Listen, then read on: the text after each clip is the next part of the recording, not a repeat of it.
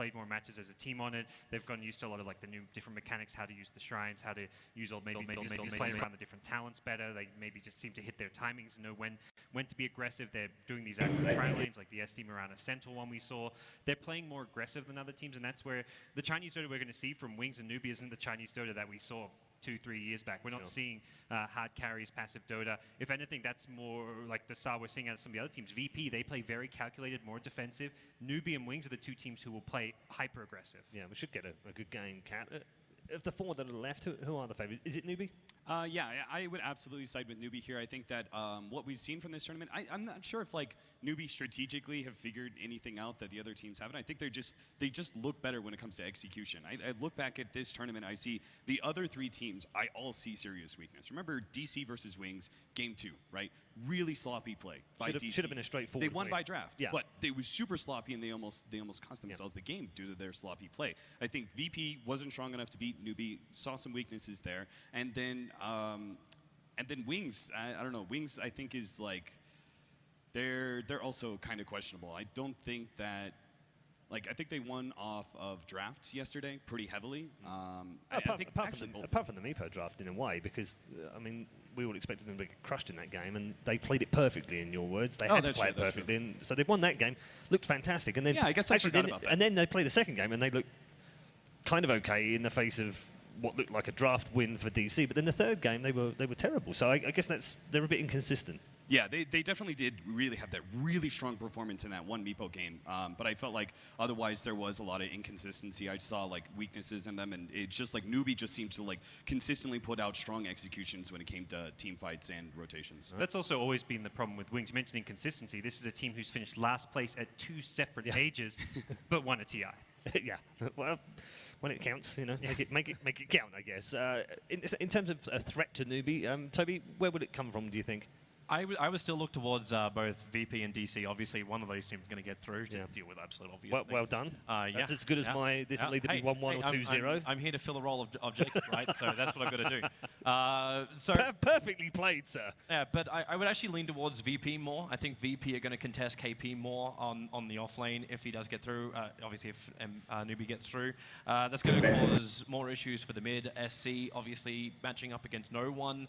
Just that matchup alone, I want to see it. Like, give me my SF versus Invoker kind of player. Absolutely. Like that'll be the dream right now. But I feel like Newbie, if they start losing out on KP, then they're going to be pushed to actually help him a little bit more. The rotations won't be anywhere near as strong, and that's going to open up for VP who go for that heavy rotating support. Okay, Cap, where's the biggest threat coming from to Newbie? To Newbie, let's see. I think it's probably if Wings can figure out some. Because one of their strongest plays is always their smoke rotations. So if in this new patch they figured out some rotations that can catch Newbie off guard, because Newbie, like Wings like to play fast when it comes to the 15 to 25 minute, right? They like to play really aggressive with their smokes. They go very deep, and it catches enemy teams by surprise. And Newbie is notorious for being able to play very defensive around their objectives, and I think they're very good at being able to defensively react to whatever's going on. So I think you need to be able to catch Newbie by surprise, and I think it comes in that aggressiveness. Newbie, of course, is obviously going to be a bit prepared for it, so maybe Wings just have to take it to the next level, go super aggressive with their smokes, go super aggressive with their rotations, and really try and catch Newbie off guard, or maybe the opposite. Maybe they played a little bit more passive due to Newbie's what I think is their strongest point is their more reactive style. So do you feel if Newbie can beat Wings, that's it, they can win the whole thing? Or is Wings their biggest challenge? I mean, yeah, I think if anybody, I mean, I think Newbie is the favorite here. So if I think they're the favorite, anybody who can beat Newbie can probably win the whole thing. Okay, all right, that's very interesting. Gods, what do you make of the other matchup with Virtus Pro DC? It's an interesting matchup, isn't it? Clash of styles. I know it's the first time the two teams have met, something Toby mentioned earlier today. I think the really interesting thing for me is going to be the mid lane. It's a lane where there seems to have been less emphasis on over perhaps just the past year with the new patch and just the changes in competitive Dota. Like being a mechanically good mid player doesn't win your team games like it maybe used to 3-4 years ago. But it did win VP games yesterday against NP, not so much because no one outclasses Envy mechanically or anything, but because VP emphasized winning that lane. They had the Ogre sniper lane where they dual lane. The next lane, it was a matchup advantage with the Invoker versus the Ember Spirit. So VP liked to make sure no one's in a favorable matchup, except maybe with the rare occasion where he's playing like a Dragon Knight or something, and that's more like a strategic pick for them. But We Have versus No One is going to be two big explosive players who the team kind of looks to like really deliver star performances. So I think that's going to be the matchup that I look forward to today. It's going to be a good one, isn't it? Can't wait to see how that pans out as well. Toby, we had a visit this morning in the lobby. We did. From a Virtus Pro player. We did. And you gave him some advice. Are you willing to share? Oh, no. That's... All right, DC are winning, guys. DC are winning. Hey. I'm just going to say right now, Lil actually ignored my advice at the Boston Major, and that didn't end up too well for them. Whoa, what was your advice? Wow, what was your advice? No, I'm not going to say that. Oh, come on. No. All right, Toby. And then I'm going to get judged even more harshly than I need to be. Okay. So I was sitting there, but I don't want to say anything that you don't want to share. But it was more of a troll around. He's just like, what strats have you got up your sleeve? And I'm like, I don't know anything. You pulled the Jacob card. Yeah, but it's definitely one of those fun little things. I don't think Lil's going to be too concerned coming into this game. I don't think he took up on my advice either, did he? There was only one thing which he was mentioning, which we'll probably wait until the draft. We'll talk about it after before we talk about that. But it's my advice, you don't think it was good for him? Your advice? Yeah. I didn't even hear your advice. Yeah, you did. You laughed. Did I? Yeah. I tuned it out. I told him just to play Jakiro mid and CK support. It'd be fine. That worked great for complexity. Perfect, right? I was wondering when you guys were going to let the other two people of the panel in on this conversation, this hidden conversation, and also the entire audience. I'm happy just being the noob, throwing it out there, being under the bus and taking one for the team. I don't mind. Mid. It's fine. Like maybe when Dendy was like still in a top tier 1 team, like then it would make sense. It's coming back. I've had a chat. Icefog's going to fix it for me. No problem. If you believe that, you'll believe anything. And on that note, we'll end our first opening of the Grand Finals day. Thank you very much to all 3 of our members on the panel. They will be back, of course, to discuss our opening match, which is coming up next, the draft, and obviously getting the players out on stage. It is a big one. The first semi-final of the day, the Genting 2017 ESL One. We'll see you soon.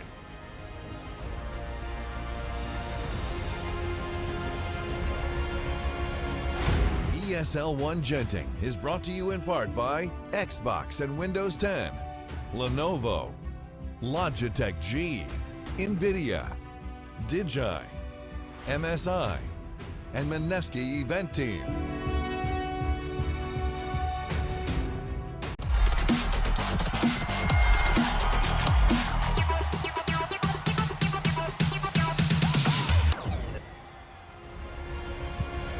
Here we go then. It is Grand Final Sunday at ESL One Genting, live from the Resorts World Genting, high up in the mountains, some 5,700 feet up in the air, as we bring you the first of the 2 semi-finals and the Grand Final later on today. Our Malaysian crowd are ready for some big matches, and we are too here on the desk. We're going to break it down for you in terms of these first matchups. It's DC versus Virtus Pro, and we'll kick things off with Digital Chaos. Cap will come to you as the North Americans' favourite son. Are you ready to support your home team that don't have any Americans in? Not really. I don't really care. Well, that worked brilliantly. Can we fix this in post, or can we redo, or? I think okay. I was thinking about how this matchup goes, and I'm not sure. Like, I feel like Wings is the 4th team, and I think Newbie is the 1st team, and then this one is a little bit more questionable. This 2 much closer.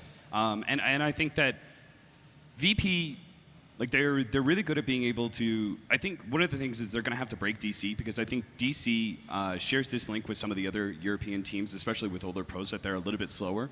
They like to play a little bit more split push oriented, a little bit more heavy with their carries.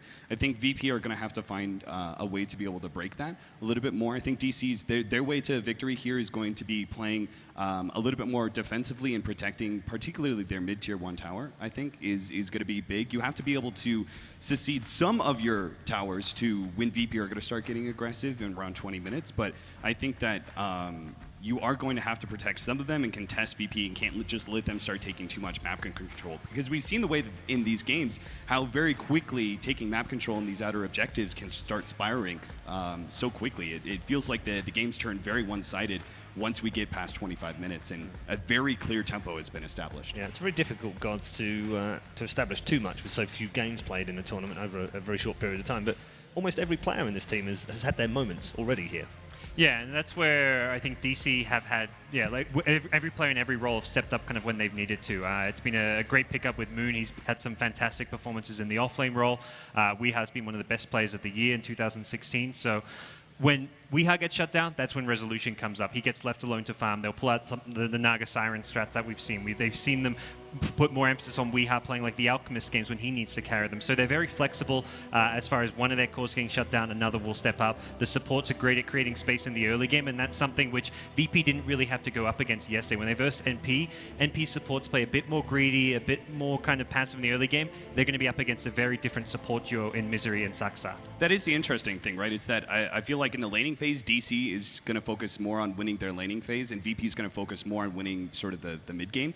And the big difference, I think, is the fact that you have Lil, who oftentimes play more of a farming support, and then you have Saksa and Misery, who are going to play a lot more of an aggressive ganking style that is going to try and establish the tempo early on, alongside then hopefully freeing up Moon Meander to then take that space to be the aggressor. It's kind of funny because I was actually looking to see Lil play a different type of role, to actually have like that Earth Spirit, that Pudge, that heavy rotation. If DC are going to look to win their laning phase early on, then let Lil go loose, let him move around, and not just play that safe lane like babysitter, because if he's going to do that, he may as well be picking his Visage, instead of actually looking to play the roaming and very heavy ganking heroes. So that's probably the best way to break DC's lanes. I think Pudge, actually, I like the fact that you pulled out Pudge, because I feel like that is very much a key support pickup here, because we have very clear two very strong Pudge pickers, and they're both very good at being able to play, let's say, defensively when it comes to hanging around your tier 1 tower or hanging around your tier 2 towers and trying to stop those sieges that are happening. And then it also happens that Pudge is quite strong at being able to pull heroes out of position for you to be able to find those openings to get the objectives that allow you to start,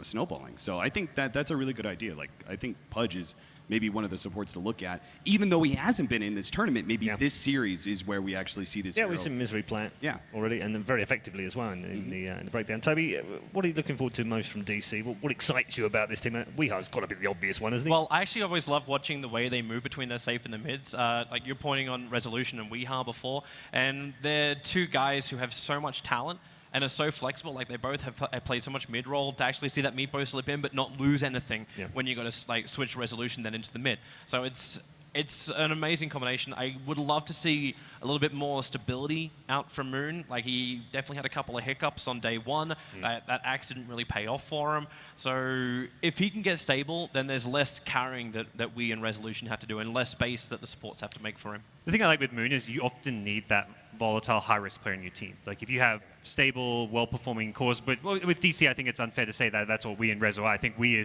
has those superstar performances, but sometimes you have a rough early game, we needs to play catch-up. He's a mid-play, he's playing like one of those farming cores, like an SF or an OD or whatever. He's not going to be able to go around making plays to help his team get back in the game. So instead, you need that chaotic offlaner, which is going to be Moon. That's kind of playing that kind of eternal MVS role where it's super high risk, kind of maybe falls short sometimes or looks like he's doing something a bit stupid, but you need that player if you're having a rough start. We spoke about that yesterday, didn't we? It's almost comes with the territory, really, because if you don't play like that, then maybe you aren't a top player anymore, because it's your style. So very interesting. We're going to move on to Virtus Pro. Cap, a return to form yesterday, but was it enough to carry them through and pick them back up for the confidence they need to go into the semi-final? Yeah, I mean, I'm a little bit more pessimistic about how yesterday went for the two teams who crawled their way back up. I feel like there were some very clear skill differences and drafting differences that allowed these teams to look better than, obviously they looked a lot better than they did game number one, but why is that? Are they really, actually, brushing off all the rust, and are they actually getting in form, or was it purely the fact that they were in a very comfortable position and that allows you to, look very good? So I'm a little bit more pessimistic about how they performed yesterday and whether or not they're going to be able to repeat that. But I do think that VP is like always such a scary team. They just, like, once they do start rolling, they look so strong. Their team fight execution is incredible. I think that their drafting is very strong as well. I think they're like, that may be one of the things that really stands out about this CIS team, and maybe that they are the reason they're so successful, is that they do seem to have figured out very strong drafting style. Gods, if they have a weakness, what is it right now? I'd say I'd look towards sometimes their early game where they sometimes take a bit longer to come online.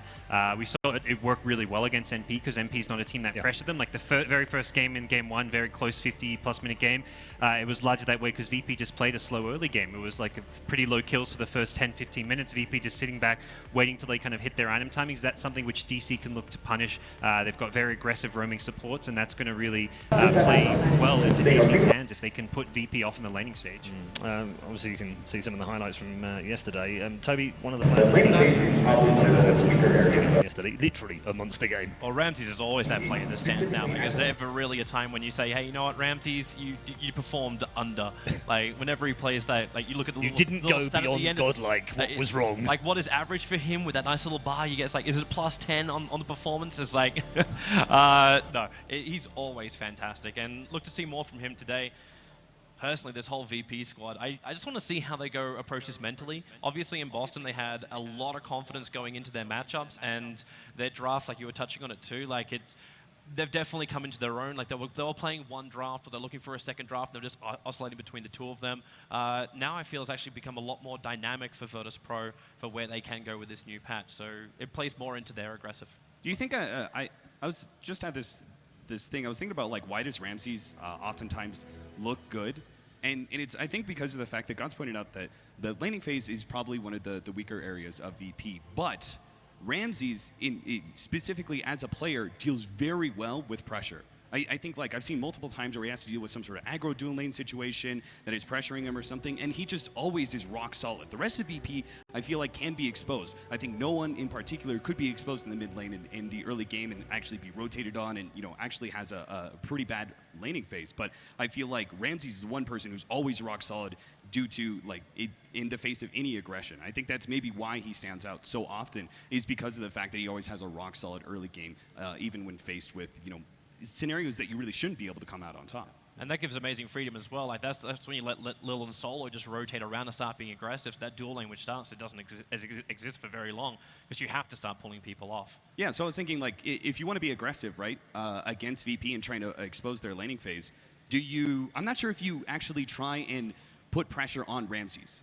He seems to be very adept at being able to deal with that. Maybe, and I feel like this is maybe one of the points, is No One and Pasha. I feel like those two cores are definitely cores that are very easily exposed in the early game and can actually go off to a really bad start when put up against pressure. Pasha, in particular, as the offlaner, I feel like is one of those guys who, you know, like you've all experienced when you play the offlane, right? You want to make that lane work, and then it's like, oh, you died, and you go back in, you try and play aggressive again, you die again. It just happens and happens. And I think Pasha's that you know, one of those players who definitely can be exposed as a potential early game weakness. So on the flip side of that, he's actually had a very good tournament. He was very good at first day, almost carried the team on his back in the first games, and then again solid again yesterday. So Pasha is probably one of my most improved players right now. I thought he was, like, very clearly the weak link of VP earlier, but I think, like, he's been slowly but surely getting stronger and stronger. He's been getting, like, better and better, like, star performances, and I feel like he's been becoming also a little bit more consistent. I still think that is a weakness, though, in the laning. He's also had the toughest ask joining this VP squad because he moved from carry to offlane. Offlane is the hardest role to learn, like, from scratch. Like, it's such a unique position to be in. Maybe less so in the recent patches because there has been some changes to make, like, kind of guarantee that you're going to get some XP and farm. There's different little tricks you can do, but learning to play offlane is definitely one of the most challenging things in Dota. Okay, we're going to move on to predictions, and we're going to do it pre-draft of game 1, which is always a little bit trickier to figure out, but I will give you a chance to change your minds as well once you've seen the first draft. Cap, tough game to call this one. Yeah, I think, what was it? I was a little bit surprised that DC had such a hard time with Adfinum at the Boston Major. Adfinum is probably one of the fastest playing teams out there. VP, I think the characteristics you can give to them is, like, slower laning phase. While DC is the opposite, I think they usually try and have stronger laning phase with a lot of rotations. And then I think DC slows down quite a bit when it comes to the mid game and has more of a double core focus going on later on to the series, you know, 35 minutes plus, while VP are more mid game focused. That's really where they're going to come into action. 20 to 30 minutes is where they're strongest. So in this case, maybe DC is not going to be. Maybe Adfinum's, like, their fast play was able to expose, like, the first 20 minutes of DC. Maybe they were able to beat them out in that much, but I think they also had a problem with mid-game against Adfinum. So maybe VP can actually beat them there still. All right. But come on. Give us a winner. I'm still leading with DC. For God's sake. takes forever to tell us and then doesn't change his mind. It's funny because all the stuff he's saying is like, I didn't know. At the start of the sentence, I didn't know. And I was like, the entire time he's talking, I didn't know either. I'm like, be the professional analyst and give me an answer in less than 10 seconds.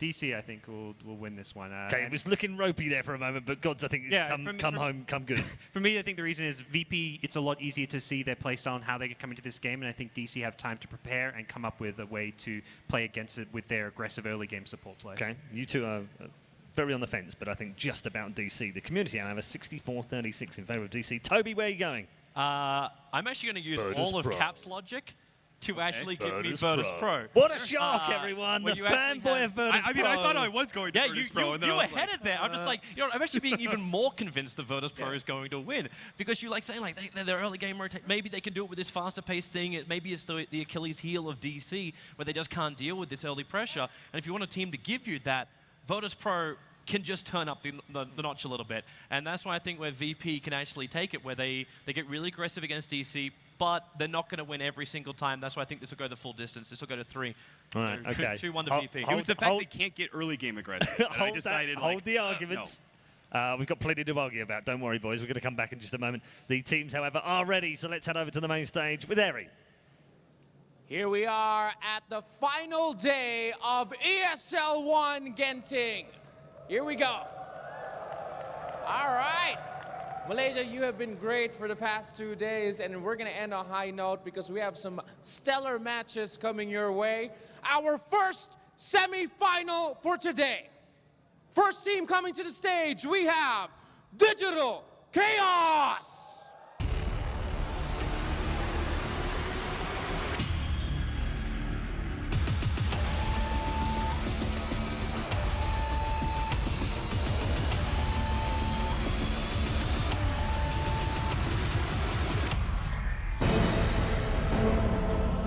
Make some noise for Digital Chaos!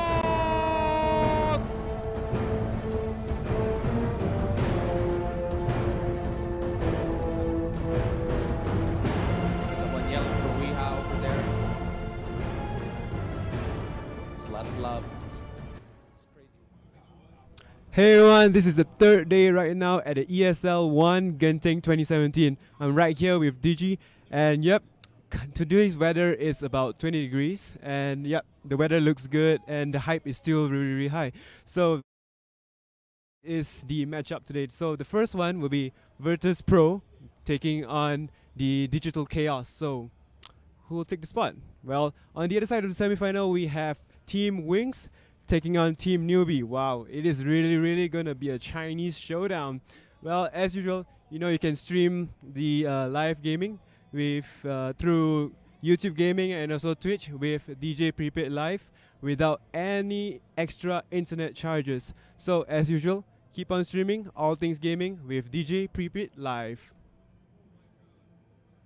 Of ESL One Genting, here at the Arena of Stars Resorts World Genting, we have Digital Chaos versus Virtus Pro. Make some noise if you're hyped for this. Let's go.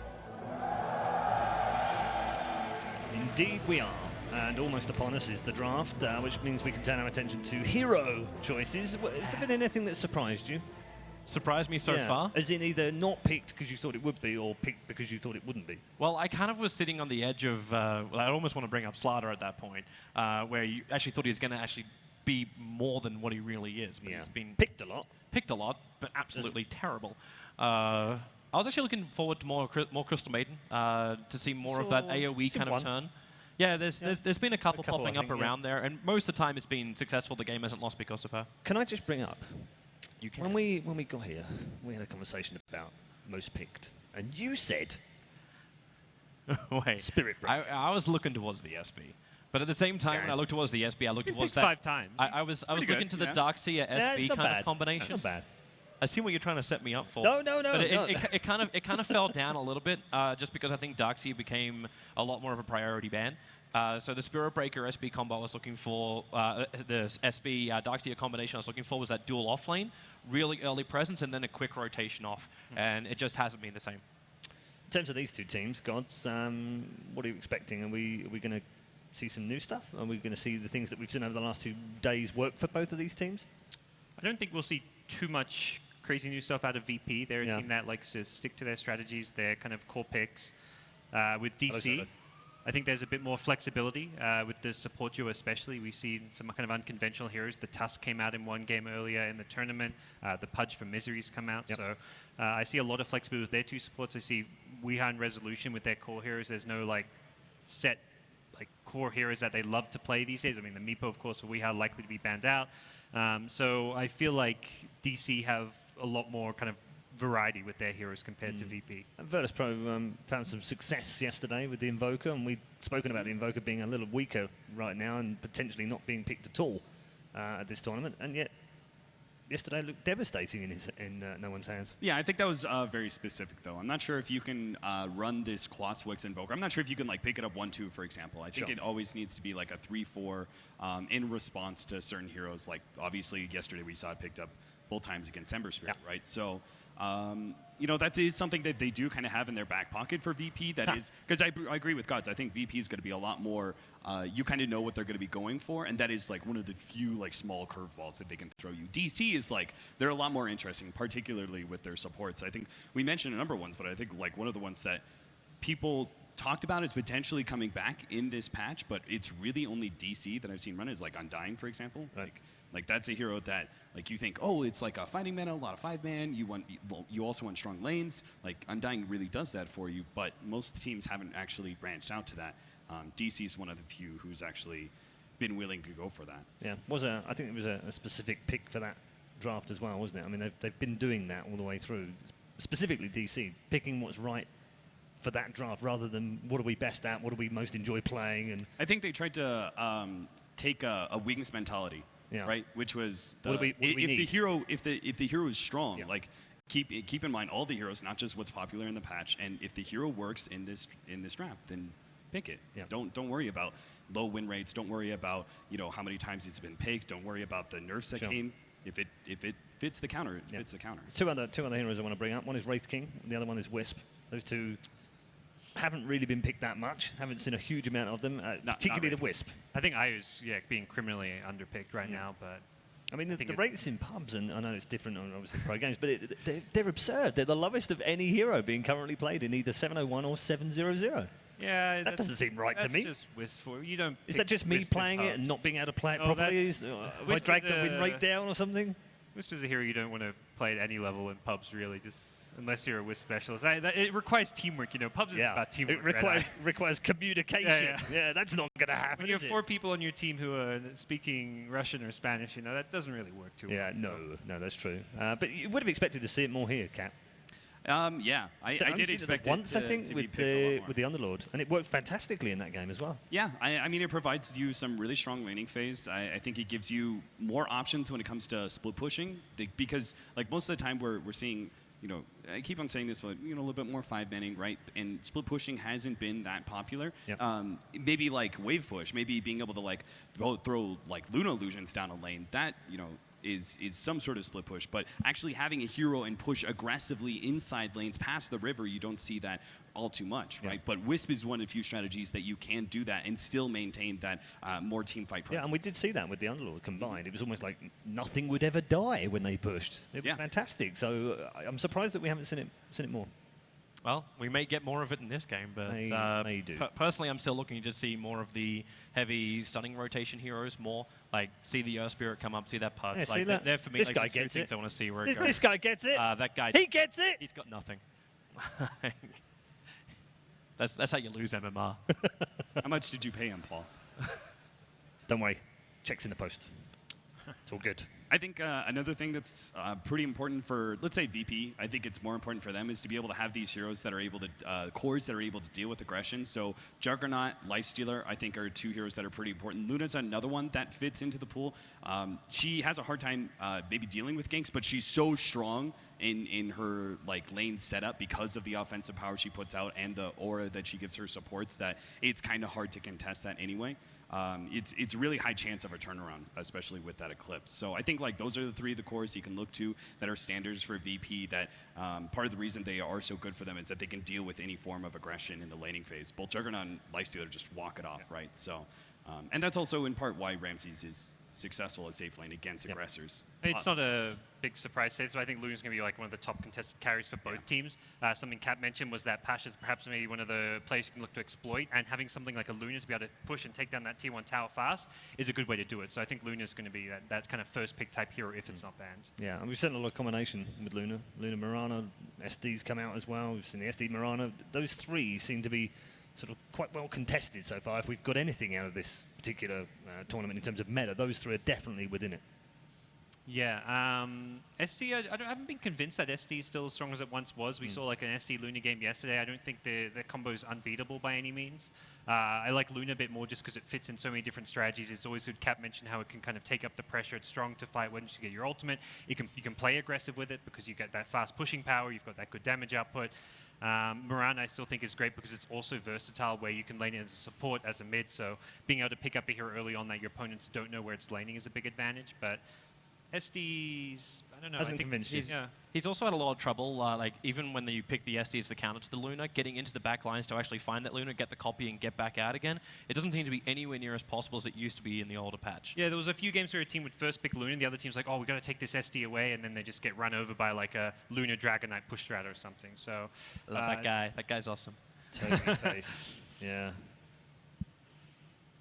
Yeah, I would agree with that. I thought when we first started talking about drafting in the beginning of this tournament, I was like, oh, I feel like SD is a better pickup because you could do the SD Mirana, you could do the SD Luna, right? But I think it's I think in part the SD he got some false win rate success because of the other two heroes that he so frequently run with. I think Mirana and Luna are very clearly big winners of this patch, and SD just kept being run with those two. So I think it was oh, SD just kind of seems strong, but once you take him out of that pool, once you take him away from those two heroes in particular, he just really does seem to fall a lot more flat. I'm hearing that we're about to host the lobby for the fourth time. There is an issue that we're not able to trace, but we will keep you informed as to what's going on. So we'll carry on giving you some more information on heroes. We'll also talk 7.0 and 0.1 as well. Just outside of this particular matchup, Gods, what have you enjoyed so far from 7?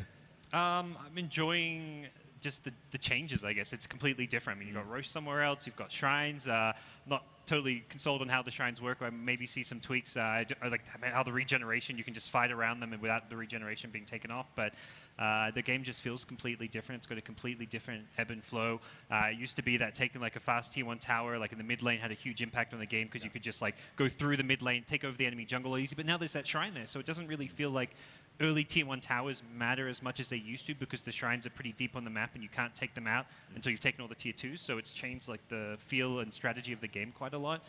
The Roche pit change is kind of nice. Doesn't feel quite as dire-sided anymore. But yeah, it's feeling like a fun patch that's still completely unexplored. Yeah. But it does mean very high Radiant success, right? Yeah, because it does seem that way for now. I think that will probably equalize a little bit as it's played more, though, right? I mean, no, maybe a bit, but maybe teams start figuring out what the dire strategy is to face up against what naturally is strong for Radiant. But from what I've seen, almost all the teams are taking Radiant when they win the coin toss. Yeah. So. Yeah, I'm waiting for that Radiant Shrine to be moved away a little bit further from the pit. But I also love the effect the Shrines actually bring in. You're talking about the ability to also reposition the TPs behind. It's a lot harder to commit to a Tier 3 tower push when those Shrines are still up. So just forcing down one lane and going up is very difficult because you can always have someone TP in behind you in big force.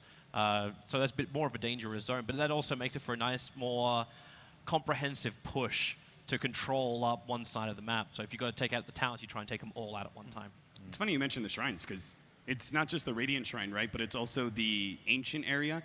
Yep. Radiant now have the high ground advantage when it comes to Roshan Pit.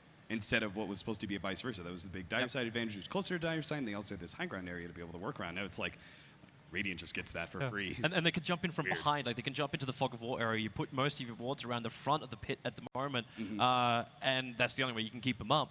And then you TP in, you just slip in behind the fog of war behind the pit, or the mountain.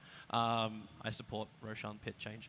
But yeah, it's like how do you even combat against that? Like until you take out like all tier 2 towers and that shrine, it's not safe for dire side to take Roshan. Yeah, you have to like. It seems like every single time you're dire side and you go for a Roshan, you have to make like an aggressive smoke gank first and set a vision, like the cliff ward that is by the shrine, and then you also have to get another ward somewhere near like the mid area to be able to cover that side. It's like it's really tough to be able to establish control. I actually wonder like if there's any kind of stat out there which shows how many smokes are actually being soaked up by teams trying to just go for Roshan as opposed to going for kills now. Okay, plenty of fun to come, of course, and plenty more to discuss here at ESL One. Talking of fun, someone else who's always fun is Sir Action Slacks, and you know what? We haven't heard from him today, so let's check in with the man himself as he checks out the cosplay.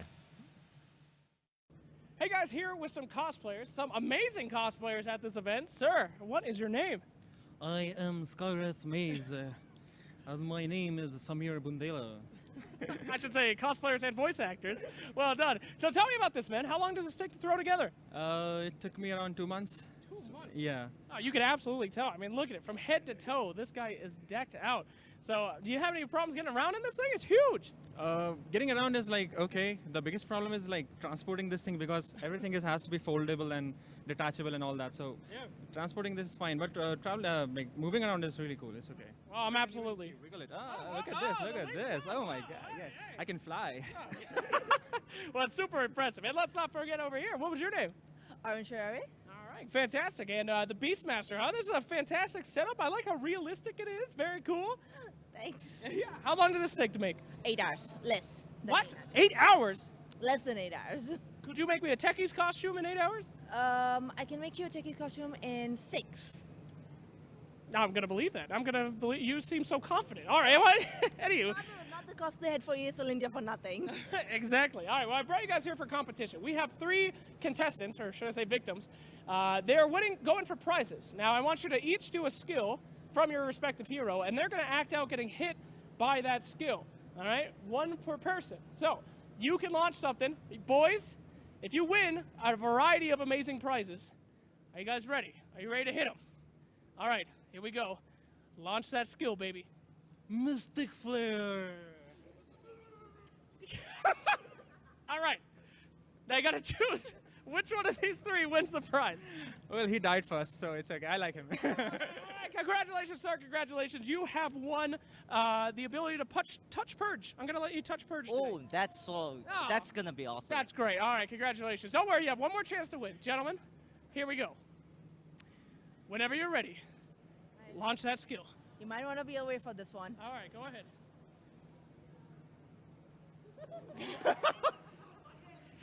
Okay. I need to know who won from the whirling axes. The man. Oh, congratulations. Congratulations, sir. You're in the VIP section for the rest of the day. Yay, Congratulations. Mom, I'm on TV. Woo! And you win the greatest prize of all. You and me are going to sit together for the rest of the day. It's a punishment. Oh my God, I'm so... Yes, it is horrible, but that is the point. You lost the competition. So anyway, thank you to our cosplayers. Congratulations, winners. Come on, don't worry. I smell great. Not really. I'm hot as hell.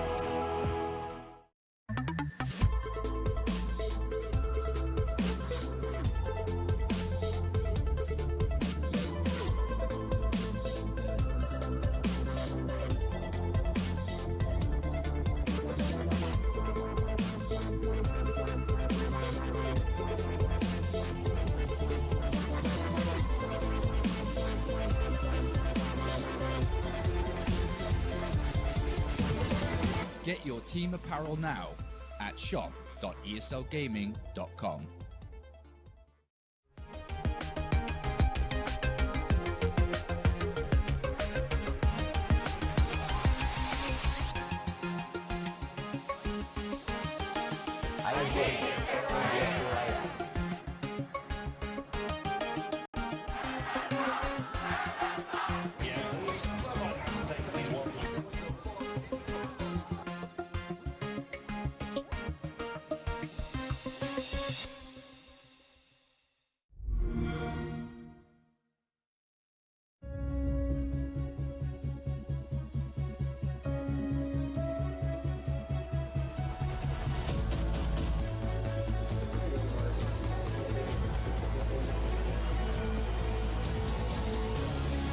Ladies and gentlemen, everyone, welcome to ESL One. They're waiting to come back in. They're up in the high ground with Dean Lightning right in the gutter. He's down. Under 6 seconds. Universe in trouble. This could be it.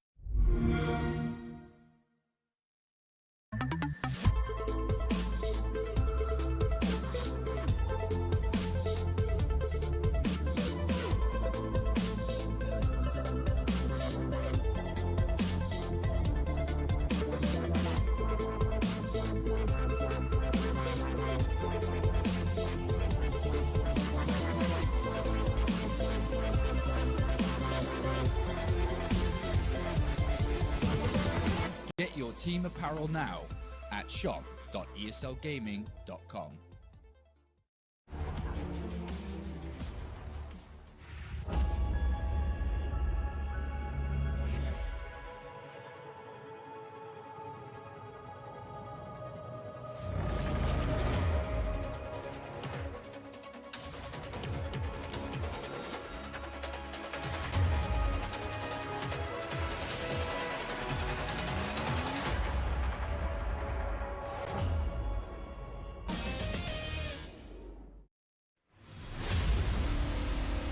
I can't understand people watching somebody play a computer game.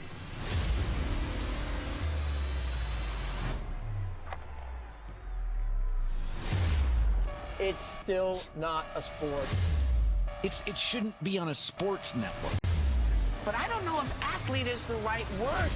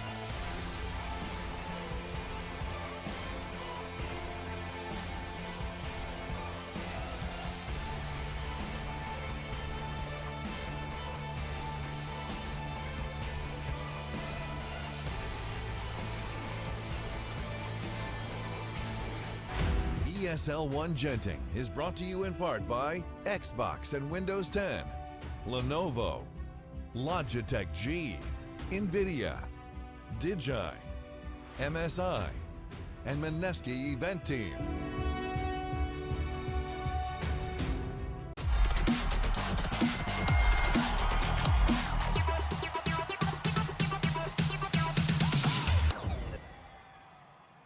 All right, we are here, of course, at the center of the Arena of Stars with Slacks. Good to see you, buddy. Oh, hello there, sir. Hello. So, all right, Slacks, really quick. Something that people do not know is ESL, in every event, conducts DNA tests to all the audience just to see if they have, any of the talents or players have siblings that they do not know about. Wow, that is intrusive, but exciting. It is. That's very good. But you'd never know. If you have a long-lost brother or sister or your dad or anything, people would want to know that. Of course, people need to know. You would want to know. I want to know. I would really, really want to know. But, oh my God, I don't think he's ready to do it. But that guy right there, sir. He's literally leaving. He knew what we were doing. He knew all along. He doesn't even want to know. But right there, sir, stop him, please, stop him. Right there, that man, stop right there, sir. Toby's, we have news right here. Let's go to that man. Come here, sir. Come here. He wasn't ready to do it. Oh my God. Is this the one that they told us about? It is. Oh my God, we got our first one. Toby's younger brother. No, my God, the DNA test? I'm not even joking. Look at the camera, sir. Look at Toby. Here we go. If Toby shaved and he's here, and I know you walked away. I noticed that because you knew we were gonna do this. You weren't ready to see your brother over there. Toby, look at him. There he is. How do you feel? This is an emotional moment.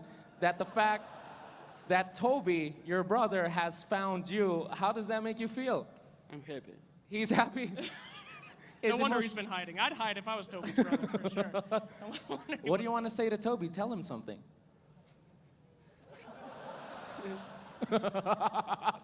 Look at Toby. He's in shock. He cannot handle it. But why don't you say, what's your name? Artem. Artem, Toby, this is a new thing, so we just want to leave this moment for you guys. Hold on a second. Wait, what is it? I'm getting a feed here for, oh my God, You're kidding. another test just went in. No. He's what? What? Where is he? Oh my God. No. Purge's brother with a beard is right here? Are you serious? Are you serious? Oh my God, oh no. Oh my God. No. All of the DNA from the mustache is everywhere. You got all the genes. Hello. Yeah, man. I'm Jeffrey Godek. We actually have the same name as well. Oh my God. No. His brother, he didn't even try to hide it. Purge's father, he's just all over the world. What do you have to say to your brother, Purge? Yeah, I'm sorry my mom had to let you go, man, but you turned out okay. Purge. Well, that's great. It's great that you've lived a good, normal life, and Purge was sent out there, man. Yeah. Thank you very much. That's incredible. Oh, no. I can't even handle it. No, wait, what? No, I don't even need a DNA test. It's Dendy's little brother. Sir? No! Sir? He's running! Dendy, Dendy, don't even do it. Don't even. Actually, he really did run. He ran. He knew it. These are secret lives we're ruining right now. We're ruining because they didn't want to find out. Oh, my God. But Dendy's right. Where? Who? Who? What? EE's brother? Oh my God! It's a miracle! God. It's a miracle! EE! We found him! EE, come here! Come here! And they're both wearing shorts and sandals. Oh my God! Shorts and sandals! It's definitely them! It's a DNA match! Yes! EE! Look! It's the sandals. Look Absolutely. down. Zoom down. Oh, you know it's true. You know it's true. Oh my God! It's true. Oh my God! It's true. Hello. Oh, how do you? Do you throw Dota games? Sometimes. Oh my God! It's him! It's him! It's him! No, I'm just kidding. Oh my God! The sandals and the shorts. This is the killer. This is incredible. This one we're gonna. Are you into hot sauce? Yeah, maybe. Yeah, maybe. That's great. That's good. That's fine. That's my half God. brother. Oh Half my. brother. EE's half brother. Very nice. It's so good to see you, man. You want to say something to EE before we move on? I can throw Dota with you. Together with you? That's very rude. Please don't make jokes like that. He just disowned you right now, brother. just all over again. That's why you're not in the said family. Jesus. But EE's brother, that's fantastic. Why don't you have a seat, buddy? Very nice. I've learned a lot today. I've learned a lot today too. I think this is fantastic. We have. If there are any more siblings that you would like to point out, we would love to see that. No. I don't know if there are. No, that's not. Someone's hiding. I can't see that. I can't see it. Wait. I think that's my dad just because he's bald. Hey, look at that. Bald dad, hey. Father, we'll catch up later. Fantastic. All right. Thanks, Dad. Very cool. What's that, sir? Hello. All right. Oh, that was just a voice in my head. Oh, talking. that happens to me, too. It happens to me, yeah. That's Do what they we scream all the time? Yeah, they do. They do. Good. They're in pain. Okay, we can go with the fans right now. We can go with the fans. Yeah, we can go around. I think we found a lot of people that are related and everything, and I'm sure you want to go around, Slacks, and just ask. Let's do an interview. Let's do I like this. doing Let's do- interviews with people that don't want interviews. You were hiding, right? You were hiding. Get him. This get is my him, Slacks. normal You life. can Come here. get I'm it, gonna get come it. down with you. Hello there. I'm gonna keep looking. Oh, this is Hello, beautiful. madame. It's beautiful. I like interviewing people that don't want interviews. Typically, it's with players, because they all hate me. But you are an audience member. What do you think about the event so far? I love it. It's great. Who do you think is going to win this next match? This match? Yeah. DC? That was very confident. The most confident. Oh, DC. DC? The boys like him. Any VP fans? Any VP fans over VP here? fans Oh, for this VP man? right here. I'll look at that. You're a VP fan. Why'd you say DC then? You've already. I like DC too. You like DC too? Okay, I'm gonna get a VP fan over here, Slacks, and I'm gonna have my VP fan against your DC fan. Oh. There you go, sir. Oh, you got your timbers. Oh, you got KC over there. That's awesome. Very nice. Nicely done. Oh, are you? Purge's little brother is a little intrusive. You like doing those. Why do you like playing with people's ears? Oh, it's so sexy, man. They're so soft. Run, Erie. Get out. It's starting to feel nice. Wait. Little brother Purge, just relax. I think, look at Purge shaking his head. He's like, that's my little brother. That's why he's there. So you're a big fan of VP? Yeah. That's good. Very, very emotional. I love it. What do you have to say to the DC fan over there that's just eyeballing you? Look at him. Look at her. She's like, yeah, she's saying that DC is going to take it, but you're a VP fan. What do you have to say to the fan next to Slacks over there? Just simple. VP will lift that one tonight. VP will lift that one tonight. What? Are we going to take that? She says that to you. He says that to you. What? VP will lift that trophy tonight, and he just denied whatever you feel. DC fans ain't going to take that. All right, give it to him, man. Insult this There's- animal over here. Give him your She's worst. ready. She's ready. Rezo God is gonna beat the ass out of Ramsey's God. Oh my God! That was more than I ever thought. That's a lot of firecrackers. That's a lot of heat. That's a lot of heat coming your way, VP. Rezo is gonna beat the ass out of Ramses over there. What do you have to say? Look, look at the rage in his eyes. Look at, he's about to go nuts. What do you have to say? You can't take that. No one will repeat the Boston Major opener Rampage tonight. Oh! No! That's some heat going your way. I don't even know. This kitchen is hot. Girl, do we have anything left? Come on. We has gonna meep on VP. All right, well, that's got She's it. getting emotional. It's getting emotional. Stop it. Don't even laugh. stand up. She's a woman. You don't even wanna sit down. He was gonna get up and just attack. No, that's fine. I know you're a big fan, but just sit down with Casey. That's fine. Okay, so Slacks, I think we found siblings. We had some very passionate fans. Make some noise, Malaysia. You guys feeling good? Yeah. All right. Slacks, this was fun. I think we're going to throw it back. We're going to start with our first match of the day now. DC against, of course, Virtus Pro. We're going to throw it over to Paul and the guys, our expert desk. That was fun, guys. Thank you so much. Thank you. Thank you very much, both of you. They could almost be brothers themselves, couldn't they, down there? Toby, why didn't you tell us? What did you tell us? I obviously didn't know. No. How are you feeling about it, Toby? Yeah, I'm feeling very disturbed, especially considering, like, you look for a brother. Both of mine don't look anything like me, and no, I'm not adopted. So you're saying you're a bastard? While I do hail from Australia. Yeah, we're all bastards. Yeah, down we're there. all bastards in Australia. Convicts and bastards. That's right, Paul. Well, I mean, I couldn't possibly say, could I? Things that happened a couple of hundred years ago. Who cares? You don't know anything that's built in the lower classes. That doesn't hit your radar. Riff-raff, no, no, absolutely not. No, I did, however, like Purge's brother down there. Thought that was quite good. Not so sure that the Eternal Envy brother was real though.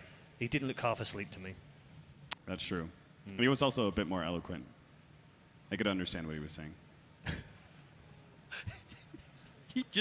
You want to go at it, don't you? Where is Well, I cast with Genby all the time. Do you want to get out of here alive, or? Yeah, this is where I go. Okay, all right. So I just want to make a quick apology as well. We do have a delay, and we are, of course, just bringing you some extra content, some fun, and interesting stuff. Of course, having some fun with our crowd here, who've been fantastic over the last 3 days, and hopefully we will get the game underway very shortly. We have had some issues with the lobby, but hopefully they're going to be fixed, and then we can get our first semi-final underway. Until then, however, let's talk about the area, because we've had a bit of time here. It's a pretty fantastic place. I think this is probably one of the most incredible places I've ever gone to at an esports event where we've travelled to it. You know, you come up the hill, the hour drive up the hill, and it's winding around, and then you suddenly realise we're 5,700 feet up in the clouds, and the clouds are actually below us. And you wake up in the morning and the clouds are actually knocking on your window. Yeah, or coming past the door. You can't. I haven't had that yet. I don't know what happened to your door. But yeah, I can't see anything when I wake up in the morning. Yeah. Today was actually the clearest day It we was had in the today, morning. yeah. I actually But could Thursday see it was very down. clear in the afternoon. We looked down over the mountains. It's an incredible You got place. to ride the cable cars. Yeah, Yes. you ride the cable cars when the cloud looks. You go through the clouds, Right. up and above it. It's Yeah. it's absolutely beautiful. Yeah, we didn't. Unfortunately, we did the cable cars, but we was completely clear that day, which I was sort of mildly disappointed with. Slacks was okay because he's like, I can see everything. This is great with a glass floor. So of course, 4 of us in there. And what did Sir Action Slacks do in the cable car? He starts jumping. Of course he does. Wait, what? What else is he going to do in a cable car with a glass floor? Did you not have the glass floor one? Oh, I had the glass floor. Yeah. I didn't have Slacks trying to murder me. Right. I don't think he was trying to murder us. I think he was. I saw your little snow globe picture. Yeah, actually, it makes you look very happy. Can we get a close up of this? Is that possible? Can I hold that there and we can? Focus. Focus. Look at that. Look at the Look at memories. that. It's glorious. That is me, Pimp, Odie Pixel, and Sir Action Slacks in a cable car, about to die. About to go down the mountain. And it's actually look. Hold on, it does work. There we go, look, it's a snow globe! Have you ever seen something so terrible? Slacks likes it. That's probably the reason why. He put it on the desk. He's like, that's for you guys to have on the desk. That's his idea of a meaningful Christmas gift. Absolutely. He's actually going to give that to his future wife on the morning of their marriage. That's a really bad gift. It's a really bad gift. Yes. That's almost like giving like a bread maker or something. Like it's just Probably worse. But yeah, I mean, genuinely, we really enjoyed our day. We did the haunted house. Obviously, we saw the boys from DC doing the haunted house yesterday as well. We went to Ripley's, believe it or not. I believe it. Yeah. Did you do Snowland though? No. Did you? I did it when I got to come here with Zoe previously, and we did that little fun video thing. And it was a normal day in Europe, walking through Snowland. Yeah, it's good. Yeah, I've really enjoyed being here. It's an incredible resort area as well. So, Cap, what have you enjoyed over the last few days? Good Dota. I didn't go out much. You're so boring. Gods, come on. I'm with Cap. I mean, I haven't gone out too much. I flew in yesterday at 6 in the morning, so I enjoyed arriving at 6 in the morning, like driving up, already in my suit jacket straight from the airport. I was like, all right, I'm ready for some Dota. What happened yesterday, guys? Fill me in on everything. And yeah, I mean, you had that terrible excuse of having to go to a wedding or something. Yeah, come on. I don't know. Very inconvenient, my family. Very inconvenient. I get married. Who does Absolutely terrible. Paul, you're telling me that we're way up in the sky, but honestly, that was kind of news to me. I mean, I saw the clouds and everything. You but slept on the way from the I airport? slept the whole way through. How could you? I did not sleep at all on the actual flights. So the moment I got in that shuttle, I just passed out. And next thing you know, I woke up at the hotel. So I was just like, my driver was doing like an F1 audition. He was trying to like go up the mountain as fast as possible, weaving between all 3 lanes. I was like, what? I can't even see 2 meters ahead of me. Like, Trust me, since F1 came to Malaysia at Sepang, everyone is now a Formula 1 driver in Malaysia. Okay. All of them. And they're brilliant as well. We are headed towards our draft, of course. We're still trying to get up and running, but until we get there, let's update you. If you have missed any of the action over the last couple of days, it's time to recap. We'll see you soon.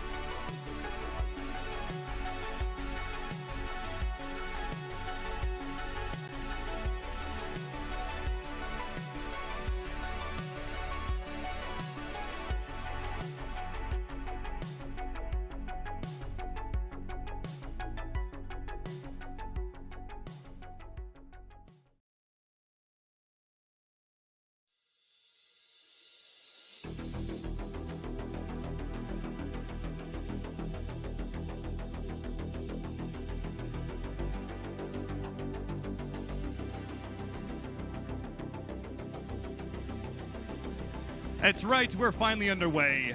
Our game is about to start. VP versus Digital Chaos. Finally figured out how to get those lobbies started. Thank you, Valve. Yeah! Ready to go.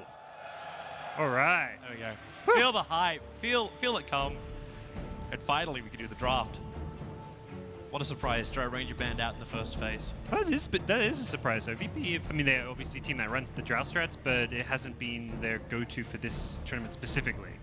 They have been running the Underlord, though, and that's been, I think, more and more hotly contested pick as we've gone further and further through this tournament. DC, it's also kind of surprising that they banned away the Rubik, right? Because they've been picking a lot more Rubik in this tournament, and VP a bit less, right? So, don't know what their answer is going to be versus Underlord, but you know, like, DC, they didn't just leave that hero. They just as easily could have banned Underlord instead of Rubik. So, they obviously have a game plan here, but I'm not sure, like, what do you think the game plan is versus an Underlord? Probably roam a lot, win the lanes, take advantage of the fact that Underlord isn't a playmaker. Most offlaners you think have like some ganking roam potential. He's kind of in that category with the even worse than the Darkseid, because Darkseid can do these like dual lanes that really put pressure on Underlord. You kind of can dual lane, but it's just not as powerful. So I think the idea is you want to really punish the laning stage. With the Underlord, the idea is you want a 5-man push. So like Underlord, Luna, Dragon Knight if it's there, get some just big 5-man death ball unit that is going to be the VP style. Shadow Demon preemptively picked up, I guess, in some ways. Like, Shadow Demon's a really good setup for Sand King, so Sand King can potentially be a 4 position now. And then it's also, I guess, a kind of hindrance to the Luna that was picked up by VP eventually in that second. So I'm just wondering if Digital Chaos, like, where does their damage really start coming from? Right now, we're looking at a lot of magical to come. You've got a little bit of stun and control, but up against the Luna, up against the Underlord, Underlord's going to cause real issues if they try and take a 5-on-5 fight. Pit makes it almost impossible to maneuver. Yeah, Luna was probably one of the better heroes for VP to be able to have with this Underlord, right? Because we're talking about the 5-man, and like Luna's able to 5-man, but she's also able to push out waves really efficiently with her illusions. So you can still control the side lanes to some extent while keeping your 5-man vigil. Yeah, I don't think even VP care. Like, when you pick a Luna also into the SD, it's like, well, okay, well, we mentioned that before when we got to mention everything we had. But it was the fact the SD just can't really reach the Luna. So I'm wondering if Digital Chaos is thinking of a different style of combination to run with the SD. Like, if that is going to be a 4-position SK, what are you getting in return? What combos up with those two supports? A lot of things, like you can run the mid Mirana as a possibility, of course, with like a roaming SD. Easy set for the arrow, something that Weeha can easily play. Pretty good against like the push, just to have all that AoE damage to clear things out as well and just burst down a target at the start of the fight. But I imagine, as kind of said, DC want to have a strong early game, get some strong laning heroes here, potentially even go aggro against that Luna. There's a lot of heroes that you could theoretically 1v1 against an Underlord. It's not a bad match for a lot of people, including a Sand King. Like, putting Sand King 1v1 against an Underlord is fantastic for Sand King, and that's something I've seen DC do a few times, where they give Moon these 1v1 lanes, and he's really good when he gets like a Sand King in a melee 1v1 type scenario. Is that when we toss up the option then that Underlord actually pushes to a 4 roll?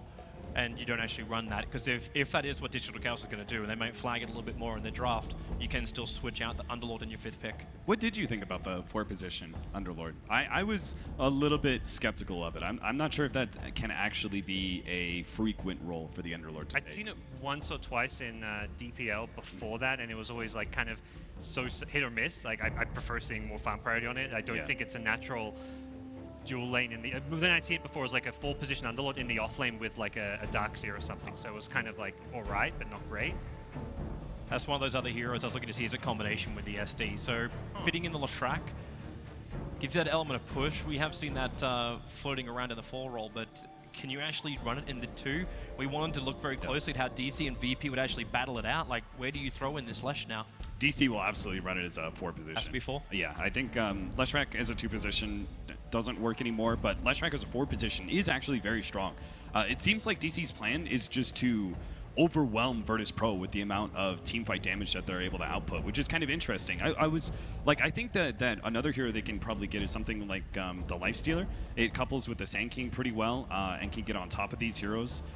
I think they need a brawling, because the problem with Underlord is also the fact that he's very good versus some of the split pushing agility heroes, right? Because of his natural, like, the aura. right? That's really tough for a lot of those damage dealers to be able to deal with. So maybe you just need like an overwhelming team fighter brawler like Sven or Ursa, Lifestealer. Who else? Not an Ursa. Jug. Oh yeah, there's still Jug. Wow, I'm so in deep. Normally we're seeing first pick Jug. We talked about being like a key hero to perhaps run because it's one of those, like for perhaps VP, because it is kind of at least a bit of those ganks.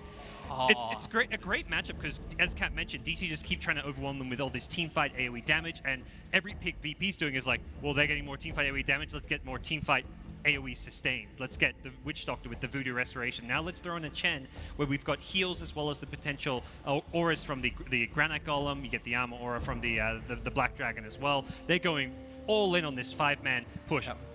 Probably see something like a DK ban here just because that would be like the final kind of piece of the puzzle if you want to go completely all in. But there's other options that work just fine. You have enough push as it is.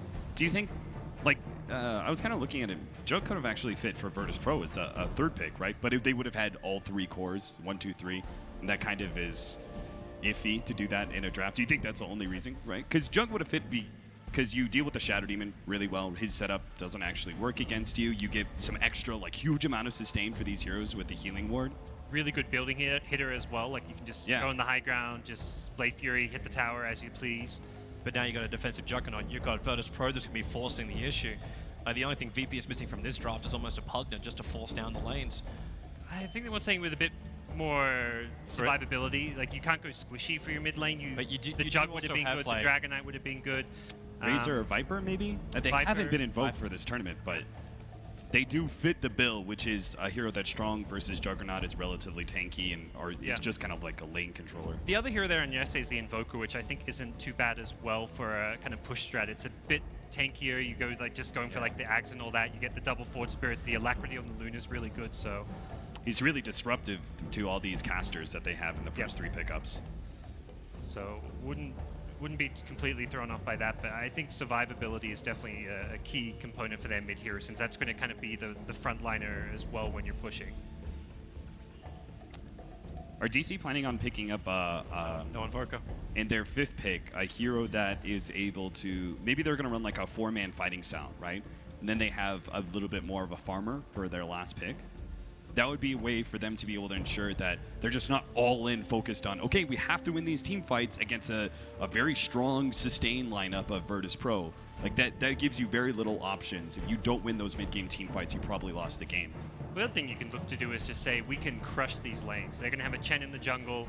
We can just pick up another hero and look to win all 3 lanes. If you win all 3 lanes, you're not too worried about those mid-game team fights because VP are going to just be so far behind on items. They would have lost maybe 2 or 3 towers. You've got a Leshrac, you've got a Jug, you've got good heroes to actually take early tier 1, so you can kind of get far enough ahead that you're not worried about the fact that VP are putting together this scary 5-man unit. They may not get a good timing on the mech on the Underlord or the Ag Scepter on the Chen if you put pressure onto them. To be honest, I was expecting VP to pick up their last one a lot quicker than they are. Thinking there was some kind of like, I don't want to say pocket strat, but they definitely had something definitely in mind. And with the DK being banned out, you're calling it, it looks like it's on a bit of a slower spanner in the works. They may just be discussing like some early game rotations still. Often you'll like wait for the last couple reserves time seconds just to discuss every single possibility, but...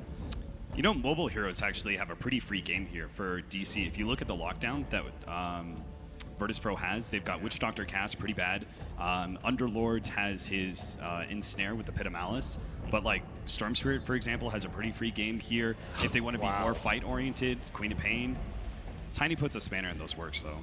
I love the grin that instantly comes with the Tiny pick, both from the crowd as well as the VP players. Why Tiny? That's what I mean, it has some push when you hit the Ag Scepter, but it's definitely the Tiny's going to be the other option, though, right? He's the roaming ganker. He's the guy that gets that early initiation item and just starts to pop the backline supports. Yeah, so he's the initiator, really. That's something which you're running a push strat. You don't just want 5 heroes that give you heals and push. You want to have that one hero that catches. Often you'll see like Bat Riders put into a pushing strat just because you can get a pick off and then it's a lot easier to push towers when your opponents can't defend them.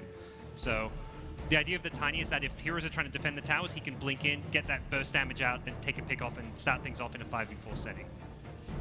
You see, I don't know if you were watching the bottom right-hand corner, but Moon was very animated then. Super animated. Pointing at the screen, shouting at his teammates. Like, this is the hero. This is the hero that will actually be able to stop the VP push. Give he was adamant. Good counter push if they can find it. Yeah, he's absolutely adamant. Look. Is Alchemist any good here? Because they slowed down their lineup a bit with this tiny pickup. Like it's a ganker. With the Chen, you're gonna have real issues controlling up your own jungle and keeping the farm up. VP will just invade you. I quite like the Alchemist idea. I think you win the other side lanes really hard. You can put Sankey 1v1 against Underlord, you can aggro tri-lane. The laning stage, to me, DC have a big advantage, and that's where Alchemist should have a pretty good time. The Chen rotations with a tiny mid could be a bit problematic, but when the 5-man push comes, I think Alchemist is going to be able to get a decent amount of items. But gonna go more team fight. I'm very surprised they committed to this Queen of Pain. Really? Like, I even mentioned like the Storm Spirit ahead of the Queen of Pain because Queen of Pain feels like good in this matchup, but I really thought that DC would focus on being able to have a hero that would be able to scale. They're very much focused on winning the mid-game engagements against VP. They're not going to play this slow. The Queen of Pain does scale better the late game with some of the new item pickups, the spell lifesteal that you can go this like Octarine late game blade mail build. I think the hero is can be a late game carry as well. Yeah, but in comparison to other heroes like Storm Spirit, right? It's like it doesn't scale nearly as well. Okay, thank you very much, all three of you. We'll hear from them, of course, at the end of Game 1. Thank you for your patience as we've fixed all of the issues, and we'll now head into our first game of the day. Make some noise for your commentary team. Merlini and Odie Pixel. Thank you very much, Red Eye. Indeed, we're getting ready for the first game of the day now. Virtus Pro up against DC. The draft's complete, Ben. VP finishing off with the Tiny, something a little bit different, and DC, of course, getting the Queen of Pain, something that we know is very, very strong when played correctly on the patch, and if anyone's going to do it right, it's going to be we. Yeah, I like the Queen of Pain. I think it gives them a lot of AoE to deal with the Chen creeps. Very, very nice for the early team fights as well. Overall, would you say there's a draft that you do prefer? I think both have their different strengths. I don't see one as overwhelmingly stronger than the other. I think that VP clearly have way better push, and DC have a better team fight. So about even, I would say. Saxa getting a nice deep sentry there in to block that camp on this top lane. I wonder if they're going to do anything strange with the Tiny. We've seen a lot of like creep pulling with Earth Spirit, with Pudge, and Tiny is one of the few other heroes that can pull a big camp, although it is played by no one, so unlikely. And in that mid lane matchup, I mean, Tiny obviously going up against the potential of this Queen of Pain. Does he need backup? Are we going to see kind of a support sit mid on the side of VP to help out no one in the early stages? That's the good thing about having a Chen. You can just send in a Satyr, and that kind of wins your lane. Even a Wildkin in the back, Quap has no way to stop the channeling tornado. So you can just be a huge nuisance as a Chen if he has a good creep. Centaur, Hellbear Smasher, not as useful, I would say. Neither is a Netter. So let's see what Chen creep he gets first. We're going to see to start both teams just securing their own bounty rings, but it seems to be kind of the common thing. It seems rarer that people decide to go aggressively and contest a rune spot. Does that surprise you, or is it just much safer for both teams to keep to themselves when the 4 bounties spawn? They're both very well fortified. It's not like the old bounty runes where you have to go into the river. You're not looking downhill. You have to go uphill blind generally, unless you set up a observer ward beforehand. I think that it would have been probably more likely for a Radiant to do so because they have mass stun lock at level 1, but content just getting 2. The lanes as it is going to be, it's going to be this aggressive formation coming out from DC. It's Juggernaut, Shadow Demon, and of course Leshrac combo at the moment, looking to put pressure onto Ramses' Luna. This is going to leave this 1v1 down bottom. Moon on the Sand King, Pasha on the Underlord. This kind of matchup, obviously Sand King good against melee heroes. Is he good enough to be able to zone out an Underlord? Is Underlord just too tanky? I think he can definitely do a lot of damage versus the Underlord. The Atrophy Aura isn't going to be that useful versus the Mass Caustic, so he should come out ahead as it goes later. On top lane, bit of an opening here onto Ramses. In fact, with the Blade Fury doing an insane amount of damage, and the backup's not there for the Luna. Rezo, playing this game under the tag of Bulba, has been able to claim first blood in this top lane. And I guess that's the problem with it, this kind of dual lane between the two of them. There's not a lot Solo can do to stop that kind of play happening. Yeah, they really need the Chen to have a big impact with the creep. He has a Wildwing River, but they can easily stop it with a Split Earth. Oh, mid lane, no one. I mean, that dagger, the dagger spam has put him incredibly low. In fact, does he... Oh, it's close. Yeah, he's going to have to salve up there just to keep himself alive from the last tick. So that is going to be a salve down the drain for no one. Will save his life. But Shrine will have to be touched upon at this stage as well. CS-wise in the mid lane, 7 for 3 for Weeha, 6 for 1. So no one, certainly not falling behind.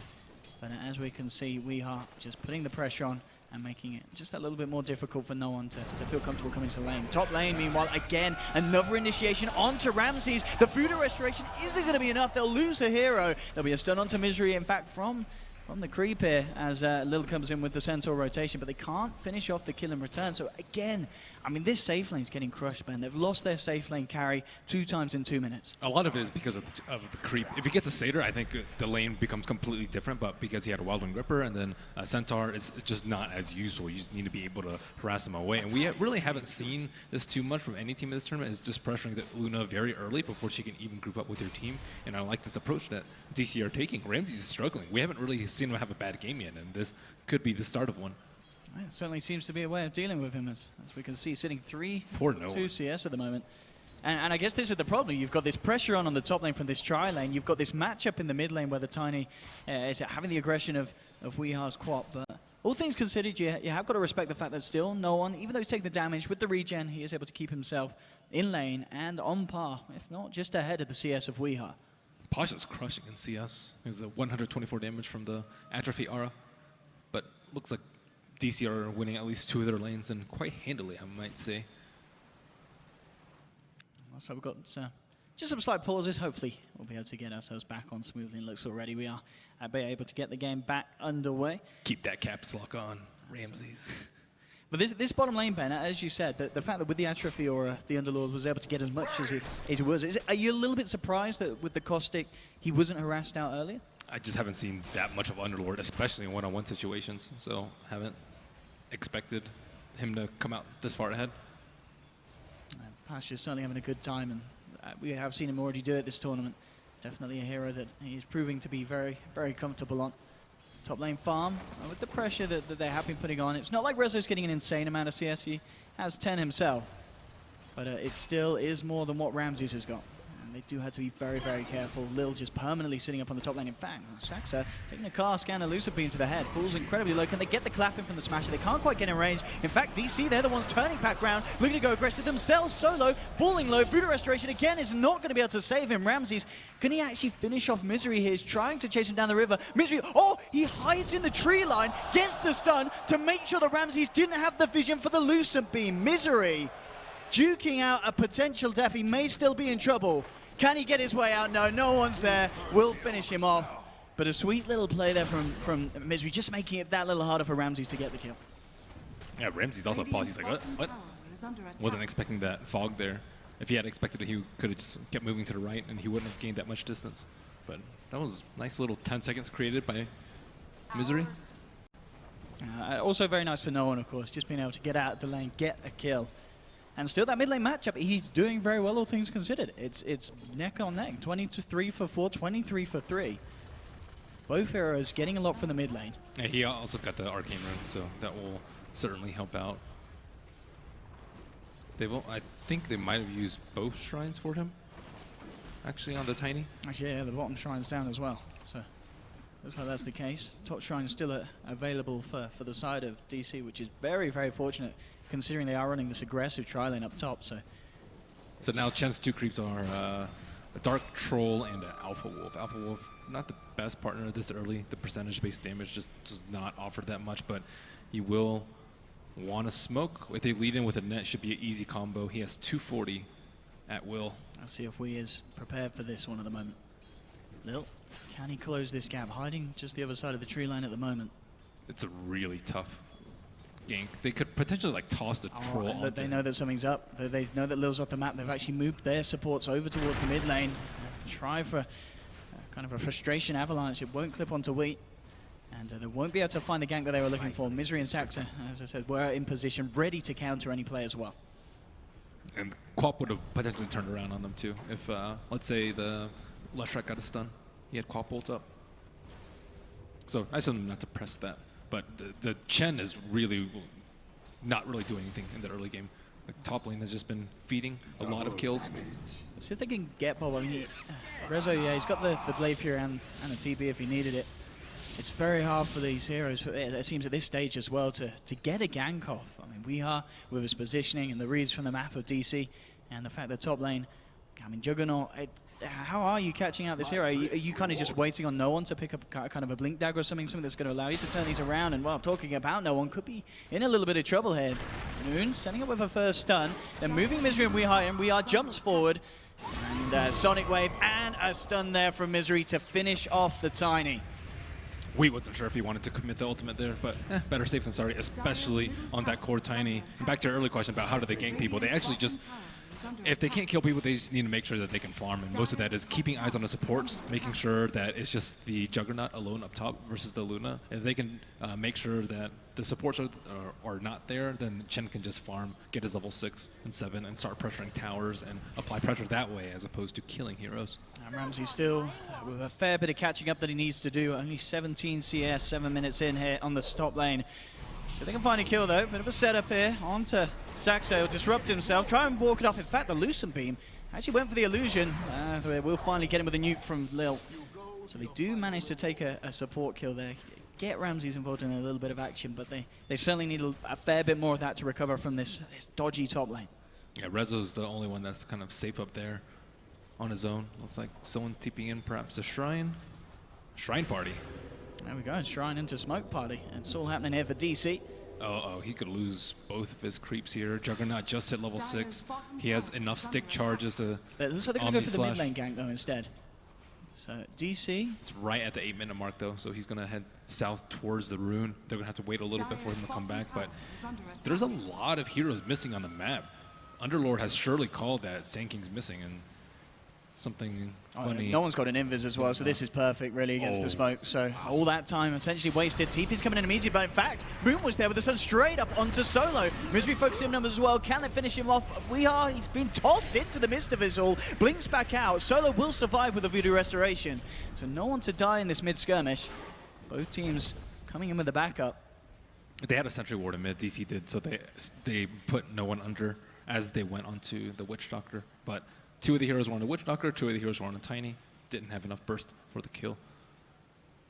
And we had already committed his ultimate earlier on that Tiny. So top lane, going good for DC. Mid lane a little closer. This bottom lane, you look towards Pasha's farm. He is top of the CS board at the moment. So this Underlord, he is getting a lot of farm. I mean, how does this kind of transpire into what it can offer to the team? Are we going to see 9 Pasha turn up and to the top lane, try and make something happen against the Jug? What can he achieve with this good early farm? I think the CS is a little bit misleading because he's done a lot of neutrals with the Firestorm. Looks like we have got a bit of an issue there on the main screen. Now, it's fixed. There was no issue. We're back in. DC now to put the pressure onto the mid lane.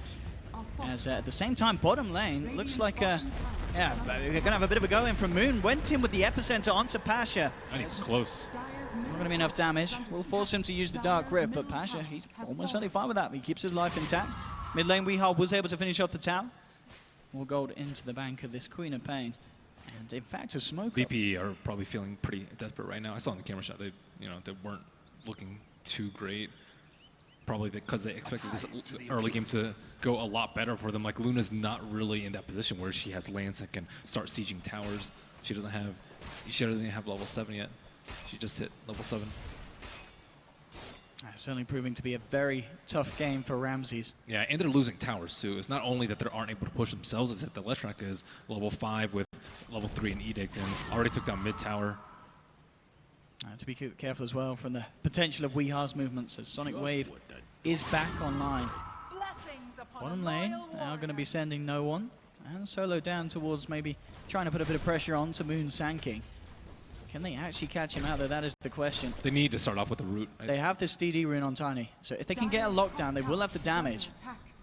But Moon's playing it safe. And we'll see it all, of course, with this Dire Observer Ward behind the tower. They know he's headed back into the trees. But he's staying close to the south side, and it's daytime, so it's really difficult to get him unless he actually just kind of walks into them. And Chen's been farming for a decent amount of time, but he's almost level 7 with his HOD. I think he actually just got his Dominator, so now he's actually going to have a lot of creeps and can offer a lot more firepower for his team. And Moon has got the Blink Dagger complete as well. So they have to be careful here, VP, of the way that they're pushing, already backing up. I see that the backups come in for DC, and they do indeed choose to avoid this fight. mid lane. Ramses continuously just trying to find wherever he can on the lanes to find that farm, to catch himself back up in this game. It's about time for VP to group up, but their lanes are just pushed out so far. Good toss here onto Resolution to cancel the TP, of course, through the Magic Immunity. TP's coming through this time from VP. Bulba. Rezo, can he run himself away with a healing ward? No, he cannot. The combo there from No One to pick up a kill at the same time. Bottom lane, DC making a bit of a go onto Pasha. He'll drop down the pit. Can they turn this around? They will claim 1 kill in return. Doesn't look like they can get anything else, though. Moon and Saxa will back off. So they get the kill that they were after on the bottom. But they do end up losing Rezo on the top lane in return. Moon coming back in onto Lil. Weehar's there as well. Okay, they should be able to pick this one as well. Weehar maybe thinking if he could hold onto the Sonic Wave, but again, no messing from the man. Just make sure he secures himself the kill. Unfortunately, there's no Leshrac here to edict down the tower, so it's going to take him a little bit longer than normal. Lil can maybe stall up a little bit with his golem. They're trying to do the best they can with the disruption illusions, but those will only last for so long. What do you think of Weehar's build as well this game, going treads straight into the Aghanims? I think HP is really good for the type of team fight that they're going for. Like, when you're versus a Tiny, you can't go a Glass Cannon build sitting on Interest sometimes with like an Orchid. You'll just die instantly. And Quap fell out of favor last patch because she was one of those heroes where you'd win your lane, you get a lot of kills in the early game, but then if you died once, it just seemed like you wasted your first 20-25 minutes of the game, and just way too high risk. But if you don't die and you keep snowballing, keep getting HP, keep accruing gold, then you can be a bigger late game threat. And this was before her talent changes, and her talent changes are actually pretty nice, especially her 25. 70% spell lifesteal. Certainly, if we get to that point of the game, it's going to play a major factor. Bottom lane, no one, and the side of VP were able to finish off the tower. Also putting Pasha closer and closer to finishing that mech, something that's going to be very key with more and more Sonic Waves being thrown out, just some sort of heal to be able to offset that burst damage. Yeah, they need the level 12 on the Sand King if they want to burst through this mech. He's very close to his level 2 Epicenter. I think it's one of the biggest upgrades in ult in terms of actually being able to kill people in a team fight. You often see just a few people way too low, and you wish you had that level 2 ultimate. Bottom lane, his eyes are onto the Moon Sand King. Immediate jump in from No One. Backups there from Pasha. Can Moon play his way out of this one? Lil coming in with a Centaur, but a quick Sandstorm Duke and a blink out from Moon. Gets him back to safety. And VP just can't seem to get a grip on. It just never seems like he has the right creeps. If he had like a troll there, it would have been much easier, because Root can't blink. Should have been an easy kill for them to follow up, but he just, luck is not with him this game. Pressure really being put on that top lane. Ramses still trying as he might to catch up with the farm. In terms of difference between him and Resolution, there's about 1,200, so it is still a gap that can be recovered. You know, get yourself a couple of big kills or a few minutes of free farm. Jug's much more hardy in the team fights, though. He can also push out a little bit further. Although he did die that one time, usually Spin TP is going to be good enough for him to get away. The Luna, you're almost always going to focus the Luna with your ultimates, like the Epicenter Burrow Strike. That's who you want to hit. Same with the Sonic Wave. So I think that like Luna needs to be a little bit further ahead than the Juggernaut in this situation. Luna's hard to come back with. I guess you can stack Ancients a lot, which we may see with the second Hamadam. There we go, Moon straight in, Burrow Strike, Epicenter. Ramses caught very far away from his team. The hand of God, in fact, in the Eclipse as well. He tries to turn, but Moon just sits there under the Sandstorm. Ramses will go for the TP out and does manage to save his life. So will escape. He didn't follow him into the trees there. He lost a lot of damage from his Epicenter by not being in melee range. But not sure if it would have been enough. I guess he wanted to kill the Dark Rift. Creep. The back of this, VP, they will be able to claim a kill in return. They find no one. Getting the quick combo onto Saxa. Yep, the Blink Dagger at Tiny at play here. He had a rough start, but with Blink Dagger, it's very easy to come back in kills. And now all the supports probably need some sort of HP item or Glimmer Cape.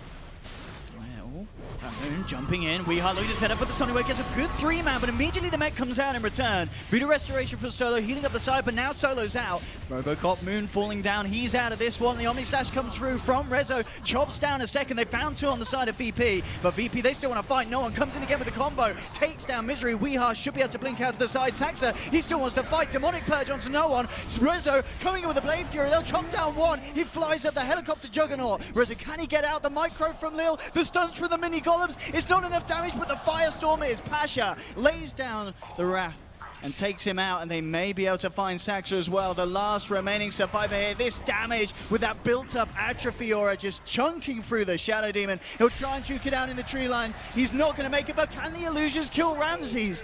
He's being chased down here, and he tries to maybe go for a glaive bounce, but it's not going to reach him. So they get away with that one, as VP effectively wiping the board there, knocking all of DC out of it. They do lose a few casualties themselves, but I mean, that was a huge fight for them, Ben. They keep Ramses alive. And you mentioned the quad build earlier, and that's one of the trade-offs. They didn't actually have enough damage for that fight. I guess there's not really that many damage items that you can get that early. Perhaps a Veil, maybe an Orchid, I suppose, but I don't think he'd have enough gold for that. But they just lacked a little bit of damage, maybe like 10-15% more damage, than they would have been able to get the kill on all those heroes through the Atrophy Aura. And again, it's like the Underlord. He's just so annoying with his Atrophy Aura, with the mech. Just no one ever seems to die. And now Ramses has recovered. I would say after that fight, huge fight. Yeah, he's like bigger than the Juggernaut. Juggernaut ended up dying, and he had an Ancient Stack to work with. So now he's in a good spot where he can be a big threat.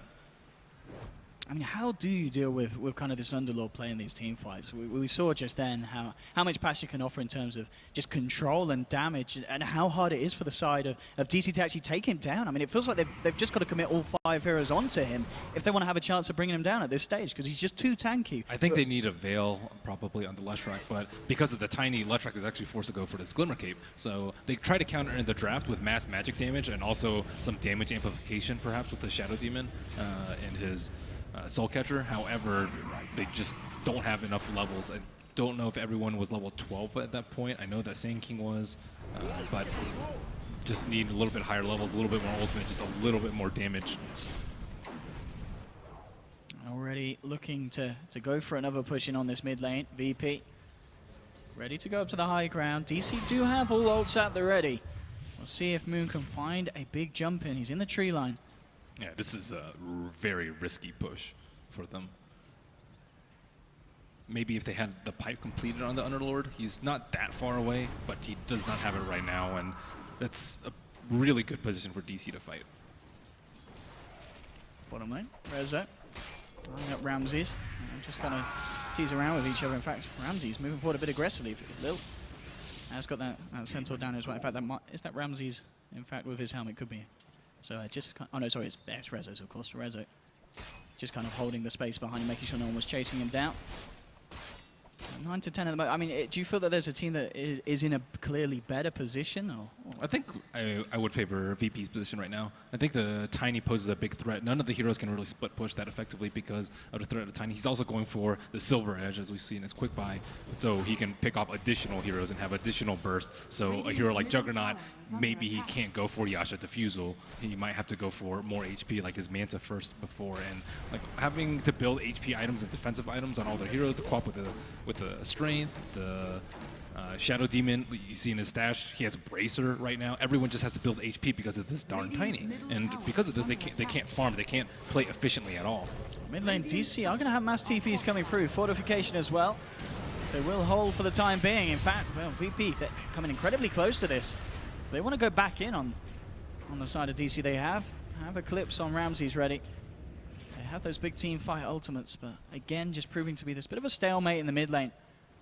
Where VP are having trouble breaking the high ground as each and every time DC just come in with their full 5-man. Daytime's a pretty good time for DC to fight, though. I think nighttime I would be more willing to push if I were VP. Daytime, like the Sand King can just see too much. You want to be able to kill the Chen, I think, is actually the more important hero to kill than the Underlord because of the heal. But at the same time, it's just the Chen. I don't think they can burst the Underlord down. Maybe with like a tri-ultimate with Omni and the Quap Bolt and the Sand King ultimate. Looking at the Chen as well, this build, that the helmet into the Ags, you kind of talked about this before. You feel the helm is a very common, pretty much staple now in Chen? Yeah, the HPR is very, very good, and it's like a super creep. It has a little bit more HP and a little bit more move speed, so you can give that to a higher priority creep, like let's say the Centaur who wants to get in the middle of the fight. And it's just a natural item, I would say, on the Chen. It's kind of like a scepter upgrade for your Holy Persuasion. You get 5 instead of 4. Middle tower is under attack. Mid lane once again, VP. They should be able to finish off the tower this time. Oh, We Are gets a cheeky deny it. We're going to take a bit of the gold out, away from the pockets of VP. Bottom lane, Rezo finding the space to pressure onto a tier 1 himself. But already starting to back up a little bit. Look at the illusions out. They've got to be careful though. No one now with that Shadow Blade. Extra pick-off potential, as he will get that sent out and potentially begin to move around the map even more. Nighttime is a very bad time for DC too. Like Sand King can't see any heroes to get his ultimate off, and this is also why I think like Luna's incredibly strong. You just feel so much stronger during nighttime. You don't even need Observer Wars to have that vision advantage, and people are forced to feel even more scared. Queen of Pain, he had BKB in his quick buy before. Now thinking about the Orchid, I'm not sure which one he's going to go for. He's sitting on a hefty amount of gold. BKB it's very defensive, and it's good if you're scared about the Tiny, but he's not actually dying in these fights, probably because of his HP build, but he's also concerned that he can't kill anyone. So this is where the Orchid is going to come in. If he can maybe, I don't really know who you target with that. I guess maybe the Witch Doctor, even silencing the Chen I think is pretty useful if you're going on one of the other heroes. 22 minutes in, 9 for 10. The pace certainly seems to have slowed down a little bit. Is there a side that you feel that this favors more in terms of kind of dragging the game out to a later stage? Is it anyone on kind of more of a timer? I definitely think Dire's side is looking better because the Luna and the Tiny are going to scale a little bit better. Maybe when Quap hits 25, the later game might change, but I think up until then, they're going to be a little bit better. Wee has an invisibility rune. He also has a dust, so he's hunting for what they want to be the Tiny. He did come underneath that sentry in the Observer though, so if they had their eyes over there, they should have realized. They should have seen them. We'll push in that Ramses, leading the charge, and there's the jump in from Moon. Immediately onto Ramses, Stern as well from follow-up from Misery. They'll be the jumping onto the backliners for no one. Can they actually get the kill here? Solo laying down a huge depth ward. We are chucks in a Sonic Wave, but he did manage to bring off the kill onto no one. But at the moment, VP are the ones that are still standing strong in this fight. They take down a second. No one's even low. It's, I mean, just the heals, the mech, the pipe, the amount of sustain that this team's got in these fights with the Voodoo as well from Solo. It was a solo Quap ultimate, I believe, on the Tiny, and then Sand King died. He's going to buy back for this. He's going to buy back and immediately into the pit here. Moon, he'll go for the Power Strike onto Lil. They will get the Chen, but Moon himself could be in danger. He's hiding himself in the tree line. DC, they need to turn this round, find something big, and they will claim a second kill onto the Underlord. Can they get more? Yes, they can. Ramses tried for the TP out, but the Power Strike from Moon is there. Into the Omni Slash. Ramses trying to turn. Moon building up the epicenter. No message from this Sand King. Can they get Solo as well? They can't. Solo will be the solo survivor. But everyone else to die then at the end of the day. The buyback from Moon certainly working out. I think it was a favorable position for VP. They had the Observer Ward up on the high ground and the Sentry, but the problem is Tiny blinked into the backline and just got annihilated by the Queen of Pain. And that was a very good buyback from Moon, TPing onto the Shrine. He almost died a second time, but I think even if he had died, it's worth it to kill the Luna. Absolutely. Big plays from Moon, and with those kills in tow as well, he's about 2/3 of the way towards that Aghanim Scepter. I'm a little surprised to see him go for the Scepter. I think a lot of the problem is he's just sitting in Root, and Root is very problematic for thinking with the new changes. You can't Burrow Strike out, and if you Sandstorm, they still see you. So I think, I mean, Yules is also like not that great too. I don't really know how to deal well with the Pit of Malice. Could he have gone straight for kind of a BKB after the Blink Hood? Or maybe a BKB instead of the Hood? Or do you feel that the Hood is just such a value item against this lineup, against the Burst and the Jump, I guess, of the Tiny? It's just cheap. Yeah. It's a nice and cheap item. That's half the value of BKB. BKB is, I think, decent, but I don't think you want to get it right now. It's a lot of farm that I think would be better. I think a Veil would be way more useful for that amount of gold. It's okay if he dies as long as he gets his damage off. I mean, kind of looking back as well, still on that net worth, it really is impressive that the Ramses has been able to come back from what really was a disastrous laning stage. Do you feel as a team, VP, they always knew that there was going to be this potential to kind of find these fights, get this involvement with Ramses, or do you feel that they would have been a little bit worried after that early start with the aggression being put on from DC?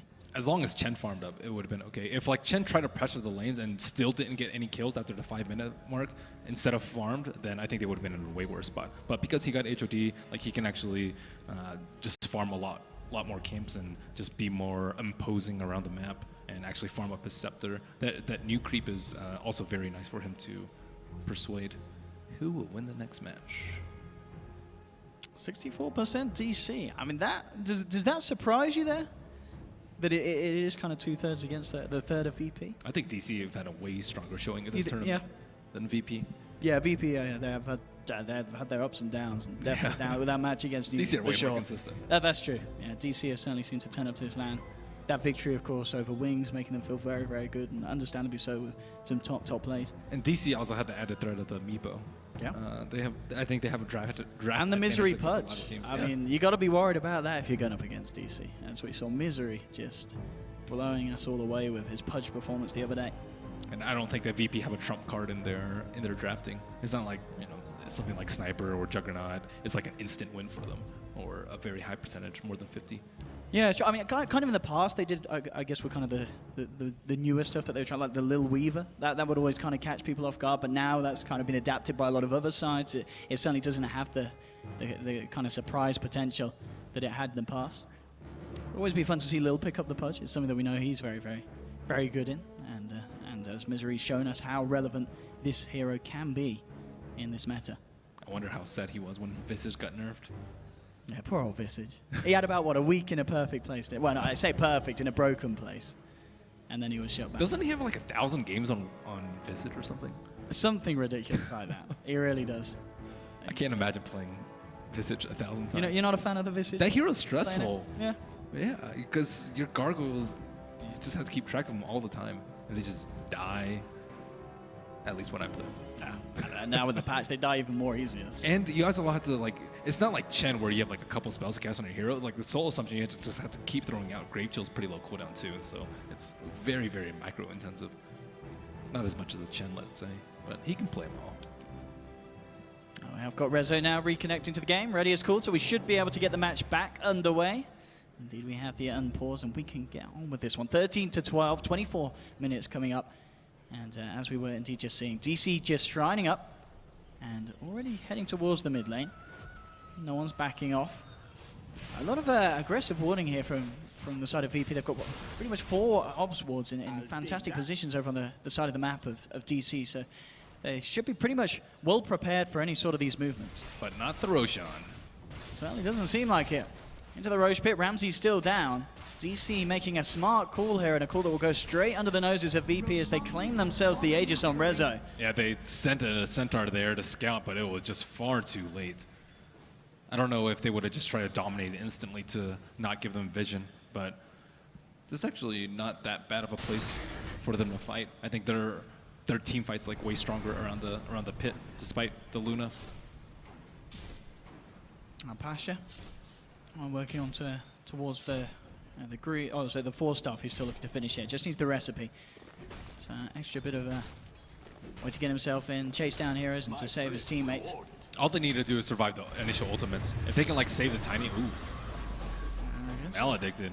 He could fall fairly low here, Moon. And yeah, he swapped the stick in, and the seconds should be off in time to build it back up. He didn't even need it in the end of this also. He will get out. Death Ward was dropped for that attempt. Value Hood. Absolutely. I mean, just buys them the time. As you mentioned, obviously not unable to burrow strike out the initial route, but as long as he's able to wait that out, he can certainly get himself out of the pit before the second instant kicks in. And Tiny hasn't been able to get any pickoffs with his Shadow Blade. The alternative to Shadow Blade is generally a Scepter, so I don't know if he's like kind of regretting his choice. But at the same time, DC have had to buy Sentries, they have to buy Dust, and it's not a bad item on him because Tiny desperately needs attack speed. Some big items coming out for DC. Rezo, Maelstrom complete. Misery has the mech done for the side, so their group up and go potential getting a lot stronger, and we can see that now as they actually start to come across the map towards the mid lane. VP forming up, ready for some sort of a defense. Moon is on the high ground. But again, looks like now that they're no one on the backside. Yeah, he's trying to sneak in from behind. Wee has too much HP, and he still has a Dust in him. Can he get Misery before the... okay, immediate Glimmer Cave in fact from Misery, and they look to turn. They've got the stun off. They've found him out. Orchided up as well. He's in a whole lot of trouble as Weeha jumps in, finishes off the kill. That sentry just died, and it was a trap.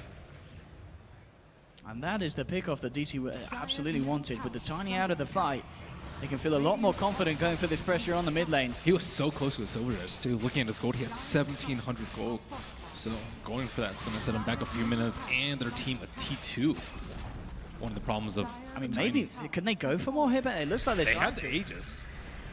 DC in a very good position to just continue the push up to the high ground. Moon coming in with a two-man stun. Orchid onto Pasha Sonic Wave as well, but the Hand of God and Mech will be there to offset the damage. Death Ward and the cars coming down. Weehaw will be able to blink out. Rezo in trouble though on the front lines. Mantas tries to get himself away. He's been glimmer caped here by the supports and will be saved. It was a good idea with the stun, and that might have worked last patch, but they were right on top of the shrine. So Mech, Hand of God, Shrine, there's no killing this Pit Lord. It looks sucks. Like, may pay for the play here. In fact, no one as well. Hunting down some on the back lines. Moon actually put that burrow away. Potentially saving Weehar's life there as it held no one back under Invis. So they'll get out.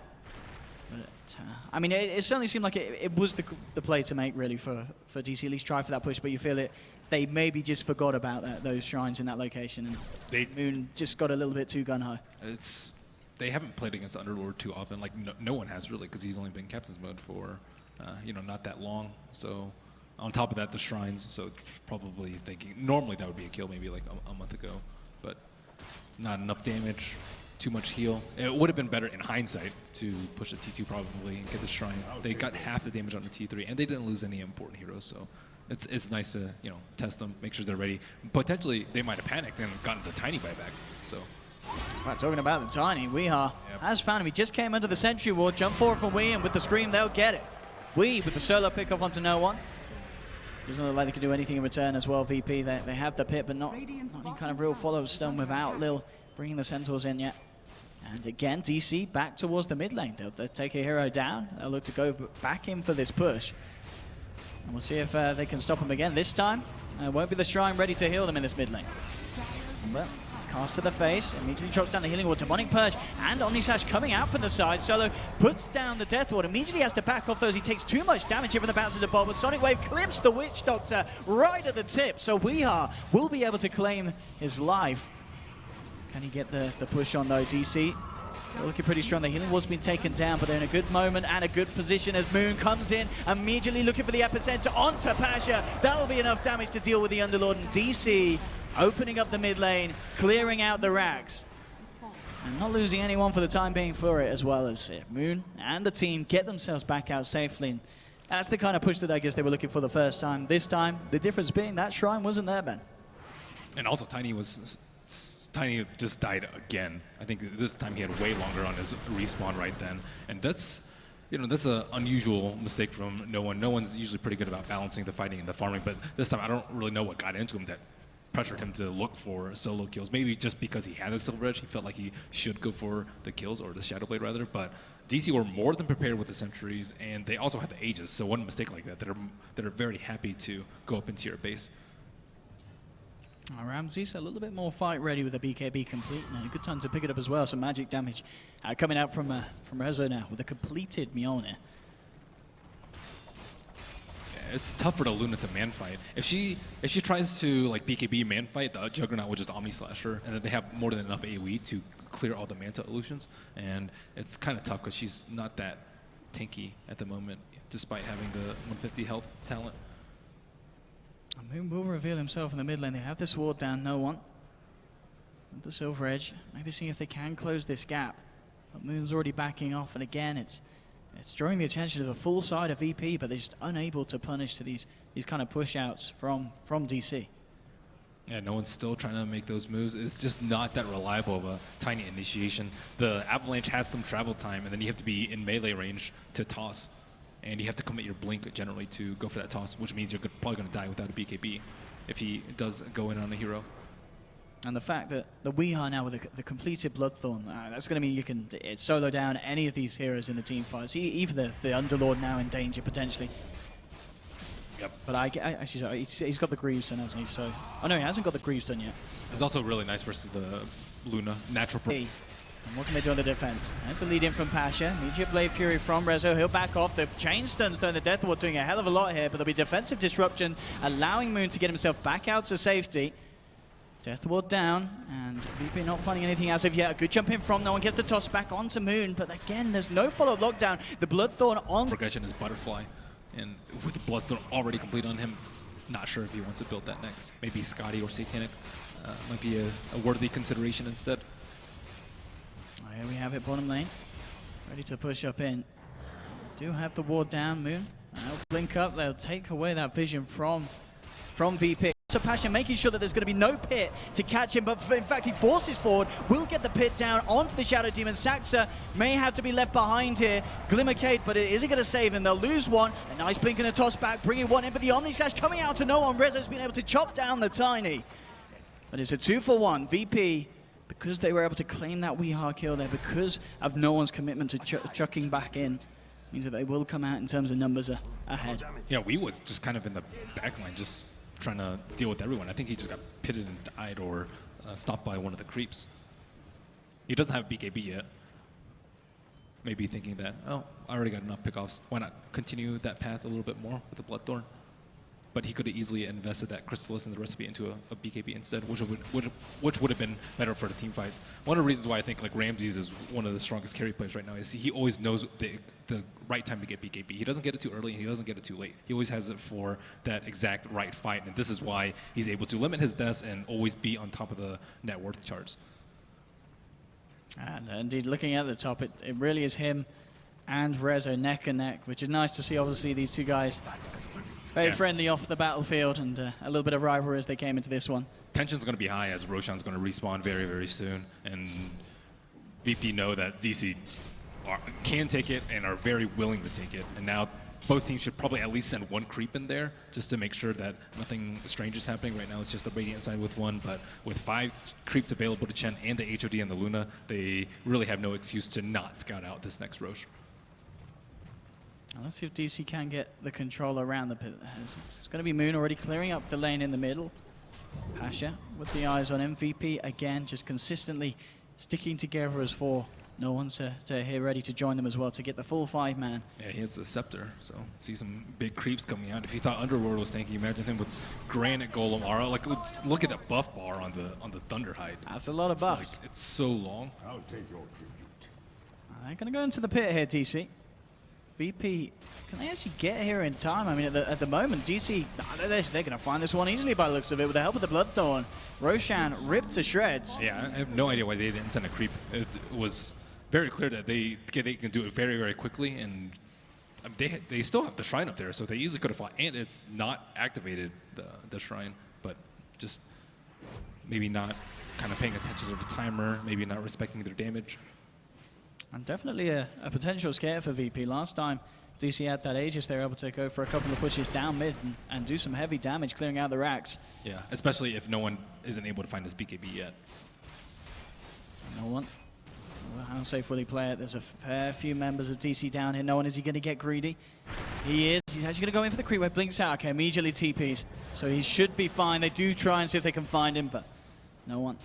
Able to skip the creeps and get himself back to safety. That little bit of extra gold, though, isn't going to be enough for him to get his BKB. And it looks like DC are plowing down bottom lane. And the question is if VP can do anything to stop it. Ramses still attempting to finish off his butterfly. Yeah, they're not close enough to their items right now. And if DC press this T3, it could be a disaster before they have their last 1,000 gold. And they have the Shivas on Sand King, too. So yeah, Moon's in an incredible place, yeah. Same net worth as we are. The two of them doing very well for themselves, and it's the kind of pushes they're going to feel confident in going for. Rezo backs off, doesn't want to quite pop the Aegis as of yet. No one's going to look to try and lead in, but the warding, of course, from DC, meaning that they feel very safe sticking around this area of the map. It's very hard for VP to get the jump in that they need. And DC, the player's safe, back off, clear out a shrine, and immediately Weehaw to leave this side of the map. So it looks like DC don't want to try and take an engagement. And it's just trying to continuously keep all 3 lanes pressured in towards the high ground of VP. Yeah, maybe they want to wait for the BKB of their own, as Weez tries to build his up. But if they wait for that, they're going to have a pretty small window with the Aegis and the BKB. Misery trying to close out the shrine by himself, and Bulba, or Rezo rather. That is just confusing. It is. I keep looking at it, I think DC Bulba. What year is it? But at the moment, DD on the man Bulba, aka Rezo, ready to go for this push. They've still got that Aegis. They've achieved pretty much all the objectives that they can outside of the base, and back in they go. No one will get a toss back. Bring him under the tab. Rezo taking huge amounts of damage. The Manta and the Glimmer Cape keeps him alive though. See if they can find anything to punish this play from DC. Moon will be defensively disrupted, but he's going to be stuck in the pit, and he's out for the count. That's going to be one man down. Can VP get anything more? Ramses leading forward. No one.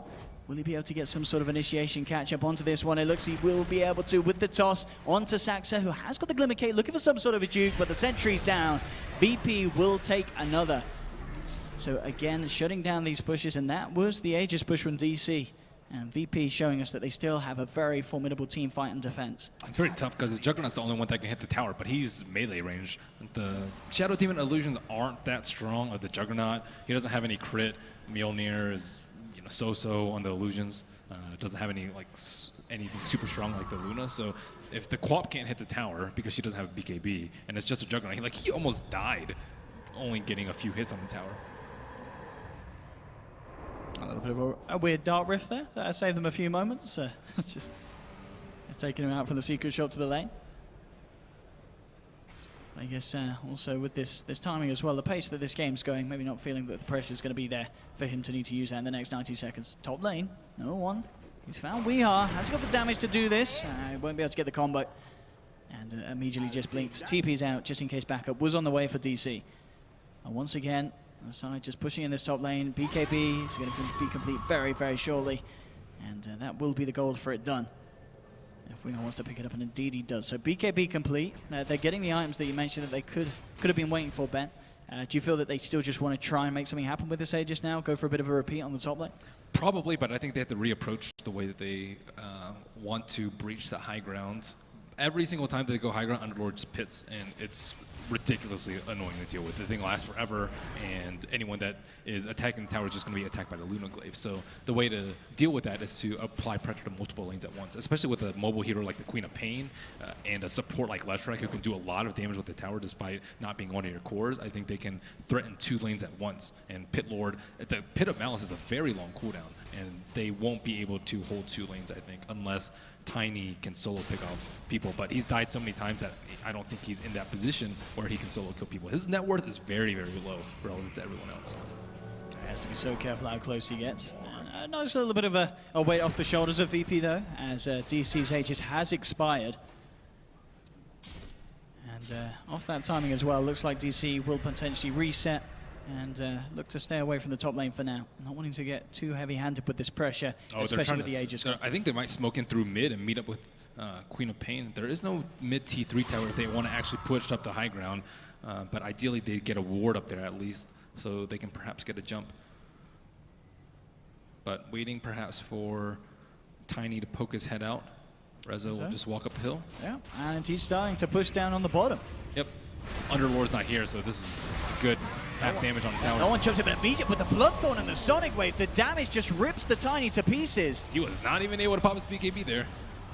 Gone in an absolute flash, and DC, they'll go in for more. Moon comes in with a beautiful Burrow Strike onto 2. Pasha, Solo, and Lil still fairly tanky though against this siege from DC. Weehaw jumps in with a Shadow Strike onto Ramses, forcing him back to base. Omni Slash from Bulba, chops down the Witch Doctor. A Burrow Strike from the SK to catch out Lil as well. Blade Fury and Epicenter chomping down on the Chen as Lil's out.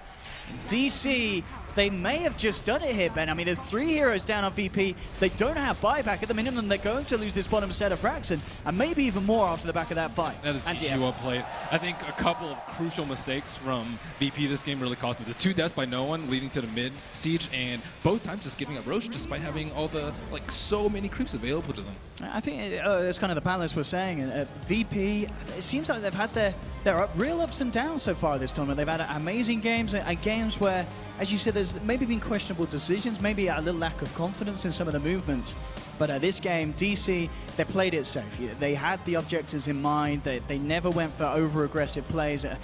Maybe they went for 1 or 2 with these kind of earlier mid pushes and the top lane push, but they always managed to redeem themselves, bring themselves back from it, and indeed end up taking the first game here in this best of 3. DC take the win, 21-17, 40 minutes in. Don't go anywhere, ladies and gentlemen. We'll be right back after a short break to see what happens as the series continues.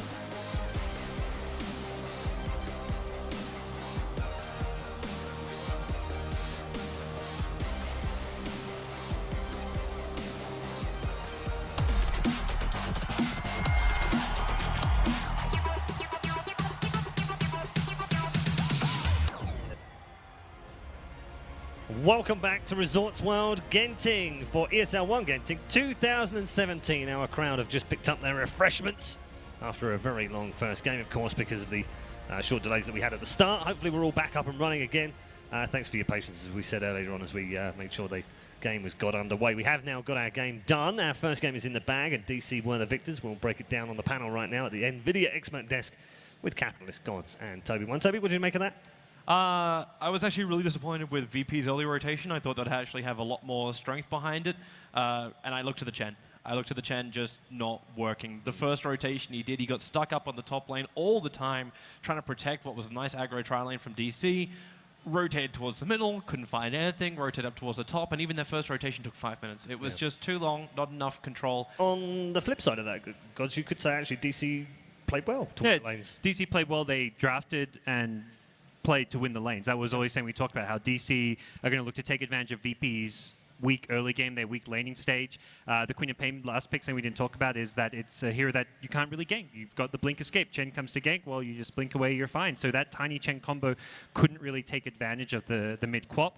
The aggro tri-lane, there was nothing that VP could really do to win that top lane. The Sand King versus Underlord lane, a favorite matchup for Sand King. DC set things up such that they won all 3 lanes. And it was still very close. Yeah. Like, I feel like they had such lane dominance, but then this mid-fight happened, and it goes to show, like, the strength of Underlord. Very clearly DC, they gave the Underlord to this team and thought, we can actually do something about this. They decided to run the Sand King versus the Underlord, and, looks good in laning phase and everything, but that guy's mid-game teamfight power is just so incredible that when they even found the correct initiation that they should have on DC, Underlord still was like, no, I'm going to take everything off. You're not outputting any physical damage. I heal off the magic damage you did. Honestly, this hero is impressive, and I think teams got to be careful giving this hero up. Obviously, DC had a plan. It worked out for them, but you could see they had a plan and everything, and still almost went wrong for them. Yeah, the mid game was almost a lot of times VP favored. So you could see what VP had in mind with their draft. Even though they were losing the lane stage, they were very much focused on coming together in the mid game with that big team fight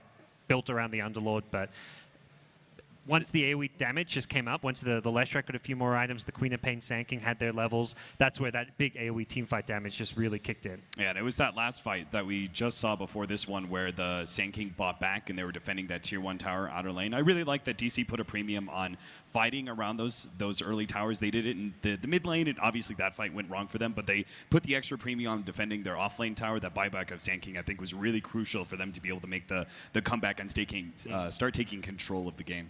Any positives for Virtus Prime, Cap? Well, let's see. I think they just need to shore up on their laning phase, but I think they're like a lot of their team fight and stuff was still fine. It's just like, but was that not draft orientated because of the way that DC drafted?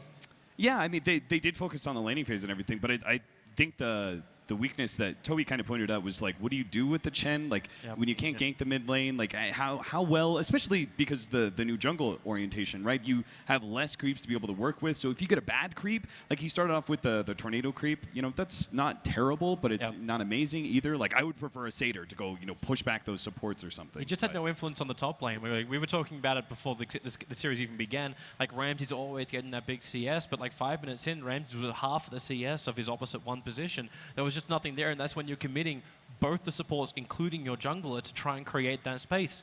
Obviously, with the mid fight, you play catch up at that point, but in the early game, it was just a non-factor. Yeah. Chen hasn't been that particularly popular in 7-0-0 or 0-1 so far, and it hasn't been picked here either.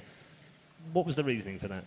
You need a Chen player for one thing. You also need a Chen team. It's a very kind of specific strategy when you're running Chen. You have to be going for this 5-man group up in the mid game, push, take towers. That's something that VP do from time to time. They're one of the few teams who will fit it into their drafts. I think the problem is here you can't do it against a team that focuses on the laning stage because Chen is not a good early game laning stage hero. It doesn't protect your lanes. What it can do is gank the lanes, but only if you've got lanes where they're kind of managing on their own as it is. So I think something we talked about yesterday with Jacob was the garbage detector. Which are the bad picks? I think the Chen definitely this game was the pick that didn't work. And like when I first saw it, I was like, I don't think this is going to work because it made their lanes even weaker. You needed a hero that actually can sit in lane and tri lane.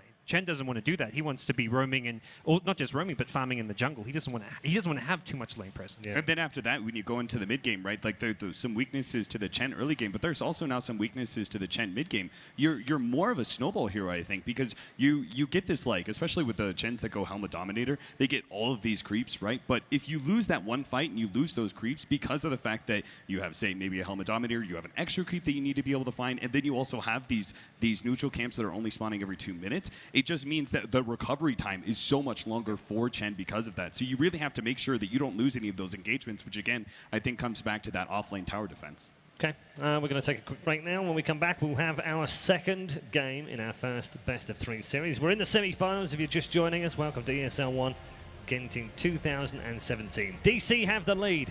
Can they convert it and make the final? We'll find out after the break.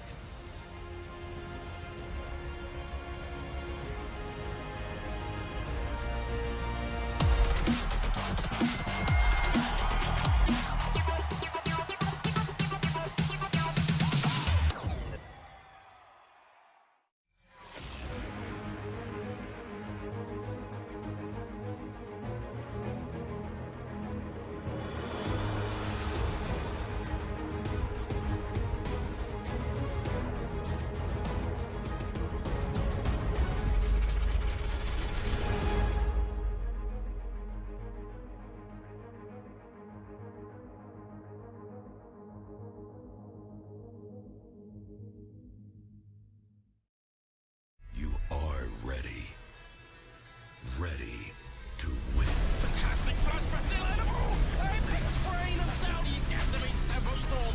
Second bot, and they line up again. Cold, 3, nearly 4, he gets it in the end. There has to be quick from phase. They have no kids, but Boris in a lovely position. That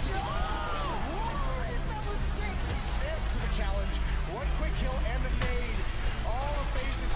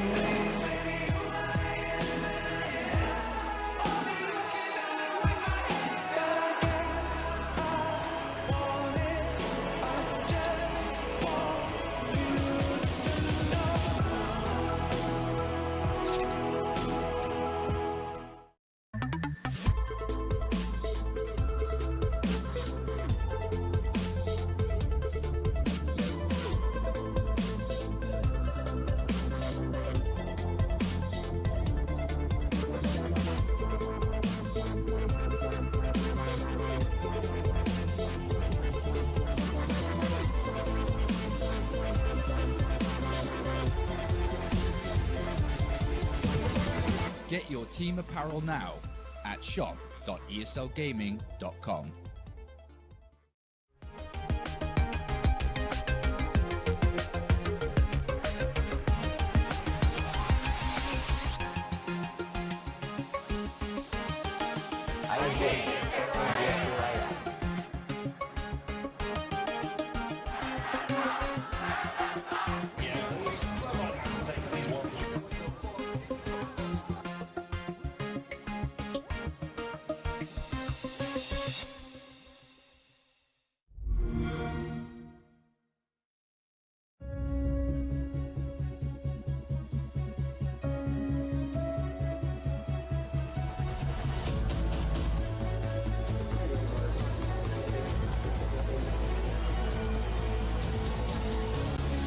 Ladies and gentlemen, everyone, welcome to ESL One. They're waiting to come back in. They're up in the high ground with Fiend Light Ring right, and they got it! He's down! Under 6 seconds! Universe in trouble! This could be it!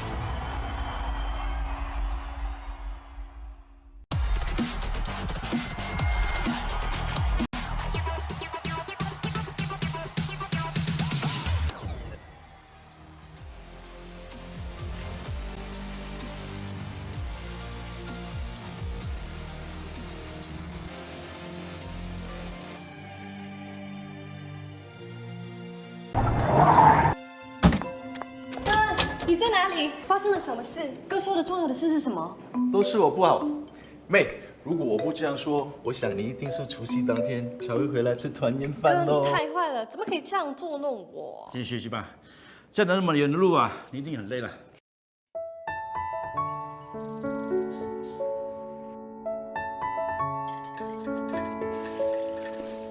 这不是小时候常看到的画面吗？一家人聚在一起，忙着准备迎接新年的到来。离家在外头工作的这些年，我都差点忘记了这些美好的时光。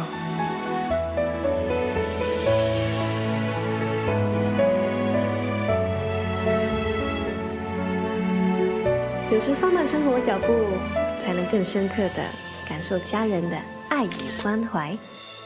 Newbie 与你提早回家庆团圆。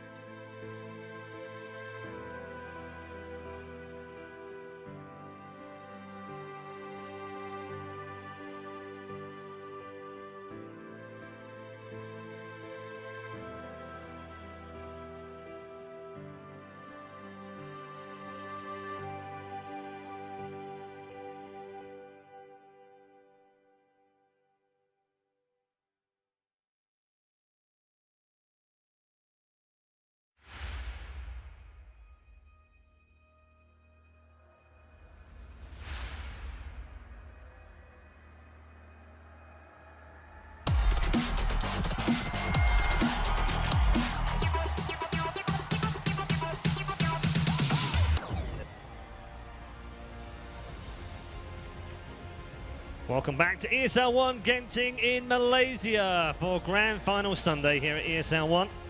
We are in our first semi-final of the day. DC having taken the opening game. We're going to get into our draft very shortly.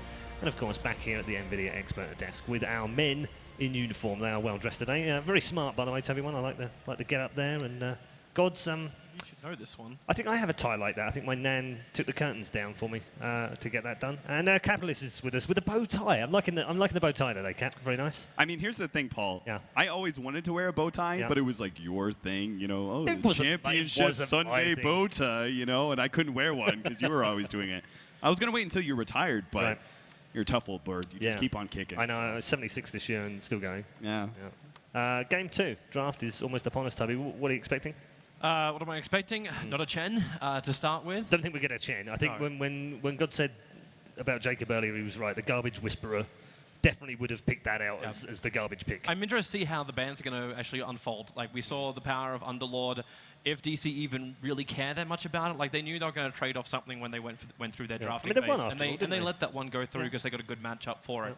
But if they want to feel like they can do it 2 games in a row, knowing what went wrong in that 15-minute fight in mid lane, probably not want to repeat history. Yeah, similar gods in a way to what Wings did when DC picked Meepo against them. They won against it, but then they banned it for 2 games in a row because they were like, we're not playing that again. That was too hard. Yeah, there's a good chance that DC might just feel like they have to ban it, but at the same time, they had a game plan against the first pick Underlord as far as the laning stage where they had the 1v1 matchup, and then they looked to win the other lane. But it's one of those things where you know your opponents, if they first pick it again, they're going to adjust. They're going to be like, okay, well, the pick was good, but here's why this top lane didn't work out, so let's pick a stronger tri lane. Yeah, so they may just decide to ban the Underlord because they know their opponents will adjust. Yeah, if they're going to aggro tri lane us, let's just make sure that we crush that aggro tri lane, right? And then it's not like Underlord suffered that badly versus Sand King. It was just like Sand King was going to be able to win the lane, and he was also going to make better use of his farm most likely. Because I think the difference is Underlord will always make his, as an offlaner, as just a pure offlaner, not a 1v1, he always works. Because he's just that strong. He beats any 1v2 most likely, and a 1v3 he could just go jungle efficiently. So it's really tough to actually shut that hero out. There's a little bit of love for him. There if is. only Lots there would of be love the here. Meepo grant would be a dream. Or the Jakiro mid, as one guy put up in the orders. I think it would only please that guy and me, though, with that particular pick. I also, Cap, I want to talk about the difficulty that Virtus Pro have got in this draft now, in the sense of the bans early on. They banned the Meepo out the first time round. Yeah. Do they change that up? Do they let them have the Meepo now? Or do they continue to ban? And if they do, then that removes one ban for some of the things that they maybe want to stop them doing a second time in a row. It's interesting, right? Because now they won't have first pick. Yeah. What hero do they give? There's no like must ban hero. DC's a team that plays so many heroes, so it actually makes it easier to ban against them because there's no heroes like, oh, you got to ban this because they're so good at it, other than the Meepo. Yeah, and I'm thinking maybe, was there anything in that last game which scared Virtus Pro that they think, well, actually, we really don't want to play that again? There wasn't, was there? Juggernaut might be one of the tougher cores that I think is just like versatile enough. Yeah. Like I think God's made a good point. There's no like one hero that's like, oh God, I don't want to give that to them. Other than the Meepo. But I feel like, other than the Meepo. But I feel like Jug's probably one of the more opening first picks that just feels versatile enough, and no matter how much you try and counter it, it still is always going to do something. So maybe they think about banning like. What was the other ban? Like they banned Rubik. Meepo and Rubik. That was I mean, we talked about that. Something DC played. Yeah. What are they? Oh, sorry. The Rubik was banned by DC themselves. VP banned Meepo and. Maybe they try and get. Was it? Trying to think now. So this wasn't very long ago, and somehow 4 of us have not managed to remember. I'm sorry. I was thinking about something else. What are we talking about? The first bans. By they banned away, by VP, they banned Meepo and one Rubik. other. Rubik was banned by DC. By DC. Yeah. Yeah. Was it not the Dark Sin? Could have been the Dark Sin. I don't know. Anyway, but it's like it's an entirely different banning scheme, right? Yeah. Because this time around, VP have second pick. Would you like, therefore, to see Virtus Pro dictate this draft? Because it felt like DC really dictated it last time, and Virtus Pro trying to react to it, didn't it? Especially with the Chen. I think I disagree on that. I think VP were trying to dictate their 5-man group up push, but DC responded throughout the draft. They saw what was being put together, and then they were like, okay, we can counter this by winning the lanes. I mean, obviously, DC focus on lanes normally with their draft anyways, but they set the aggro tri-lane up. They had they picked the Shadow Demon first to pick. We even talked about like, oh, Shadow Demon's the one of the 3 SD, Mirana, and Lunas that doesn't seem like it's all that strong, but one of the things it is still good at is aggro tri-lanes. Yep. Here we go then. Oh, the Drow was banned last The first ban for both is Meepo and Drow, and the Nugget is gone as well. That was last time as well. Yeah. Same ban so far. So we'll see if the Rubik gets removed as well. Or I think DC this time around maybe leave the Rubik out there and they can first pick the Rubik. VP are less likely. Maybe they still pick up the Luda, but. They still ban. Oh wait, VP has first pick. Yeah, remember they're the other way around. It's the bug in Dota 2 right now. So that means that because it changes selection preference, so that means they chose. Yeah, who they chose side instead of pick, or vice versa. Maybe DC chose that's really Radiant. interesting. We don't know.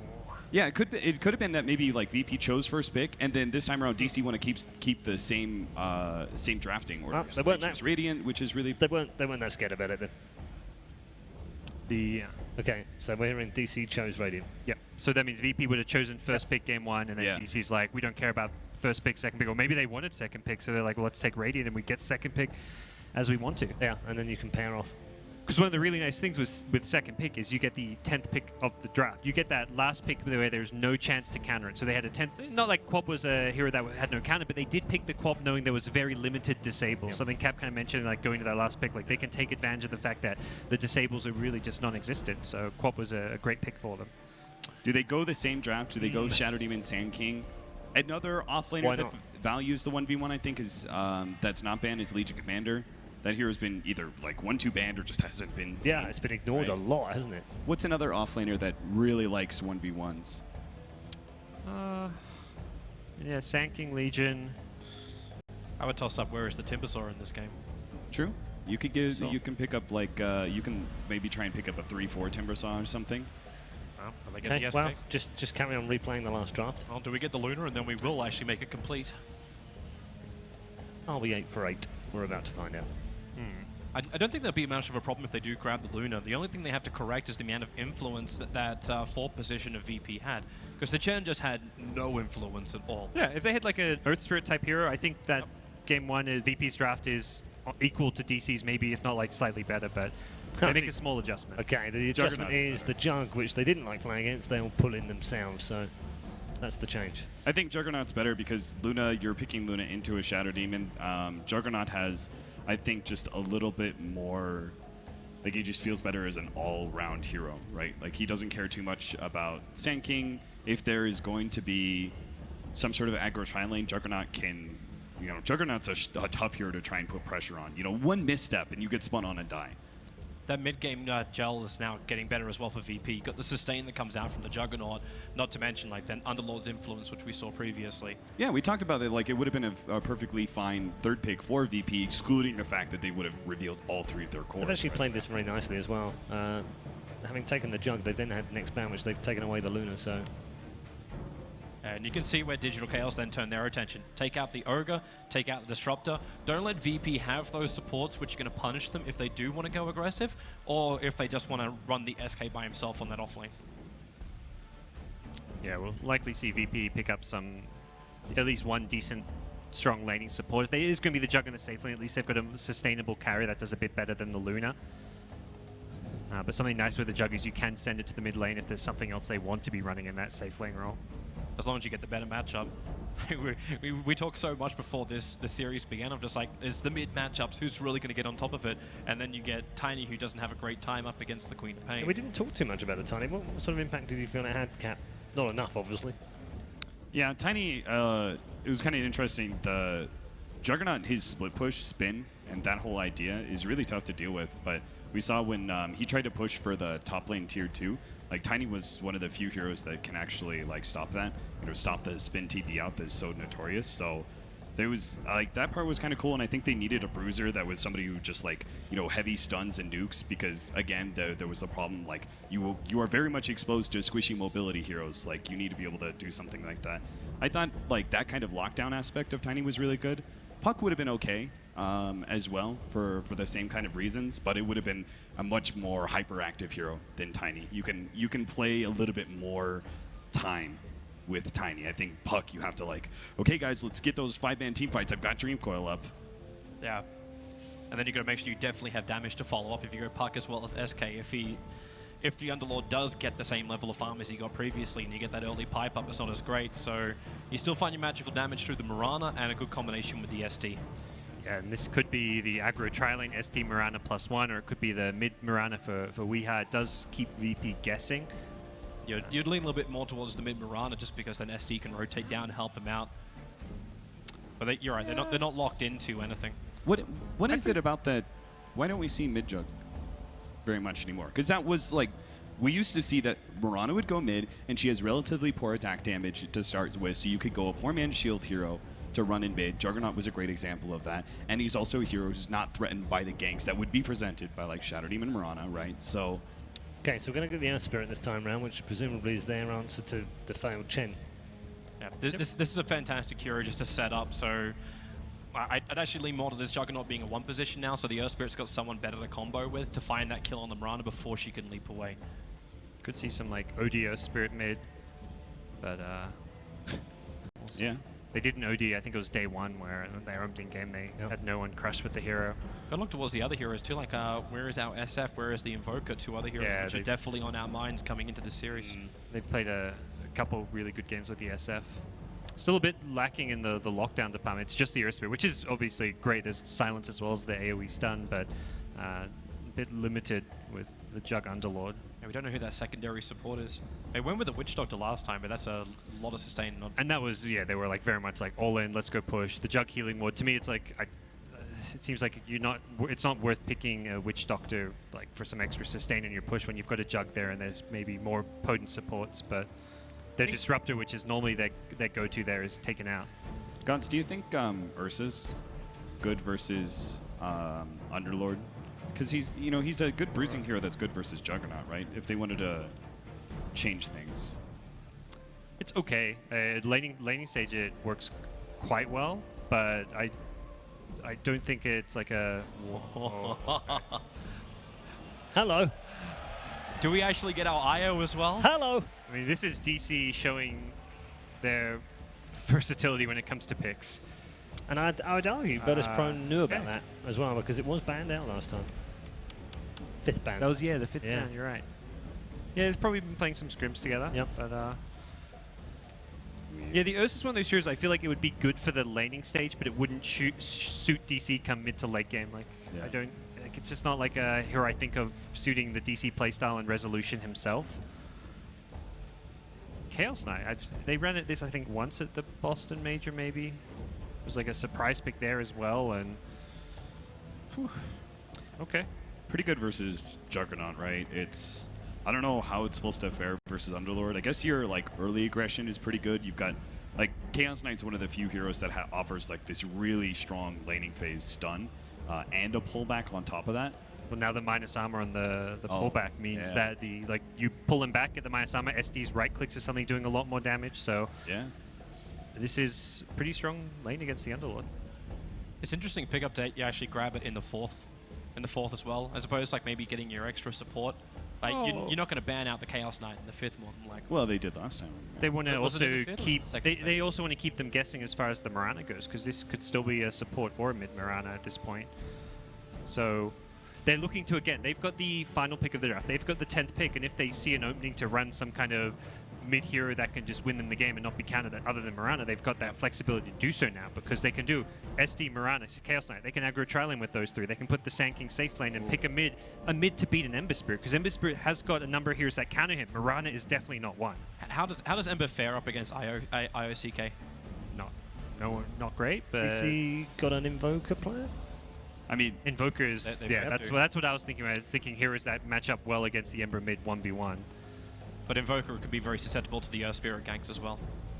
And Virtus Pro know how to play Invoker as well, so presumably they know how to keep it quiet, so... Let's see. I actually thought VP was going to pick the Invoker. I thought so too. I thought that was going to be a clear like DC 5th ban, so VP would need to pick it up. Yeah. The Quaswix EMP Invoker is really good versus Chaos Knight. But the Wyvern's banned. Protect the CK illusions a bit, and just there's going to be illusions everywhere, so that Winter's Curse can be pretty powerful. Wouldn't be the best support duo with a Winter Wyvern Earth Spirit, but I think they're more focused on that mid to late game where VP often prioritize their draft. Why is Ember Spirit good here? Like, why is Ember Spirit good against like the Chaos Knight? If it was the old Battle Fury builds, like a physical damage build, I would feel a little bit better about it. You could still look at just the Spellcaster Ember. Yeah, I know it's going to be a Spellcaster. Is that good? I don't look at it as like Ember being like a counter to too many of these heroes. I look at more just Ember being a much stronger hero now with this new build, and something that VP see value in picking. I think the hero is a lot better now with his new Veil and spell damage going everywhere. We's just looking at the heroes and flicking his finger at the screen and telling Misery, just give me anything. Yeah. If they didn't have the Underlord and Earth Spirit, I'd say like, switch things up, go like offlane mag or something, to give us that big boost to Juggernaut and Ember Spirit. And you can see VP actually thinking that, yeah, there's a good chance this Mirana could be a support. They ban Ursa. Again, they're protecting their mid lane. The Ursa is a hero that destroys Ember Spirit mid, and they just want to make sure they take out some of those problem heroes for no one. So if you want to switch that up, what heroes do you think are better? Like, do you think Timbersaw mid is possible? A Lion. Haven't seen a Lion this tournament so far. He's really nice against CK Illusions, gets rid of them really quickly, and it is your burst damage to get that quick kill. Lockdown, it prevents any kind of last. Well, I mean, they've already got a decent amount of lockdown now with the Ember as well, but it's your instant hex. Like they needed something that was like instant control. Yeah, I'm not. The Invoker Paul mentioned kind of works as one of the better Ember counters mid if you want to look for a lane dominator, but if you don't see any of that stand out, you can still just look to put that Mirana there. Invoker though. Yeah. It is. There it is. Okay, crowd are excited. They know what's coming. We know what's coming. It's 1-0 DC. They're one game away from the grand final. Can they take it? Let's find out as we head back to our commentary team. Take it away, gents. Thank you very much, Red Eye. Indeed, we're getting ready for this one. VP versus DC. Some very exciting picks coming out here to finish off the draft. That's CK and then the Invoker picked up. Once again, this hero that's being looked at the moment as just a way to deal with Ember Spirit, man. I really like the Quaswex build. I wonder if he's going to do it. It seems much stronger than Quas Exort now. And the Chaos Knight is the biggest surprise to me. I mean, kind of on the lines of the CK, in your mind, why go for the CK here? It's, as you mentioned before, it has a lot of strengths, but why in this situation? And why at the 4 pick? Why not save it till last? Maybe they think it's a very good matchup versus the Juggernaut. Maybe they just wanted to confuse their opponent. VP are probably like, why did they pick Chaos Knight? And they actually picked two heroes that are good at dealing with Illusion Spin. The Ember Spirit with even a Maelstrom build, I think with the spell damage build, is decent enough. And then the Lion with his +3 mana drain target at level 25 can deal with Phantasms quite easily. So I wouldn't have been surprised if they did put the CK in a support role because of the way to deal with the illusions, but it looks like Chaos Knight will be picked up by Resolution. I don't know, it looks, at least for the time being, they're going to intend on doing a similar sort of lane situation as they did in Game 1, looking to run the aggressive against the safe lane of VP and trying to find maybe that 1v1 matchup once again for Moon versus Pasha, just as we saw in Game 1 on that bottom lane. Already though, I'm going to see a smoke up here from DC. We'll see if they get any action with it. Maybe anticipating a sort of movement from VP. They've been doing that movement a lot. The one moving down from the top, where top power rune used to spawn. 30 seconds to I mean, is this looking for a kill, or is this just kind of protecting yourselves from a movement? Well, they can get first blood on top. It's pretty hard bounty rune to contest from the south side because you have to walk through 2 flights of stairs, but from the east side it's a lot easier because you're already on high ground. He's got to be careful. Saxa, he's going to find this. This should be an easy kill here for DC. It is an Underlord, but level 1, they've got the damage to deal with him. As the smoke pays off, and just in time to take that bounty rune. They will kind of lose the bounty rune on the bottom half, so it is still two runes going either side, but of course well worth it for DC. Getting that first blood, and also kind of revealing the lanes. They know that VP's kind of switched it up. They put Pasha up top, and already, indeed, DC, they react to that. They say, we want to go head on head, run the carry against the carry, and put Resolution down on that bottom lane against Ramses. And it looks like Saxa is perched in the mid lane. It's a pretty unusual position for Saxa to be in. It's not like he is that strong at bullying out heroes, especially with the Ember Spirit's creep wave being so close to his tower. Maybe he's trying to go for a chicken snipe, maybe looking for the Earth Spirit. Actually, probably is what he's doing. Bottom lane, in fact. Resolution taking huge amounts of damage there. Does have the salve. And has to maybe be a little bit careful. Still kind of waiting for the support backup to head down there. As Mirana's around at the moment, but they certainly need Saxa as well, it feels, to help set up for any sort of kill potential on this bottom lane and to allow them to really put pressure onto Ramses and again try and shut him down, as well as they were able to do in Game 1 in the laning stage. DC's constantly looking for Earth Spirit. They don't know where he is. Saxa was hanging around mid lane trying to pop a smoke or just stop a roll from the top side, but Lil was actually just stacking one of the camps. And there we have, I mean, so on this bottom lane, in comparison to the laning stage that we saw in Game 1 where Ramses did suffer at the start, do you think he's going to do better here, down against this trio with the backup of the light? If they can keep eyes on the Shadow Demon, I think he can easily still die to the combo. Top lane, rolling from Lil onto Moon. Not quite enough damage or quite enough control though to deal with him. In fact, Moon turns it around and he's actually manning up on this one. It's he's going to continue to give this one a bit of a tickle. He's feeling confident. And we'll just go for as much damage as he can on Lil. Backs up, does have a salve. Plenty of regen on Moon. So he's prepared to go for those sort of trades in terms of damage. I think he just wanted to get max value from his salve. And he also has a stout shield, whereas the Earth Spirit doesn't. So favorable trade for him. I guess that's kind of good news as well for the side of DC if the Earth Spirit's up top. It gives WeHi a bit more confidence, a bit more space in the mid lane. An arrow combo with Saxa. Finds Solo though. And again, DC already with these pickoffs. That first maneuver just paid off so much for them because now the Shadow Demon and the Mirana, they're not under sight of any Observer Wards. Both Observer Wards from the Dire were playing on the top side, and they're just all up on the bottom side because they knew exactly where the Underworld was going to be. This is looking like a good opening with the arrow. It's a close one. No one. We'll be safe for now. CS as well, I mean, this Ember Spirit in the mid lane, 13 for 3 against the 6 for 3. Is this kind of expected in the early stages of this matchup? The Invoker's a little bit scared because of the Earth Spirit coming in, so I think it's safe to assume that he's not going to be able to see us as well, as he's living under constant fear. Around as well. Can we play his way around this one? It looks like he's going to have a lot of trouble on his hands with the Hex into the stun. They'll take down the Invoker in the mid lane. They didn't overlap any of their disables right there. If they hadn't, or if they had overlapped, then he possibly could have gotten a 3-man tornado right there. But nice coordination from them. What a man. Looking for a bit of a plan to Ramses. Ooh, let's go for a very nice Blade Fury dodge at the stun. And that's immediately so hard to dodge. It's a melee Chaos Bolt. Very little travel time there. At the least, they will force him out the lane. And in fact, straight up with the TP to the top lane. So Ramses moving away from that. They'll send Pasha down towards the bottom. And do you feel this is with an arrow in the mid? Ooh, can they get the combo? No.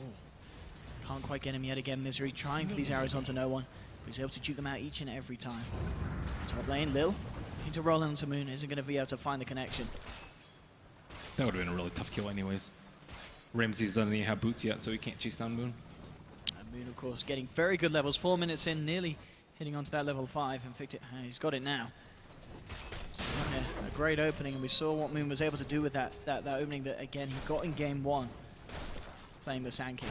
Juggernaut just has a tough time laning anywhere. The Sand King's higher level than him at this point and already pressuring even more with the stun on top. There's a spin onto the Sand King. Moon could be in trouble with a follow-up Boulder Smash. They've got a good amount of chain stun, and Moon, he's already struck burrowed. He can't get himself out of there. Wow, he aggressively burrow striked onto the Juggernaut, and Earthspirit's like, okay, well, I'll take this free kill. Big pick for them there, freeing up the lane. As you said, it's already very dangerous for Ramses to find the farm.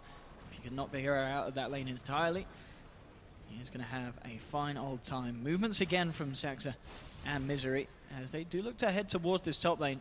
They really want to do their best to try and slow down this early game farm of Ramses.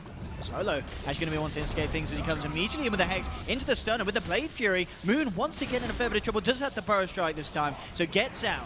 Let's see if they can go for a bit of a counterplay here. Misery closing forward with the Starstorm and the Soul Catcher amplification. They'll take down Solo. Ramses looked like he didn't know that the arrow had already been casted. Tried to potentially block it from the Shadow Demon. Mid lane. Poor Lion. I mean, it looked like a good opening. It just was the fact that with the levels and what this SK has got, Moon always has the chance, it seems, to Burrow Strike out as long as he's not using it aggressively. Lion's notoriously weak in the offensive lanes though, because he just dies if people go on him. He's much better in the safe lane, but because they put the Underlord up there and decided to put the Lion, he's had a rough struggle in the early game. Isn't able to pull a lot. You want to be able to utilize that pull so you get 6, you get Finger, you keep on trucking on. But now he's only level 3, 6 minutes in. He should be able to secure this rune if it spawns one, and indeed it does. He'll take himself the haste. See if we can make anything happen with that, maybe even potentially towards the mid lane. We do see WeHi, he's caught right back up and does have the lead now. 28 for 9 against the 25 for 6 of the Ember Spirit. So in the mid lane, it's a very dark map.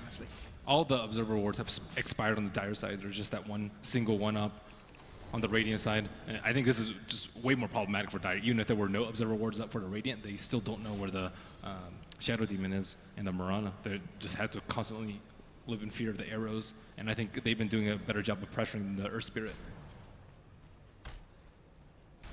Saxa will look to get this deep ward down. start to get a little bit more light for them on the map. And space created for resolution. Going for the Echo Saber. Do you like this bet on the CK? I think it synergizes quite nicely with the Reality Drift. Get as much damage in as possible early. Not terribly great for your illusions, but he actually does not have a mana talent at level 10. Most strength heroes have like a plus mana or plus mana regen. I guess he kind of has a mix with a plus intel, but 7 intelligence isn't really enough. So the Echo Saber is nice for that sustain. You feel it's more likely he gets the attack speed at 10? Probably. I think so. I think it's nice for the illusions as well eventually. Yeah, you can't rely on your illusions too much this game because of the Lion and that. That's true. And even the Underlord. The Underlord, his pit is just going to wreck his illusions. Looking to put a bit of pressure in on the spot on lane. Misery kind of poised behind Pasha. If they can get any sort of lead in, they can go for a bit of play, but as you're unable to find the arrow, will force Pasha back, but immediate TP's coming through from the side of VP. They want to try and fight this. They send 4 forward. No one remnants in. He's not going to be able to get the grab onto Rezo. He wants to look for an easier kill. He's eyeing up Misery, trying to close the gap. A little lower mana here for the combo, but the smash, that'll allow them to close the gap, get the steering chains down, and burn him out with a flaming guard. That will be the 3rd kill for VP. They're not really getting too many kills in the early game. I would expect them to be a little bit further ahead with the Earth Spirit, but he's actually been focusing a little bit more on the economic game in this first 8 minutes. He's been stacking a lot for his teammates. CS-wise as well, Ramsey's given a bit more space on that top lane. 42 for 7, 57 for 19 as Resolution still holds the lead farm. And I mean, is there going to be a point where the CK is just going to be able to fare a lot better than the Juggernaut in these team fights when they start to group up and go? I think early on, especially before like Ember Spirit has a damage item like Battle Fury or Maelstrom. I'm not sure if he's going to go for either of those. And before the Juggernaut also gets a Maelstrom or Battle Fury if he wants to deal with the CK illusions. I think, especially if he gets the extra proc on that illusion, the CK should be way stronger. Jug. Ramses playing it safe here as he hangs right back in the shadows towards the top. It will be a sweep round from VP. Smoked up, they're ready to try and catch some of the members of DC. Immediate leap out from Misery, and Saxa starting to back off as well. So the smoke from VP unable to catch anyone off guard on that top lane. Yeah, no hesitation from Misery. The roll wouldn't have hit him, but he knows that he could easily get silenced, and there's probably someone on the area if Earth Spirit's jumping on you. That's that kind of quick reaction that you need to stay rich as a support. This could be nice for VP. With the remainder of the smoke, no one was able to get himself in position on towards the bottom lane, and they're going to look towards Rezo. He's got no backup at the moment. Pasha and no one starting to close in onto him, and Lil's there with the backup as well. Rolls forward, hits the smash. They should be able to find us. No, Weehar's there. He's going to look to try and save Rezo. Can he do anything in time? He can't. Rezo will still go down. Weehar unable to do enough to hold back the aggression of the 3 heroes of VP. He wasn't sure which way the Invoker was coming from. He doubled back to the right, but that was a little bit after the Tornado had already come out. And it looked like it was going to be at least a 2-man Tornado EMP that would have potentially saved the Chaos Knight with the help of the Majestic charges. Ramses can just TP out if he's in a little bit of danger. I don't think any help is coming. Maybe the Ember or someone can TP in.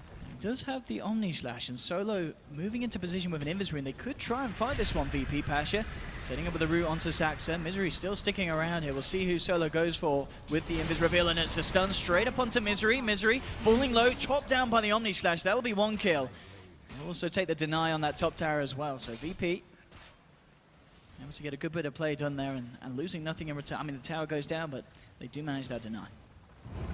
Mid lane, Weehar could be in trouble as well. Lil Amidian actually misses the boulder smash here, so he's given the chance to turn this one around and force them straight back. A little bit of an uncharacteristic misplay there from Lil Zerspirit. I think he's going for Vanguard.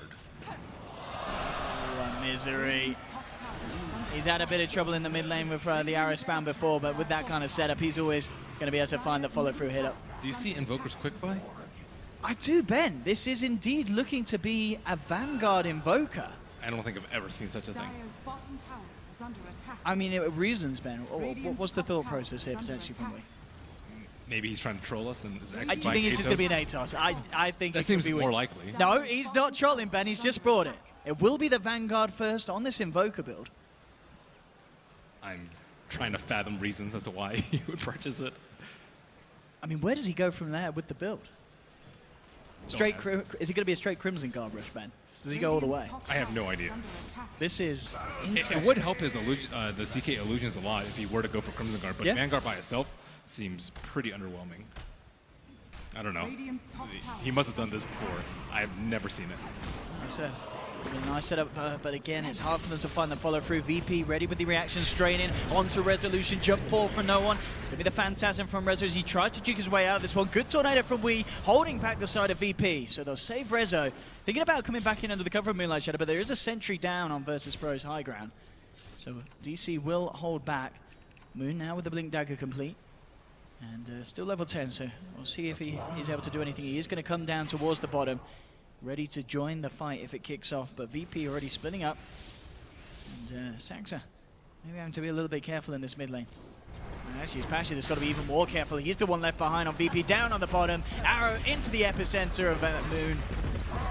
And they'll claim themselves another one, bringing it to 5v5 on the board. No one wants to try and find something in return, though. Comes in immediately. A good silence as well there from Lil, but they can't quite finish off Moon. Moon straight up with the Sandstorms, keeps himself alive. A Chaos Ball onto no one holding him back. Moon and the boys just getting themselves out. The Magnetizers on them. They're falling down low. Moon might in fact tick out. Indeed he will. They'll get the kill on Moon with the Magnetize.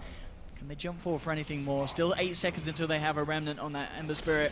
Try for a stun onto Wii. Solo won't find it. Now he's got to be careful because this poor old Lion is going to get absolutely squished to pieces. But oh, he gets out the final finger onto Misery.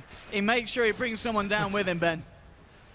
That's a very long cooldown, but Murano's been taking the majority of the deaths on the Radiant side. 3 deaths for him already. Then Vanguard saved the Invoker that fight. He had less than 2 for the HP. After he was down for the Magnetize. I mean, I guess with the Vanguard and with the level 10 talent as well, the plus 125 health, yeah, it is a tanky Invoker. He's going for a Mjolnir. Different, real kind of different build. I've seen the right-click build before, but usually it involves like Lance Dezo with the Alacrity. So you can right-click towers, but this seems to be a way more battle-oriented where you're right-clicking heroes and not towers. At some point, I think he's just going to be able to right-click, like, let's say, the Juggernaut. I mean, do you think this is just kind of a different way of playing with the fact that Exort's no longer any good, so you're going for Causeways, but as you said, you still want to have this kind of right-click punching power and the ability to frontline in the team fights? Here, he has a lot of right-click. I think maybe this build is better for the right-click now, as you mentioned, with the talents. He already has phase boots. So what does he get later? See up top though, Lil with a good initiation onto Moon. They've got a massive amounts of chain lockdown. Is it enough though? Moon tries to burrow strike away, but with the Magnetize on him, he will fall. So VP once again claiming the life of Moon Meander. Radiant's bottom tower is under attack. Bottom lane, Misery getting a bit of space. Needs to be a little careful. Ramses was around, but no way to really close the gap. That'll be a TP from Resolution straight in towards the mid lane, in fact, and that tornado setup in the cold snap will allow them to close the gap onto Pasha. Phantasm is going to be needed, really, for the damage to finish him off, and it will be there. No one jumping in, looking for the counterplay. Chains onto 2. Ramses coming across as well. Has got an Omni Slash available, but the Moonlight's out. They will now drop a sentry solo. Here's the stun onto Rezo. Omni Slash comes through. Saxa with the disruption, though. He may just have saved the life. No, he hasn't. The Hex is still there. They will still lose Resolution despite the best attempts, but Moon coming back in with the epicenter. Oh, it's absolutely huge. They didn't expect the Moon Meander. They killed him up top. I don't think they were ready for him TPing straight back into the middle after respawned. What a great disruption from Saxa too. That extra few seconds led to that epicenter from the Zang. Great play. Big plays indeed there from Moon and Saxa indeed, as you said as well. Just buying that extra little bit of time. Chaos Knight that's the second time he's only gotten 1 illusion too. It would have been a quicker kill on the Underlord, perhaps before he got his spells off. Third time lucky Ben will see it. So that extra one come out then. A 10-9, yeah, DC really picking it back up there with that fight. Ramsey's still sitting at the top on the Jug farm. Right, bottom lane. So it looks like he's just holding back this Weehar Invoker, but I mean, as we're mentioning, with this build, it really is very hard for VP to kill Wii, isn't it?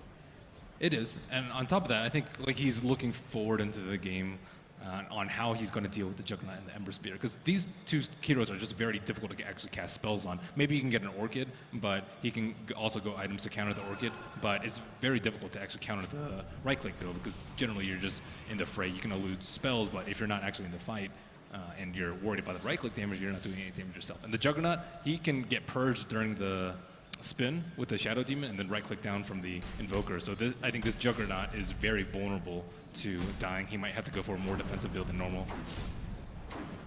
But here he picked up the damage talent at 10, probably not expecting to die early.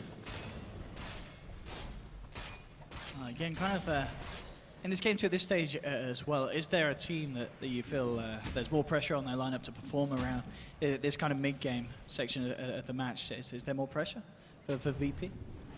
I don't think so. I think they have like stronger straight 5-on-5 because of the Underlord. I just think they really need items on their supports. We've seen Solo struggle a decent amount at this tournament, and this game is no different. Solo, 17 minutes in, no sign of a Blink Dagger. He has 60 gold at the moment, and they really need him just so they can like kill the Sand King before any spells come off, like stop the CK before he splits so his illusions are all low HP, stop the Invoker from getting his spells off. The Invoker, or the Lion's a very important hero in this lineup, and I would like to see them prioritize his farm a little bit more. Talking about farm, Moon continues to be in a very good place. He's right up top there with the rest of the cores on his side. Hood's now complete on top of the Blink, so he's going to be very hard to take down in these team fights, even if they do get the initiation onto him. DC, Smoketown ready to fight. They'll look towards Solo. It should be a quick and easy pick-off. TPs will be coming through. VP want to try and fight back into this one as Lil comes into the midst of it all with the Magnetized Resolution, pots the Phantasm, but Ramses with the Omni Slash of the Blade Fury, it's enough to take him down, and VP aren't done yet. Searing Chains onto Weeha, the Vanguard, not going to be enough to save his life there. As VP, they'll shut that down, and maybe a little bit trigger happy there from DC jumping in on that line into the tier 2, Ben? Yeah, they also chose the wrong way to retreat. They retreated towards the shrine instead of retreating back down the lane, and they all just swooped onto them. Juggernaut got that really quick Omni Slash. Lil was there really fast to stun and silence them and make sure that they were easy to pursue. He still plays that sacrificial role, Solo does, even when he doesn't play the Ogre. Absolutely, and it certainly pays off in situations like that. So now the early BOTs on the Ember Spirit after the Veil, they can get some solo pickoffs around the map. Invoker is probably one of the hardest targets for them to kill because of the Tornado, although he's missed a fair amount this game. I don't know who else they pick on. Sand King has a Hood, very similar to his build in the other game, so he's also very difficult to kill. Very interesting note there indeed. So done before in a pub by Weeha. You see, he has tried this out. The Vanguard Mion BKB, and at the moment that does indeed seem to be the path that he's going with his item build. It's working out for him. Yeah. He's certainly able to do a lot. We've seen him to be in takedown a couple of times, but elsewise, he's been a very tanky brute in these fights. Bottom lane. How do you even theory craft these builds, though? How do you come up with this idea to get Vanguard on Invoker? You try a bit of everything in this new patch, Ben. You've got to experiment, and we certainly doing that. I don't even think that problem is likely not from this patch, because not that many people play Invoker in this patch. Top lane, Lil looking for an opening, gets a lovely boulder smash onto 2 here. Rezo caught out, Moon will come back in, channeling up the epicenter. The Tornado is actually going to mean that they dodge some of the damage here. That's going to allow no one to Remnant out, but they will get the kill onto Lil. VP, they may not be done yet though. Pasha drops the pit down. Weeha turning to fight with this Maelstrom, biting into the Pasha Underlord. Moon jumps forward as well with a Burrow Strike, pipes out Mech as well, but the Demonic Purge drop down from Saxa will ensure that they do find the Underlord kill as well, as we picks up a double. It may not be done yet, Rezo. Can he get a grab onto anyone? It looks like he can't quite close the gap, so VP will manage to get everyone else out of there. It looks like he's going for a Shadow Blade on the Chaos Knight. Also pretty unusual to see him go for that. Maybe he just wants to... One of the worst things about CK is his travel time on a stun. It's a long wind-up cast, and it's a long travel time, so a hero with instant cast like Juggernaut and Ember Spirit can elude it very easily, or any hero with a Blink Dagger. So Shadow Blade can kind of nullify this weakness. You can just Shadow Blade in from melee range. I don't think you risk the right-click. You just go for the stun, and it can be an easy setup, because normally they're only afraid of the Sand King stunning them into chain lock. So no one there. teasing around with Resolution, but indeed, that's all it's going to be. He doesn't want to stick around this Ember. A lot of danger around the corner behind the CK. 13 to 12, it certainly seemed to be proving to be a lot closer, it feels, in these kind of opening stages, whereas in game one it was a little bit back and forth, but at this point it feels like both teams they've got their strong points. Yeah, we have yet to see a team fight really erupt yet. Dire side is trying to look for more pickoffs around the map with the Ember Spirit, with the BOT. They can easily bring people in, not to mention the Underlord ultimate. And then Radiant side, they're trying to scale a little bit better with this Invoker build. So with the Shadowblade now done on Resolution, does that indicate to you that we're going to see him become more active across the map, or does he need to still continue to get another item before he starts to just go for the plays? Shadowblade is for killing, or for split pushing generally, but I think in this particular game it's to stop the Ember from split pushing. So again, it's not only the same thing that can offer them the stun. They want to be able to hit him with a 5-second arrow, but you need setup for that. The Shadow Demon just isn't reliable enough a lot of the time. VP ready to set up onto Weeheart. They'll look to go in with the stun. Demonic Purge holding back Solo. Immediately Lil rolls forward. There's the Hexer from Solo as well. Magnetize comes out, but Resolution just manning up into the fight with the Phantasm Illusions. They've taken down 2 members of VP. They do end up losing Weeheart. Omni Slash from Ramses comes through, takes down Saxa. DC retreating under the cover of Moonlight Shadow at the moment. To be very careful. Their Resolutions are kind of on the back lines of this all. Moon tries to channel up the Epi, will get it off, was only kicked back, so it doesn't cancel the channel. It's not enough damage to finish off VP though, and Moon, out of mana, could be in a bit of trouble himself, has 5-1 charges. It won't be enough to get him out as Lil Ramsey's there hunting for him. How's he going to miss him here? So with that sort of a Duke out and a blink away, Moon, he'll be back to safety. But overall, VP, they do claim the numbers advantage, taking 2 and only losing the Underlord. I think Lil's been having a great game thus far. Like he kind of salvaged that fight at the T2 tower. He's had connected on a lot of the ganks, killed the Sand King up top in that particular play too. Reducing a lot of damage from the epicenter with a kickback. You don't see that too often from the Earth Spirits. Yeah, as you said, just really good control of the fights, and pretty much causing DC just to split each and every time he turns up. I think both teams know that this is going to be a longer game now, so you see the supports farming a little bit more. Mirana's fairly close to her Scepter. Solo's like kind of getting there in terms of the creeps. He's like actually able to kill neutrals now. I think the cores are allowing him, because it's going to be a really rough game if their only initiation is Earth Spirit. But Earth Spirit is very close to his Blink Dagger. Does it surprise you that Solo didn't take one of the level 10 talents online? 45 damage or 175 health. Probably, that one's pretty tough. He needs to survive these fights. Like Lil's accruing a lot of gold because he's not dying, but maybe he's holding off a little bit. He wants the max mana drain, I suppose, versus the illusions from the Chaos Knight, but it hasn't really come to that at all. We've only really seen him kind of once break down an illusion push. Yeah, that level 25 talent though. I don't know if he's going to get level 25, but that would. I mean, that certainly would. But yeah, seeing a line at 25, we're going to have to be in for the right long haul. Top lane Moon with quick reactions, jumping himself away from potential death. And in fact, they're looking to tag team Resolution, and he has Phantasm available. Can he get close enough for that? As you said, that kind of quick stun, giving very little chance for any sort of reaction, but it looks unlikely. The fade time would have been just under the ward, so VP, yeah, they saw it. They backed up. They're waiting, making sure that none of them gets caught out individually. And as you said, I mean, look at this. This is Solo farming the lane, and his team kind of hiding in the trees, keeping him safe. Getting that farm. They need that Blink Dagger.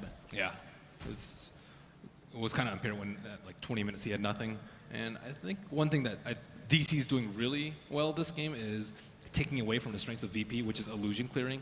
Ember Spirit and Juggernaut, they can both build Cleave and deal with it. Juggernaut already built a Maelstrom a little bit earlier, I suppose, than we might see. And if they don't have any illusions to clear, like the Invoker is going to be the majority of the right-click damage. The CK is actually building like a more tanky build with a BKB and a more initiation with the Shadow Blade, and he can actually dish out a lot of damage if they just put the Mjolnir charge on him without him having to deal any damage with the illusions. So I think the damage source is going to be not what VP had prepared for in their draft. Going to have an attempt on a play here with the Moonlight Shadow. Into the Shadow Blade, they need no one to come just a little bit closer, and they may have a chance of catching him. He has a blink. This is going to be really tough. Already with his positioning, playing it very, very safe. And they won't be able to find anything there. Top Top lane, Lil will have eyes onto Moon. The rest of the team's coming over as well, so unlikely he does anything with that in regard. So both teams kind of avoiding each other until potentially now, as that's the jump forward. Doesn't get the chains onto Rezo. Carry back to Nick the Creep. VP, they're bringing in the force. They want to try and contest this and try and fight them by the looks of it on this top lane. DC, will they stick around though? Already reforming, regrouping, and ready to initiate again. There's Moon with the jump in. Gets the stun only onto Solo. Solo could be potentially ready to turn around for this one. Looks for a good stun onto 2. Will get it. Jumping for no one. Looking towards the sidelines as both Misery and Saxy get caught out by the change. Pasha taking huge amounts of damage. Those Rezo comes in with the illusion. Moon with the epi straight in and the burrow strike onto Solo. DC, they take 2. Can they get any more? No one, already remnants away. Rezo with the shadow play, looking to close the gap, but he will be silenced by Lil, so he can't follow through with a stun. Lion thought about TPing there. Well, there goes his dream of a Blink Dagger. He's back down to 150. It's going to be a long, painful road for him to get that online and deep with that buyback, holding him back. And DC getting the objectives as well as the kills, tier 2. See if it falls actually already. Yeah, VP want to fight, and DC, can they actually hold their own here? They're a little bit low. Wee turns up, man's up. This damage against no one. He's just ripped him to pieces. He'll get fingered. There will be a disruption. Can we play his way out? This he can. Forces out with the Ghost Walk. He's back to safety. And DC just collapsed straight back in onto VP. They are falling apart. He missed the Earth Spike after the disruption. Soxa, these defensive disruptions have been spot on. And the power of Wee's build is coming. It really is. They get the lockdown onto no one, and he just punches through him. The Flame Guard gets cut through as well by that Mignona burst. It's looking scary for VP. 20-14. You know, it's already one loss down for them. They've got to do something big, man. They've got to pull this back. I mean, what is kind of the game plan for VP now? We also saw them go for a bit of a desperate. It seemed like a bit of a desperate fight defending that tier 2 when. I mean, did they really need to go for that sort of play? They felt desperate because the Lion fought back. If the Lion buys back and then nothing happens, like you're never going to get your Blink Dagger. You'll get it like maybe 35, 40 minutes in. But he thought he could pick up 1 or 2 kills and his buyback wouldn't be in vain. I think the fight before that was what really set VP back. They used the illusions from the SD to scout out before. And Lil has found Moon. Moon, could he play his way out of this one? There's going to be a lot of members of VP looking for him, and it looks like too many for Moon to potentially deal with. A Tornado will fly through, but with the change, the Firestorm, they will cut down the Sand King. So VP managing to find Moon out on his own. And don't forget that Juggernaut's still on top of the net worth. It's just, it's a difficult path for his supporting crew. And Ember Spirit needs his Radiance as soon as possible too. He's not really transitioning that well because he's died in the team fights. I mean, is that do you feel that is still the item to go for, even though it's a little later on? The game's not going ideally for the side of VP. Is it just super strong, this magic build still? I think so. I think, especially once he gets his later talents, is really strong. The 15% cooldown reduction, so he does incredible amounts of burst very often. And also, he doesn't need to go for the AoE cleave build because CK's not the issue. CK's not really doing the damage in the team fights. He's there for lockdown. He's very, very tanky. His HP 2,400 HP. And so, like, he can just man up in the middle and just constantly stun heroes without really a fear of dying, especially with the defensive disruption behind him. You would have liked to see no one go for something a bit more defensive, like a Lincoln Sphere or getting the Blade Mail? Lincoln's or Blade Mail. Lincoln's, I think, would be kind of nice for him, but you can pop that with a Cold Snap, which is instant cast. Reality Rift would also pop it, and then you just get CK stunned anyways. So there's a lot of ways for them to deal with it. Sand King also has 2 items. He's found Ramsey straight up. BKB, fantastic. The arrow isn't going to connect in time, though, but Ramsey's taking too much damage as Resolution rips him to pieces. And now DC may be ready to push down mid pretty heavily. There's nearly a minute without Resolution on this defense. We'll see what VP can do in terms of holding without him in the game. Looks like DC as well will just head straight up to the top. They see the opening. They'll be ready to go for it. What can VP do to stop this? No one. Trying to spam out the change. Jump in from Lily, gets a good magnetize, but immediately the turnaround is there. Tornado takes him out. Weehart finds one. He's moving in for more. Moon's jumped in with the burrow strike. There'll be a quick X from Solo. He has to be careful. He's falling down low. But again, it seems he's fine because VP, they just can't continue to jump in anymore. Another change. Misery ticking down incredibly low there. Keeps himself alive. And DC just stand the ground, should be able to claim this Rax. There'll be the burst of the ages. Moon coming in with the epicenter, looking to chase down Solo, blinks forward. He'll be hexed up, but that isn't going to stop the pulses. Solo falling low, no one back in. Chains holding the Weehaw. Can they find him? It's just so hard for them. They've got the lockdown, it seems, but they just don't have the damage ban. Yep, they can't kill anyone. Juggernaut just respawned, so that will be the sign for DC to get all out of there. And just not enough farm on the VP heroes to really put up a fight. Like they used their top shrine. They were like in pretty good position. Earth Spirit got off his spells in a team fight, but severe lack of damage. They also didn't have the Mjolnir complete on Ramses before that fight. I'll take that as tribute. VP sort of licking their wounds after that one. Being a Rax down, I mean, they've certainly got the heroes to be able to push it back out. But DC, with the way that they're playing, they certainly have the momentum to go back in and look for more.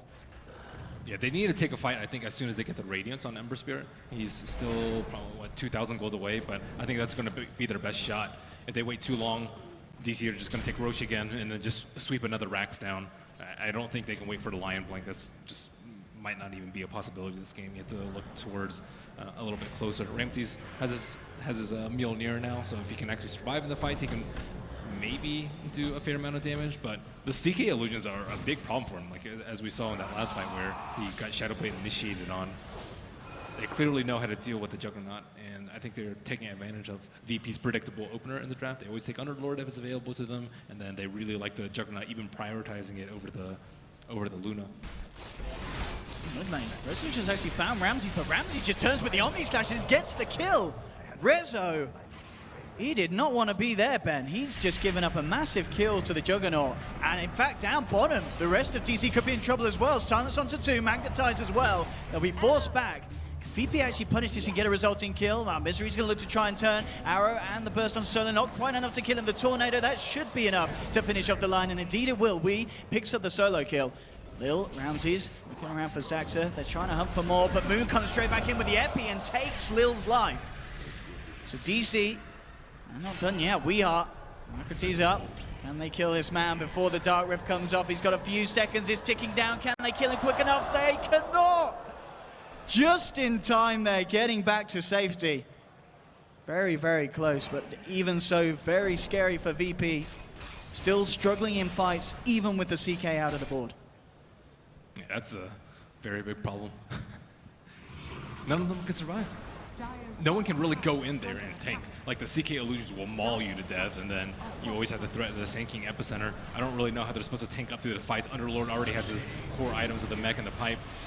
And they're desperately trying to fight here, VP. They're going for every sort of tier 2 defense. But he just stands his ground. It doesn't matter about the pit. He's just too tanky. BKBs are the ready if he needs it. And there's now Greaves complete on Misery as well. So these sieges, these group ups from DC, getting even harder and harder for the side of VP to be able to have a chance of stopping. The Mjolnir is especially nicer because there's always constant small damage ticks. The Flame Guard, Searing Chains, Magnetize, these are like very small instances of damage that happen many times a second. And so he's just going to be spewing out lightning non-stop. And Hero's just looking very healthy across the board for DC. Zaxa, under 500 gold away from the Aghanim's. And we've seen already how much these demonic pursues have done in terms of enabling DC to finish off kills. Yeah, I don't even know if like Juggernaut wants to spin anymore once he gets his Ags. Like, you will die, and there's nothing you can do about getting purged 2-3 times. Here we have it once again, Resolution. Shadowblading out, scouting the area, see if he catches anyone off guard on the sidelines. But VP understandably very scared. 4 of them at the moment back in the base. Only no one really who can afford to get out and try and find something from the map. There we have it. I really like the build from Rezo though. He didn't go for like the typical armlet into maybe like SNY and sometimes Manta style that you see on the Chaos Knight. He knows that his illusions are countered this game, so he doesn't go for like any sort of illusion buffing thing. The Echo Saber, really good on his main hero, BKB, you know, obviously not very useful for his illusions, and the Satanic too. Like, these are all builds that, yeah, they make his illusions a little bit stronger. There's like some strength involved in there and a little bit of attack speed, but for the most part, his hero is where the strength of his build lies. We do now have that big item finished on no one. It is a little later than he would have preferred. This is the time. This is their last shot. If they lose this fight, I think they'll lose the game. And then they have the gem right now, so they're kind of all in right before this next Roche. Pretty much the best opportunity that they might get this game. So time to use those smokes. They don't have any vision on the map now. Both sides dark. Yeah, huge amounts of dewarding has been going on. But look at this, they always send the CK illusions to scout, so always a little bit extra information. If you want to take the time to mana drain them like Solo's doing right now, you are giving away the majority of your position because Solo has no mobility, so they know the entire team's around him. So this will be the deciding fight.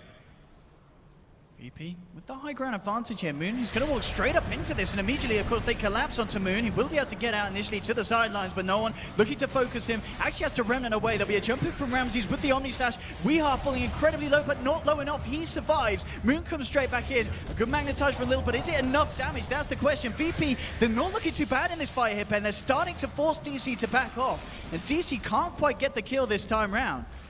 Looks like they themselves will also escape. Apart from Moon. Moon is deep on enemy territory. Can he style his way out of this? He's got the blink. It's going to be TPs across there. They continue to try and chase him, but it looks like they've got bigger issues with the way pushing in top. So Moon will be able to get out. But we are starting to see, I mean, with that Radiance pickup, and when VP does have a high ground advantage, they can still survive in these team fights. They just didn't have quite enough to push it over the edge and get a kill. They were really close to killing the Invoker. I think he just needed like one more hit on him, or one more crit perhaps, would have killed the Invoker with the Omni Slash. So that fight would have just been disastrous for them, especially if Roshan respawned after. Solo is there, but only for a couple of seconds. Solo is now gone. Ramses is actually trying to leap forward into this one. Lil as well. Look for the boulder smash. Look at the chain and the follow-up stun onto Resolution, but immediately turn around for DC. They're closing onto Ramses, but in fact it's DC nearly losing. Weehaw is incredibly low. Can they finish him off? No one in Apache trying to finish off the Invoker. They'll get it, but Moon comes in with the epicenter of the Burrow Strike. Triple kill for Resolution, and they're not done yet, DC. They look towards Pasha, the last remaining survivor of VP, and they'll find it as well. Man, the Invoker just stands his ground and just does so much damage in that fight. Like he just stands there and right-clicks. They're tapping out, Ben. It's too much for VP here. DC have brought an absolutely incredible level of gameplay to this series. Both games looking very strong. Something a bit refreshing. Weehaw with this Invoker Vanguard Mjolnir BKB build. It certainly worked out, Ben, as you said. It just in these team fights, he stood his ground. At the last fight, they killed him, but what did it matter? They'd all died themselves. Yeah, they all just died, killing themselves on the Mjolnir. And I think one of the biggest strengths about DC is that they catch you off guard with the drafts. Like, you never know whether the Mirana's going to be like support or core. But also, like, in the game, too, these, like, I wouldn't call them, like, funky, but definitely these unique builds that we see from the CK, from their other cores, just allowed them to catch an opponent by surprise. They, like, had no idea that this sort of thing was coming. Absolutely not indeed. DC looking very, very strong. VP, they're going to feel a little bit bad about that, but I'm sure they're going to have stuff that they can reflect on, look back and learn from. But DC 2-0 here in this first series of the final day at ESL Genting. But for now, just a short break, then back to the panel. Don't go anywhere, ladies and gentlemen.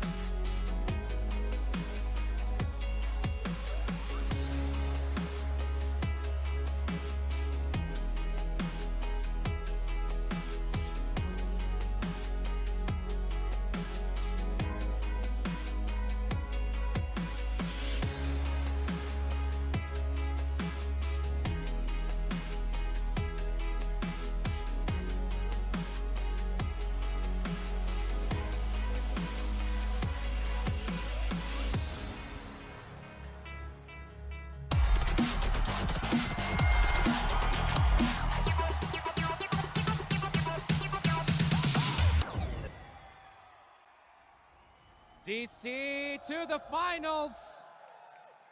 And of course, I'm here with Resolution. Make some noise for Resolution.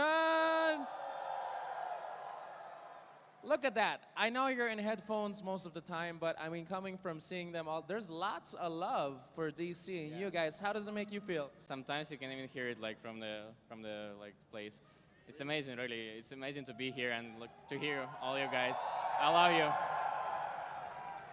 2-0 against VP. They were actually also a very big favorite to win the whole tournament. How does it feel to take them 2-0, and how did you feel about you guys' matches?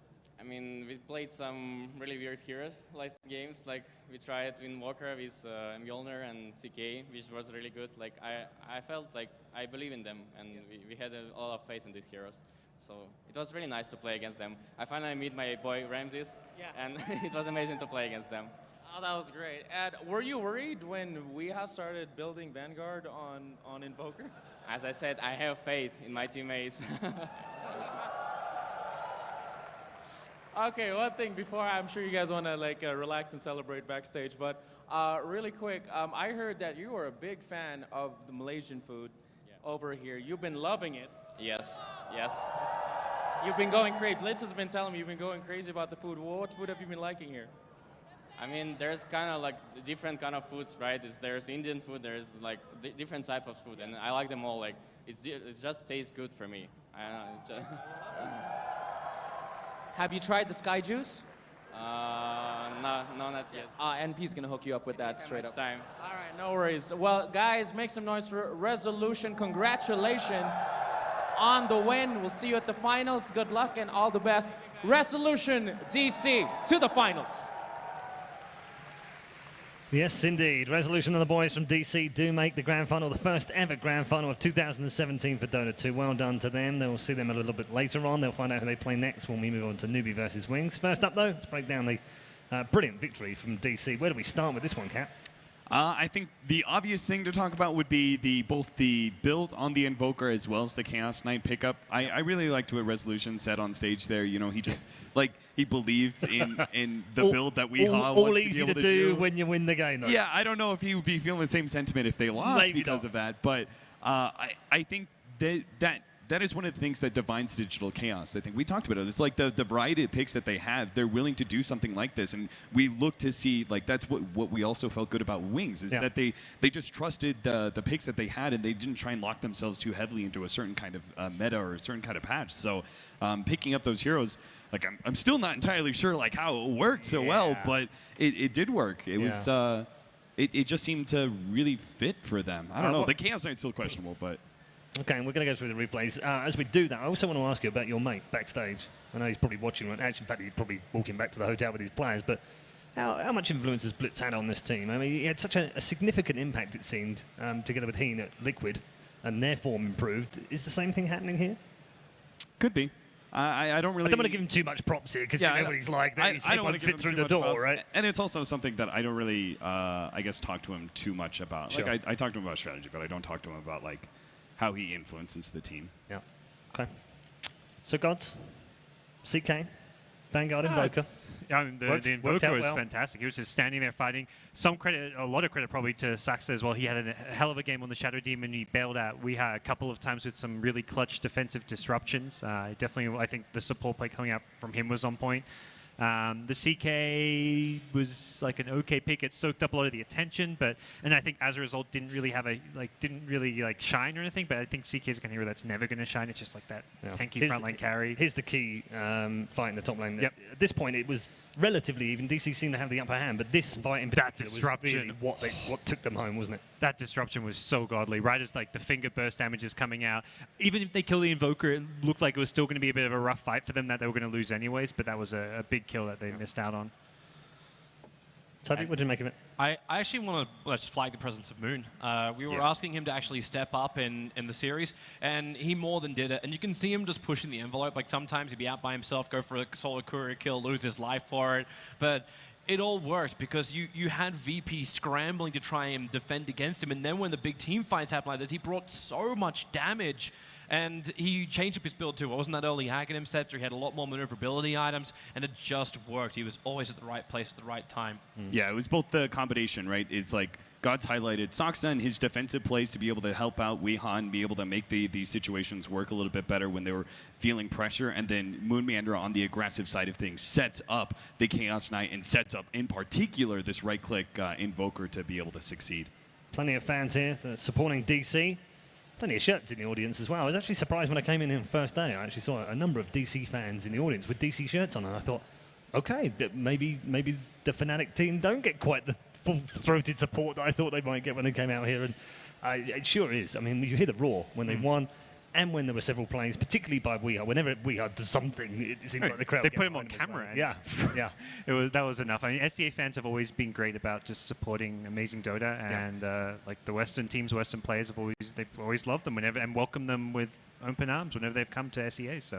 One final point I want to talk to all three of you about is Resolution's got one over on his mates from CIS. It's got to feel good to him when he plays outside of the CIS in a totally different team, go back and give him a good kicking. I mean, didn't he already kind of achieve that, though? Sort of, but... TI, I think that was kind of the bigger win, right? But every time he was does like, it. region, what's up? Like, I did it. I left the region, and I made it work. Now it's just kind of like rubbing it in their face a little bit more, you know? Yeah, I talked to the Russian guys. Obviously, we keep in contact with them when we're doing the events, and we're always side by side with all of these as well. And at TI, I said, guys, who are you going to cheer for now? And they were like, we just followed DC now. Yeah. That was after everyone got knocked out. Yeah, it's like, we'll just follow DC. We'll claim them as a CIS team. Oh, okay. Yeah, no, they're a CIS it's team. Funny, everyone's and an NA team and a Euro team. Okay, all right. No. I got Excuse me. That's an American thing. All right. Okay. You guys can't copy that. All right. CIS region, you can't do that. All right. We very clearly led the way of establishing that one American or one Canadian means it's indeed. Yes. Yeah. Okay. Thank you very much to all three of you. We are headed for a break right now before we head into our second semi-final of the day. Just a quick reminder for you: some of our sponsors have been fantastic here. All of our sponsors have been fantastic. In particular, I want to highlight one right now: Lenovo. For those of you who are here, you can go and enjoy the Y710 Cube right now with the 1070 NVIDIA GTX card in it. And as a special bonus, you'll get 400 RM as cashback if you go and pick one up right now from the Lenovo store right here in Genting. As I said, we are headed to a break. The semi-final for number one is done. DC are the first team into the grand final. We'll find out who their opponents will be after the break, as it's China's finest, Wings and Newbie, clashing head-to-head.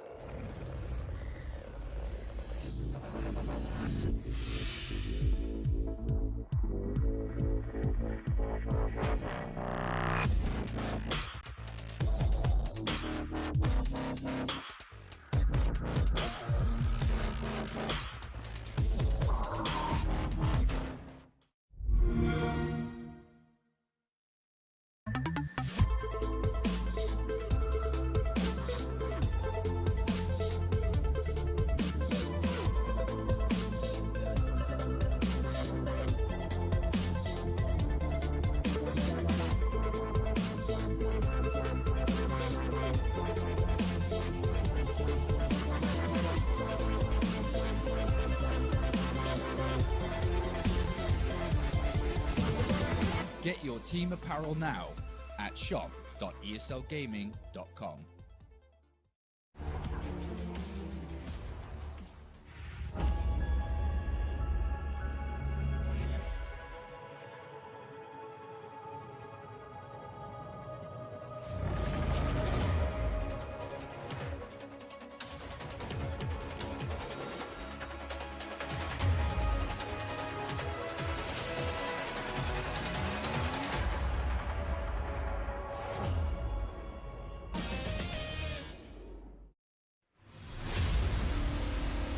I can't understand people watching somebody play a computer game.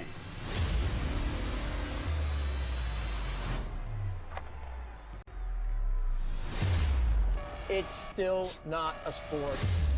It shouldn't be on a sports network.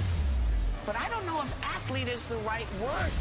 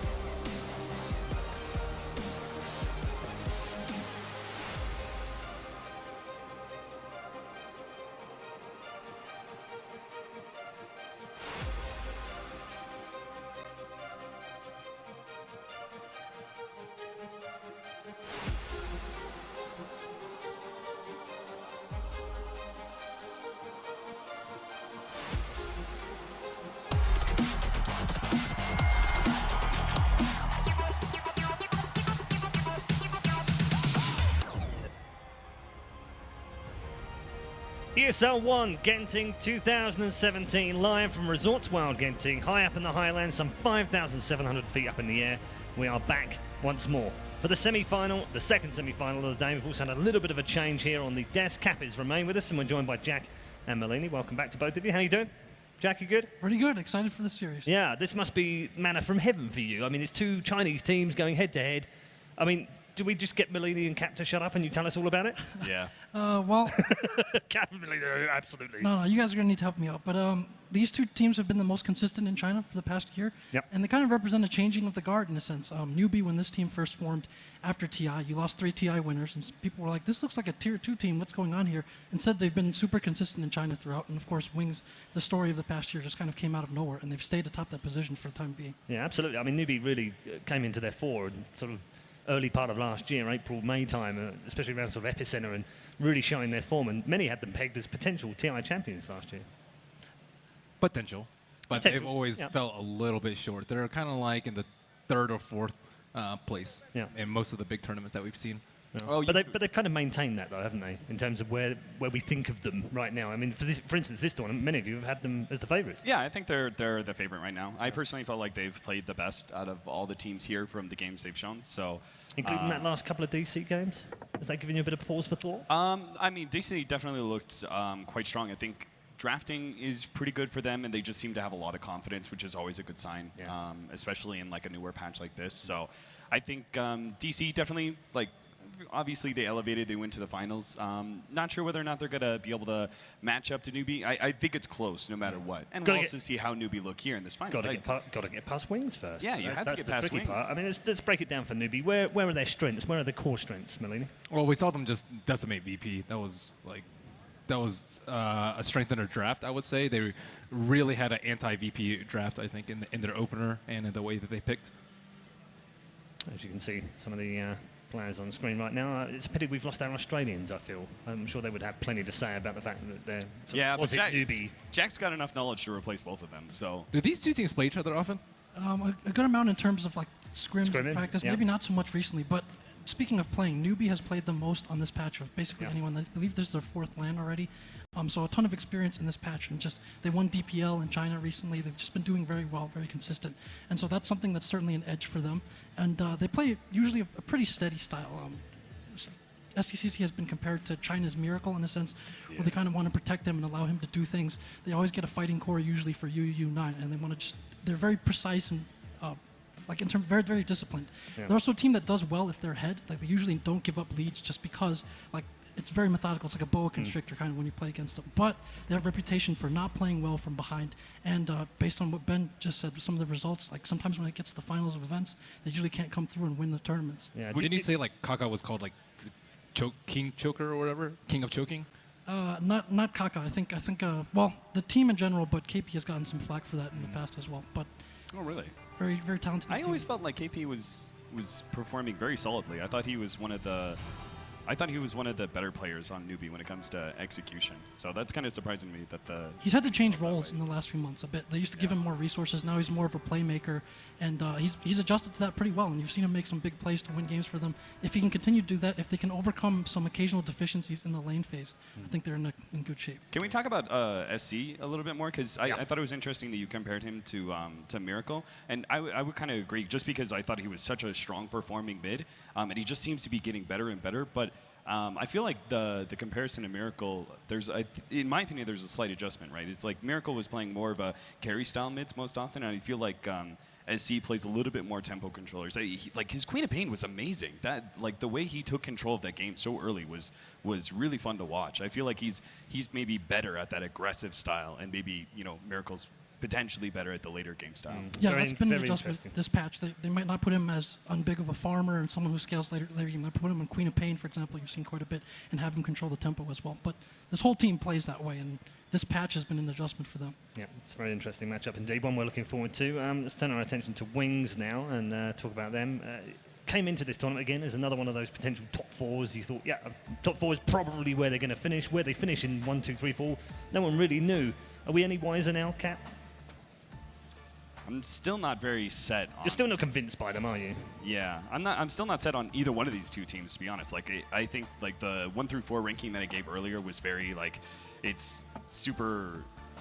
It's just based on how I feel and in like certain moments at a game. You know, I see something that happens, I feel a little bit better about X team, and I see something that bad happens, and I feel a little worse. And for Wings, it's just been I've seen a little bit of worse things that's happened for them. Do you not think it was a good game from them yesterday? I know they lost against DC, but I mean they managed to shut them down with the Meepo. Played almost a perfect game against them the first one. Second, outdrafted particularly. Third game not very good, admittedly, but overall the inconsistency that they've had throughout the whole year, whether they finished last at a major or first at TI. It seems to come back to haunt them quite often, doesn't it?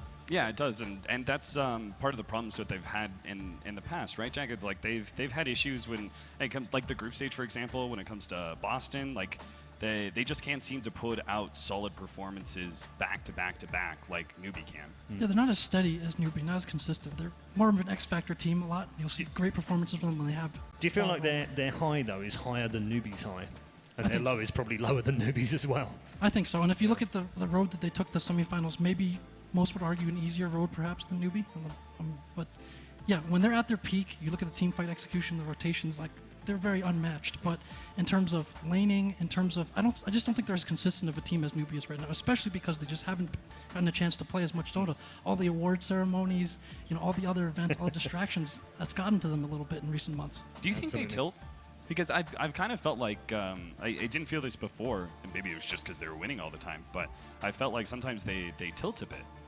They do. There's been situations, I've seen where someone will want to call GG and want to quit, and that'll kind of impact the team a little bit. They'll play through it and occasionally still be able to win. I think in terms of steadiness of communication and just like evenness in terms of not tilting, I would give that edge to Newbie as well. Melanie, one of the star players this year, in the last 12 months, has certainly been Faith Beyond. Do you think he's playing well still, or do you think there's more to come from him? I think he played pretty decently. It just doesn't seem like they're meshing together as a team, so he hasn't really been able to shine as much.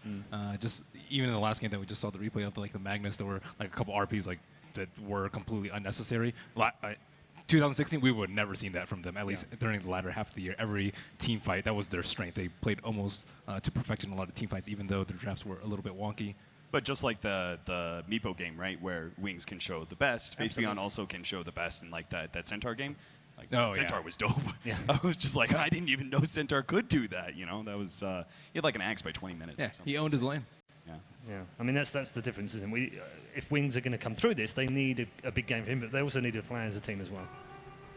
Who's like the rock solid player of Wings then? Because if Faith Beyond can have those highs and lows, just like we're saying. It feels like Shadow doesn't really have many bad games yet. Yeah, I think Blink's usually pretty consistent too.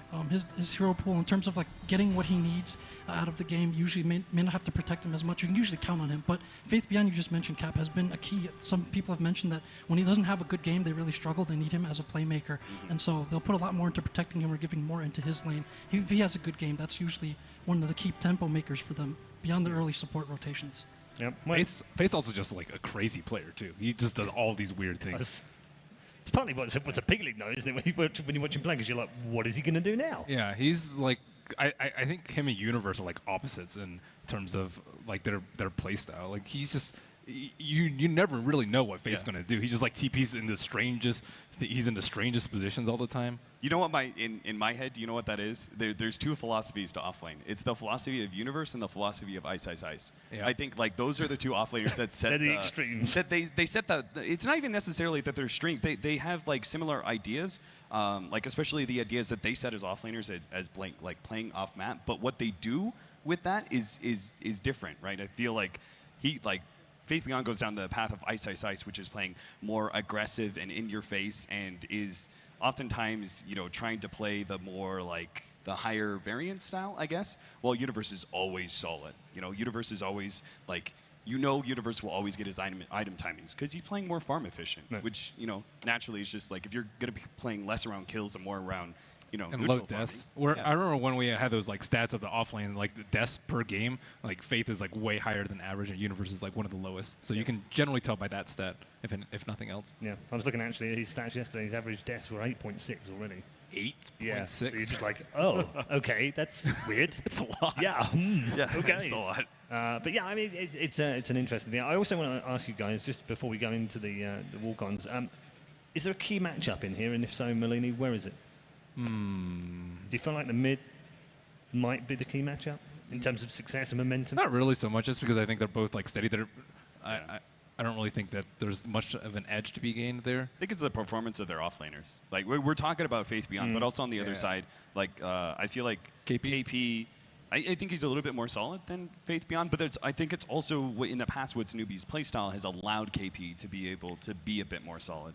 Okay. So I think like that the difference between those two is kind of what makes or breaks these teams. All right, prediction time. Jack, I feel sorry for you in many ways because yesterday day before last you got into trouble with Wings. Yesterday you kind of redeemed yourself by not cursing them, but today you were in a tricky position because we've got both the Chinese teams in semi-finals. So what do you do now? Yeah, as of you now, can't I've got them abstain. both telling me not to predict, but I've got to go with one. So just because of their consistency and their experience in this patch, I'm going to have to go with Newbie. Okay, Melanie? I'll say Newbie 2-1. Wings hasn't really super impressed me as of yet in 7.00 or 1. I'll stick with Newbie, and since you put out a score, I'll say 2-0. I like it. Bold statements out there right now. It's the opposite.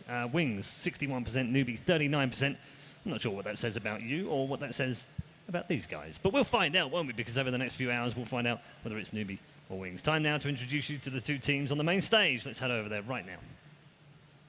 Malaysia, you just had the semifinals of the West. And now it is time for the semifinals of the East. Here we go. Let's meet your first team, Newbie!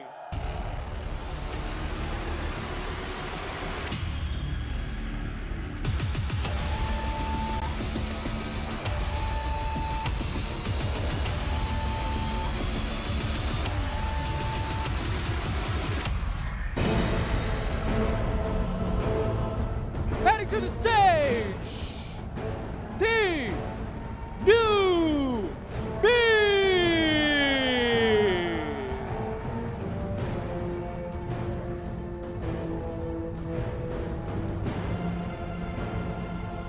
You're in for a treat, Malaysia.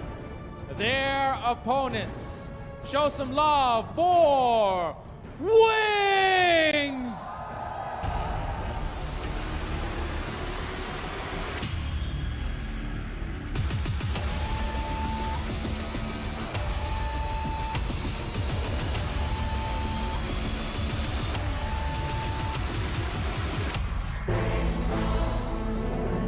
Wings Gaming!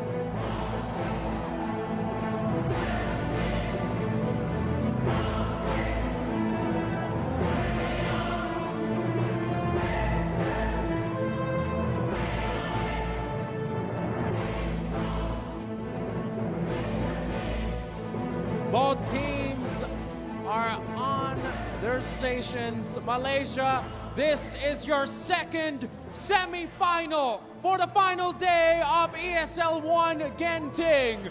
Newbie versus Wings. Here we go. Digital Chaos awaits in the grand final. Who do they play? We'll find out over the next few hours as we head into our second semi-final of the day. It's an all-Chinese affair with Newbie going head-to-head with Wings. Draft is just around the corner. Gentlemen, we'll turn our attention to that draft right now. Jack, what are we expecting? Well, Newbie, a lot of their draft philosophies haven't really changed that much from post-reshuffle or even from Manila era. They still play a very similar style to that. So I expect them to go with that, go with what they know. We've seen a lot of things like Bat Silencer where they just want to take one small fight at a time, win those, and start accruing those advantages and turn that into a decisive advantage later on.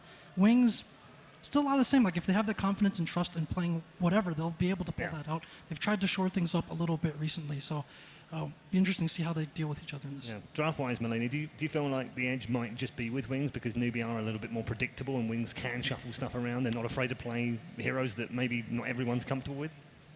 I think Wings have the draft edge in terms of innovation, but Newbies have just been straight out better, I would say, in terms of draft. It's way more cohesive, and you can definitely see what their game plan is, whereas I think Wings are still in that experimental phase where they're not quite sure what the best drafts for this patch for them are.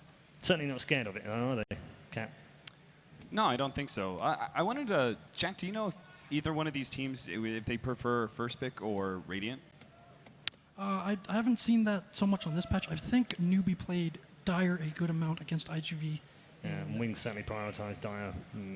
Yeah, I was just wondering when it comes to the, because that's an important part of the draft, right? Is when you win the coin toss, what are you going to be giving up? Because it seems pretty clear that we've determined winners and losers by day 3. I mean, certainly DC DC have prioritised that, haven't they? They don't care about first pick whatsoever. They'd much rather have Radiant if they can get it, and they're quite happy to have 2 picks afterwards to mix 2 together. So Newbie took first pick, I'm hearing, for this particular game. So I think first pick is a little bit better right now, just because of the fact that you have. Even though there's a couple of combos out there where you can take 2 away and ban 1. I always feel better when I'm watching the draft and I see like the Underlord first pick comes out, or like I always feel like the hero. There's like these 4 bans, and this 5th hero is always like something that's really threatening that you have to respond to. Maybe it's going to be, and if it's not that, it's going to be just like this really wide opener. Yeah, right? like a Rubik or something. Yeah, well, go ahead and pick the Rubik, and you guys can choose to, pick up the Luna if you want, and we'll be able to get that second pick. I think it's like, it's either really threatening or really open when you have first pick, and I just kind of felt better about the drafts because of that. Are you still on board with the Radiant first pick? I mean, yeah, I think choosing Radiant every time if you can. I think now, just because of the way the hero pool has gotten down a little bit, and there's very clear winners and losers in this tournament, I think first pick's a little bit more value than Radiant. But I think if you're not getting first pick, if you lose the coin toss, right, you choose Radiant. Yeah, I mean, it's interesting to me, Melanie, that DC's kind of seemed more comfortable if they got second pick and got Radiant. I mean, 2 picks for them in a row, and Radiant side seemed to suit them perfectly. I think they like the last pick too, because they always have the Meepo factor. It's always something to consider. Do they have any like nicknames for SCCC or UU9? That's kind of a mouthful to say. What do the Chinese call them? Well, when UU9 isn't playing well, they'll turn it upside down, so it becomes NNN6, and they'll be like he's kind of just on tilt or flipped over. The boat's flipped over, basically. For SCCC, I mean, he's obviously the retired soldier, and so they've been saying when Newbie wins, it's like the army martial arts or whatever that they're throwing out there against their opponents. So that's nice. Very good. Plenty of Newbie fans in the audience as well. There's a lot of Wings fans. I saw earlier on there's a whole mini army of them actually walking. There's like about 10 of them all walking into the arena with shirts on as well. So people have travelled far and wide to come and join us up in the Genting Mountains here for the what we've dubbed the highest ever esports tournament in the world. One thing that separates these teams. I think it's probably just me that's done that. Yes, indeed. As we're waiting for the draft. Thanks, Cap. Always. You got to chuckle out of Ben. I don't care if like nobody, if you hated that Jacob comment, had been here, and if the audience hated that comment, as long as I get a giggle out of Ben, I'm happy. Yeah. No, I got a pity laugh out of Purge yesterday. I'm more than happy now. Very happy. Yeah, if Jacob had been here, you wouldn't have got that courtesy laugh at all. Get well soon, by the way, Jacob, if you are watching. One thing that separated these teams a little bit, so going back to the Cruise Cup where it was kind of an open format, everybody was able to kind of stand behind each other and watch them play. People were impressed with how this Newbie squad communicated, very steady, and basically stayed calm and very efficient with their communication. With Wings, it's a bit like that too, but you have a bit of a different dynamic. Ice is actually the super fiery one on the team. You can hear him bellowing and yelling from across the top deck, even on that cruise ship. And Y is more of the one that kind of calms everyone down a little bit and gets them to relax and focus on what they're doing. So both these teams very efficient with their communication. That's kind of separated them from the pack a bit. SCCC sits in the mid for Newbie. That's a little strange. You usually don't see the mid player is almost always a support player in the mid because they're talking to everyone else on their team. Yeah, often captain. Yeah. Does SCCC make the calls in game? No, not for the most part. I mean, they'll rely on him, his timings and his tempo to be able to decide what to do, when to do stuff, when to fight. But in terms of making the calls, the supports have a big hand in that. Especially you've got Faith, the TI2 winner, who's known as kind of the mastermind behind the team. I feel like in this patch, the mids are going to start having to call a lot more, just because of their shrine rotations. with me. Yeah. Don't take my shrine. Yeah, something like that. But I think like their rotations, it's like when your mid player wants to do something, like you've got to follow that up somehow. When Wyvern is picked. Meepo. I would imagine right now in the Twitch chat the Cappers are on fire. Apologies to the admins in the channel for that, because they always kind of send me messages afterwards whenever I mention it, because usually the channel gets spammed. So apologies for that. You guys weren't here for the beginning panel, but we were talking about the Wings Newbie, and I said that Newbie's really good at this like reactionary playstyle. And Jack, you said like it really hasn't changed that much. I feel like they're very good at being able to play around their own objectives. They're very good at being able to react to aggression. And then Wings is the ones who are the ones who try and set the tempo by being aggressive, not necessarily in the laning phase, but much more in that 15 to 25 minute area with their smoke rotations. And I was like, I wasn't sure which way I wanted to go. Should Wings be more aggressive in order to try and really catch Newbie off guard in order to trying to pick apart that defensive playstyle, or should they play a little bit slower because of the fact that Newbie's so good at dealing with aggression?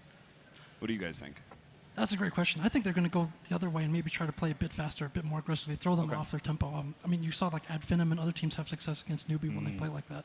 And so I would expect Wings to go in that direction. And also, like, they're the type of team where even if they're behind, things aren't working out. Like 1 or 2 team fights, they're capable of turning things around very well. But they don't play slow. You want to throw you want to throw Newbie off their. Yeah, I mean, it's just a question of like, do they play fast, but do they play faster? You know, because they're versus Newbie, and that will also determine our picks behind it, right? It's like. Because Newbie are like TP reactionary and stuff like that, you want to be able to have like fast burst damage. Yeah, they've not, historically anyway, they've not played well when they've been behind and struggled sometimes to get back into games. So it would make a lot of sense from a strategic point of view, wouldn't it, Merlin? Yeah, I think so. But the thing about Wings is they're okay with being behind because like most of the time, whether they're ahead or behind, they're always going to make the same plays and and just upset you in the team fights despite being behind. I think a lot of this depends on what kind of hero Kaka plays, because Kaka, he plays Mirana that we see move around a lot. He used to be known for his bounty hunter, but if he plays something more passive, I wouldn't favor that for them. I think they need something very aggressive that roams around the map, puts pressure on the mid lane especially. Yeah, what we learned from Wings yesterday was that they have experimented a little bit with playstyles, Jack. They had that first game against Meepo where it was pretty much all about how do we shut the Meepo down, and had a perfect game by many people's opinion. The second game, however, they picked the bounty and the Beastmasters. They were very much scared of the vision that they didn't have on DC in that first game, and that didn't work out at all for them. Obviously, they got outdrafted in that game. Are you concerned at all with the experimentation that they're trying at the moment, or is that exactly what you would expect in a reset patch? I think that's at this point that's been ingrained in like the personality of the team. Like that's just how they approach things. Sometimes they'll just be like, you know, someone will want to play this or that, or let's build a lineup around this during the draft, and they'll just go with it because they have a lot of confidence and trust in each other. And with their coordination, they're often confident they can make just about anything work at some point. But when they're not executing all those different kinds of strategies and game plans at the highest level, then you start to struggle a little bit, and that in turn corrodes some of the confidence that you have, right? Like maybe we shouldn't play this or try this anymore because it's not working for us. Fans enjoying themselves as we wait for the lobby. We are trying to get the lobby up and running, so apologies for the delay. Good afternoon, it's Denise Chan here, again outside the DG10 at ESL One Genting 2017. I'm back with Malaysian casters Terrence and Brian. What's up? How are you guys feeling today? Day 3. It's the grand finals, like how can you not be excited, right? I know my co-caster here is. Yay! So Terrence, you're not here with us today. What happened? Because VP lost yesterday. I feel sad. Well, NP is also out now, so right now the exciting match is Newbie versus Wings. Apparently some people voted, 61% of them voted that Wings will win, but you guys think that Newbie will win, right? Why?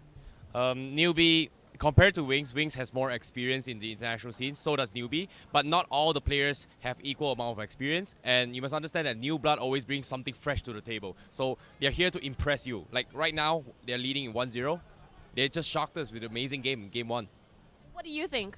Well, I'm actually rooting for Wings, mainly because they have a huge hero pool to play around with, and I'm sure they have secret, the aces up their sleeves, just secret strategies they want to play out. So I'm going with Wings, bruh. Oh dear, are they clashing again this time? Well, like you said, it's true though. Like with a new team and with a new patch, things can get really unpredictable, right? We've seen a lot of games today, yesterday, of how things can really just turn around just like that. True. So you're gonna stick with Newbie? Newbie. Okay, what if, let's make a challenge right now. If Newbie loses, what should we do with him? What should we punish him with? Previously I actually did this when we were casting. We made him do the PPAP song. Oh dear. Yeah. No, not like this. Okay, that's too easy, right? Shall we make it a bit harder? So we're gonna turn it up a notch? Yeah. I don't know. What can we do to embarrass Terrence in ESL One Genting? What would you do if Wings loses? Like what would we want Brian to do. I don't know why we are caught in between. Once again. No. Okay. I like the PPAP idea. Maybe it will make you dance as well. How about that? I have 2 left feet. Brilliant. It'll be even better. This will probably go viral. No, Newbie currently is leading 1-0, so why not? Exactly. So why don't we make it even harder? Okay, you know what? We'll see after the first match, okay? We'll see after the first match, whoever wins. If you win, you get to add something extra to it. If you win, you get to throw in something even harder. How about that? You will have to do the... You have to... I'll be the judge. No, you gotta accompany the loser and do it. No.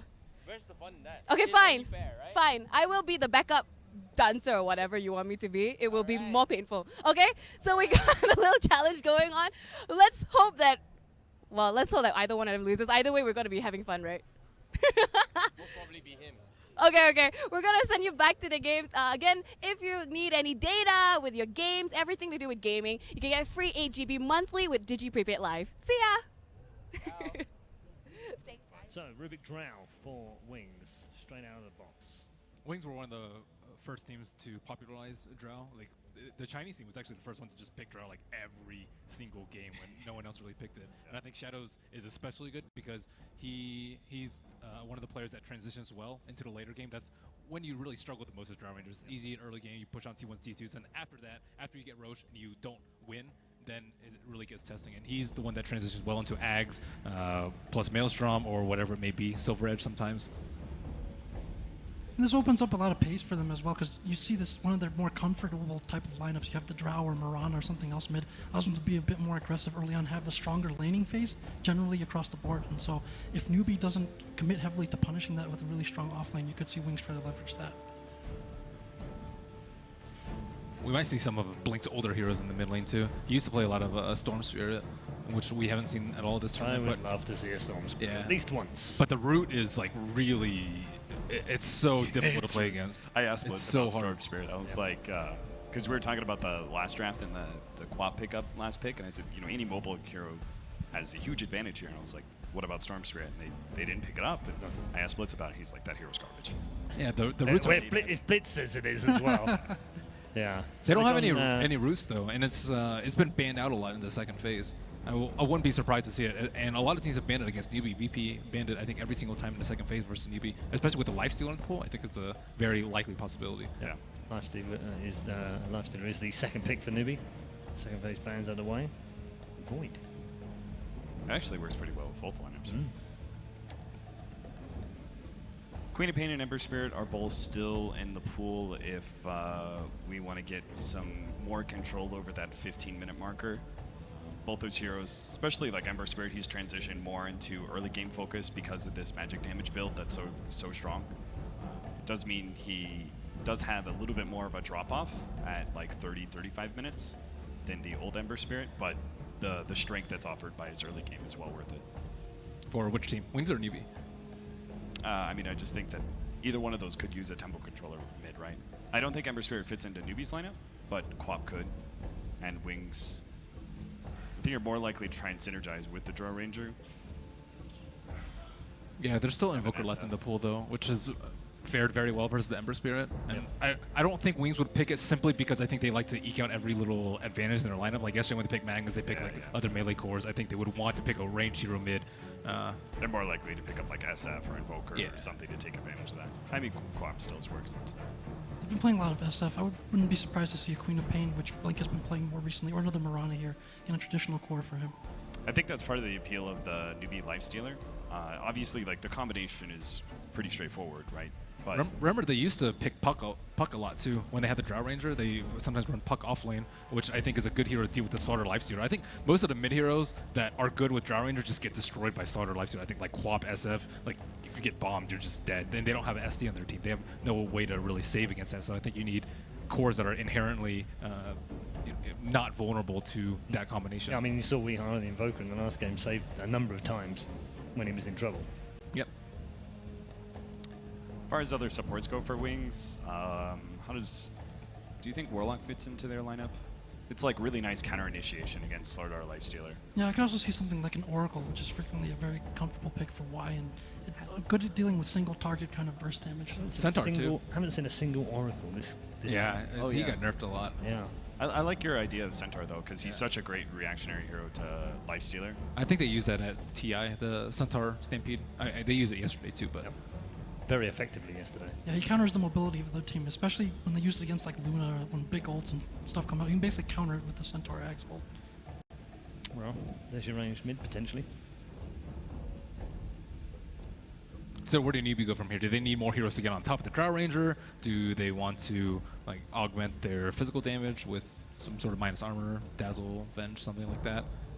Better for Roche? Do they need more team fight?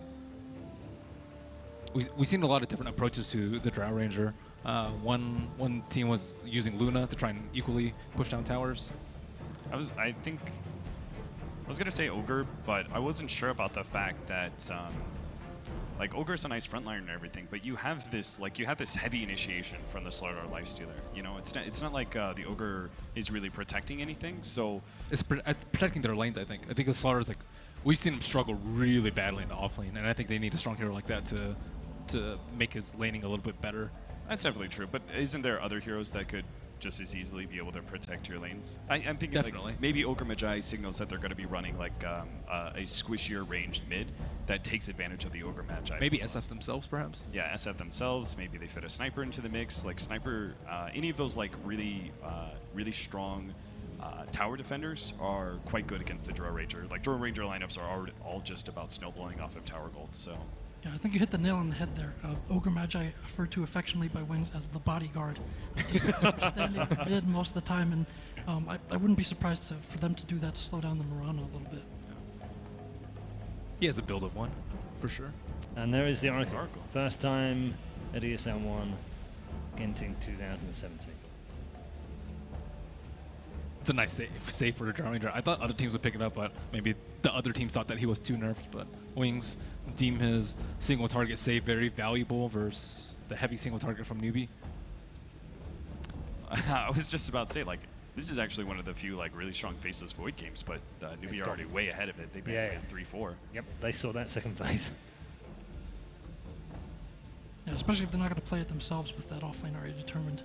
Yeah, and there's no Silencer too. Silencer counters the Oracle, but now they don't have any AoE control in a team fight. So, do you think it's a good idea to move the Slaughter to like a support position perhaps, or is it always going to be on KP? I think they need more team fight, and I don't know which role they're going to get it from. I think you have to keep the Slardar Lifestealer combination. There's no way you put Slardar into a 4 position, especially with the Ogre. There's still a Quap in the pool, and obviously you mentioned the comfort with SACC on that. If you protect him, have a good start in lane, he can kind of get to the back lines as well in those later fights, and gives you some AoE presence that the Oracle maybe isn't as equipped to deal with. I think Quap's like mega squishy though. He shouldn't have that much armor. Doesn't build too much armor, and no heroes to actually help her out. You can have a defensive support like Dazzle to be able to shore that up a little bit, the weave against these pushes. It's really hard to push into a preemptive weave, knowing that there's going to be this Slardar Lifestealer that could pop out on you. I still think their like team fight is going to be especially weak though. So looks like they're going to TI mid. All the minus armor. Usually you'll see what like SF or TA I think are the two most common minus mid armor heroes, and their dire side. So that's going to be a big threat. I think Wings have to pick a lot more early game. You've got a Drow lineup. Yeah. You banned Wyvern. I've like been hemming and hawing about it. It's like it's good versus Drow Ranger lineups, but it's also you can play around it. You know what you need in a mid now, don't you? For who? We have our mids. Wait a minute. TA and Paul's trying to throw us a curveball. Are you trying to say you want a Jakiro mid for Wings? That way you can push down. Versus the Templar Assassin? It wouldn't be that bad. Yeah, that'd be pretty good. Terrible. No. That's right. That's not terrible. Yeah. It's like one of the matchups. Sorry, so you said it was terrible. It's probably the only matchup you can get away with right now. Yeah. Which they're in the Coddle instead. We're reaching back into the old bag of tricks. Potentially Venomancer or something as well could get a lot of trouble. There's still Bat Rider left in the pool, right? I think that might be a pretty good pick for Wings. It's very good at dealing with TA though. TA is just like suffers immensely versus Batrider. Okay, never mind. I think Wyvern also does another thing for you here. He pushes out waves pretty well because you're gonna have this like 5-man push, right? And you want your other side lanes that the Draw Ranger isn't in to be relatively pushed in, and it's not like Lifestealer, like TA and Slaughter, they're just kind of okay at doing that. Ogre Magi doesn't do anything for you there. Lifestealer doesn't do much. It felt like that was like it was Wyvern or Coddle, one or the other. Yeah. They banned one, couldn't ban them both. So where do Wings go here? What are we looking at for? I liked your Centaur suggestion. Darkseer's still in the pool. Wait. So is DK. They are going a different... They are going to go DK mid then. Wow. Interesting. Very interesting. But man, Paul had something in his head that was right. I was half right. They actually Makes a were going change. for a mid last pick instead of the Mirana. Yeah. So what is this? Mixing it up. Aggro tri-lane? Might be off-lane Mirana. Yeah, could be. Yeah, we'll find out as we head over to our commentary team for the semi-final. Number 2 is about to kick off between Wings and Newbie. It's all yours, boys. Thank you, Paul. We're here now with our final semi-final. It is going to be Newbie versus Wings. God's joined by Purge. How you doing? Man, pretty good. This is going to be a really good game. It's interesting heroes. The meta's developing a little bit. I'm a little surprised to see the Winter Wyvern pick, actually. It's only been played against Meepo mostly, but could be really good against the Drow Aura here. Yeah, I guess the idea is just having some AoE to deep push. There was a Coddle ban, so options were a bit more limited come final pick. And they're a little bit one-dimensional in damage types too. Obviously they have like Mirana for nuke and stuff, but you know, against Drow Ranger, things like the Ice Block can really help. Yeah, and for Newbie, they are very, like, as far as their cores go, all in on the physical damage. Minus some from the Slaughter as well as TA, and then they've got the Lifestealer. So throwing in some magic damage themselves with the Winter Wyvern does give them some kind of variety. But do you like the Dragon Knight in the lineup? Obviously he'll get Draw Aura when he ultis, but... it's one of those things where the off-lane Mirana is the more kind of, it's a lot more unconventional. I've seen Wings do it before, but... He has a hard time against TA mid, surely, just base damage-wise. It was a strategic pick more than a laning pick, as we'll see Wings make an early rotation. Gonna get the lift onto the Lifestealer. The arrow will not land. A quick rage from U9, and he'll be out of there. The Fortune's End not slowing him down thanks to the rage. That was a hard one. He would have had to shoot the arrow before the lift even came out. Yeah, unless it was like pulled into a DK stun, which would have, you've got to make sure you hit that DK stun, otherwise you're laning mid in a bad matchup with Dragon Tail. Yeah, that would not be very useful. At the least, he'll be survivable against the TA. I think that's really what they wanted. Just semi-comparable damage. He should be able to last it okay with a Quelling Blade. And then the occasional roam could help offset all of that. It really is. I mean, you don't ever pick DK to win the lane. You often pick DK in poor matchups just because the hero is pretty much designed to be run in these 5-man kind of push strats where you come mid-game, you just start taking towers. So. Big bounty steals there for Newbie. Because of that 5-man rotation, they end up grabbing it on KP the Slaughter. So good start for him. He's also got a poor man shield, and he's going to be against an Oracle. Oracle does have the Draw Aura at least, but should be a fairly even zone off-lane thing. Yeah. Level 1, you think he can get a bit out of this lane? With some help, he definitely can, because he's got... It's a tri lane. This is... Yeah, I feel like Slaughter's been doing okay in lanes this week. I have a lot of faith in KP as well. Fantastic player. It's going to be a surprise thing, though. They go with the stun first, and they're going to follow it with an Arctic Burn slow, and this looks like a potential early first blood. Y gets hit by the crush, and he's down. Newbie strike first. The surprise of the two supports being down here.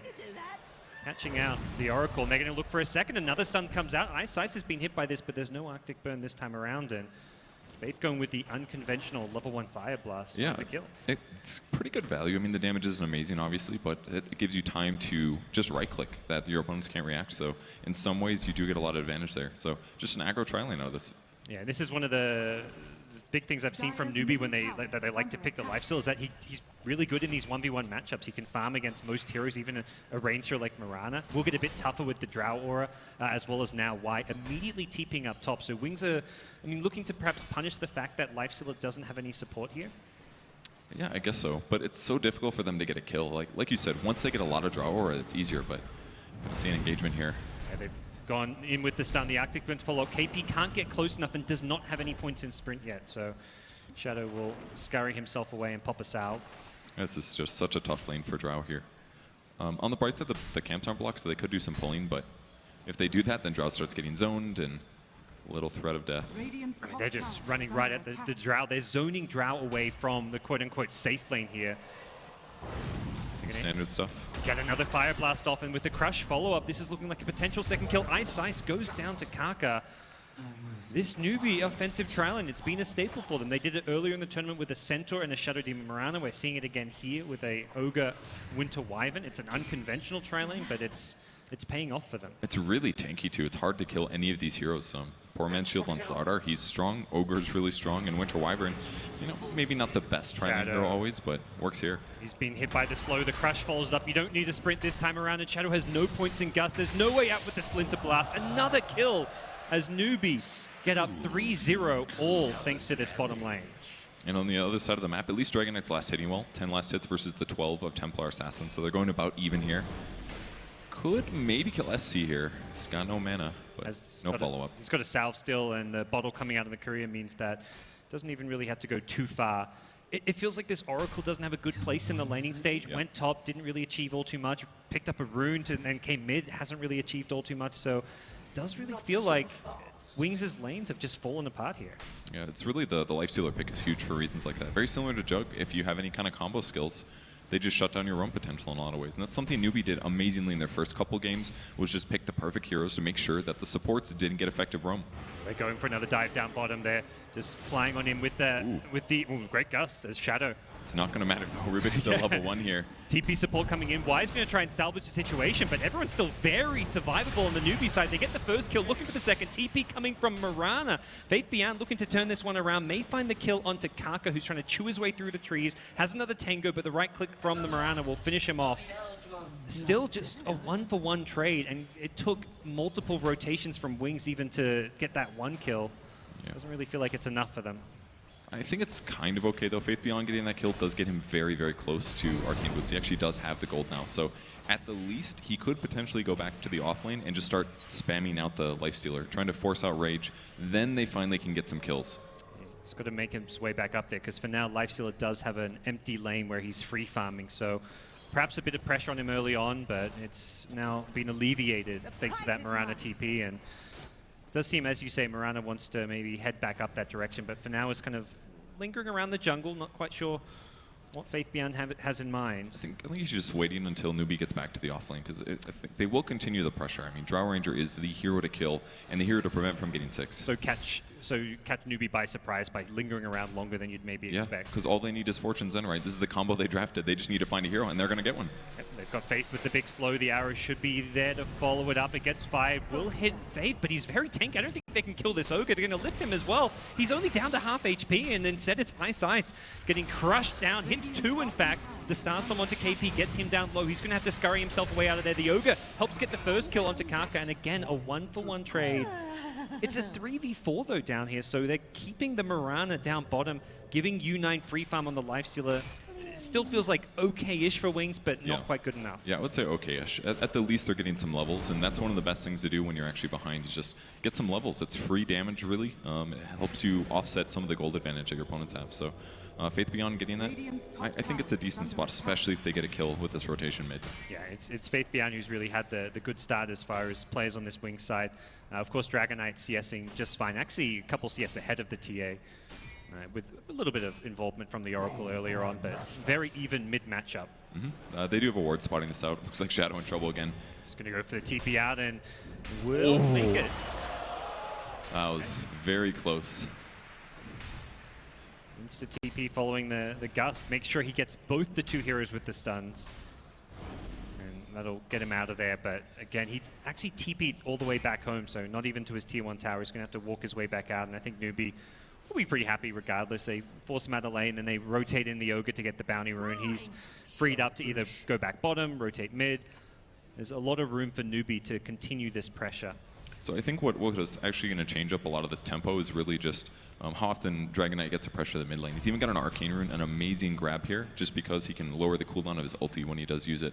But if Newbie just leaves the lane, he's going to take the tower really rapidly. So while Newbie's been more efficient across the map lately, if they do ever leave the Dragon Knight alone, it'll definitely upset any advantage they're getting. Do you feel like the TA is just going to be forced to just stick the mid lane then and not rotate too much? Well, he's actually just been jungling the last couple of minutes, just going from mid to the jungle camp, just because it's very safe. He's got to worry about getting ganked by arrows or Oracle or Rubik. Any kind of a smoke, it should be pretty straightforward if you have 3 right clicks and they have Drow Aura. Yeah. TA is going to go down. Yeah, for now just taking this Granite Golem camp and probably head back towards mid if the DK pushes it out and really threatens his tier 1. But you're just going to see some return to this top lane as Faithban is back up there, going for the phase boots, more of a right-click build with the Drow Ranger aura. I mean, speaking of Drow Ranger, not quite level 6 yet, but do you see Wings being able to start taking tier 1 towers as a group, or are they just looking to kind of keep things split up? Like you mentioned, the DK can just solo push the tower if the lane gets left alone. That's definitely a good point. I mean, they're very good at lane push. We'll see if they can catch somebody here. They actually don't get it. No follow-up, unfortunately, for Wings, but they've got great lane push with Winter Wyvern, one of the best things he does. Even Ogre can kind of drive by push lanes a bit, but their actual tower hitters, it's kind of just focused on TA in a lot of ways, and I don't know if he's going to feel comfortable doing that for long stages of the game. So while they do have a laning advantage here, they've got to start turning it into some fights. Otherwise, I just see Wings taking towers and split pushing so much easier. Yep. Or until they get something like a Blink Dagger on the slider, they're not going to be able to make too many plays. But KP is already halfway to that, so Newbie perhaps feeling confident that they may have the Blink Dagger before the troublesome 5-man push of Wings kicks in with the Drow DK. And still haven't seen Dragon Knight transform just yet. Still the Arcane Rune, though. That ult is going to be so good against TA at all stages of the game, just because of the Corrosive Haze, or whatever it's called. Yeah. Corrosive Breath, excuse me. They're very good at breaking refraction. The Green Dragon will be coming in. He does pop it in the mid lane with the Arcane Rune, kind of something you mentioned he's going to be looking to do. Spamming the lane out. This will keep the TA kind of in lane as well, not able to kind of capitalize on the fact that as a TA you can jungle while taking the mid farm, and he's just getting free pot shots on the tier 1 tower, getting it down to about 800 HP. But it's bottom lane where Dragon Knight's coming. Yeah, DK's going to TP in, look for a punish. Can he get this done? Does hit KP. Is there much of a save here with the heal from the Winter Wyvern? It's going to try keep KP alive. The slows coming from the Ice Arrows of Shadow. It's going to be enough with another stun. That Arcane Rune on the Dragon Knight paying off. He didn't even use his wand. He's still got like tons of mana. I mean, all his spells cost like next to nothing thanks to that Arcane Rune, so that was a huge pickup, really. That was very value from him and a good rotation. His ult's going to run out, and then he's going to have 20 seconds until his ult again. That's so big for the early tempo of the game, because even though he only slightly pressured the mid lane, the fact that he went to the safe lane now and picked off the Slardar, who's trying to save for Blink Dagger, reducing that gold, it's a huge play. See Lifestealer go on to wire the top lane, but purges off the open wounds, and this looks like U9 just trying to push him off the lane a bit, try and get some extra damage on the tower if possible. He's just going straight into the armlet. A Newbie just going to be kind of slowing the tempo down until they have that Infest Bomb into the Blink Slider, or are there plays they can make before then? I mean, it seemed clear that they're really pressuring the Radiant jungle area, but you know, the last couple engagements haven't gone super well, and I think that's just, like you said, because they don't have the Blink Dagger. They don't have a good way to initiate and grab kills at this point. There's also a lot of Radiant Vision around that bottom jungle, seeing everything. Another DK ulti will come out onto this mid lane, and it will force Newbie to rotate. They probably recognize that without an extra couple of heroes here to scare off the Dragon Knight, he will just get more free damage on the tier 1. And while I like how good their heroes are on the tri-lane now, Ogre Magi Arrow level hits 4 TA at the bottom rune, and that means the haste rune, okay, gets denied by Kaka. Really nice play. The Dragon Knight may have overcommitted here. He gets stunned up. He's still very, very tanky here. SCC charging forward, wants to bring down the Dragon Knight, lowers his armor with the Meld Strike, and it looks like Blink is going to be going down. What a play from Kaka. He gets the Cold Embrace as well onto the Ogre, keeps him alive. Ice now dead as well. SCC with a double kill. Did you see that? He Meld dodged the Dragon Knight stun. It was insane. That's exactly why DK died. I thought he was going to throw it on. Where's the stun? Where's the stun? Finally, when he turns and does it, SC dodges it with Meld. And the initial play was from Kaka because the arrow, 5-second arrow into the TA meant that the Dragon Knight was going to pick up the haste rune first, but Kaka denied it from the high ground using his Arctic Burn, slows the Dragon Knight while denying the haste rune, and then suddenly he's way out of DK's position, right? Yeah, can't get out of the dangerous situation. It was such a good heads-up play from Winter Wyvern, and that really punishes Wings there. On the bright side, Drow Ranger finally gets a little bit of space in his lane, so level 7 now. I think the Frost Arrows are going to actually be pretty significant this game. Once Rage is down on the Lifestealer, all those heroes are very kiteable here. So as long as Drow Ranger doesn't get directly jumped on, I feel like Shadow can contribute a lot to fights. Yep. Well, KP now, off of that little fight, is up to 1,900 gold. There's a reason Newbie feel confident first picking this slider. They're going to have a very fast timing, and they are looking to go in this bottom lane. Shadow will throw the Gust, but can't TP because the Ogre is still there with the Fire Blast, and that's a straightforward pickup for Newbie. TA is scary with Bloodlust, man. That was amazing attack speed. They're not just going to have a slider blink, they're going to have SCC rushing a blink as well, so we're going to be seeing multiple heroes with the ability to close gaps onto the Drought Ranger, the DK, the supports. Being able to jump on top of an Oracle, very important to force out like a false promise onto himself mid lane. Does look like Kaka going to get caught out in an easy, kind of not too influential, may get them a tier 1 tower here if they're quick. Kill onto Newbie's support. They're rotating over though, they want to stop this. I am so scared about the TA for Wings' side. Like jumping on the back lane, even if you use Oracle ulti on somebody, he's still going to kill him, I'm pretty sure. There's just so much damage output right now. AP reveals the blink in, the crush on the Ice Eyes, perhaps not too worried about the opponents knowing he has a blink. Ice Eyes going to go for the TP out. Can they burst him down in time? You betcha. SCC hits him with a big right click, and Faith Beyond just doing what he can to chip away at this bottom tier 1 tower. Does attack pretty damn hard with the Drow Aura, the Phase Boots. Also going for like all these cheap cost-effective items with the Aquil and the Wand. On the bright side, they still can defend very well on Wings' side. It's difficult for Newbie to turn these kills into tower hits, because if you have a Dragon Knight sitting in the front with tons of armor, and you got him backed up with an Oracle, very low chance that he actually does get killed despite all the damage. But at some point, if they keep farming, he will be threatened. Nice TP out from Mirana will elude the first attempted Infest gank from KP and U9. And KP just going to blink himself into the lane, probably thinking that they can just work away on this tier 1 tower. If it's not going to be defended yet, Lifesteal will pop out and take this one with no heroes in the neighborhood. It is a smoke play from Wings. They're looking to take the mid tier 1 tower, or perhaps take over the dire jungle in return. I think it's a smart play. I mean, they didn't show everybody on the bot lane for Newbie. They're expecting maybe one would be there. If they find the TA doing Ancients, for example, that'd be amazing. But yeah, there's the Observer where they don't actually see him. So, good move from Faith to get out of there while it was still dangerous. Do you think the mid tower is better for Wings there than the safe lane tower for Newbie? In the past patch, I would, but one of the things I feel like with this new patch, losing your mid tier 1 tower doesn't matter as much on that either side because of the shrines. You can now TP to the shrines, so you still have that TP access point. You don't get the vision, but being able to still TP out around that area, I think, is means you don't lose control of your jungle by losing that mid tier 1 tower. Yeah, I would definitely agree with that. It's close enough, right? Yeah, I think it's kind of a similar trade between the two teams. Newbie ideally were looking for a kill, so I think Wings did a good job avoiding kind of getting picked off by the Slather blink, but at the same time, they didn't get anything out of their 4-man smoke. It's kind of that stage of the game where Wings have to stick together, otherwise Slather, Lifestealer will find pickoffs, and then Newbie would rather find pickoffs than necessarily like fight into the 5-man, 4-man smoke units of Wings. Yeah, it's got to be scary with this many blink daggers. Like, there's so many mobility options.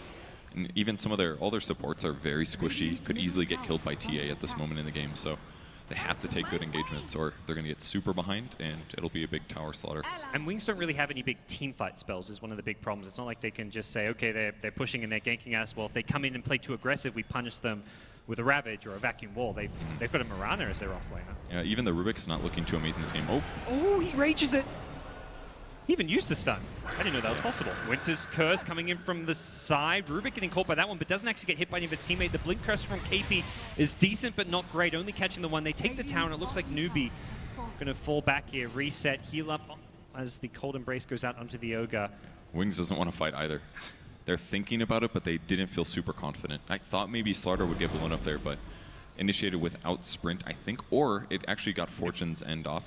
Like they debuffed it, I think, as well. And the important thing was the DK stun on cooldown. You almost want to try and have the DK stun for when Slaughter blinks in so you can burst him down. Because if he's sprinting, he's taking extra damage. Yeah. That projectile difference for Dragontail makes a huge impact, especially against a Lifestealer, now that he can dodge it. It's already made the difference in 2 cases here. See Kaka just chilling at bottom. When you're a support Winter Wyvern farming in this bottom lane all alone, like, you know the game's going well. I mean, that's the Winter Wyvern life, right? You just go somewhere and you cast Splinter Blast and you get at least 2 last hits every time. And if they come ganky, you just Arctic Burn over some trees. Yeah. And now they have to stay in their base. They can't actually move with all the heroes. Somebody has to be here to push. I mean, if he gets ganked, it's like no big deal as well. Yeah. He's already spent some of his money on the cloak. Looks like there is going to be rotations towards bottom. It's a matter of how long will Kaka stays. There's the Arctic Burn, the TP, Arrow, and I'll find him. Yeah.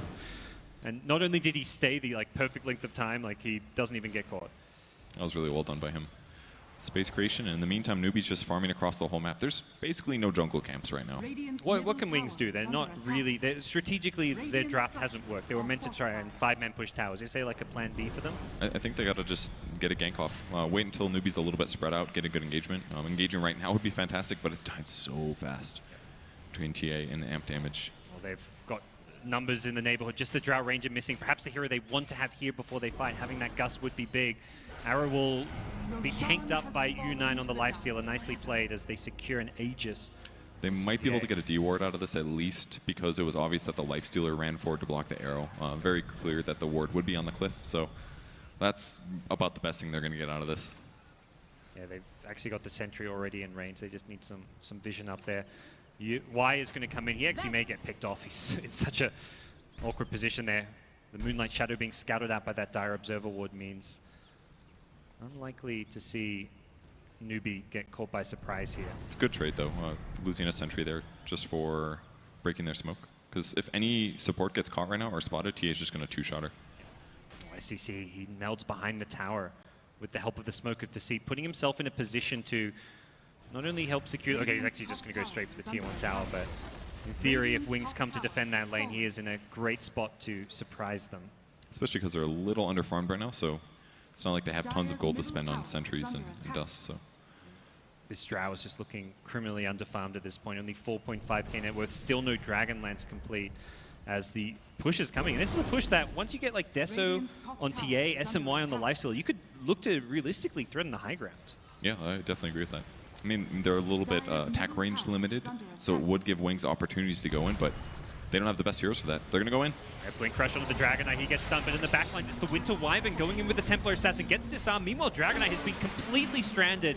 False Promises, well, not really going to save his life there. The Winter's Curse, great Blink Crush, KP catches through on the backlines, and TA and Lifestealer there to clean up, and Newbie just running a train through Wings' base here. Faith Beyond throws an arrow, but it is looking disastrous for Wings as an ultra kill goes with the TA. A rampage as SCC puts the nail in the coffin, and Ice will come with the fountain. This could be huge. Double rampage potentially. No, he's melded.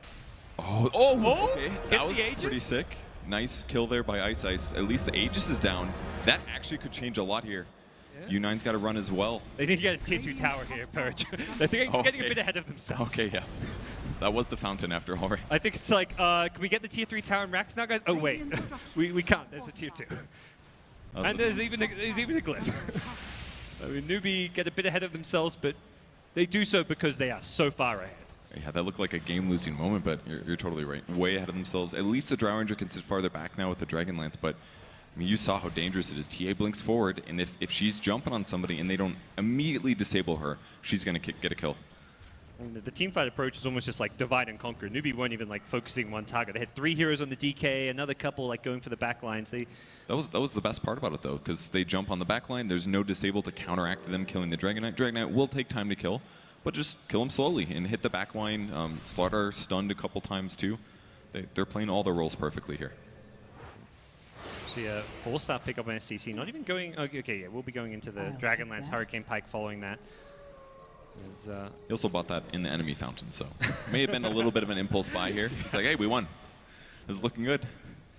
And we'll see what Newbie's next move is going to be. They're going to be playing without the Aegis, as you mentioned now, because that does give some breathing room to Wings, because if not for diving as deep as they did, they could have taken the tier 2 tower and started chipping away in the tier 3 tower with an Aegis, but even so, I don't feel like the Aegis is a key component considering the sheer item advantage that we see on Newbie right now. You know, I think that's maybe the first time I've ever seen SCC do something like greedy and aggressive and get punished for it. Like, yeah. It's so uncharacteristic for him. He's such a safe player. The crazy thing is, if Meld wasn't stolen, he would have gotten a double rampage.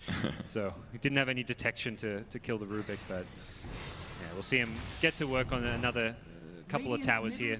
This will reset the glyph, so Wings will now have at least a glyph for defending their tier 3 towers in theory, if that was going to be needed. And the tier 2, man. Otherwise they're going to lose their shrines. Do you think they can defend the tier 2 at mid? Nope, it's gone. Might as well be. Radiant scan, checking the tier 2 tower at top, making sure that Newbie aren't teeping back with the Slaughter to catch them out. I like that play. Make sure Wings get a free tier 1 of their own. They did use the Dragonite ulti, though. So hypothetically, Newbie could just delay this by a bit. Newbie ready with a infested lifestealer into the Slaughter. KP, see what he can find, but as soon as these heroes aren't showing around that tier 3 mid tower, Wings will probably just get themselves off the map. SC is very farmed right now.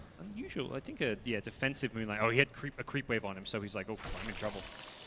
This creep wave gonna perhaps ruin me. But Bit of a greedy TP here by Kaka. They're going to know which way he went. So clearly went either North Shrine or the tier 2 top. So maybe we can see Wings play around this. They're currently smoking, running the bot lane. They're scanned. Oh, that's a dire scan. Okay, and U9 TPing. That rage was just lucky enough to be used before the TP, but of course, standard stuff from U9.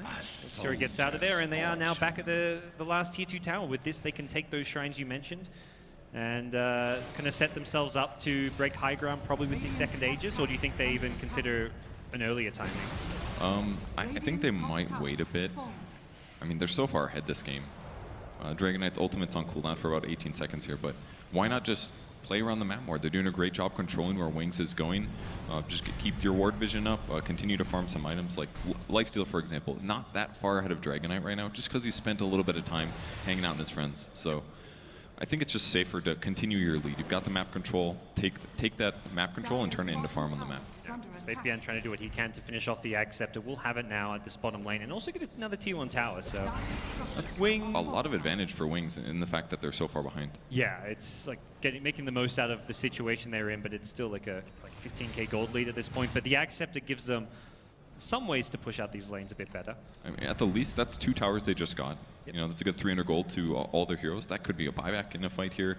I feel like Newbie maybe should have defended those a little bit better, but perhaps they don't feel as safe doing split pushes just because, or defending split push just because Wings is more likely to four-man. Yeah, it seems like a just safer approach. Like, let's take out these shrines, then let's get ourselves another Roshan. Who cares if we lose a tier 1 tower maybe along the way? You're still farming faster on the Newbie side, even with a tier 1 tower here or there being lost. But AC will be the next line pickup for Lifestealer.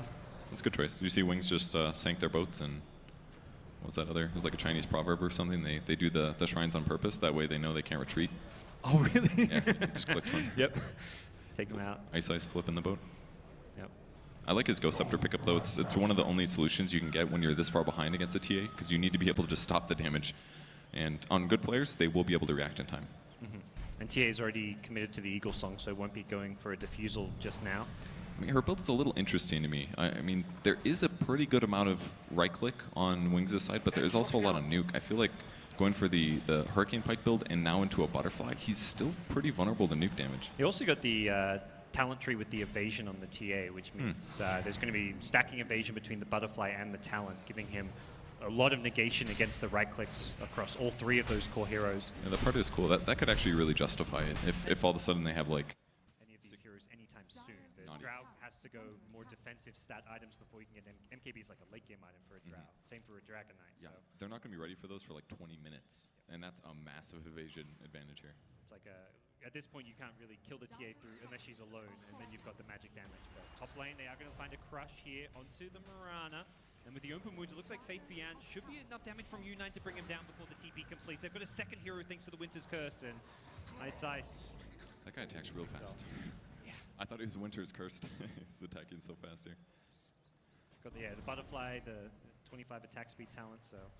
And the Bloodlust as always. Oh yeah, of course. Any other big talents kind of coming out for any of these players that you see? Your favorite 60 gold a minute talent on the Ogre?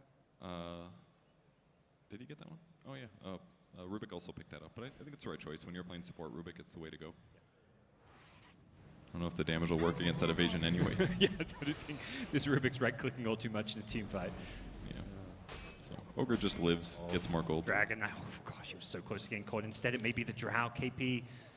He's right by these 2 cores, and okay, he's seen Shadow now. And Dragon Knight's out too, he can't save him. Yep. There's no gust to save you there. Dragon Knight needs to just TP himself out, so. He did buy out as well. Looks like he's going to finish a SNY, I guess. He's going to do a Hurricane Pike. Oh, you can queue up 2 items. That's cool. Yep. So, see just pure survivability coming out. It seems that Wings is really just focused on split pushing right now. They haven't even really tried that hard to get kills. They're just trying to push the lanes out to limit Newbie's ability. This is a rare moment where they actually are going for it. But this is like I've seen Wings. Oh, this is like the MVP type smoke where it's like you've got a hero dead, you're missing an ultimate, but we're going to smoke up 4v5, despite the fact like this is like the smoke you're just not expecting. Like, yeah. You're Newbie, you're breathing like okay, they're not doing any plays here. We just killed Drow, but you're smoked as 4. And they almost got there in time to find Slider or Lifestealer, but it would have been a bit awkward with the high ground advantage on Newbie's side, but... Yeah, they would have needed Blink forward from Dragon. If they had the ward there, they absolutely would have gotten the kill. Maybe now? Oh, yeah. Smoke popped at a very awkward time there, and... It's so difficult to be aggressive like that with a smoke when you don't have wards on the map, because you don't see them passively farming. If they just had if they had a little vision there, that's a dead Lifestealer. This is really the right idea and a good smoke to use, because it is going to catch them by surprise with the Drow dead, and even when Drow respawns, you know the Drow isn't with that smoke unit, so Newbie are very split on the map, just playing the farming efficiency game, still waiting for Roshan. I mean, they've had that trap there, so they probably, I imagine the team talk is just wait for Rosh, then we go chip at high ground. Yeah, it's a lot easier that way.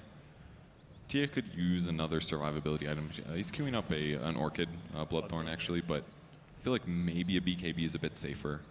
But we'll see if he changes up later. Yeah, the Lifesteal's got the completed AC now, so another Infest, but once they see Roche back up, they may just make a beeline to, or they do see Roche back up, they may make a beeline towards that. Their gem is up as well. I don't know if we've had that a bit, but only one ward on the map right now. Yep. Arrow's going flying out, and we'll sniped. Hit the Ogre. Get some stun duration for his Dota buff stats. That's fantasy points right there. Yeah, absolutely. It's the Starstorm Mirana goes for the Ghost Scepter before the Blink, just when you have that survivability as well. Uh-oh, they've caught Rubik. The Refraction will do a little. The Ghost Scepter will do a little bit as Dragonite comes in with a BKB, trying to turn this one around. Nice Ice is still alive despite, okay, not for long. The TA comes in, takes out one, won't be able to get the second immediately because of the false promise, but he's already onto a new target. The Mirana gets low thanks to the amplify damage, and TA is just wreaking havoc. They've stopped one at the bottom lane. It's the Drow Ranger with a just casual Winter's Curse. U9 is trying to bring down Shadow before the TP completes, and the multi-cast will stop it. Onto the high ground we go. Wings will just call it. Who needs an Aegis when you can roll through Wings that way? 21 kills to 4. Jack said that Newbie had been playing a lot of games, and it's just been so obvious the whole tournament. They stomped in the group stage. They are dominating this match as well. Their lane setup was amazing. It didn't look like it was going to be anything super fancy, but all of a sudden the aggro tri-lane was just consistent and amazing. And they got to the lane fast. It was a little unpredictable. That first kill on the Oracle started them off on the right foot, and they just kept getting kills. And was it just that bottom lane which really decides things there, getting all those kills and winning as bad as they did? I sort of feel so. I mean, the offlaner for Wings did quite well. He got a good Axe timing in the Dragonite farm pretty well, but they just had so much minus armor. Their synergy was fantastic between their heroes that, I mean, Drow Ranger basically just wasn't an impact at all, and there wasn't even really that many fights, just the one top. And because that lane fell apart, the Mirana then had to TP bottom, and Lifestealer suddenly free farms. Lifestealer, who was meant to be in a bad matchup, suddenly has an empty lane for most of the early game. So you can see Wings there a bit stumped by game number 1. We're going to see if they can turn around and have a plan for game number 2, as we'll go to a quick break and then come back to see what the analysts have to say about our first game of our second semifinal.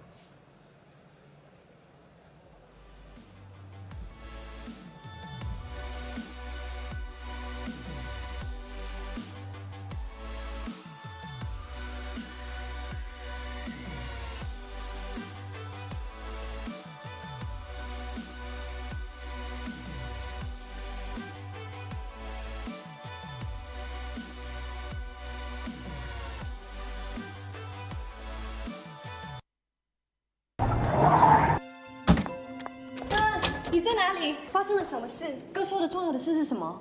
都是我不好，妹。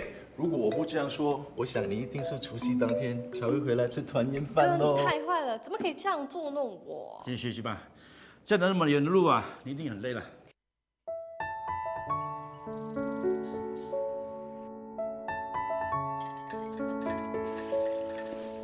这不是小时候常看到的画面吗？一家人聚在一起。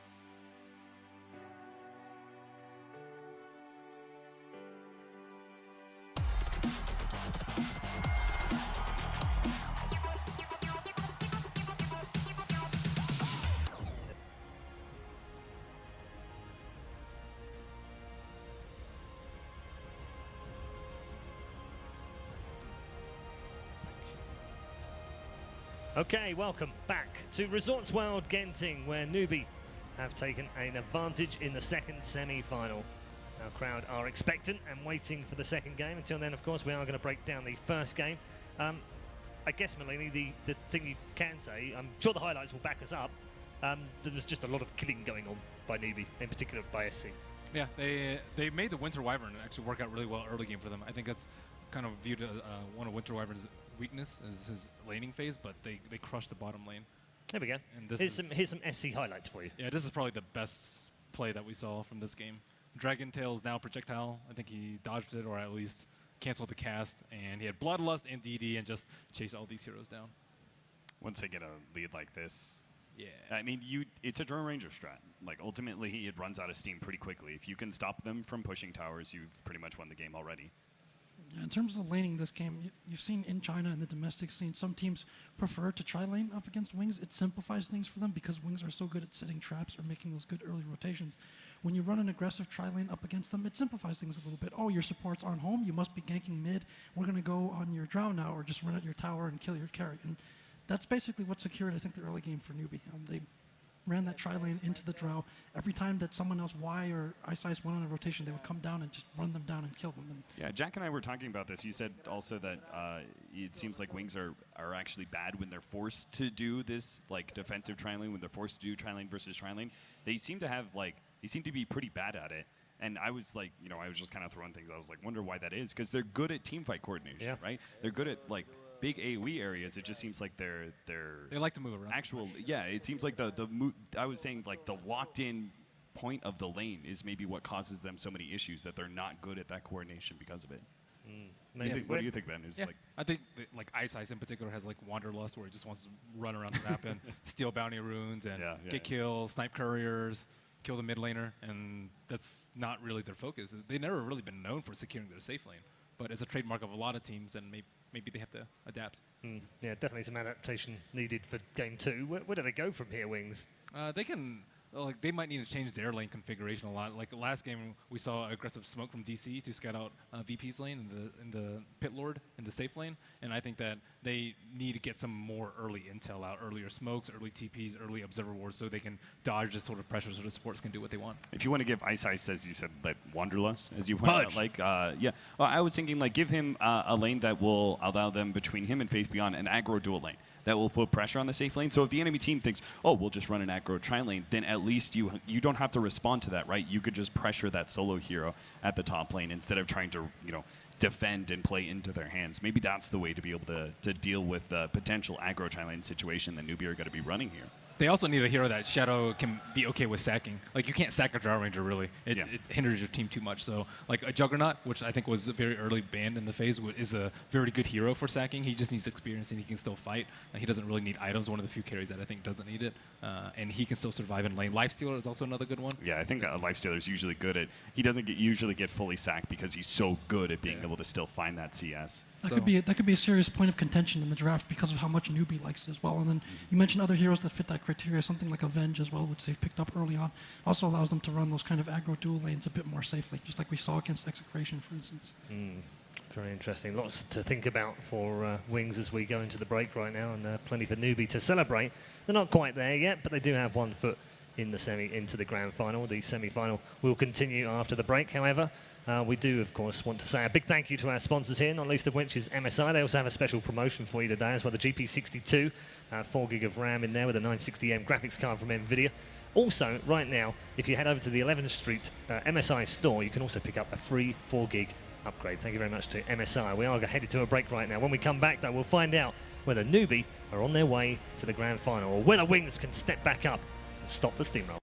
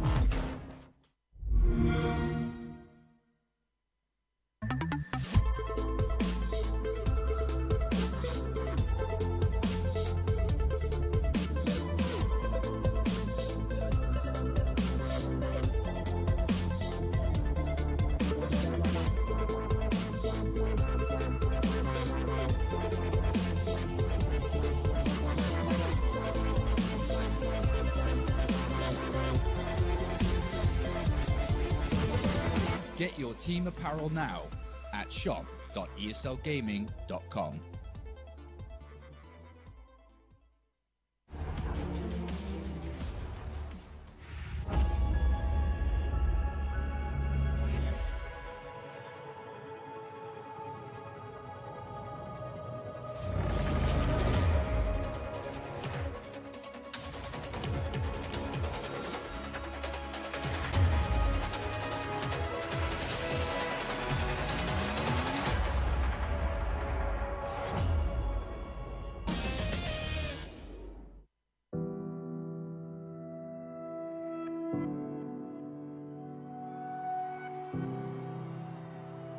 Ladies and gentlemen, welcome to ESL One Dota! Two headshots in a row, and Phoenix about to bring it back now. All on Nico. Trying to see if they can get the defuse, and Nico. Oh no, Phoenix! Has to keep Virtus Pro alive. Taco once closer. AW getting done. He's looking for a third. He's gonna get a hit on headshot again. Oh my god.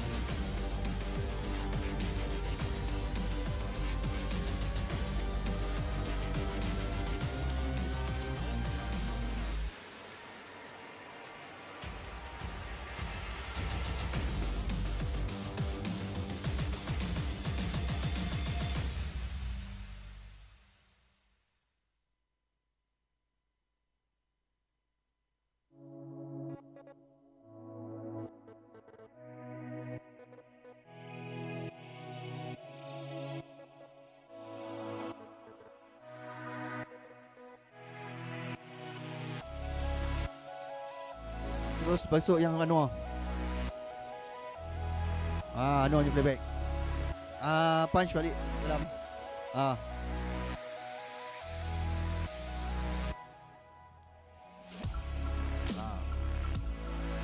Pas dah masuk yang sana nanti dalam 5-10 minit tu baru yang playback yang saya punya rekod tadi.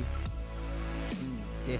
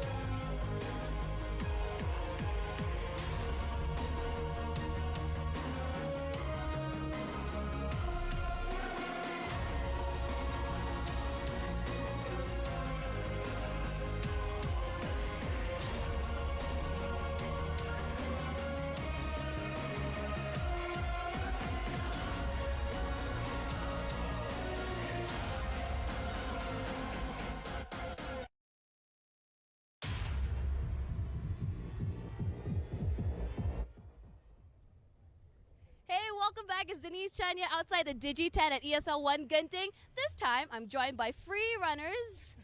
They don't have a group name. Should we just come up with one right now? Team Apa? Alpha Movement and AOXM. So they do have a team name. Tadi I tanya off camera, ada team name tak? Tak ada.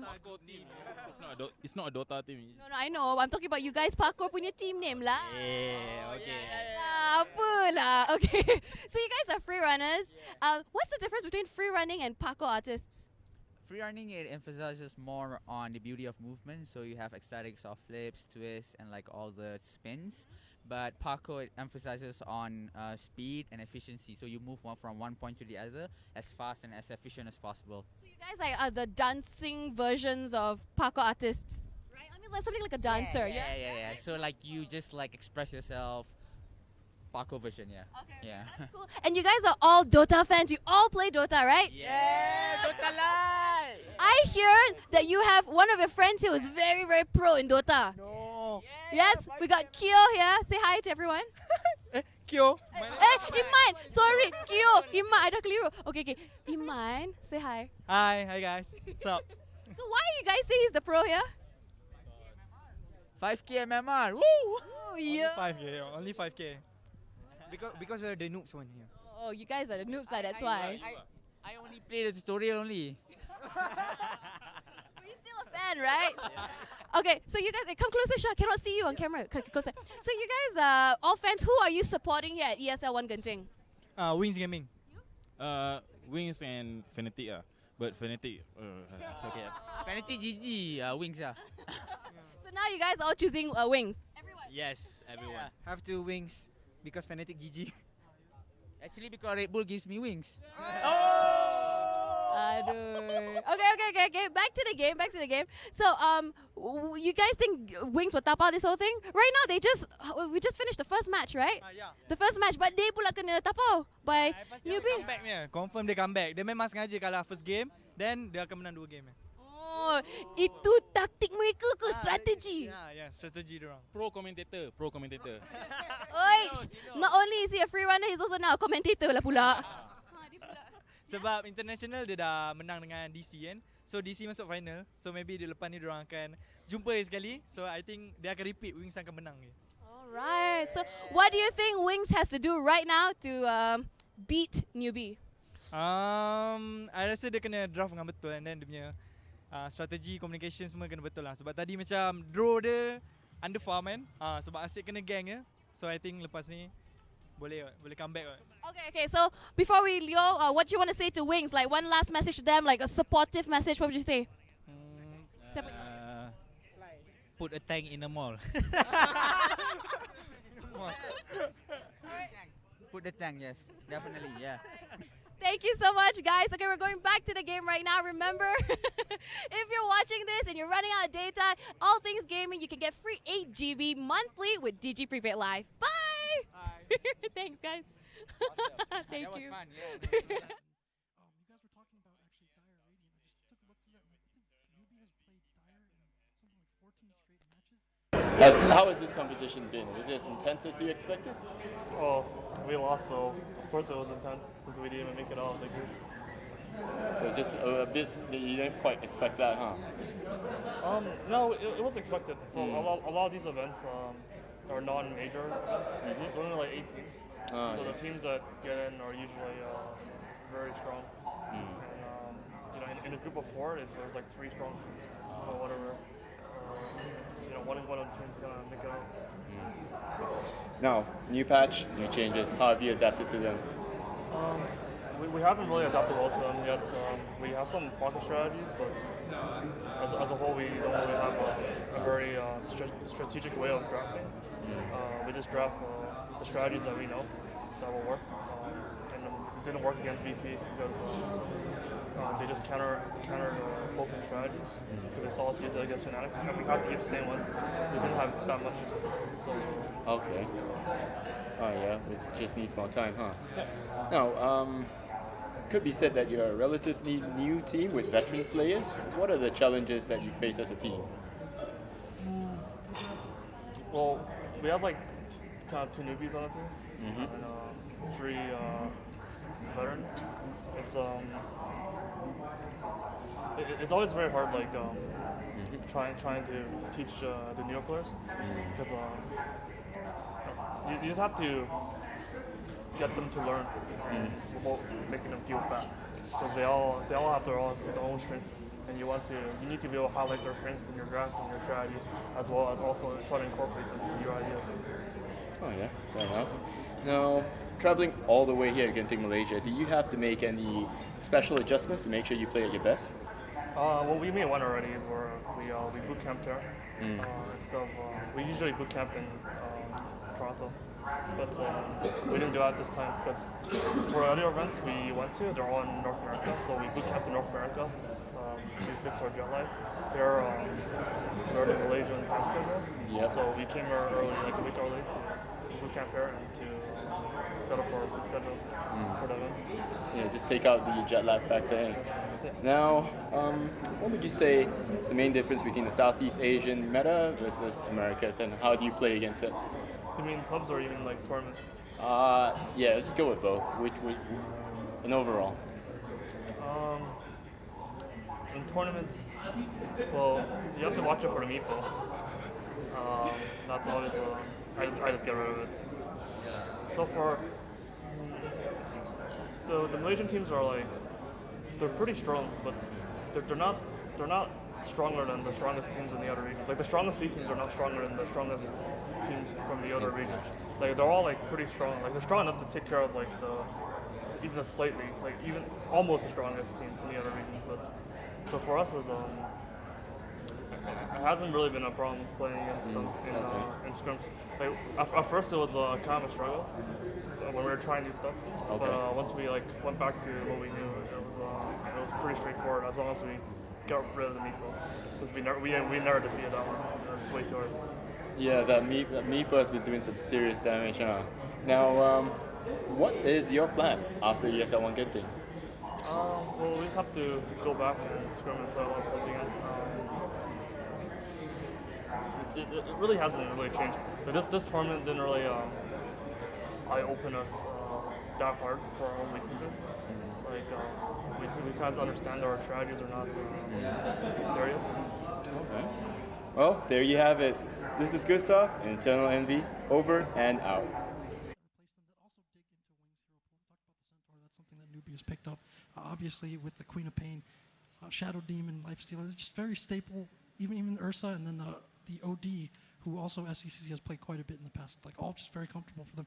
They have a small pool that they run very well, and so it's impossible basically to remove all of that. Yeah, I mean, the odd side of that really is that in many ways Wings should be able to predict what they're up against and play accordingly and pick accordingly, but it didn't seem to happen in game one. They like to do strange things though. Like they could have easily just run the Mirana mid last game. Yeah. They're like, oh, let's do it offlane.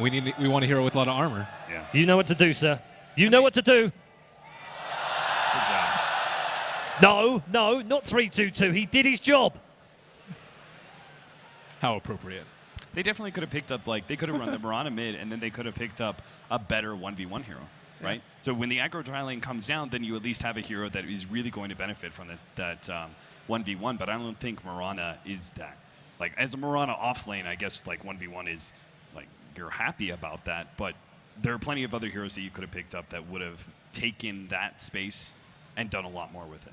We didn't speak too much about him, but Faith BM we picked out, highlighted as a player that Wings need to have a good game. How did you assess his first game, Jack? Well, with that offlane pick, I think they're expecting if Newbie is trying to run maybe a defensive try, or they won't be able to really zone the Mirana out with that Lifestealer and whoever else. And so that ensures that he is able to get some resources and farm, but what can the Mirana do in terms of turning things around mid-game when your safe lane gets destroyed like that? I don't think there's that much that Faith PM can do. Good to see the crowd here in good spirits as they wait very patiently for our second draft. And they have been. Yeah, I have to say this to all of you that have turned up. You have been a fantastic crowd all week, so thank you very much for that. It's been a pleasure being here in Malaysia. And you guys have really looked after us, so thank you very much for that. The crowd in Southeast Asia is always more friendly. They do. They always show up early too. They're pumped. Yeah. There were people queuing outside at 8 a.m. to get in, which is crazy because we weren't even here at 8 a.m. Usually it's the other way around. We normally do get here first. So you were saying Terrorblade? More Terrorblades, more Yeah, we haven't seen a huge amount of it, have we? TV, a couple of picks? Yeah, because it's like Dude, meta's so Luna and Draw Ranger is slow. going to be but he's so going to be powerful, banned though. away that is He's like so slow. okay, He's so powerful. he is slow. That's the problem. It's like he is like when it comes to pacing, right? It goes Draw Ranger, Luna, and then Terrorblade. And I think it's like Terrorblade just needs a little bit too much space, but it's like one of those pushers that. I also think he's easier to counter. I think Axe is like particularly good versus him. Yeah. LC I also think is particularly good versus him too. Both are somewhat popular this patch. But then there's the other hero that I mentioned, Gyrocopter, right? He's a super fast hero, but not being picked up at all. Or not very much. Yeah, no, I was going to say, I think we've had one pick on Gyro. Yeah, we have had one game, I remember. That was their lineup against the Meepo, actually. Yeah. Oh, yeah, that's right. Yeah, it was. Maybe that's the hero that they need. Like, that you don't want to aggro Tri-Lane into a... sorry, maybe... Yeah, we're being distracted right now. You can't see it on your camera at home, other than some mad dabbers. That's some severe dabbing, sir. Well done. Definitely racked. Sir Action Slacks has somehow just got himself into the audience right now. I don't know if we can get a camera over there. But he is, I don't know what he's doing over there with his hands. He's giving him the finger. Oh. Not the rude one, though, thankfully. I love this this arena and venue as well. Genting. It's pretty cool, isn't it? Is Yingding in Chinese, which is like atop the clouds, basically. And it's felt like that basically as soon as we came up. Just like the mist and the cloud just surrounded everything. So it's pretty unique. Slacks, what are you doing?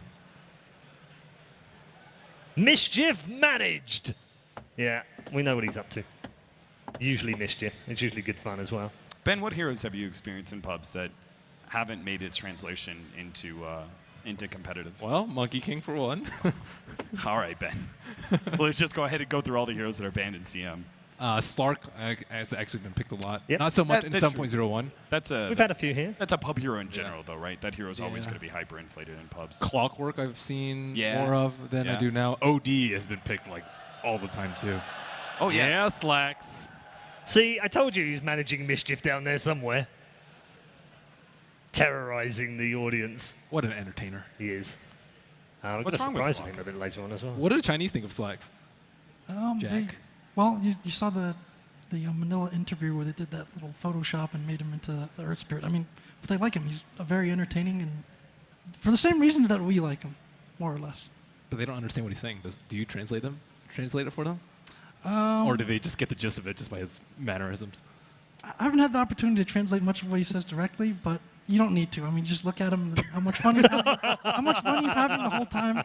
I mean, yeah, have somebody just have Slack sneak up on something. You don't need to know what Slack says. All you need to do is look at him. And that was from Jack. That's a direct quote. Not a shot, Slacks, not a shot. Do you know how, like, you see those posts, like the comics and stuff, like the Chinese memes? Is there posts like that in China as well, translating like English memes?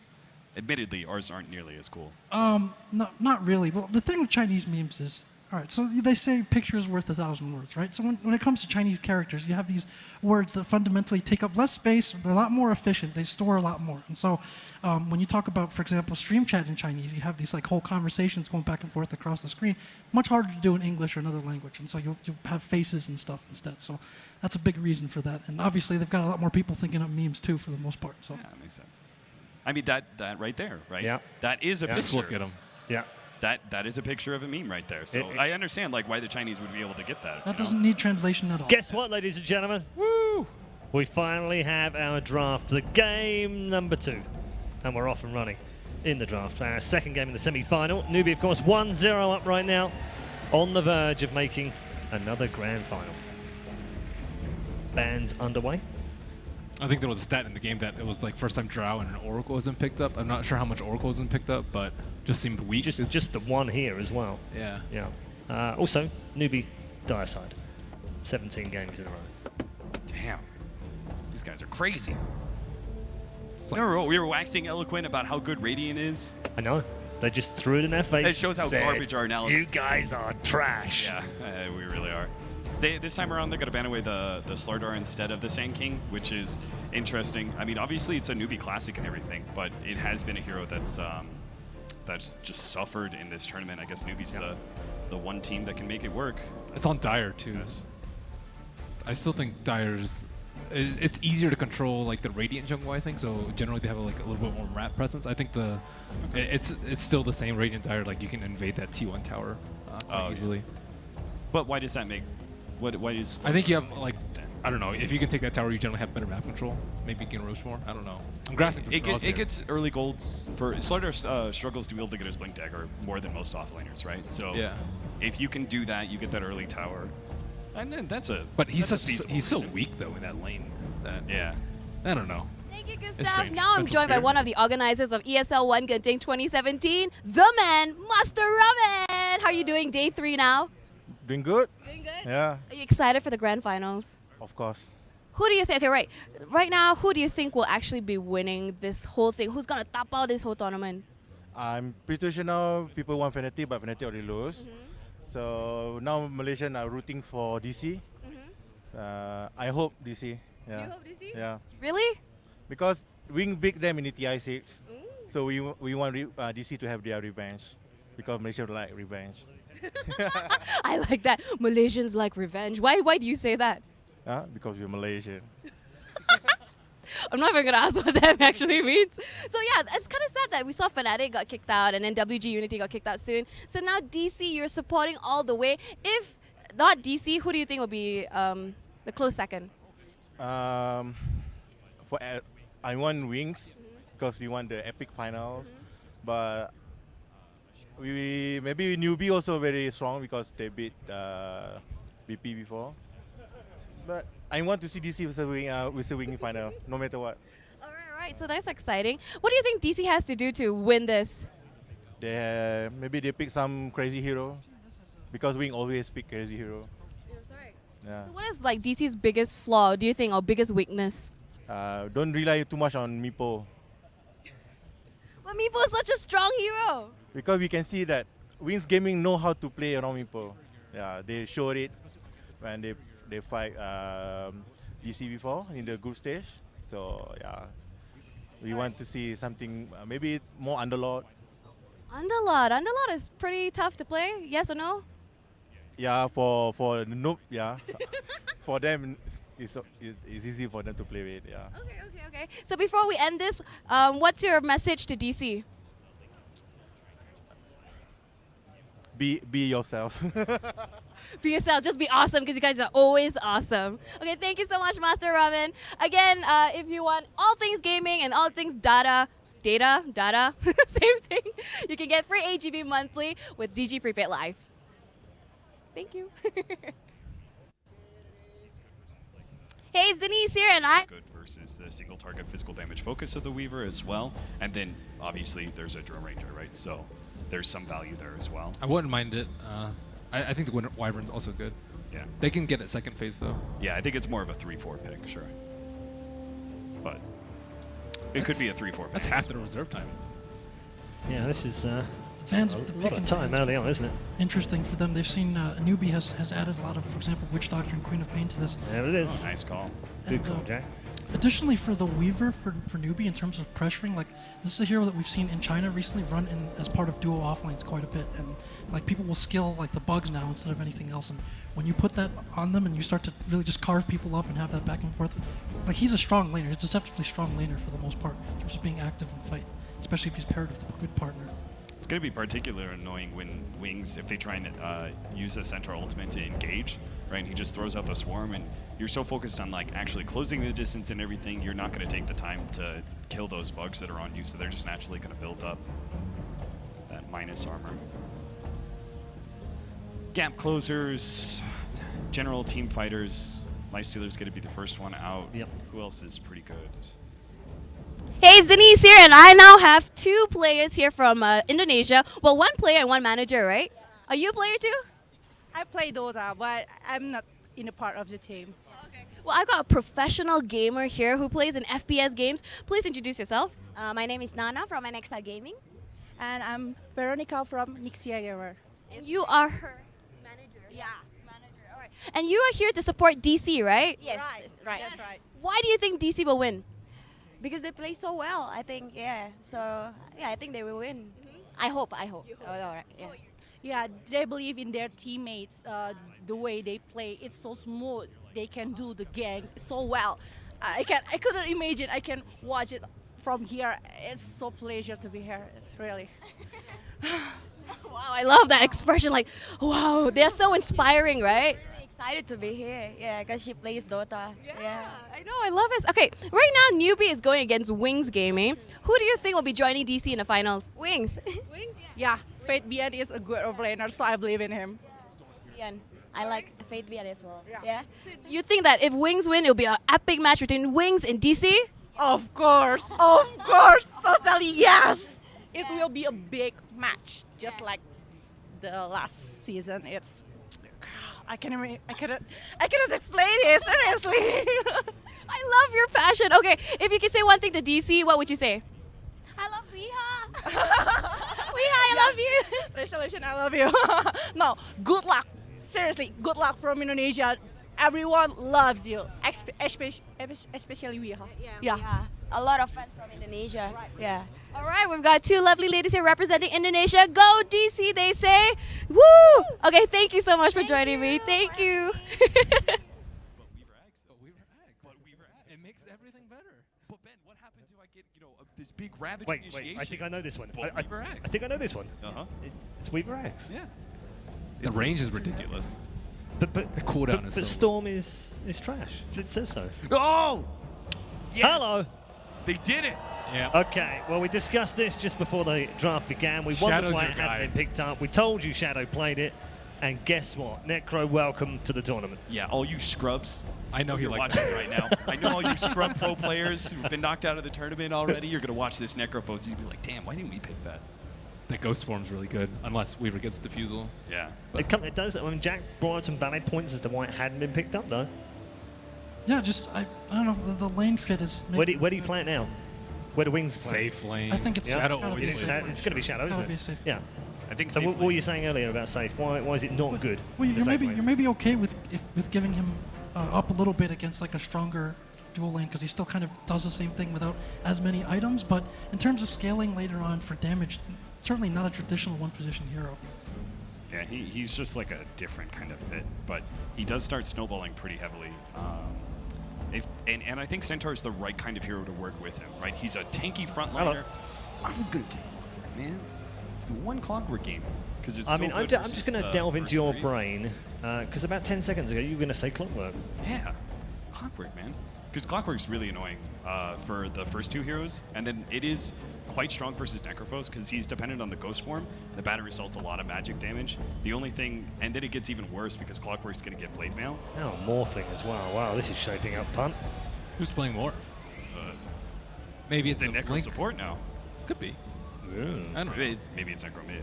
Maybe it's Morphin support. Ice would run that. Oh. There's your disable versus the Weaver. Whoa. Or the Drow. Or the Drow. Shut someone down for a couple seconds. I guess, but doesn't he just Shukuchi away? Blood time. I'm just kidding.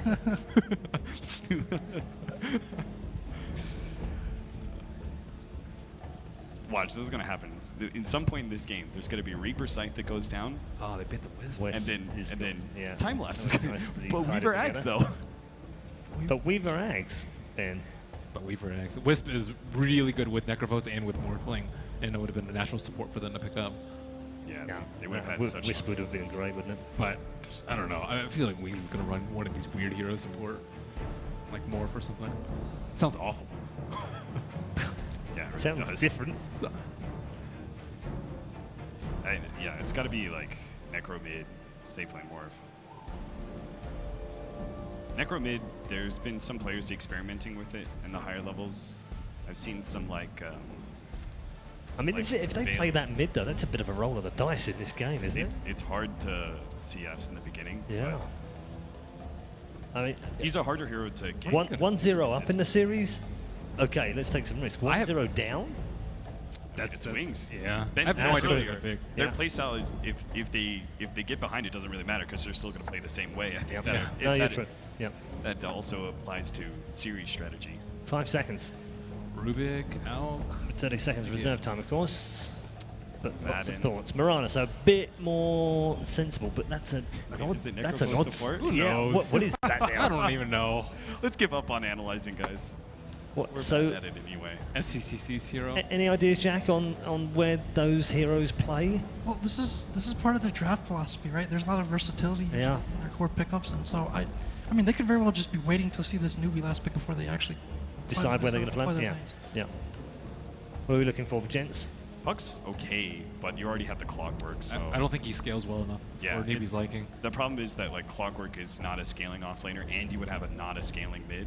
Invoker, maybe? Oh, just maybe an OD or something. Yeah, OD's generally pretty solid. OD is super strong versus Necrophos and the idea of Centaur and Morphling as well. Ooh, but instead, the TA is back. And our draft is complete. Newbie versus Wings Gaming. Game number 2 is about to get underway. What a very interesting draft indeed. Let's find out what our commentary team made of that. Welcome back, ladies and gentlemen. It's time now for game number 2 of Newbie and Wings Gaming and Purge. Wings have pulled out something different. Yeah, they really did. I thought it was a little straightforward by the time the Morphling came out, but the Marana as well as now, I feel like they have too many cores right now. Who will be the supports? Who will be the mid? I mean, it's really one clear thing is Witch Doctor is probably a support. Everything else is kind of up in the air.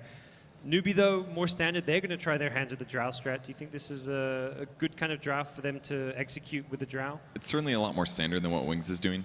I think it's going to be a battle of can they shut down the Drow Ranger like Newbie was able to shut down their Drow Ranger in the first game. So I think some kind of an aggro tri-lane is definitely a possibility here. I think Morphling is potentially a very good tri-lane hero if you can give him a little bit of space, but against Ogre and Weaver it might be tough, so maybe they'll just go standard lane. Yeah, we're seeing some of the starting items. Faith Bian has got a Iron Talon level 1, so it looks like he has ideas of going straight into the jungle. Will be spotted by Kaka's ward, though, when he's using some of those camps nearby his offlane, so nice little smoke rotation early on from Newbie to get down some of those wards. Nothing else too surprising. We see the Blightstone on Kaka's Weaver. He's going to be getting aggressive, probably contesting the offlane. Nice ice on the support Marana with the extra movement speed. Drops a ward in plain sight. That's a I think they're going to get that one. Yeah. So I think the big question is, can they weather the storm against a Drow Ranger that's not going to get contested? Because with Centaur grabbing the Iron Talon, he's not really going to be in lane that much. But he may be there eventually, get level 2, level 3, then rotate some heroes in. There's some potential there, but at the least, Drow's going to get a fast level 6, and he's going to get free farm. So we'll see the priority more towards getting Shadow farm down bottom. He's actually got a TP level 1. Is this just maybe to rotate lanes if there's an aggro tri-lane coming his way, or what do you think? That's a possibility, or even we've seen some teams do some really early lane rotations, like get a couple levels and then instantly go to the offlane and then just tri-lane the offlane against the Drow. I think that's really effective against Drow, especially pre-6. Like if Morphling's 4, for example, he has way more impact in a tri-lane than a Drow Ranger does. If he just shifts top really fast and then maybe puts Centaur bottom at some point, I think that could be an effective style. Yep. He's actually going to take a selfless approach and not even take the bounty room. But yeah, looking at some of these lanes, it will be the off-lane tri-lane again from Newbie. Not just the Weaver down bottom, the Ogre as well. And the best part about this is they don't even have to stay very long. Ogre and Weaver can easily rotate out and go somewhere else. So if they can give themselves a really good start here, it would be huge for Clockwork. On paper, if you're Wings, you really got to try and take advantage of the fact Drow's solo and not let Drow just get farm and XP up here, right? Yeah, and that's why Faith Beyond's in the lane. He's got to do his best to contest.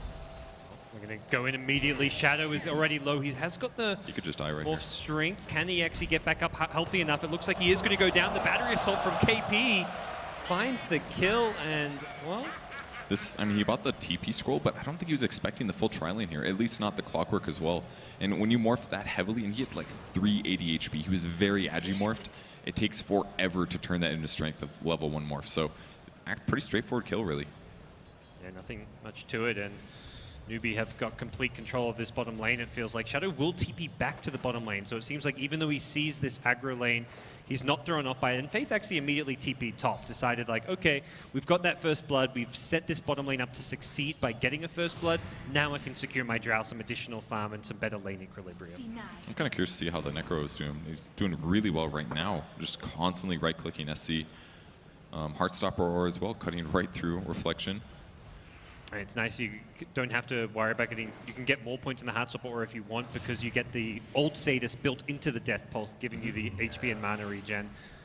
And just with one Ghost Route, he can instantly just be able to stop any damage output from TA. Yep. Nice arrow will land, and that will give He's Necrophos. salving. He could maybe do this, but... Has he got no points in the Ghost Shroud for the slow just yet, and SCC will back himself up a little bit, but he is having a rough time as far as the harass in this lane goes. But another salve on the way. It's slightly surprising. I mean, there's obviously Drow Aura, but I mean, how are you supposed to deal with the sustain that Necro's providing? Every time he gets the last hit, he's getting 7 to 20 HP. So easier to harass, better range, just a lot of advantages.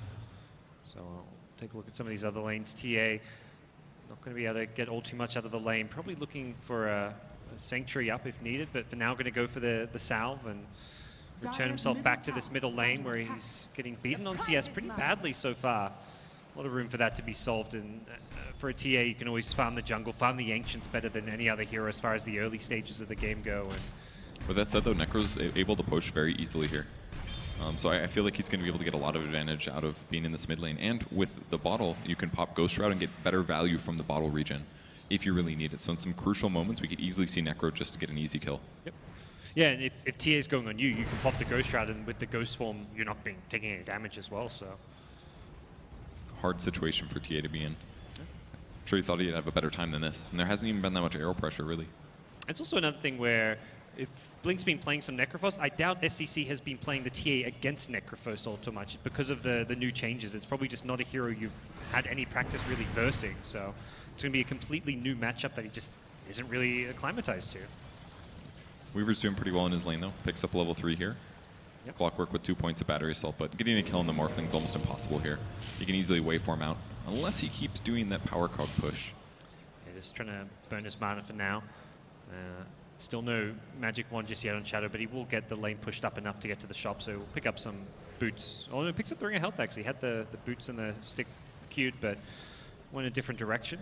I think it's a good choice. I mean, as long as he has a bit of mana, he doesn't have to worry about the clock too much, so this should cover, make his tangos go longer, allow him to harass the Clockwork more often.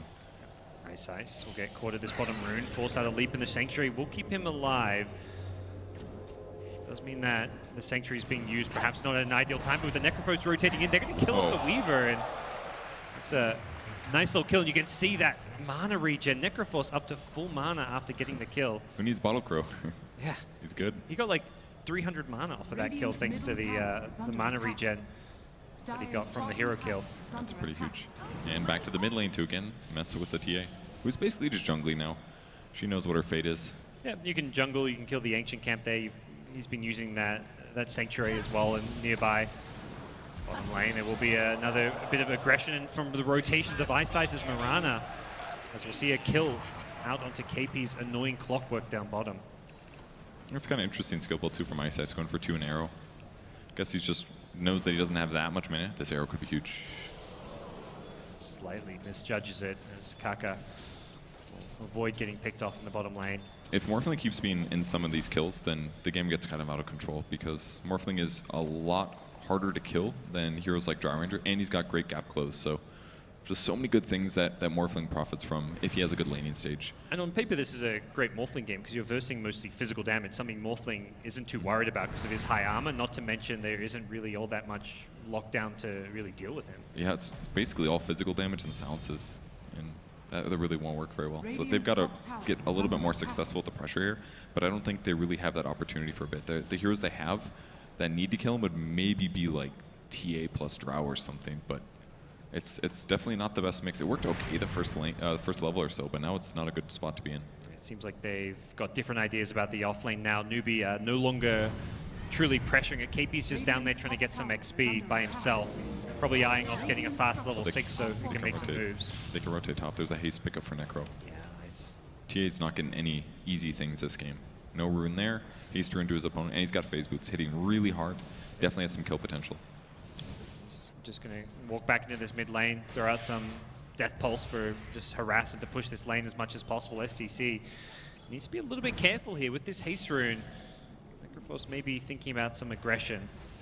Be surprised to see a solo kill, but again, it's one of those things where this new Necrophos may just catch people by surprise. It's so easy for him to rotate to other lanes too. Could easily just TP and haste in. He's in trouble here, the Maledict on him. There's no mana for a waveform though.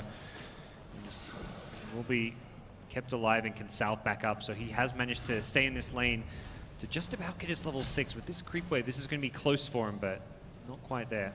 And in the meantime, Faith Beyond is level 6, so his jungling's been pretty effective. The levels are the most important thing he can do.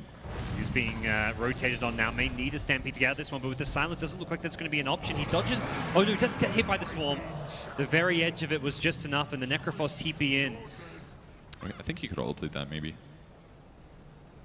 With onto the Weaver and then get like another Death Pulse off. Or another right click. I mean, he's hitting really hard right now. Weaver doesn't have that much HP, and so, in some cases, a bit of a mistake there by Blink. Used Death Pulse slightly away from the Centaur as Centaur retreated. Need to use it like right on top of him. Might have been able to save him, especially if he used Ghost Shroud. I actually think he could have kept him alive there. But either way, first rotation, haste is wasted, but at least he can maybe contest Drow's farm a bit. Prevents them from doing any damage to the tier 1. Often you see a kill like that and suddenly the tier 1's getting chipped away and even brought down, so his presence in this top lane, not all too bad, as he'll push out the lane and then probably, looks like he's going to be returning back mid. Where Kaka's set up, so rotate the TA into the jungle a bit and have one of the supports take over the mid lane, at least for now.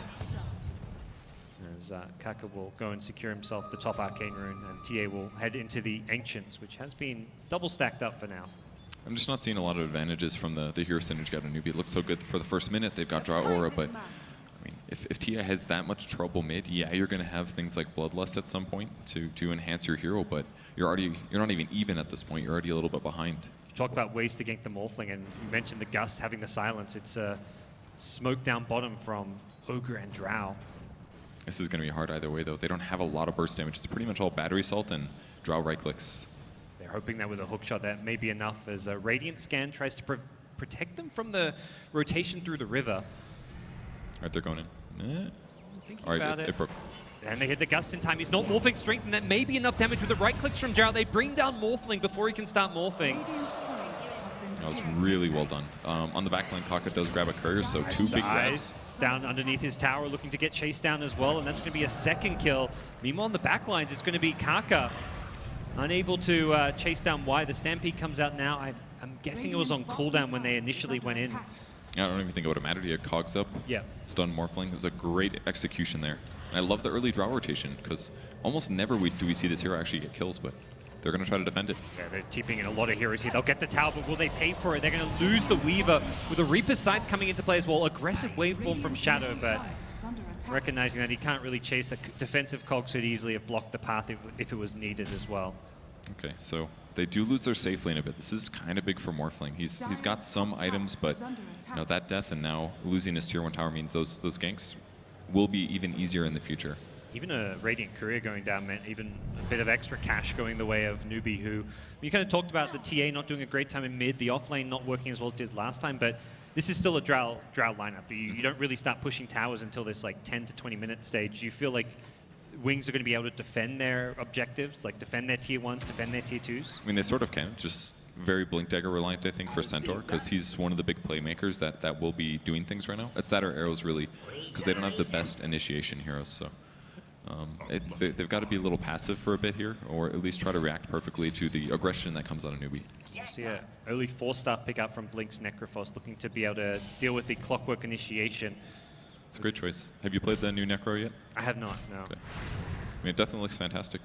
It's maxing out Heartstopper second, going for the plus 40 damage skill. Yep. That's pretty good. I would have expected the Veil. The Veil seems to be the go-to for these magic damage mid-heroes. The Stampede coming out, Faith Beyond knows he's in trouble. Will hit the stomp onto Weaver. The Swarm damage doesn't look like it's going to be enough. As Faith Beyond puts Stampede on cooldown, though. Yeah, it's like the second time they've used it in both defensive. I'm sure Necro would love to use that to gap close. I think the Force is just pretty needed, though. I mean, Oh, I agree. I just like the Veil because the armor against all the physical damage would be really nice this game as well. Yeah, it definitely could be solid. He's queued up a mech as his next item, so that's kind of another item which is useful for your team and gives you some good armor. Yeah, I think that's a better solution. Survivability is more important than a bit of damage amp. Silence of the TP, the Clockwork's going to hook in as well. They want to bring down the Centaur. The Force-Staff is not going to save him. The Cog's caught out 2 now. That gets Y trapped in as well. Newbie have taken out 2 very fast. Ice Ice will be healed back up a little bit. The swarm damage helping them chase even further as I think, yeah, Faith decides otherwise. It must be so nice playing these like 5-position supports where you can just run in, tank tower shots, and it's the Ogre Magi life. Newbie overwhelm Wings there. They're chasing a bit, but very unlikely they'll be able to get a catch. So I kind of liked what they did with the aggressive Centaur TP, but I mean with that he's again dying, and that's definitely gold coming out of his Blink Dagger purchase. So, and the arrow hit somebody that had refraction on, so didn't even do that much damage. I mean, do you think that Wings are over-prioritizing trying to defend these objectives? Should they just be trying to get their Morphling a bit more farm? Because they're trying to fight with him right now. Yeah, I think part of the issue is that usually what happens is you lose your tower and then you're like, hey, we should have defended that. And then the next tower, you're like, hey, let's defend this one. But really, you should have defended the first tower. Yep. So that's very crucial because now it's a 2-tower advantage. That's extra gold going towards Newbie's side. They've got to start getting some kills. The big thing for Newbie when they push those towers is they had such great vision. In fact, the wards over on that Radiant side scouted out this smoke. KP will break the smoke, then immediately Cogs. He knew exactly what was coming his way thanks to an Observer Orb which just expired over by the Radiant Ancients. And well, the Moonlight Shadow will be popped, but that's not going to amount to all too much. On the bright side, Centaur is very close to his Blink Dagger. He may get caught though. He's got to be careful about a hook shot. I guess not much follow-up other than the Ogre who's there, but KP with the Blade Mail has a lot of aggressive potential here. They could have gotten that kill, I think, but there would have been the response TPs. For a wise position, the Radiant Wings Witch Doctor is enemy jungling. I've seen him jungling many times this game, actually. I mean, they don't feel very comfortable setting up ganks. They don't really have the heroes for it in some ways. Like, Witch Doctor has 6 now at least, and that's one reason he's been jungling, because they need somebody that can get somebody below half HP. That way the Necro can actually get a kill. They don't have that burst damage just yet, at least until the blink on the Centaur or the Witch Doctor ult. So I think we're going to look for a kill here. There's the blink coming up in just a second. Faith Beyond still a little bit short, even with that jungle camp. All they need is a stun on a Weaver before he goes invis, and they got this. Well, they've got to hit without a blink dagger on Faith Beyond. That is easier said than done. He could just ulti this as he approaches. They'll have to ulti with Necro. This is the only way this works. He wants the kill. Now the Stampede being used. Kaka may have to time-lapse out of this one. Looks like he'll be okay with the Shikuchi. Reaper not able to get him, and Kaka's out of there. Elsewhere, it's SCC finding the Mirana and the Tier 1 tower. Disaster for Wings here in game number 2. Yeah, they're just being completely outmaneuvered. I mean, all their gank attempts are good in theory, but very difficult to execute. Without a dust there, that made it so hard. That was the let's try and out-mind game them by baiting our Centaur on a creep wave. Like they were ready for the Weaver, but just even with the right idea, they couldn't execute it. Well, there's an invis TA here. We'll see if he's able to snipe the courier. They will deliver the blink at least. Wants to go for the kill perhaps, knowing that Faith Beyond was a little bit low. It's almost fully here. Oh, there's sentries here. He's going to walk into one. Oh, this could be huge. They know he's here now.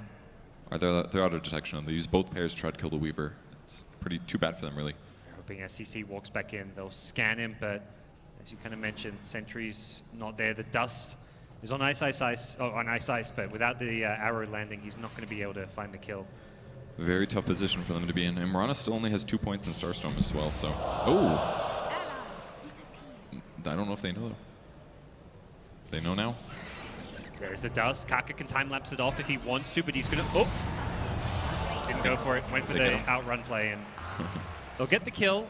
They really need a T1 tower, I feel, to follow this one up, but they haven't actually got Shadow there, so Newbie could theoretically look to defend this one, but they're going for Rosh instead.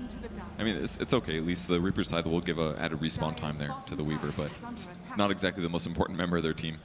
Faith is down bottom now. The TP is going to come in. The arrow scouts the TP, but doesn't actually land.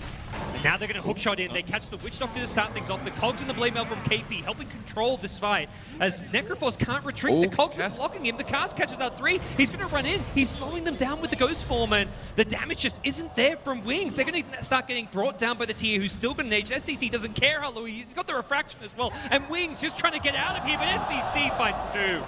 Barely escaping is Blink. Not escaping his Y on the Witch Doctor as KP will help keep him in place, and U9 will finish off the kill. It looked pretty good there for Wings, but not quite good enough. And I'm looking at Blink here. He had 3,000 gold as he gets back to the base. Imagine if he had a mech in that fight. Everything could change. But he hadn't been back to base yet. He didn't have to. He keeps getting kills. Fills up his mana, and no time for the courier to fly out. Very close fight there, but it ended up being completely one-sided in Newbie's favor. Yeah, not a single kill, not even breaking the age of SCC means that Newbie can kind of keep playing on the aggressive. They can look to take some of these tier 2 towers, and the physical damage between the Drow and the TA is easily enough to be able to easily bring some of those down. The mech could make a big difference, so extra armor for their allies. This is make a play here. They blink in, they go on an illusion, and SCC punishes immediately with the silence on Centaur. They bring him down. Stampede wasn't available and wasn't going to be able to get used as well. Y is going to be the second casualty of war as SCC finds an easy pick, and Wings thought they had an opening there to go aggressive with a smoke, catch Newbie by surprise, but the illusion just Floy completely outplayed there with the illusion. But sometimes you don't have time to think, you just go for what you can see, and it's a little surprising they didn't. I guess they have wards down. They may have seen the illusion get grabbed, so possibly just a small issue by Faith Beyond there. Ended up being a big issue. They have to get good initiations. They still haven't even got any items on Shadow's Morphling. They're kind of forced to try and fight with him. Mirana brought down with a quick meld. 1-2 punch as SCC now in a position to take this tier 2 tower. I think it's Shadow, you can't defend this. Go off and farm somewhere. This Morphling has next to nothing in the way of items. He gets silence up. He is morphing. So fast. The damage is not quite enough. He gets to the high ground. The Stamping used to cover their retreat, but again, it's Newbie just overrunning Wings. They just seem like they're unable to kill anyone in these fights. Yeah, they're just doing not enough damage in response. The Morphling still doesn't have an item picked up. I mean, we're 18 minutes in. He should have a Linken's if it's a standard Morphling game. Hasn't been standard, but again, they're going to try to take a fight. No Stampede here. They've got to get somebody low, get the Necro ulti off, keep him alive barely, and keep casting Death Pulse. This is such a desperate play from Wings. They're smoked up. They go with the Blink Crush. It's onto the TA, though, who does have the H. The arrow will land, and that's one kill. Is there a second kill opportunity? They're going to invis up. It looks like they do want to go in. They don't get the TA before the blink, and Newbie, they reset, they reposition. The cast bouncing between two here. The blink in from Ice with a Starstorm, but he's immediately going to pay for this with his life. The hook shot catches the Centaur. The Reaper side brings down the Drow Ranger. That'll negate a lot of the damage here. SCC in the front lines takes out Centaur, looking for a second, but he's got problems. He's getting down to half HP, turns around, trying to fight Shadow, but he's not going to win this battle as he's forced to retreat, and Newbie are being pushed back. They've killed 3 along the way, though, and just Morphling on full strength can't really find too many more kills. It's the power of the Necrophos who's repelling Newbie there, and even though they seem to have an okay fight and defend their T2 tower, they don't really gain all too much. I still think it was a great engagement, though. You really saw the difference. Once Drow was dead, it didn't become this one-sided engagement with TA just blowing everyone up. Yeah. And that's going to finally give Morphling a bit of time to finish an item. I don't know if Linken's is really the item he needs, considering that it's going to stop, what, Ignite, Fire Blast. Would you say there's like, it doesn't feel like there's an item he needs. It feels like there's several items he needs. That's kind of true, yeah. But maybe there's a better pickup here. I'm not sure if Linken's was the item, but he's committed now, and hey, it's a pretty good stat item. But I did see a lot of value there in Blink's play from the Necro. He got a lot out of that fight. I kind of feel like he should have maxed Ghost Shroud second this game, though. Over the Heartstopper. Against a TA and a Drow and a Weaver. Get your duration up, the extra movement speed slow. I mean, it's huge AoE movement speed slow for 36%. Yep. And these guys all have low HP anyway, so Heartstopper's maybe not even the best damage skill. Okay. He does damage. A lot of damage. He's going for more as well. He blinks in aggressively. He's juked the hoof stomp, and SCC, with DD and Haste, will get caught by a cast now. That'll finally slow him in his tracks.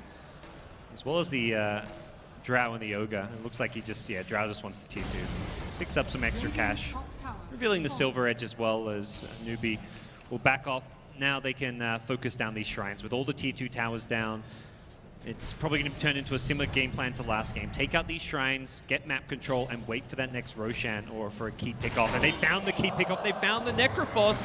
Stampede and a 4-staff as well as a Moonlight Shadow. Everything to save Blink if possible. He's been caught by the dust and the TA trap. They're still chasing and they may actually have him here. He needs help. Morphling comes in. He's going to waveform on through, and it looks like they're going to lose the Weaver in the process here, and they've actually kept him alive for now. The Sanctuary coming into play. It's enough with Weave fighting around the Sanctuary. They've taken out 3. That was the best Shrine usage I've seen in a long time, and they might still get Ogre, but what a fight there. And that is the power of Necro. Get your opponents to focus on you, and then you just pump out the heals and you don't die. I mean, he's got a free Ghost Scepter after all. A Newbie cannot kill this guy if he gets his second skill off. That was insane how much of a turnaround that was with the Shrine, and that is exactly what Wings need to get back into this game.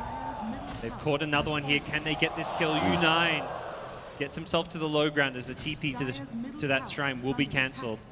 And now they're on the other hand, he's got Eggs picked up on Necro. Now, it doesn't increase your damage anymore, it just lowers the cooldown of the skill, so... Yeah, and that's doesn't the scary prevent thing. the buybacks as well. So. Yeah, exactly. But that's the big issue. As long as they get below half HP, you gotta kill. So Newbie has to be very careful in some of these small moments. It's pretty scary, really. They can't kill the Necro easy. They can't really necessarily keep all of their heroes above 50%. I feel like Necro's gonna get ult off every fight here and get a kill. Yep. And once he gets that 1 kill, then all that regen starts kicking in. See how Newbie look to deal with it. Maybe it's the Weaver Eggs. The Weaver Eggs. That would actually work quite well. Put him back to full, pretty much guaranteed. Interesting, Weaver has opted not to use any of his talents. I guess deciding the level 10, better to level up his skills. Level 10 talents is what, 30 Shikuchi damage, 6 strength? Yeah, the 6 strength, what 120 HP. It's good, but I've actually seen this a bit more over the last couple days. First day or so, almost everybody getting at talent at 10, but Underlords, a couple other heroes, and I think Weaver Support is a good example of a hero that can skip it. On that Gemini attack, the way it scales is maxing it out. It gets down to, goes from 5 seconds to 3 seconds suddenly, so it is a pretty value spell to max out. And we'll take a look at. He's very close to Ags, by the way, only about 900 gold away. So. I mean, Newbie after that fight must be thinking like, okay, let's slow down. Let's wait for a few of these key items and wait, probably more importantly, for Roshan as well. The skill and item usage there by Blink in that engagement as well was amazing. That he didn't use Force Staff right away. The Clockwork was saving the cogs, but eventually he gets out of it with Stampede. Held onto that Force the whole time because he knew if he forces and they gap close after that, he's 100% dead. It's huge that he was able to get all the way to the Shrine in that fight. It really made a big difference. And now Morphling picking up a Ghost Scepter. Doesn't matter if he gets silenced anymore. He can stop the physical damage output. Okay, suddenly Wings, their draft seems to be coming a lot better together here in the mid game. We'll see what their next moves are going to be. They did have to do so through quite a bit of smoke uses, but they've still got another to play around with as they smoke up with the Morphling Replicate, so he can be farming and pushing out this bottom lane and still join up with his team. But looking to make a jump on this mid lane. Centaur leading the way, the Blink Hoof Stomp available, goes in on Kaka, and they're going to immediately catch him. The Reaper's scythe not off. The Shikuchi, he's going to time lapse back, but right into the middle of Wings. They get the first Reaper off, it's onto the Clockwork. He's down, and SCC forced the BKB on the front lines here. He's doing decent damage, but the right clicks from the Morphling could be his undoing here. SCC getting very low, he's down, and Newbie have lost 3 all of a sudden. SCC being dealt with perfectly by the Wings lineup. They're going to keep U9 alive with a great force to the low ground. And the Glimmer Cape of the Ogre gets him back to safety. It was a great start of the fight for Newbie there with the Glimmer on the Weaver, but even still the follow-up, they were able to kill Clockwork with the ultimate. We saw almost no impact from KP in that fight. And he's got great items. He's been having a solid game, but if you're taking that much magic damage from just a couple of random spells flying out, it's a bad sign. My first thought was like, oh, why is he not Reapering the Weaver? But it worked out even better because like, Weaver was glimmered for one thing, as you mentioned, and for another, he got a better kill on the Clockwork. Clockwork is still dead, and he was one of the first heroes to die in that fight. Midas, Blade Mail on him. Great items, but didn't have an impact in that fight. That gets Morphling up to almost his Ethereal Blade. He's sitting on 3,000 gold, level 17. You know what's so cool about the draft as well from Wings' side is that they have all these magic nukes, they've got the huge threat of the Necro ulti, and it forces Newbie to instantly get BKBs because they can't deal with having to worry about getting ultied below half HP. So now TA buys BKB, and then Morphling comes in, tons of attack speed, able to break the refraction charges, and simply just kill him with physical damage through BKB. So it's like this item that he forces him into is still countered by the hero they have. Do you like the Morphling 12% cooldown reduction over the attack speed? I think so, yeah. I mean, puts your waveform just under 10 seconds. I think it's absolutely worth it. I mean, it applies towards Ethereal Blade. It applies towards your Lincoln Sphere cooldown. There's a lot of value out of this cooldown reduction here. See why get found by a Weaver, but it doesn't look like Kaka has any interest of going onto the high ground and fighting into the unknown, which is going to be a replicate of a Centaur here, walking around with a bug on it, so should be pretty effective. You know, I wonder if TA should have gone Diffusal instead of BKB here, just to remove Ghost Shroud right away. Here comes, he's going for it now, but here comes a Smoke Gang. Newbie finally going to make an aggressive maneuver themselves. They're going to catch the Necroforce, push him back as well. He keeps himself alive a little bit longer, does have the mech as well as the force up, gets back to the low ground. He's still being healed back up, and this Necro is tanky. He goes into the Ghost Shroud as well, keeping himself alive a little bit longer. U9. Right-clicking away onto Shadow, but Shadow can morph into Strength if he needs it, and it looks like Newbie just going to get the 1 kill on the Witch Doctor, but the Centaur goes in, and that's going to be a big problem for him. He gets punished very quickly, immediate buyback, and there's the Axe time-lapse. See the Weaver look to help out his buddy. If they Diffusal there, they would have killed Necro instantly. But as soon as he pops Ghost Shroud, it's impossible. 4.5 seconds with no physical damage. I think SC made a huge mistake not getting Diffusal there, because if they had Deso super early, if he just has Diffusal and is able to chase and slow the Necro on the chase back to the Fountain in the last fight, it's like the same problem repeatedly. If they don't kill him in the first couple stuns, then Necro will stay alive and keep his allies up too. Yep. Well, with the Centaur buyback, it looks like Newbie not interested in attempting a Roche. Does cost Faith Beyond a bit having to use that one, but I don't think he's too worried though. He's already got Blink and Force Staff. I think he's already covered item-wise. Absolutely. Love to have Ghost Scepter, I'm sure, after that last fight. Sanctuary on up as they clear out some Ancients here, probably just realizing that they're going to lose that Sanctuary or Shrine fairly soon, most likely with the tier 2 towers being down, and all eyes on Roche as the Replicate will stay in the pit for now until it gets brought down, just making sure that Newbie aren't in there. And it's a new item for Blink. It's Shiva's Guard. It's got a, yep, purchases it right away. So reduced attack speed now going towards Newbie. An amazing thing to have when you have a hero like Drow just providing plus damage. Well, they are all physical damage. That's where, as good as Newbie start has been and as big of a lead as they once had, their damage output is going to be heavily negated by Necrophos with the extra armor and just his itemization, having Ghost Shroud but just as a spell. And Morphling, I mean, this is an Agi carry with a huge amount of base armor. He's sitting on 31 armor at the moment. And right-clicking down these cores is not going to be easy. And he got to the position of the game where he finally has some contribution with items. So Morphling, it's just going to get better from here on out. And at some point, TA does become the worst carry. And Drow's really in the same boat. And now Newbie's getting into desperation mode. Newbie see them, though. They've got a great ward on the high ground here, but problem is they haven't got the best position. They missed the hook shot. Necrophos is going to get forced. Oh, doesn't actually get to the high ground. He's still in a tough spot. Double forced up. He gets out of there. Now they're going to try to turn this one around. Shadow waveforms out defensively. The Thirst Reaper comes into play, but there's the time-lapse. KP gets kept alive. And Faith Beyond, now the new focus of attention. He's out of position, and they've lost 2. As Wings will have to retreat here. No force stuff available just yet for Blink, and the Witch Doctor we brought down as Newbie press forward.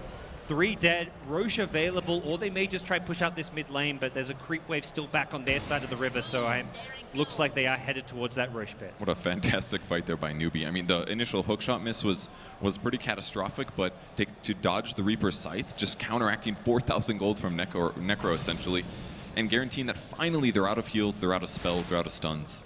So, I mean, Necro Ags, 25-second cooldown, but time-lapse, 16 seconds. So, I think you're doing okay. Yeah, he's just got to make sure he's not the one that gets jumped on. Yep.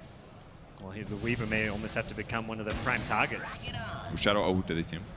Okay, that was close. Get forced out there. It looked like all right for Wings initially when they got the Necro double full stuff out to the high ground, but he was in this weird spot where he was on the high ground, but he had to walk all the way back around while his team had initiated, so he couldn't really get into the fight, couldn't use the Ghost Shroud to slow anyone, couldn't really dish out any damage with Death Pulse, so he was in a very awkward position for the fight to unravel. It wasn't super catastrophic. I mean, obviously the Roche going down is a big thing, but you know, that just takes a Necro ulti, right? Can do that a couple more times. All right. And I don't see Drow Ranger really scaling very well right now either. She's also picking up a Diffusal Blade, absolutely the item they need. It's one of the best Diffusal games I've seen in a long time. But there's also still the threat of the Morphling. He's 2,000 gold past his E-Blade. All of their heroes have to be genuinely concerned about that burst. Except for maybe the Weaver, I guess. Even with a gem now leading the way forward. The hook shot will land thanks to the help of the Observer Ward. Just a Witch Doctor, I say that. They're going to use a Stampede to try and save him, and Y gets bailed out by his Centaur buddy. Probably recognizing that the Stampede going on cooldown isn't too big of a problem, considering that the lanes are pushed out quite nicely at the moment by Wings. And Faith Beyond even hitting some towers finally. Kaka at top is not exactly in a position to defend this tower on his own, but hoping for some help to come his way. But it is Newbie pressing down mid. Yeah, they certainly got a little outmaneuvered there, just based on the Centaur ulti. Weaver's TP back, so I don't imagine Newbie's going to be pushing for high ground right now. I think he's just trying to slightly limit what Morphling's doing aggressively. Yeah, he's going to pass bugs. And this will start the push off in a good way. That creep wave's basically dead, and now they can actually get across the map again, because all the other waves are in great places. They're just having a little bit of trouble dealing with the Morphling replicate split push. Well, once Morphling is Manta style, you can't even rely on the Gust to silence him anymore in these fights. That's definitely the item he needs as well. He can't go BKB on Morph this game. Just needs typical DPS items. More armor is always going to be better here. Break that TA refraction a lot faster as well when you go wave in with the Manta illusion, so see how he can transition, because there is not a good lineup to deal with him come late game on the Newbie side. They're going for Bloodthorn though. Something like that could be useful. Yep. And their stuns are kind of okay. I don't think it won't be enough disables to shut down Morphling, but you know, we'll let him use Manta, use another silence afterwards. You could certainly get him killed, because he's playing pretty loose with his strength. He's low, 1,000 HP. He's got to be worried about Blade Mail. But as a whole, I think he's in a great position. I guess if you're Newbie, like, we've got 4 cores who are all getting good farm going into the late game. The Weavers getting items as well as the Clockwork on the Radiant side. You've got a Mirana in the support role getting farm, but both Mirana and Centaur have less farm than that Weaver.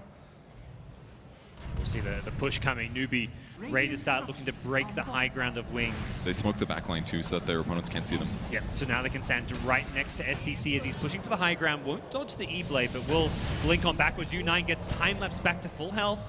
But now the BKB from SCC, just to dodge a hoof stomp here, he needs to get some good value out of this one. Looks like he's going to retreat with this one. KP, 4 staffs out of his own cogs.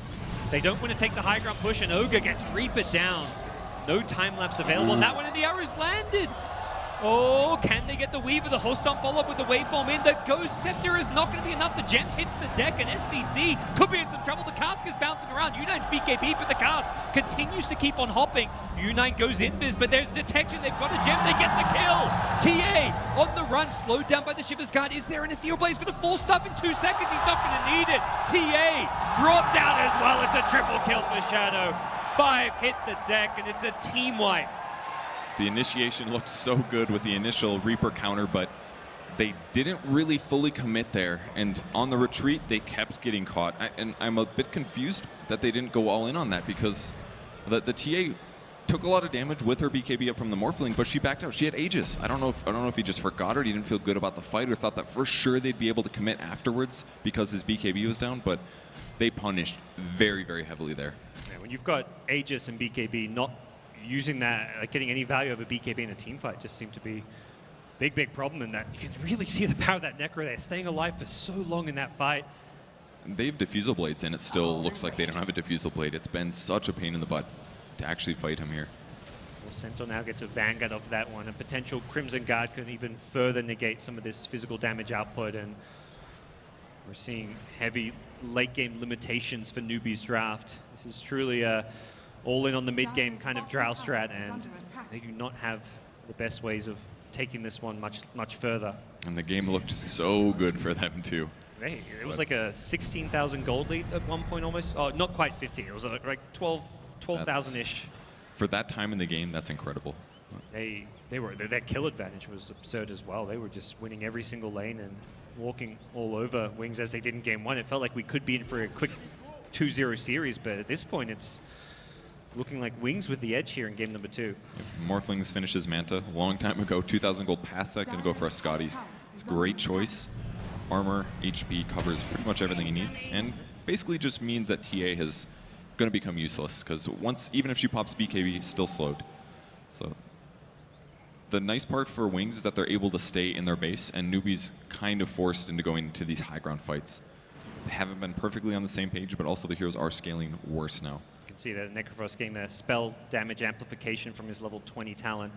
Yeah. Seems like a small amount, but 5% is huge. And let's be real, they don't have any magic damage anyways. He's all magic damage from all his spells, so. It's going to pick up a BKB next. I think this is a pretty good choice just because it'll cover him against silences that normally are forcing him to wait, 6 seconds here. Yep. But I'd love to see another damage item, even something like a Radiance I think could be pretty fun on him. Smoke up from Wings. They're heading into the enemy jungle. As a 5-man unit, they're going to preemptively pop the Moonlight Shadow. Dire Sentries are in the neighborhood, so they will see these heroes once they break out of smoke, but Center in a great position to get a Blink Hoof Stomp. Doesn't go for it on the TA, though. They definitely spotted them, though, with the Sentry. Well, take out that Sentry for now. SCC is still in the front lines. He's got BKB Refraction. He's got a lot of survivability on himself, and it looks like Wings are just going to back off, clear out the sentries. Their position is well known at this point by Newbie. And if they fought in that area, Wings or Newbie can just buy back and TP to the shrine as well. It would be such a dangerous place to take a fight if things got a little iffy. That's a really good point here. Is one limitation for Newbie is they no longer have that gem though, so taking map control, dewarding, it's not going to be quite as easy at this point. The itemization so far has been really good on all of Wings' heroes. Even the Witch Doctor Casual Buckler, he just wants to be able to give himself 5 armor and 2 armor aura to everybody else. Really value in that way. Yeah, why not at this point when you're versing pure physical damage? And the level 10 perk plus 200 health. Just buying armor and HP, that's the solution to staying alive this game. Looks like he picks up a Force Staff next, another good way to get away from those heroes. Maybe going straight down the mid lane. This will likely force Wings back to defend, as they do not want to be trading bases at this point, considering their top lane is only at the tier 2 tower. So TP's come, but very late here. Faith Beyond trying to buy some time with a hoof stomp as TA just defensively blink on out, but from behind comes Wings. Necrophos blinking. At least one of them. Yeah. No problem, they won't fight me here. Yeah, that was some ballsy maneuvering around the map, but I think he knows just he's got Stampede and he's unkillable. We've seen it a few times. He got caught by like 4 heroes even before he had the BKB, before he had the Shivers. Yep. The 4 staffs. That was basically it. It was like Force Staff and Phase, and he's good.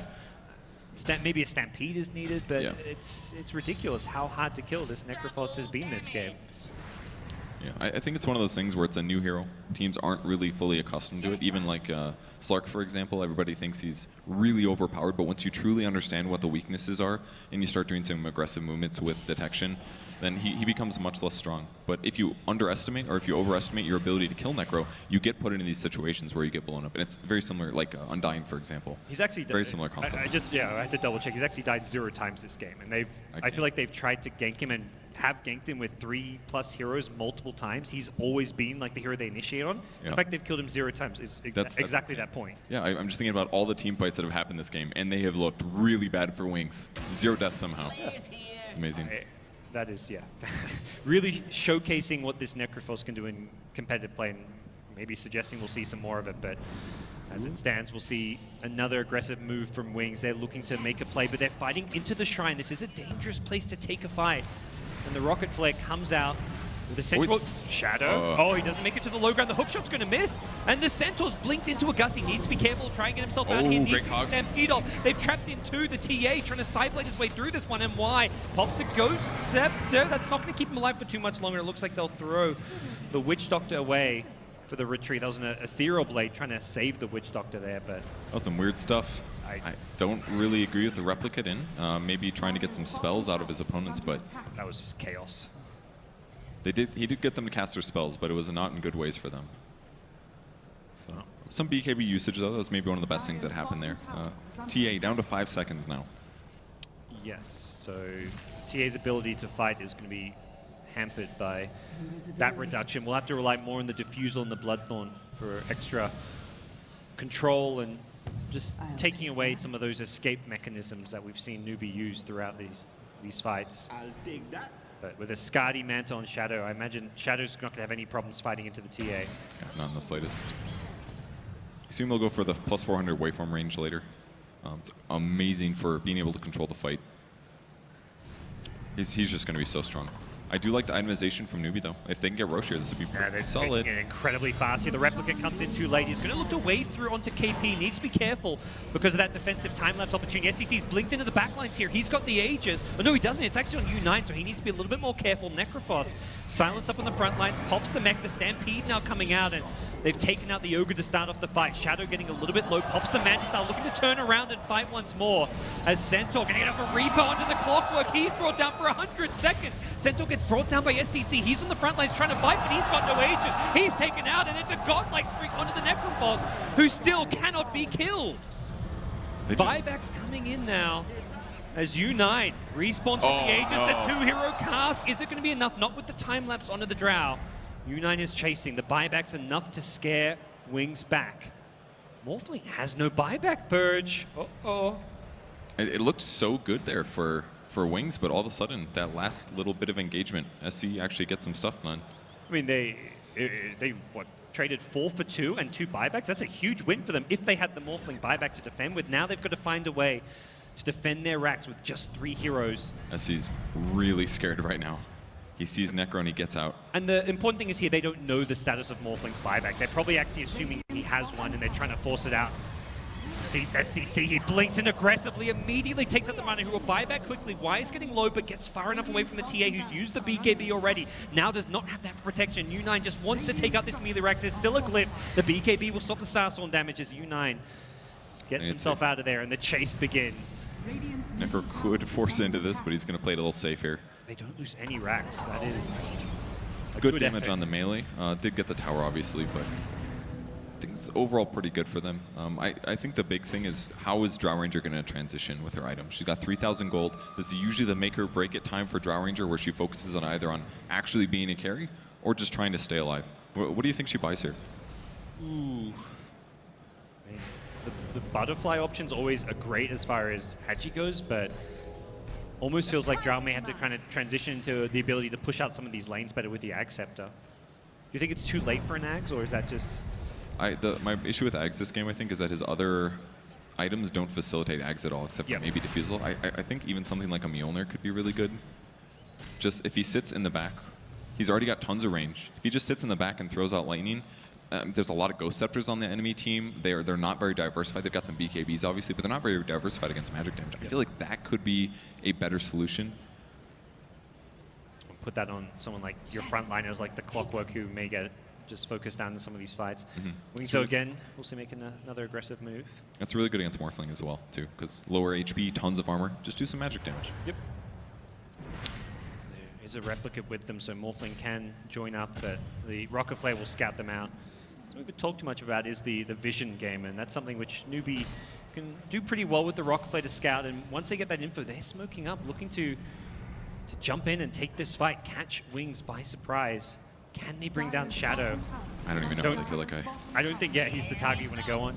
Who is the target you want to focus first? Is it someone like the Centaur, or...? I think so, Centaur, yeah. It's easily the biggest setup there. The arrow's going to land on Kaka, though.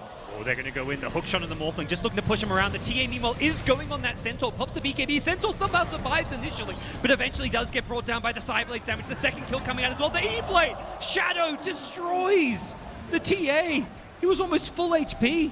And now they're charging forward. Another arrow going to go flying. Barely misses the waveform forward. Shadow's got such great chase with this waveform range.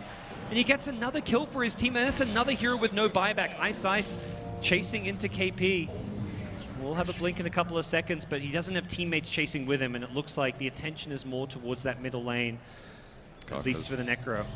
Just doing his best to push out the mid lane in the meantime while they have a dead hero, but it was a really good fight, I thought, for the TA especially. He got some great cleaves off at the start. The Centaur went down, but this is the late game Agi hero problem. Once you get into the super late game and your BKB drops, your HP is in a usually around 2,000 HP area, you get blown up by Morphling and other nukes. So as long as Wings can just kite the fight for a good like 5, 6, 7 seconds, they should be able to win the fight. That's some like ridiculously good play from Shadow to find an opportunity to get the E-Blade. Oh, they're going for it. Oh, they're going for the throne. They're trying to just end this game right now. KP's looking to delay things with a hook shot and a cogs. They realize that Newbie are trying to trade at top, and they're not having any of it. Shadow wants this game to finish. Wings want to force that game 3. KP's trying to buy some time, but there's still 40 seconds without a Templar. Good time lapse. It's not going to be good enough because the Weaver pays with his life, and KP, it looks like he's still going to die. Weaver immediately buying back, salvages the gem, but think of the base. U9's trying to go for the T4 towers, quickly realizes he can't do this and he's going to have to TP back to defend. Oh, he's going to die to respawn fast with buyback. Yeah, he's going for the suicide. He wants to buy back and try to defend the base here. They've got 20 seconds without TA. They've still got 4 alive. KP buying some more time. He gets brought down once more. They're going to lose the Ogre as well. They're just getting melted one by one. U9 goes in with a BKB, but now he's in the middle of 4 heroes, and they're just hitting the throne. They're looking to end this game. Wings take out 4, and it's going to be a game 3. What a game there. 46 minutes of advantage back and forth, and a great way to end it out. KP did his absolute best to buy time. It was amazing what he did with just a Blade Nail and an Axe, but it was not enough. Wings takes the win in game 2.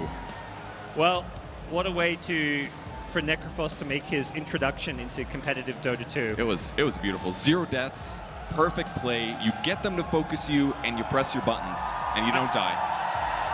That was fun. Baffling that a Necrophos who gets focused as much as he did gets caught out alone as well. Like we saw him in the mid lane getting caught by 3 of heroes alone, survived as often as he did. Truly something new and innovative coming from Wings. And if you're a newbie, you got to be thinking like we had such a good start. Everything was kind of going according to plan for them. I really think it was that Diffusal Blade for Templar. He had to be able to just stop the Ghost Shroud. And if he had that, I think they would have been able to do it in those fights. All right, well, it wasn't enough for Newbie in game number 2. Wings start the comeback. They're going to look to complete it with a game number 3. We're going to take a break and hear what our analysts have to say about that game 2 comeback in just a minute.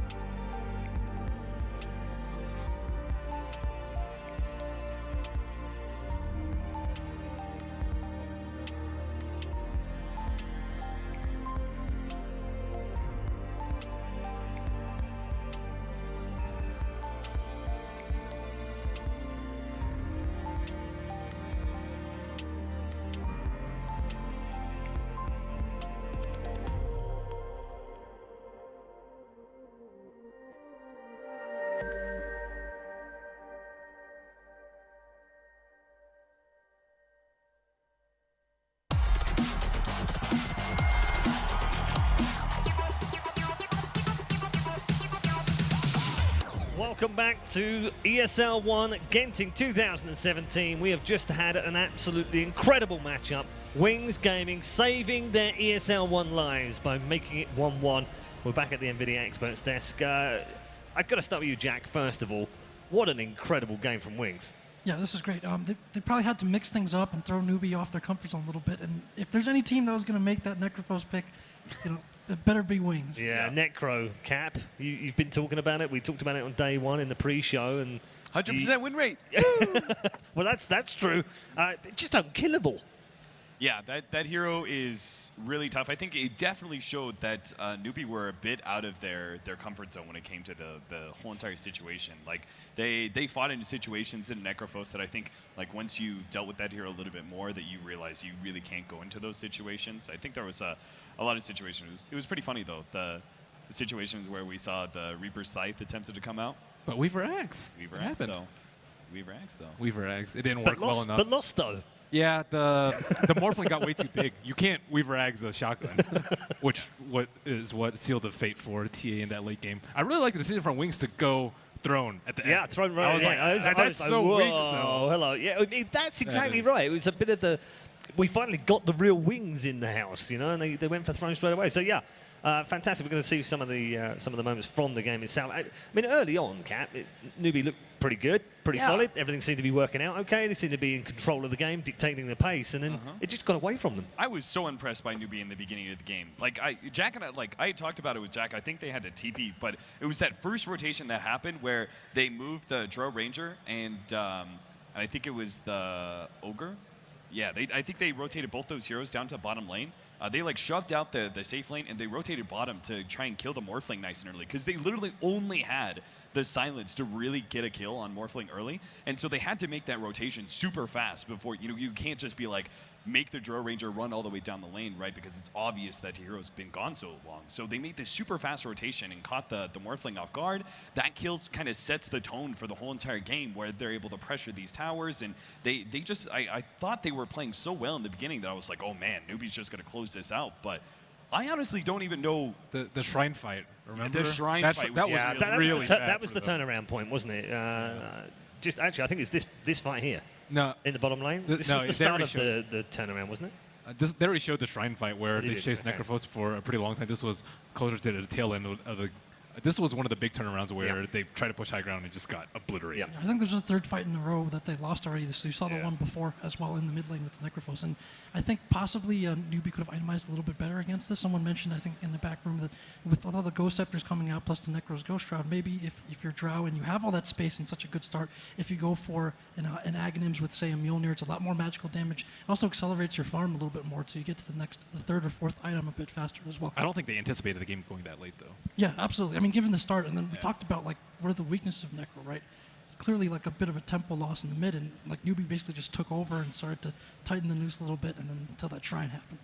Yeah, I like the fact that Wings were willing to fight into Newbie so often. I think in some ways, like, fighting into a push lineup like that can actually speed up the game. You lose the fight and they get all this extra gold, not just the tower, and then they're just able to, like, start steamrolling pretty quickly. But I think in this situation, Wings made the correct call to be able to fight around these some of these tier 1s and tier 2s because it actually slowed down the game quite a bit. I think it felt like the pushes were a little bit slower and the game kind of drew out to where we could see some openings like that Shrine fight that was so bad for Newbie. I think Newbie definitely should have been able to close out this game. I think they realized they made some pretty clear mistakes. Yeah. But it's easy to do when you have a push lineup like this versus what is very clearly much better late game. Your strategy is always going to be a bit fragile. One real bad team fight can actually cost you the entire game. Ben, you thought there might have been a change of itemization and that might have made a difference? Yeah, it's always to talk about the Diffusal Blade. It's one of the best counters versus them. It was also in their last pick, too. They kind of, like, all in on the physical damage, whereas they could have picked some more magic damage that could have possibly dealt with the TA without having to buy a Diffusal Blade.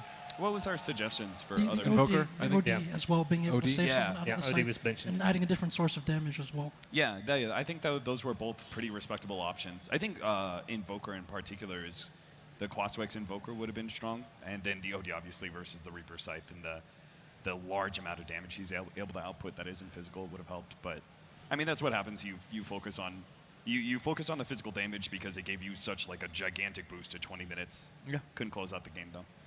All right, thank you all three of you.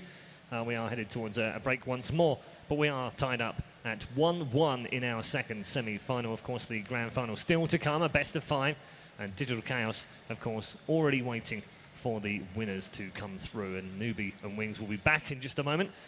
Quick shout out for Microsoft as well, one of our supporters here, Microsoft and Xbox 360, Windows 10, the games that you can play wherever you are, whenever you want. We'll be back after the break, of course, with the third and deciding map. Who's going to the grand final? Is it Newbie or Wings? We'll see you soon.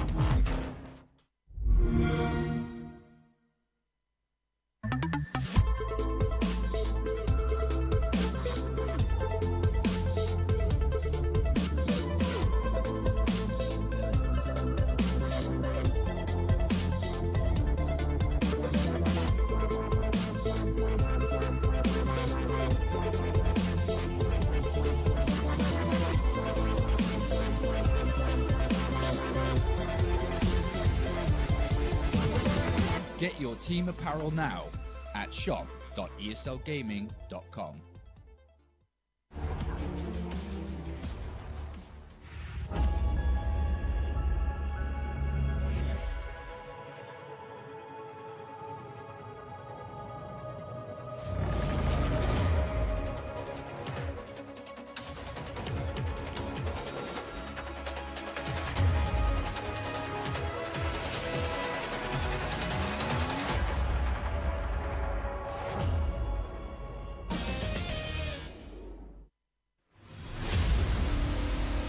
I can't understand people watching somebody play a computer game.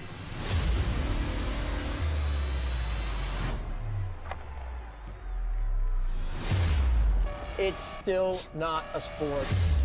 It shouldn't be on a sports network. But I don't know if athlete is the right word.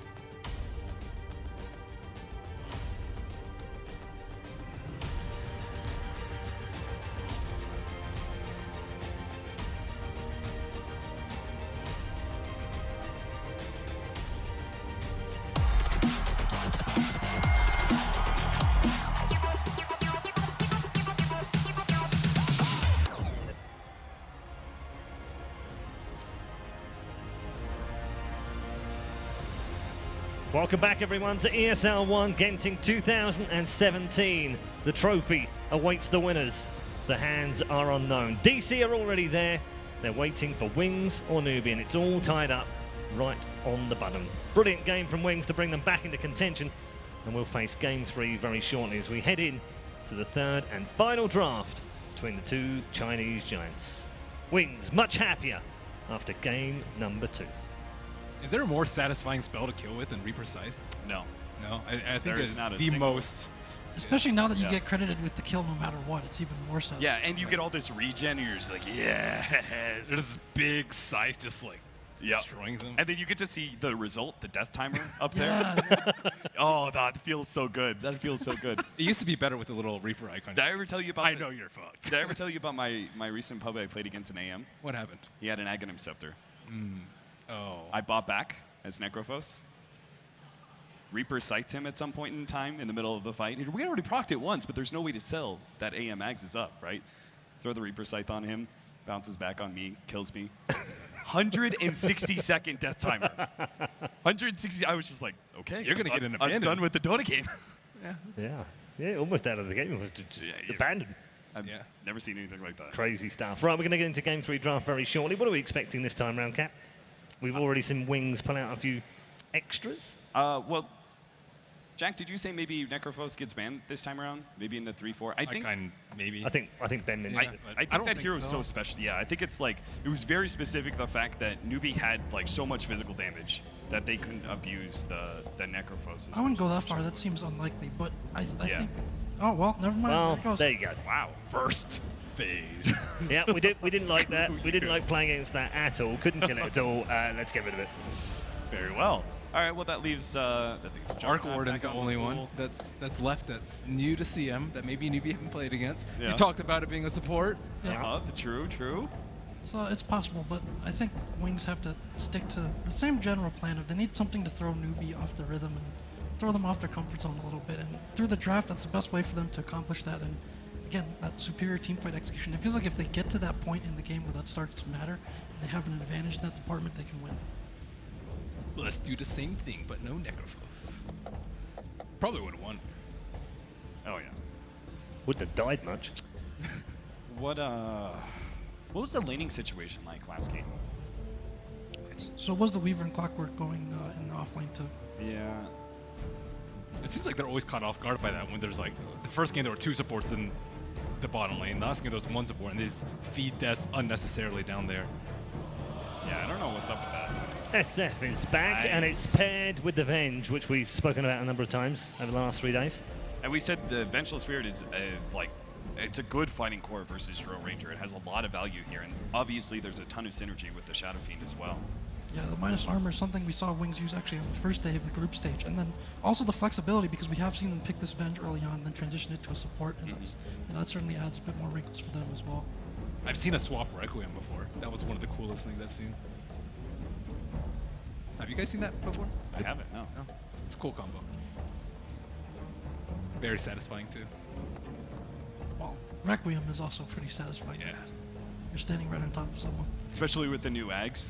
Especially when it's first revealed, you know, they're like, oh, I survived through that bit of damage, then it comes back in, and you're just like, oh god. His talent is so good with the axe. He has what, plus like 92 damage, I think. Yeah. This is level 20 talent, which is absurd on a hero that already does a ton of physical damage. Yeah, I think like the axe is very legit on SF. It makes the hero such a strong team fighter. Like it comes back, you get like this extra bit of nuke damage, you get this heal. It's so why Venge Core? They're the only team that's really doing it, and why versus the Drow? I mean, I feel like it's a pretty good brawling hero. It's able to close distance very well, and I think it's just like anytime that you have the Draw Ranger, it's this push strategy, right? As long as you have a core that is able to do better team fight than the Draw Ranger is able to provide, then you're good. Vengeful Spirit provides almost an equal amount of physical damage, thanks to the minus armor that he has, and then he also provides this magic missile nuke. And even if it's not there, right, then the swap is still really good from a support position because the Draw Ranger is single target focus. Right, you're more self-sufficient as well. We talked about if they have trouble securing their safe lane, if they're worried about tri-lanes, that certainly helps them too. And then the Ogre, so, I mean, they're pretty much expecting the Shadow Fiend to go mid no matter what, and they want to give them a hard time. If they don't go with, we saw a team earlier in the tournament go with the Viper up against the Shadow Fiend. Maybe not something like that, but again, the Ogre bodyguard sitting across the field. Yeah, I was thinking the same thing, right? The Ogre just abusing that poor SF. How do you think Wings is supposed to deal with that? Do you pick up like a 4 position that also sits in the mid lane? They like, Wisp is pretty common as a mid babysitter for the Shadow Fiend amongst the Chinese teams.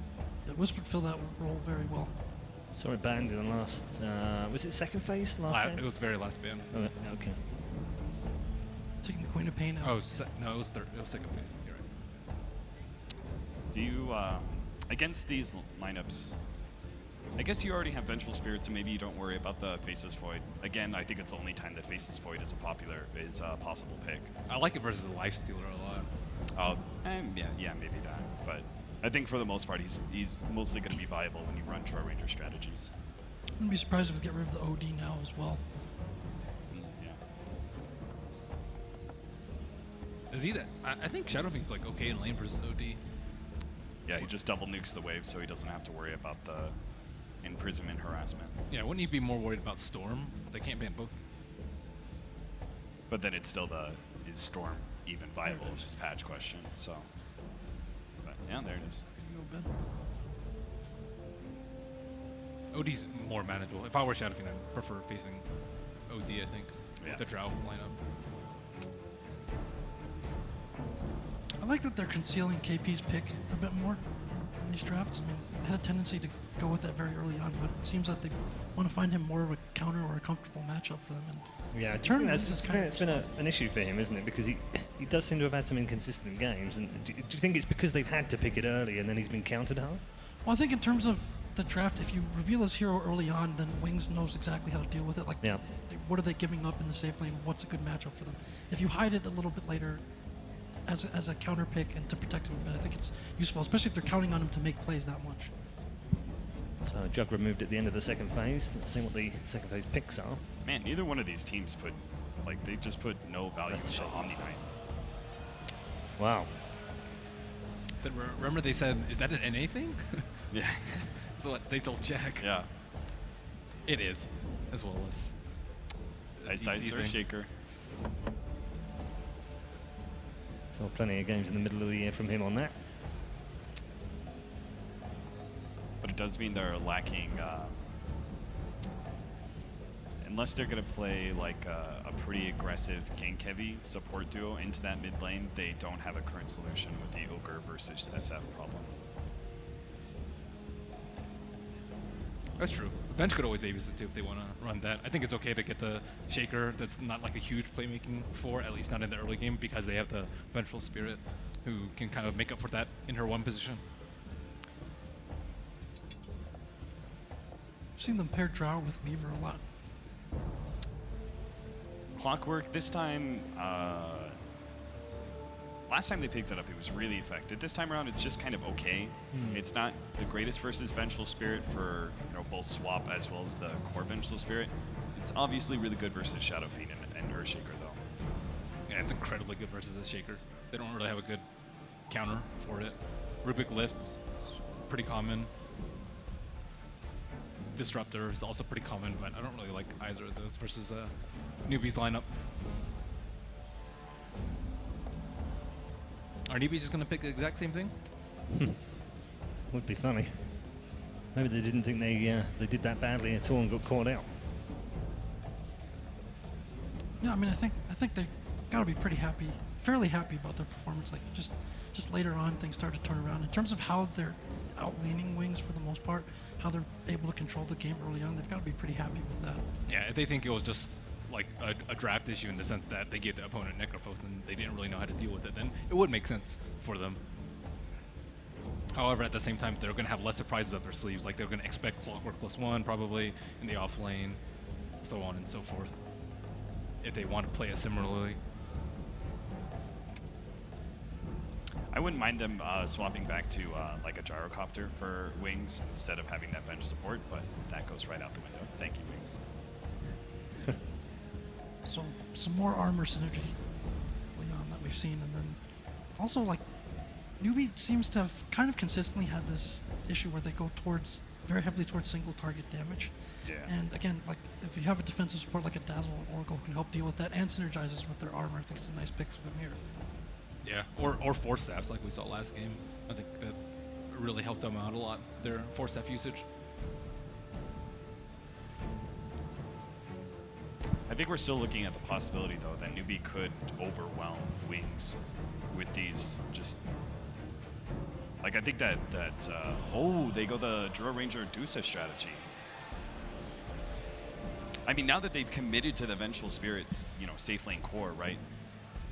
The Dusa becomes a lot stronger. That's not necessarily true. I think they can use Earthshaker in the off lane. One of the most common pickups that is versus the Dusa is the Anti-Mage, which I think is actually not that bad here versus the Medusa. I think they have a pretty strong forward that can fight while the Anti-Mage is farming. Yeah, you're versus right. the Dusa. They still have one ban though if they're scared of it, and I think Anti-Mage is by far one of the best ones. Yeah, and most of the other Diffusal Blade carriers are kind of either not viable or already banned out, like the Jug. Yeah, and Diffusal got nerfed a little bit too.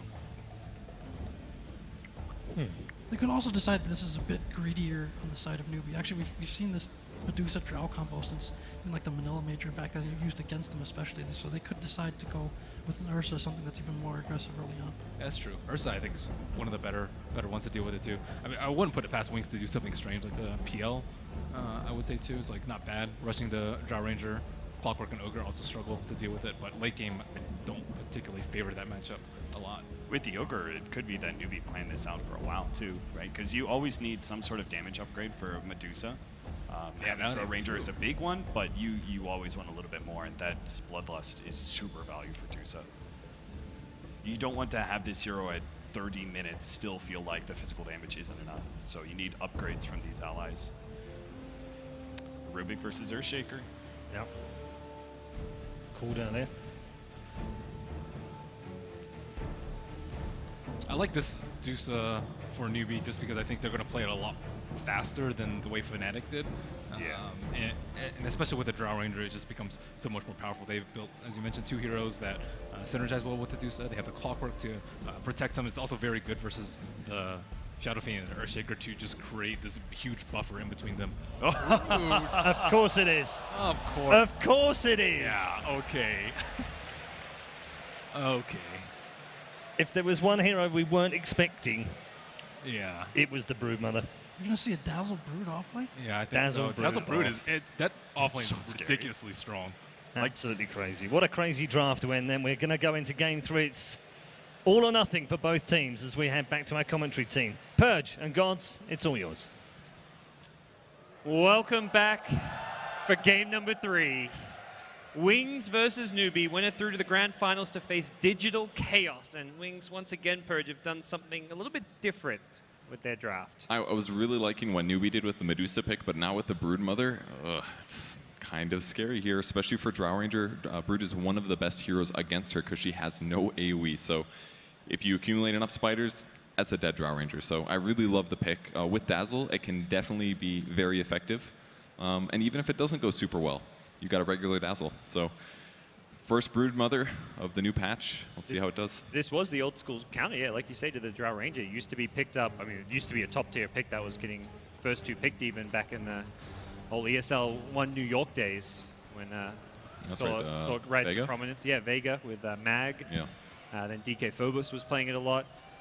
But Faith Beyond, this is a little spiffy looking Brood set, but yeah, great synergy with the Dazzle as mentioned, and Dazzle doesn't even have to necessarily start up there. You may want to look to prioritize Brood getting some levels before you make that rotation up there. Get the like a good Spiderling army before you get the Shadow Wave Heal Bomb going.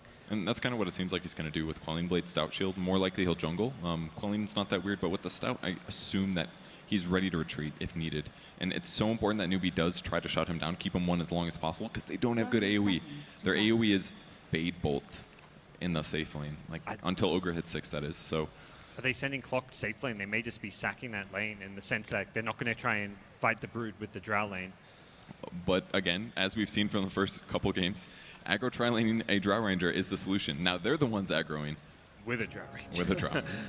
Not by choice, I imagine, as Newbie is smoked up, looking to capitalize around this bounty rune. They've got a high ground ward here. They will see the Earthshaker, but Earthshaker also sees them and gets out of there before trouble arrives. Does get them an extra bounty rune, but they were perhaps thinking they could get themselves a kill as well. Yeah, would have been nice to have the great positioning there. It's so important how some teams do stand like that. They had the protection from the trees, and with the Vengeful Spirit spotting the smoke break, just easy save there. One less bounty rune, and they'll do their best to win this lane. They put a sentry down as well to spot for any camp blocks, but there's nothing of that sort. It's been a little bit of a late lane rotation. Mid lane, though, this is not a great lane for a Shadow Fiend. The creep block is on the Dire Hill. It will push out perhaps with the range creeps and their status, but bottom lane is where we'll draw our attention. They're going to be getting a nice fissure onto Kaka. He's been blocked off. He's going to look to run himself away here. Y has another poison touch only in 5 seconds time. The right-click damage may be enough on its own. The Tango, he barely survives. He can chase, maybe get a poison touch, but obviously he'll use Shrine if needed. Yep, he pops it just to be on the safe side. Very worth it for Innocence to follow like that, because they guaranteed that Kaka had to waste it on himself and not actually do an AoE. Okay, that's perhaps a slightly advantageous start for Wings. And this trailing is actually, don't be fooled by the fact that Newbie are the ones quote-unquote aggroing here. It's a trailing in Wings' favor, and they've... Oh, that was a close one. This is Venge carry, by the way. Yep.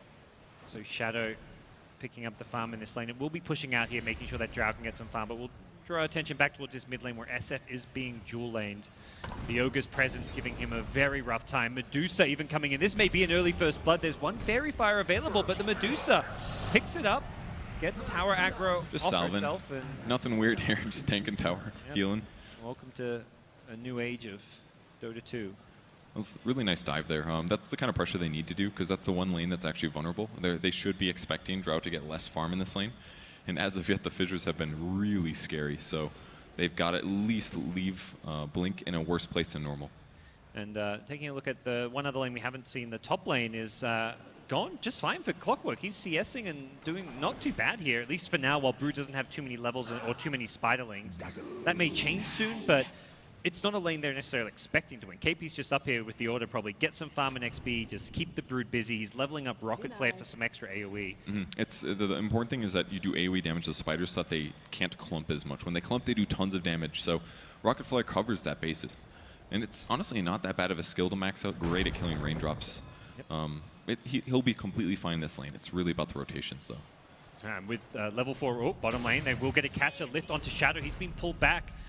With those Frost Arrows, the slows coming out, the body blocks from Faith as well, and they're actually going to catch the Venge. That's the carry Venge we mentioned, and Newbie's aggro trailing strikes, and it really has been Faith on the Ogre Magi, the big playmaker so far for Newbie. First at mid, now at bottom.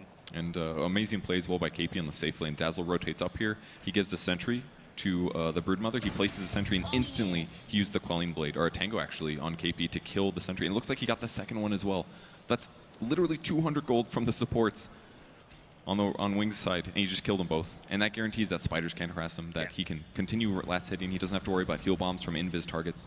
Yeah, we'll see them coming. He's got the Poor Man's Shield boots already, so he's actually pretty hard to kill up here. So Dazzle maybe wasting some of his time trying to prioritize this top lane. Mid lane, Kaka's come in. He got scammed, but it was too late for a response. The TP, though, will be there. I don't think they actually get that kill anyways. There was not an Ogre with them. It was just a casual Rubik lift. But if Rubik's there, throw the lift, because that's another TP scroll that the enemy team just used. I believe that one was Dazzle, and now he feels like he has to go pressure and defend the mid lane instead of sitting top looking for a kill on Clockwork. It's the pressure that's been going on from Newbie so far has been great. So what's going to be the idea with this Brood? Are you just looking, to camp this top lane and just keep on fighting into the Clockwork? At some point, do you swap the lanes and try and put the Brood versus the Drow? I'm not completely sure what the current build on Brood is. That's really what the question comes down to, I feel. What are the talent trees? Do you go damage? Do you go the Midas Echo Saber build? I found that build very effective. We're going to see maybe a kill on the bot lane here. Can they catch someone like the Venge? They get the lift. The Fissure is there. We'll catch out. Great Fissure. Just the one hero with the stun, but blocks all three. Yeah, the Observer what they placed there was, it's going to be good, but if they would have placed a lane ward in front of the trees, it could have been better there, because grabbing Earthshaker would have been a for sure kill. There's limited mana on the Earthshaker now as far as throwing out fissures in this bottom lane goes. But it seems the supports are going to make a beeline towards that middle lane. And they got the D ward as well. Sentry already there. Did do so under Radiant Ward detection, but it seems they got a Shadow Fiend. Walks in, he's gonna go, he's trying to get to his Sanctuary, so he knows that if he fights by this one, he should be okay. He will pop it. Doesn't want to stand by it. He's actually a little bit worried about his position here. He's trying to get back to his teammates. Yeah, that was a good play there. There was no way that he was going to kill either the Rubik or the Ogre before he died there, despite the huge regen. And if anything, just a small tangent to getting some mana.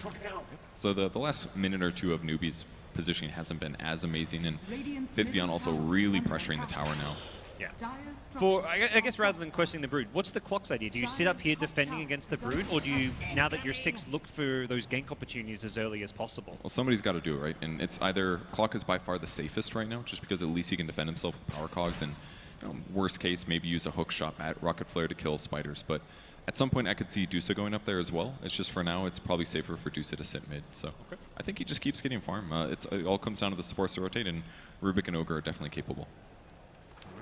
Yeah, he's going to just keep on doing that. And the nice thing about once he gets level 7 is that Rocket Flare can instantly kill the little baby spiderlings with just 1 Rocket Flare from full HP.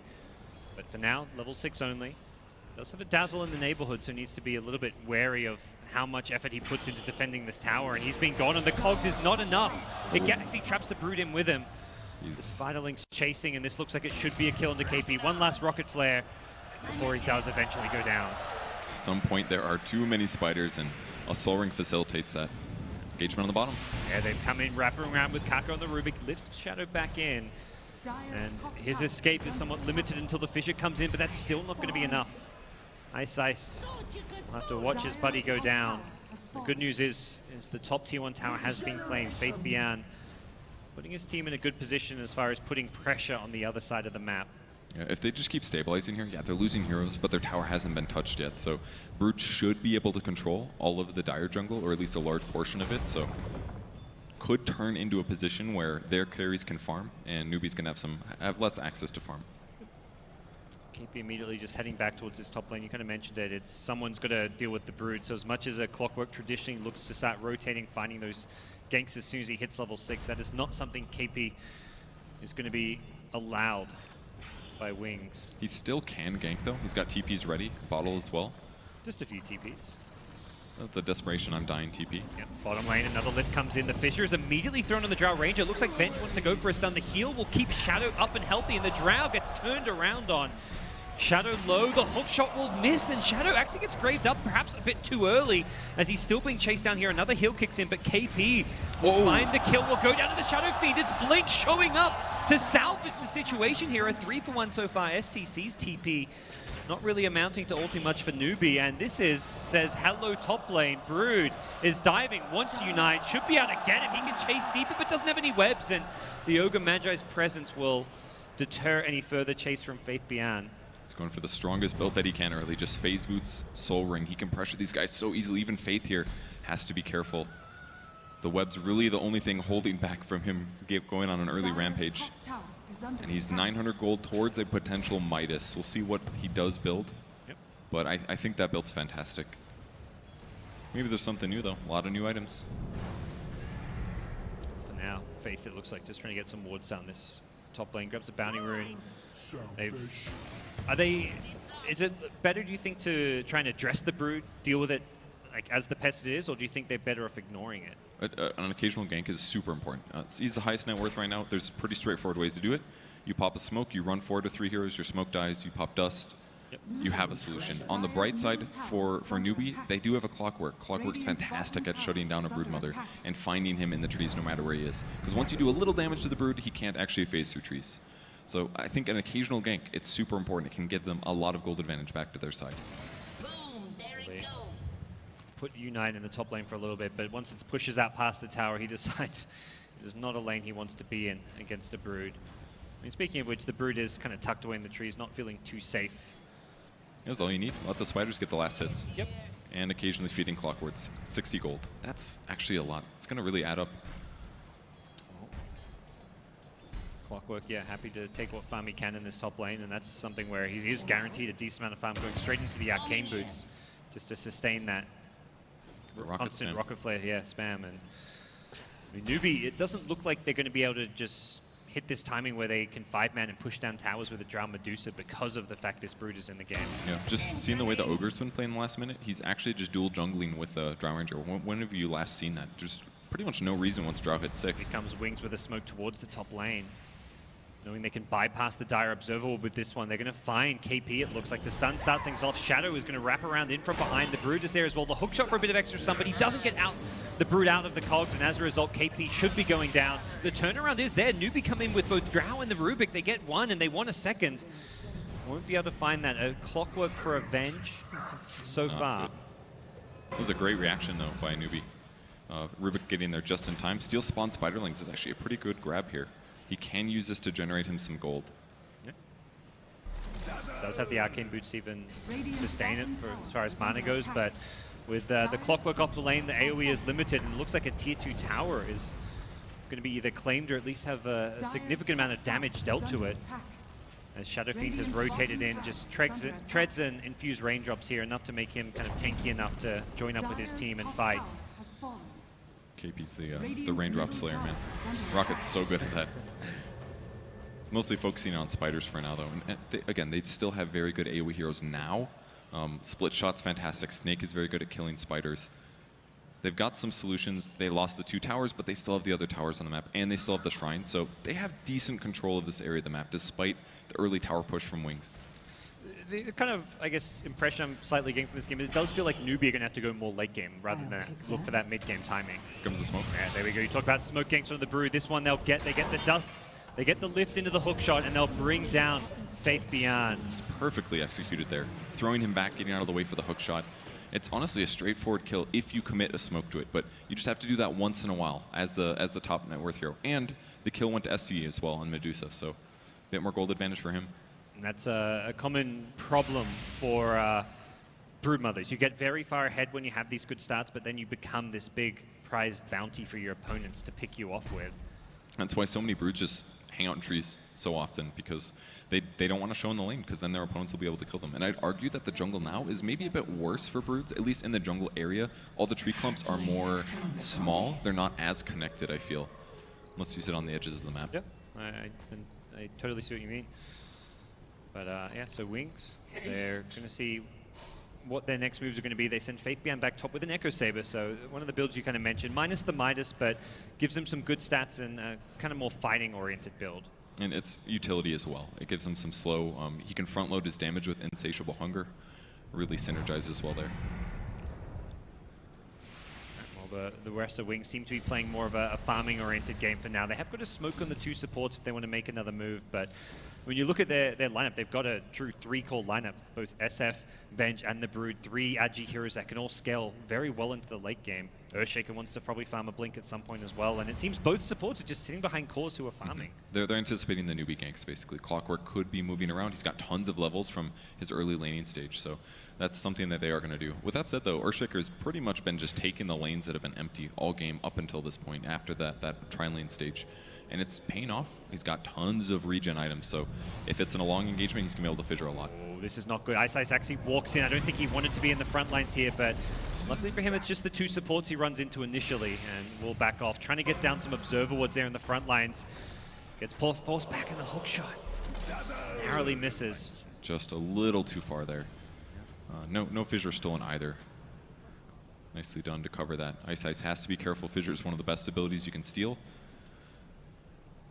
They do prevent those deep aggressive wards being planted. So instead, just a lane ward down in this bottom lane, as Newbie will be forced to either defend or let this bottom tier 1 tower go. Wings have grouped up as 4, Brood creating space for these 4, I should really say, as they feel like Brood is guaranteed to keep at least 1 or 2 busy at this top lane, and it's the Clockwork for now, but it's a Clockwork who can always TP, or can TP in typically, but is on cooldown for now. Yeah, I actually like how he's playing this game heavily. He misses hookshot. That's usually the time period where Clockwork should just go back to Fountain, get regened up, and then go start moving across the map again. But instead, he goes back, he defends, and he puts all of his early gold into a Midas.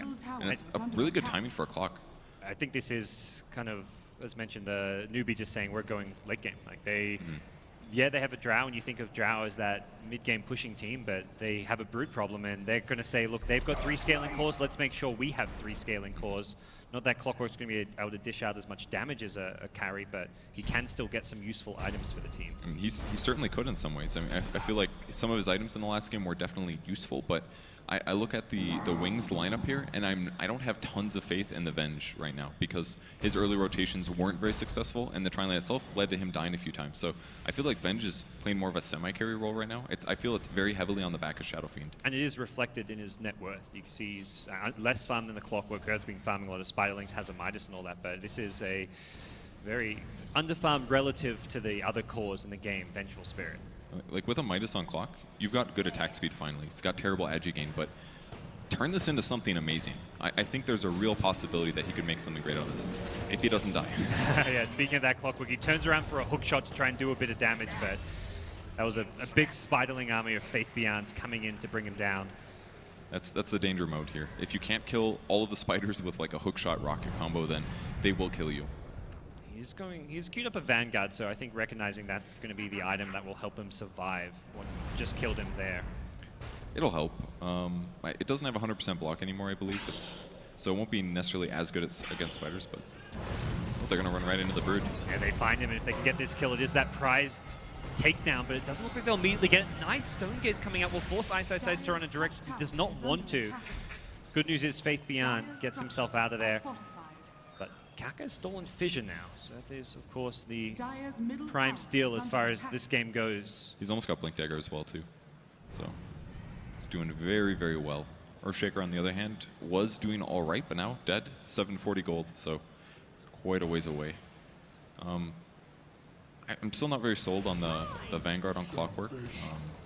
It is good, I guess, against Vengeful Spirit amping everybody's damage. You can get some damage block to offset, but I feel like he'd be better served going at least something like a Force Staff first. It's one item that can give you some distance between yourself and the Brood, or somebody else if you're in trouble. Yeah, well, like that scenario there, you force, then you pop the cogs, and he can't really chase you down if he's outside of that cogs. Yeah, exactly. But well, as it stands, we'll see the game. It does feel like this is much more slow paced. Both teams are going to be just picking up their core items, waiting to see what their opponents are doing. No one's looking to rush this game along. I really like what Deuce's got for farm, though. Dragonlance immediately into a Scotty. Scotty's one of the best items in the game for Medusa for survivability, just because what she gets out of Mana Shield. And again, there's not that much single target damage coming out of the Radiant team. Hook shot into the mid lane. They're going to get the Earthshaker once again. Potentially a Vengeful Spirit takedown if they can keep up with her KP. She's going to get stunned up by the Magic Missile. The Grave will keep Shadow alive a little bit longer, but that means Y is now exposed. Shadow's TP out. It will complete. Just barely at the end there. The Battery Assault wearing off, and it's pretty important. Yeah, important escape for Wings. They do not want to lose the Venge, considering how underfarmed she already is. Either way, it was still a really straightforward fight there for Newbie. Bloodlust on Medusa, he's doing tons of damage. I feel like they just run at their opponents, and their opponents can't really slow them down. Fissure obviously helps, but that's about the only thing that's going to make them good at fighting for now. Like, even a BKB on Shadow Fiend and an ultimate is kind of what they need to stop their opponents, but that's not going to provide a solution to Medusa. I'm liking the Vanguard potential pickup a lot more for Clockwork now, because Brood has got a Deso, so right-click damage is really starting to ramp up, and I feel like this is going to be a good little answer to some of that single-target DPS. It can definitely work. It's definitely good against minus armor. And that's really what Wings is trying to do here. They've got Shadow Fiend, they've got Broodmother, and they have Dazzle, and they have Avenge. That's 4 heroes that have minus armor, so they should be really strong if they're grouped together for the next 15 or so minutes, if Newbie doesn't react correctly in items. Wings have just kind of snuck themselves into Roche. They have great vision to the north and east of the pit, and we can see that, dare I say it, Radiant side Roche advantage. Still feels weird saying that. It helps taking the 2 towers, basically. Yep. And they've had wards up covering it for so long. Just a matter of time. With that, we'll see if they try to make any more aggressive maneuvers forward. The Shadowblade pickup on SF gives him some surprise factor as far as being able to initiate, although it has, of course, been spotted by now. You know, thinking about all this minus armor and how it matches against Newbie, it's actually terrible against Medusa. The way that Mana Shield works is, I got corrected by AUI about this the other day. It's basically like damage block. The damage you're taking, it damage blocks 60% of it and applies it to Mana Shield. And then the remaining 40% gets amplified or reduced by the armor that you have. So he's basically just ignoring armor. It's great. Find out how tanky this Medusa is. The Echo Slam doesn't do anything too much yet, but now the Mana Shield wearing off an SCC will go down. Hasn't picked, or just picked up his Skadi, but Courier as well runs into trouble, and that's going to be a freebie for the wing side. And with an Aegis, they are pushing forward. The Fissure will catch the Ogre. This should be a follow-up kill. The Gust is not going to save him, and suddenly one kill turns into two, turns into a potential third. They want to go into the high ground, but the Cogs from KP blocking the chase and will probably tempt Wings to actually take a T1 tower. Everything just got out of control. I jinxed him. And that was a nice little maneuver into that dire jungle. All this vision from the Radiant Observer Wards giving them such great intel. And yeah, and I totally agree about Medusa being tanky and hard to kill, but when it's a 4v1 scenario like that, you definitely can kill that Medusa. And they got a medallion as well. Like they actually have so much minus armor on the Radiant team right now. And it paid off there big time. The game looked so in control for Newbie, but a couple chain feeds more or less, and it's a bit more evened out. The net worths now are incredibly looking good for Wings. Yeah, Earthshaker going to complete a Blink Dagger off of that, but gosh, looking at this net worth graph, it's still so close between the two teams. It's never been more than a 2,000 gold lead for either squad. It's slightly inflated by Midas, but I think the Venge is still pretty underfarmed though. It looks like she's going for more of a hybrid build, going to pick up a Hood after her Dragon Lance. How much pressure are you if you're Wings? Do you feel like this Brood is a hero that, I mean, traditionally it can kind of fall off? Is this a build that's going to fall off less? Do you need to be ending this game early if you're Wings? I think that question mostly comes down to talent trees. That's the most new thing that's going on for Brood here. She's got 10 Agi more than she used to. Historically, her Agi gain was pretty mediocre. Her strength gain's better. I don't think her talents really make her that much better. Her 50 attack speed in the next level could be fantastic. Yep. But that level 25 talent really doesn't do that much more.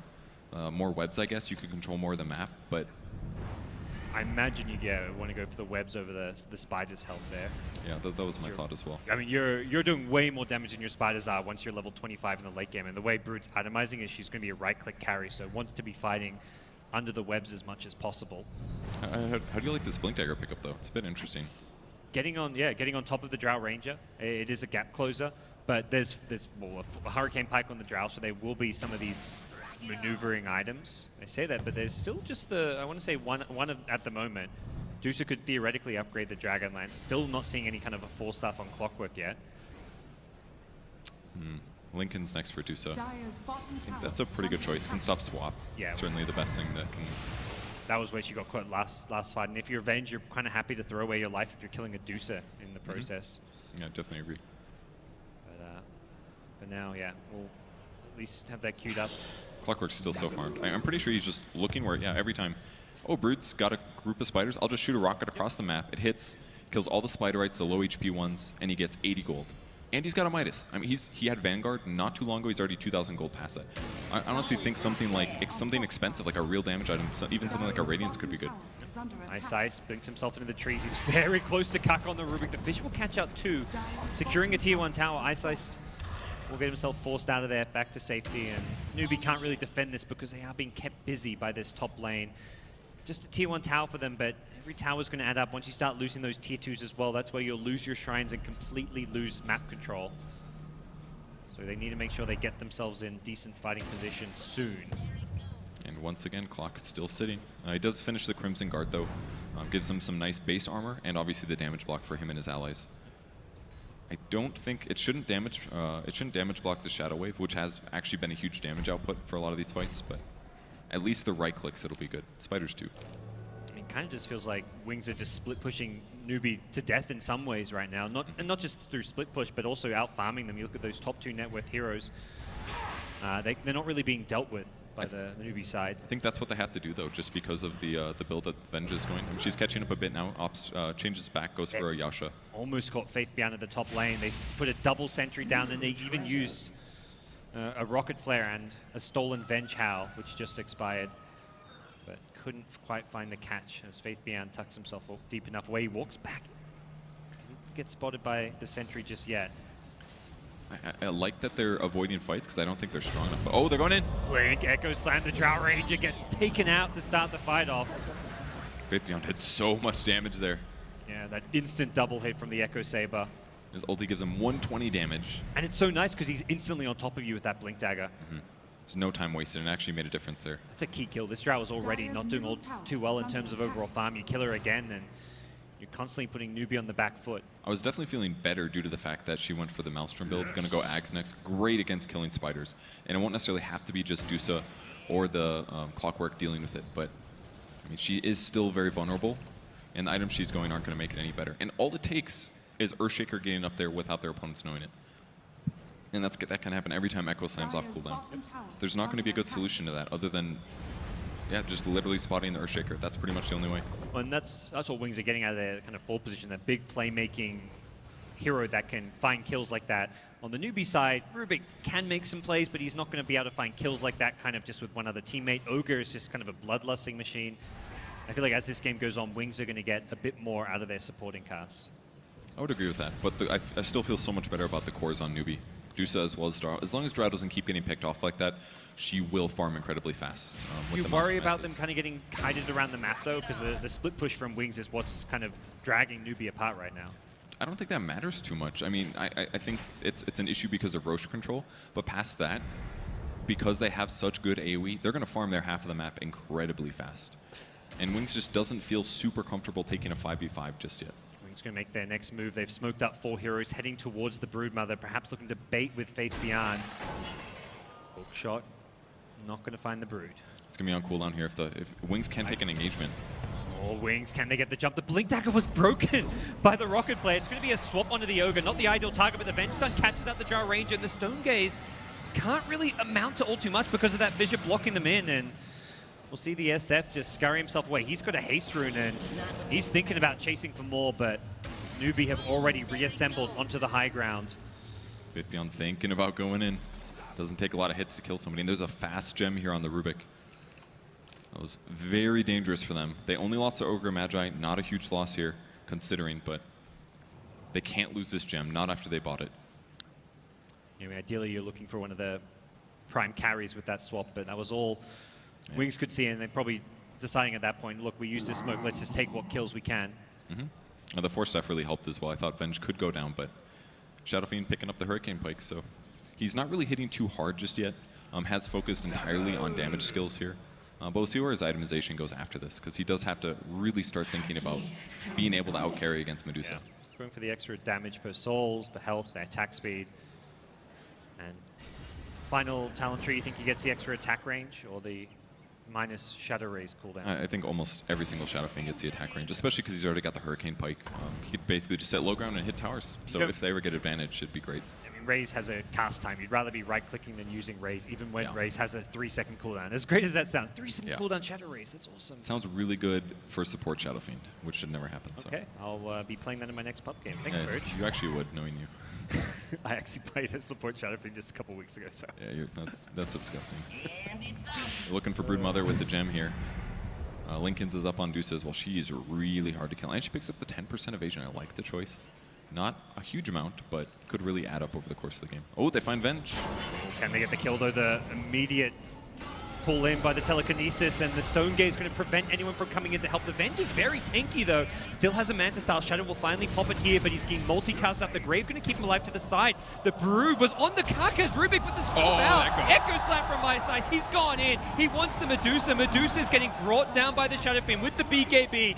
It's Blink tearing apart the Newbie lines. Faith is looking to scurry himself out of that. Unai barely TPs himself home, and Faith, you'd be found. What a great defense there. Possibly 4. KP doesn't have a good answer for the Brood. No Force Staff. It cogs in a couple of seconds, but he needs to get further away, and he's not going to get a chance to do so. That mobility from the Brood there. Nobody's getting away, and 4 dead heroes now for Newbie. Their initiation was very botched, but they were not expecting to find Avenge at the worst place there, where she was going to high ground. And even when they were trying to kill the Venge, attacking uphill against somebody that had a lot of armor, and ultimately the Echo Slam on 3 heroes just guaranteed turns the momentum around. The Venge, one of the heroes that just gets very tanky through his stats. +8 all stats at level 15. Is sitting on 2.3k HP with Strength Threats, Manta Style, Dragon Lance, all of this survivability adding up there, and made her a hard takedown. And then when things got really bad, just swap in somebody else. Yeah. No big deal. So they're looking great on Wings' side. They'll take themselves another Roche. This Aegis looks to be going the way of Blink, and nothing Newbie can do about this one. They really just got to sit back and try and ride it out, get to that late game you talked about where they've got that Aghanims plus Maelstrom on the Drow Ranger. They've got the Medusa with another item or two. I think the Medusa, she needs more damage right now. I think that was pretty clear from that fight. She had great utility. She stayed alive a very long time, but there wasn't enough DPS output. Bloodlust helps.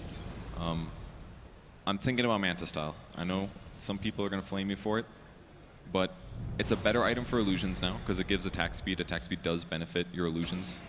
They get split shot. There are some anti-AoE things like Earthshaker, but that's about it. There isn't that much. I feel like you can remove some disables, overall output more damage. Like Butterfly will also work, but it's still more attack speed. Okay.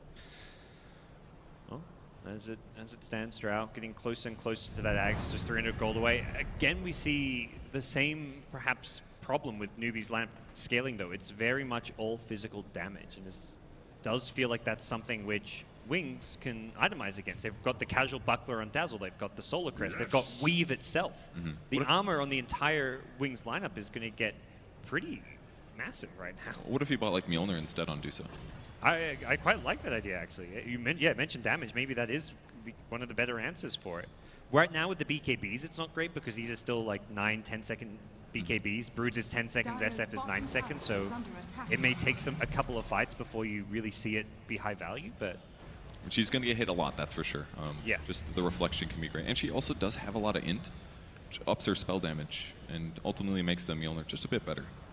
Hasn't got much money to buy anything right now, and they'll watch Wings take the last tier 2 tower, which means time to take out some of those shrines. So looks like Drow finishes her Axe finally. So this is going to help the damage. I guess it doesn't have to be the Dusa. She could just be focused on tankiness, let the Drow sit in the back and try to make up for that lacking there. And Axe is a great way to do it. The split shot you can cast. Actually, you can't. It's probably not as good on Drow now because I believe Maelstrom has a cooldown of like 0.2 seconds, and she certainly has enough attacks that it will limit that a bit. But with the MKB purchase immediately after this, I don't know if you've tried that before. It's fantastic. Just mini stun multiple teams. You won't have to worry about missing uphill, I believe. And the Brood passive as well, the incapacitating. That's a great point. Yeah, what 60% miss chance as soon as he slaps somebody. That's something that either the Drow or the Dusa can't handle at all. And even if you gust the Brood back once she like blinks on you, you've still got 2 seconds where you've got that miss chance, which you don't want to have to deal with. So yeah, the timing is very crucial. They have to go in and they have to kill somebody towards the start of the fight or while they're using Dusa ulti. Because if they don't, then there's going to be fissures, there's going to be echo slams, there's going to be swaps. They have annoying things to deal with.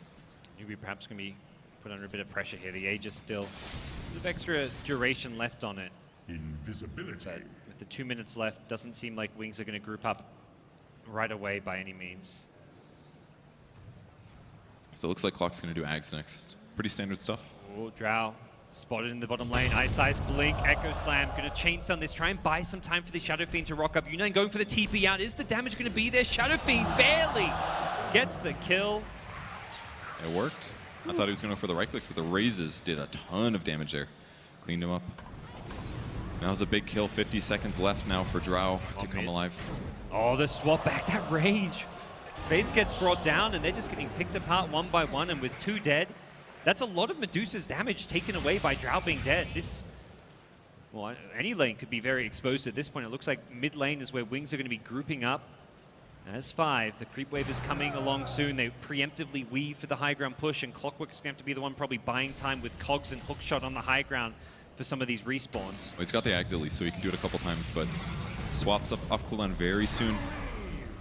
Shaker blinks in. The Cogs is there, going to push them back with the Stone Gaze, and looks like that's going to be enough to repel this wave push. Which is fine, because they've got 12 seconds here for Drow. Although swap in 3.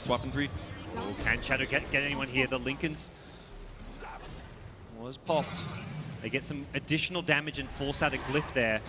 And now they're going to go in for another hook shot, just trying to push him back using the Cogs. Burn his HP and mana, even though he's got an Aegis.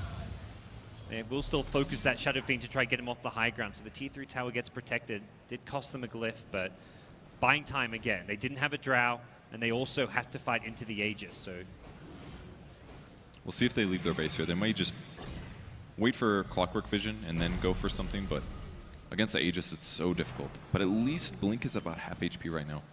Doesn't yet have a ton of sustain. We'll be regenning soon once that Aegis expires in about 10 seconds time. Maybe someone they could theoretically jump at a good time, but there's a great swap back from Shadow. They've got Medusa, but the 4-star back home. Faith Beyond's gone in with a BKB, but SCC trying to slow him down with that Skadi. Shadow getting very low himself. There goes in the SF with a Requiem, lowering some of the damage with that minus physical, but Medusa on the front lane's trying to hold her own, doing so pretty well, and KP gets another hook shot off. The control coming out from him, he won't catch the Shadow Fiend inside, but they'll blink after. Kaka wants more, he wants this Shadow Fiend, can he get it? He's going to get almost 3-shotted, but the Ghost Scepter keeps him alive, the 4-star up, SF gets pulled back in, they're going to bring down Blink. U9 gets a double kill on the Drow Ranger, the hook shot, it's back up, KP's caught another. 4 down, Brood the lone survivor, and what a hold. The amount of time that KP bought in that siege was insane. 2 dead heroes for 20 seconds, and he got them to hold it off. Look at that Drow Ranger damage done. 6.5k damage done through the Aghanims and Maelstrom. That's an item that is genuinely very undervalued by pro players, but it's times like these where going a carry Drow build can absolutely give you value. Not only did KP get 3 hooks off, he actually did the second most damage in that team fight. 3 points. Yeah. He did more than half the damage of the Drow, and Drow did a lot. I'm not surprised in the slightest. Hookshot's so good for just forcing. It made it so difficult for Wings to actually retreat. You know, every time they backed off Hookshot into power cogs, it's like 3 seconds of disable every single time. Well, Newbie finding perhaps their second legs here, as that was the first real good team fight we've seen from them in some time. And they're going to look to claim this bottom tier 2 tower as a result. Still a lot of tier 2 towers up, so they won't be able to take out any of these shrines anytime soon. A lot of access points on the map available for the Wing squad still. Those shrines and base made a huge difference for Medusa as well, just because it gives her HP and mana, which is more HP. She just sat there and fought it. It worked out just fine. A little surprised she went for 500 mana here versus 15 Agi. I know the 15 Agi definitely has a much higher win rate in pubs, but you know, very different pro game here. It's 2 armor, 15 damage, 15 attack speed. I think he's made a small mistake here, but we'll see. Any other big talents stand out to you as far as things coming up or things that have been picked up? Not particularly. Pretty standard stuff around. I mean, there's really not that many levels so far. Yeah. The Brood's 25 coming up, but again, neither of those is going to be massively game-changing. The extra webs could be kind of nice. But I'll be interested to see what he gets, but I'm not going to be too surprised either way. Venge picking up the 50 damage, very, very good skill, obviously, for carry heroes. You know, Venge carry doesn't get played that much, so it's still a little overbuffed. The 20% Venusaur damage is actually huge on Venge when she gets that. Since she does have a lot of Agi items, it'll really amp up her damage and really help Shadow Fiend as well, since he's building similar. And this Venge is hitting hard and tanking a lot of damage. 2.5k HP, SF, similar story. Going to be going for, it looks like an Assault Chris queued up next. On which hero, the Shadow Fiend? In Shadow Fiend, yeah. Okay. I don't even know if that's the right choice. I feel like I want him to get something heavy hitter. Like even a Monkey King Bar or a Daedalus might be better, I feel. When considering Brood's got a butterfly, they're killing that. Brood, well, the Medusa's got a butterfly. Yeah, that's a great point. Another reason to grab it. Hook shot in. It's going to be a Blink Echo Slam. Ice Ice going on a Rubik here of all heroes. Not sure this is going to work out too well. Not with the Ghost Scepter. Now they're going to turn it around, focus their efforts on this Shaker. He will finish off the kill thanks to the Grave. Well, I guess that works okay, but there's going to be a gem. Oh, someone pick up that gem. Hello. Ogre comes in. Okay, they got it. And they'll recover the Rubik's gem. I'm just not completely sold on the AC. It'll be very good team-wise because they are very much about right-clicking and minus armor, but we'll see if it works out.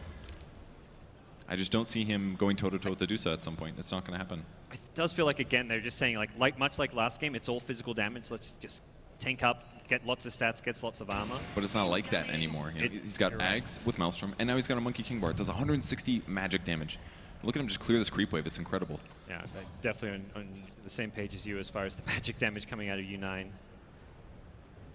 You'll be happy to see Medusa is perhaps going for a Manta style next. Has got it queued up.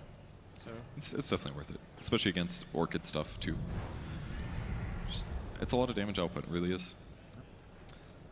Well, after that last fight, do you think that kind of evens things up, or is one team in a... Yeah, game feels even to me, at least. Yeah. I feel like Newbie can get more control on the map. I feel Brood is certainly falling off. His skills are not as good at these super late game scenarios. Part of the reason is late game win rate's kind of weak.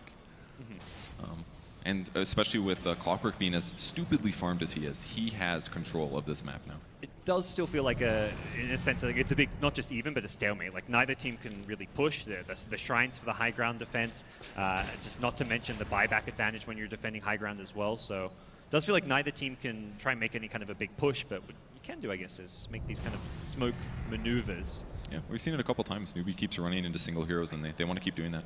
I don't know how well this is going to work. The Medusa gets spotted by a Radiant Observer Ward, and running this way by yourself as a Medusa, very unlikely. Yeah, and Rubik, his smoke gets popped, won't find anyone. Gets the high ground Observer Ward for some added vision. They will get this other obs. It's something that they need to take care of. Couple on the map here for the Radiant team, and they're going to smoke in return. Ooh. I don't think they actually wanted to fight there. KP was fishing with that hook shot. May have been a good catch if he got the Brood, but Roche's respawn nice and fast, and Wings looking to get a pick off to perhaps put them in a position to get the Aegis and Cheese this time around. KP so gets swapped in, immediate Shivers Guard, he gets bursted down nice and fast to the fight, or does he? The last right click will bring him down. The Stone Gaze will break down the Brood. Their Blink Echo Slam almost takes out U9. They will in the end. Ice is low. He's looking for another stun. He needs to control this Medusa. It's the lone problem left in the fight, but with the Drow buyback, this fight could turn back Newbie's way. SCC is looking to focus on Shadow, not doing all too much damage here. Here comes. Oh, here comes Drow with the Drow's re-emergence. I think this is perhaps time for Wings to back off, but they want to hold their ground. Why is just looking to cover the retreat here? Another stun coming out. Shadow blocks it with the Lincoln Sphere, and Medusa still in good fighting shape, and SF is stuck on the high ground now, pulled back in. Don't see a good way out for him, as he will be brought down. 100 seconds on the sidelines. Drow had to buy back, but well worth it. It was just amazing how hard it was for them to kill SCC. Not only does he just not take a lot of damage from minus armor, but he's also got a butterfly and that extra 10% evasion perk. He's got a 25 lifesteal. Are they contesting Roche with 3 heroes here? This does not seem wise, and look at the Brood almost melting to that Aghanim Scepter. They get Karka in the end with a fissure here. They take out one. They really don't want to let Newbie get the Aegis this time around. They have no SF, no buyback. Shadow spotting out the Ogre Magi as well. I think they can still take this here. Bench brought back for this, and right now it feels like, oh, hook shot, KP wants in, and he's going to catch up to the Earthshaker with the Shivers slow. He's going to stop him casting any spells, and this should secure them the Roche. Another hook shot will be coming up in a couple of seconds, so KP will want more. KP's just going crazy this game, man. All those spiders. Even last game in their loss, his Clockwork was perhaps the shining star of the Newbie squad. I completely agree. Mjolnir on the way now for Drow Ranger. It's just going to get a little bit worse now for Wings. And the best part is she hasn't even bought a BKB yet, so if she does end up buying it in these late game scenarios, 10 seconds is an incredible amount of time. Like, the only reason that Wings won that first fight, Brood jumped directly on the Drow, did a ton of damage with the Bloodthorn, and they committed an Echo Slam to kill her. They may actually attempt the high ground here. They've got a cheese on Medusa, who will not only get the HP, but refill your mana with it. Drow Ranger with an Aegis means you don't have to worry as much about her buyback status. But first, farm. First farm. I was thinking they might go for the shrines, but they've actually got a tier 2 tower still full HP at the top lane, so cannot get those shrines in. I think they just wait, give the Drow Ranger 600 gold, let her finish the Mjolnir. It'll be a huge difference in terms of amount of magic bounce damage, and then go take the next fight.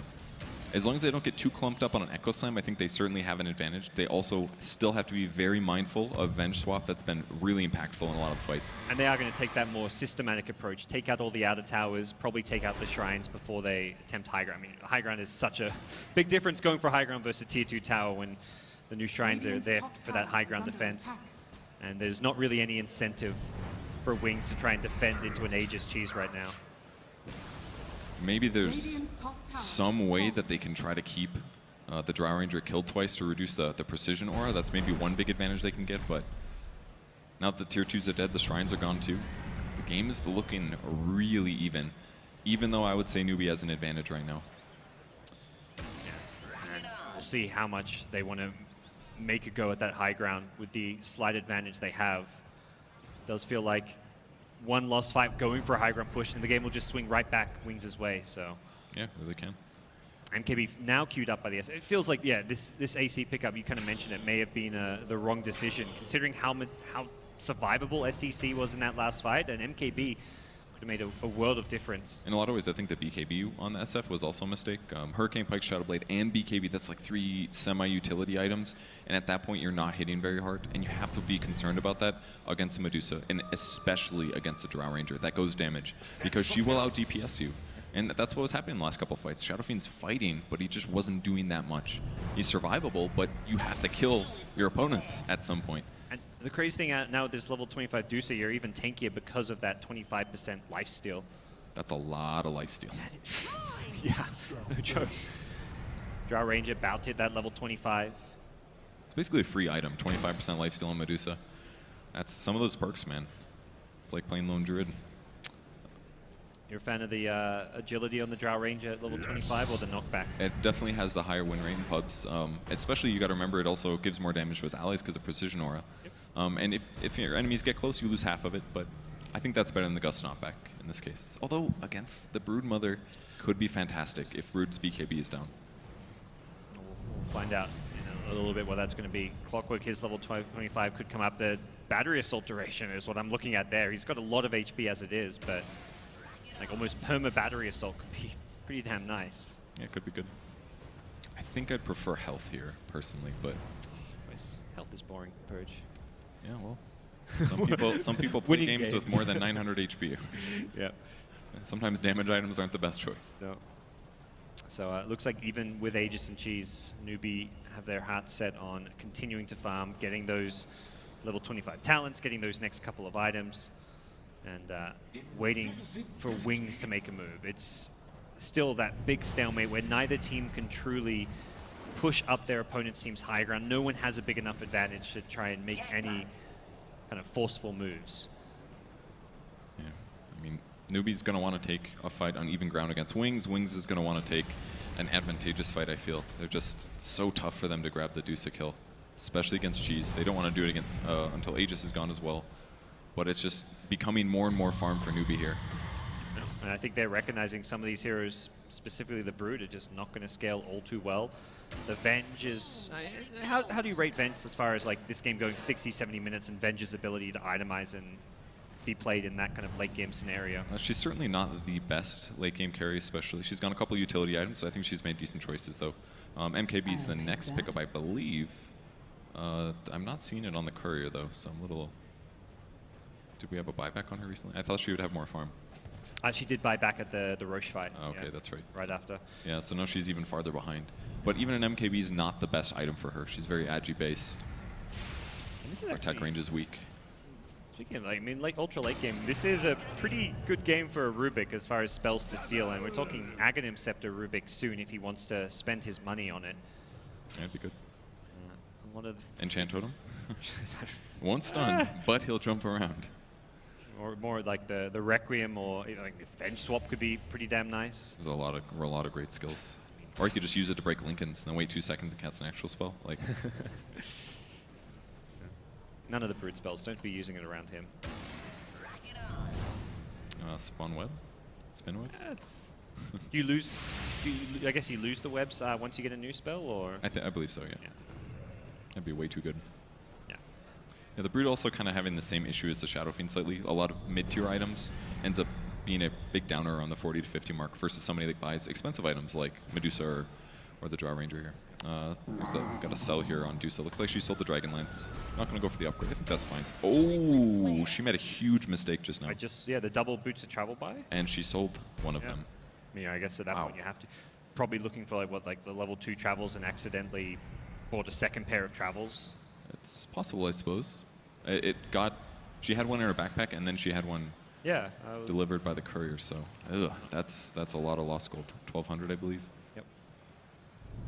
Whatever, just hit more creeps, right? I mean, that's the thing. If Newbie want, they know Wings are only going to come to them like by some kind of like sneaky 5-man smoke maneuver. They're not going to just try and run at them and try push a buildings. So maybe she didn't sell Dragonlance. I'm not sure what she sold the first one, but maybe Phase Boots or something. Yeah, she used to have the... I saw the double Boots of Travel, definitely. I think she sold Phase Boots and had 2 Boots of Travel. Yeah. Pretty sure. Something like that. Or maybe it was Blades of Attack. I'm not sure. Either way, still, 1,200 gold absolutely can make an impact. Could be a buyback here or there. She already does have Moonshard, so she's just about maxed out, just waiting to replace her Cheese. I guess she could replace Dragonite. She's still got so much farm to go, really. I hear hook shots and that's just like, I'm like, where am I missing? He's just bored, I think. Yeah. Farming. Maybe there's a brood in the trees. Is this where you get the late game Octarine core on your clockwork? Is that the build? I don't know. I like Octarine for the old. You've got 4 spells as well as a couple different items that get the reduced cooldown. Midas reduced cooldown?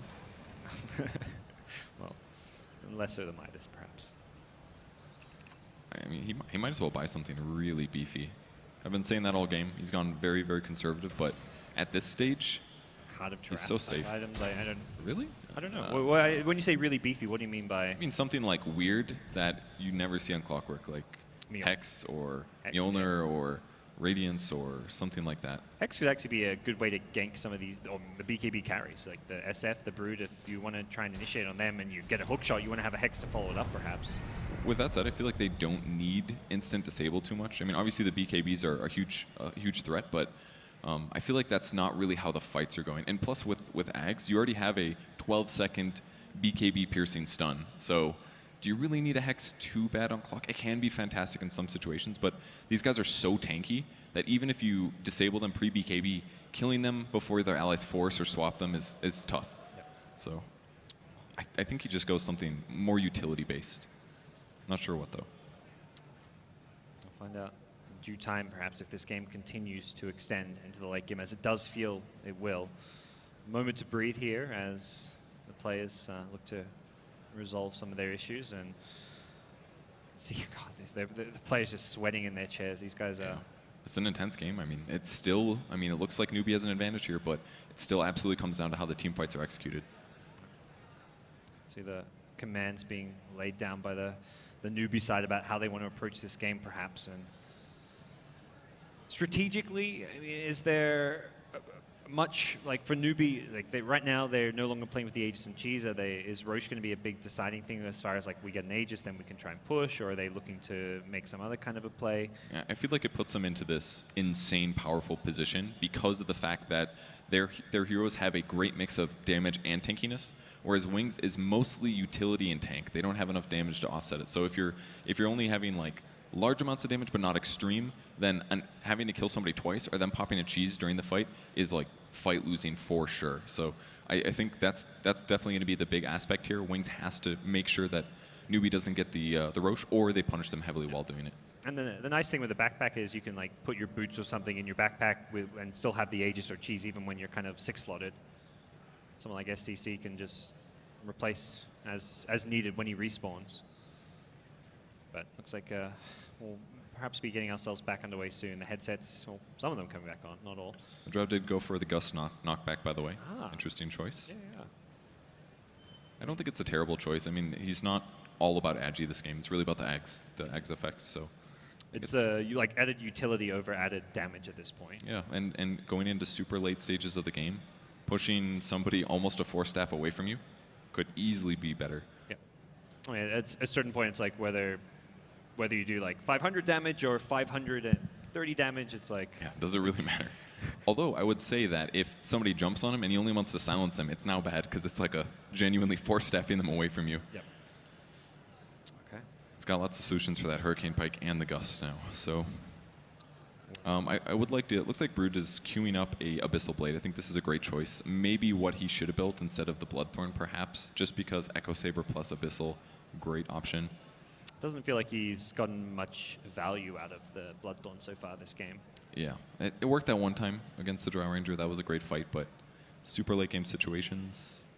I mean, they do need it against Medusa, I suppose. It could be their evasion solution, but they all still have to go through Lincoln Sphere. And I mean, he's got the cooldown perk. 20% cooldown reduction puts us at 8.8 seconds. That's a really good timing for an item. That's like a skill in terms of downtime. Affecting his BKB as well, so. And his Echo Saber, dude. 4-second cooldown Echo Saber. It's pretty nice.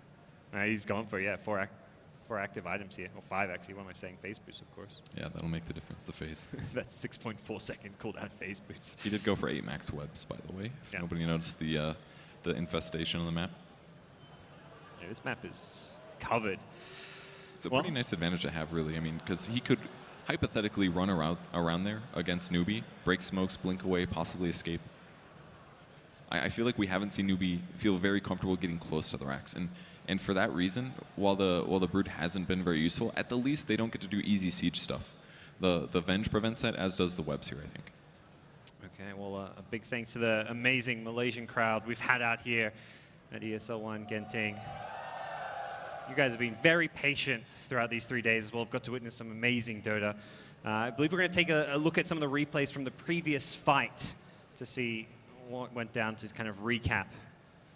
This is the Venge one, so walk us through what kind of went wrong here for Newbie. The fissure separating the heroes on the right was great. The Drow Ranger as well from the low ground having a lot of trouble killing him. There's clearly tons of misses there. And then the swap out with Kaka and the Echo Slam. Just beautiful. It was. I mean, the SF didn't even get too close for anyone for the Requiem, but managed just to hit at least enough and was in a position where he could just get the right-click damage out. It's one of the few fights, or at least that, well, this was quite some time ago, where Newbie were really put on the back foot and split apart. Mm-hmm. And it all came down to the fact that Venge, the person they initiated on, and used all their skills, they even missed the hook shot. Initiating that was definitely very impactful as well, because it took way too long for them to actually blow up the Venge. Yeah. This fight was crazy. Yeah, this was the high ground push. This is where, I got to go back to KP. He was so good on this clock, where constant hook shots. He got 3-4 hook shots off on this high ground defense. He bought time. The big thing was at the start of this fight, Drow Ranger was dead, so they had to buy time, but buy time they did. And Wings perhaps diving in a bit too deep in hindsight, would you say? Or Yeah, I mean, the Dusa looked really low. Her mana was a little bit lower than 30% or so. Her HP was low, but once she grabbed that shrine, that probably gave her a good 1,000, 1,500 HP survivability once you do the math.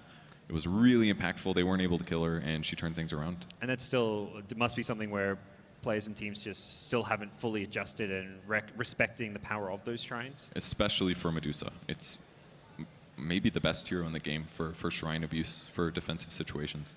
She's not very mobile. She can definitely punish you if you overextend. And just extra value.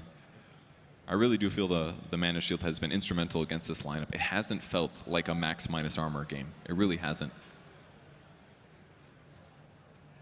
Yeah, I mean, from both sides, we're kind of getting far enough back in the late game that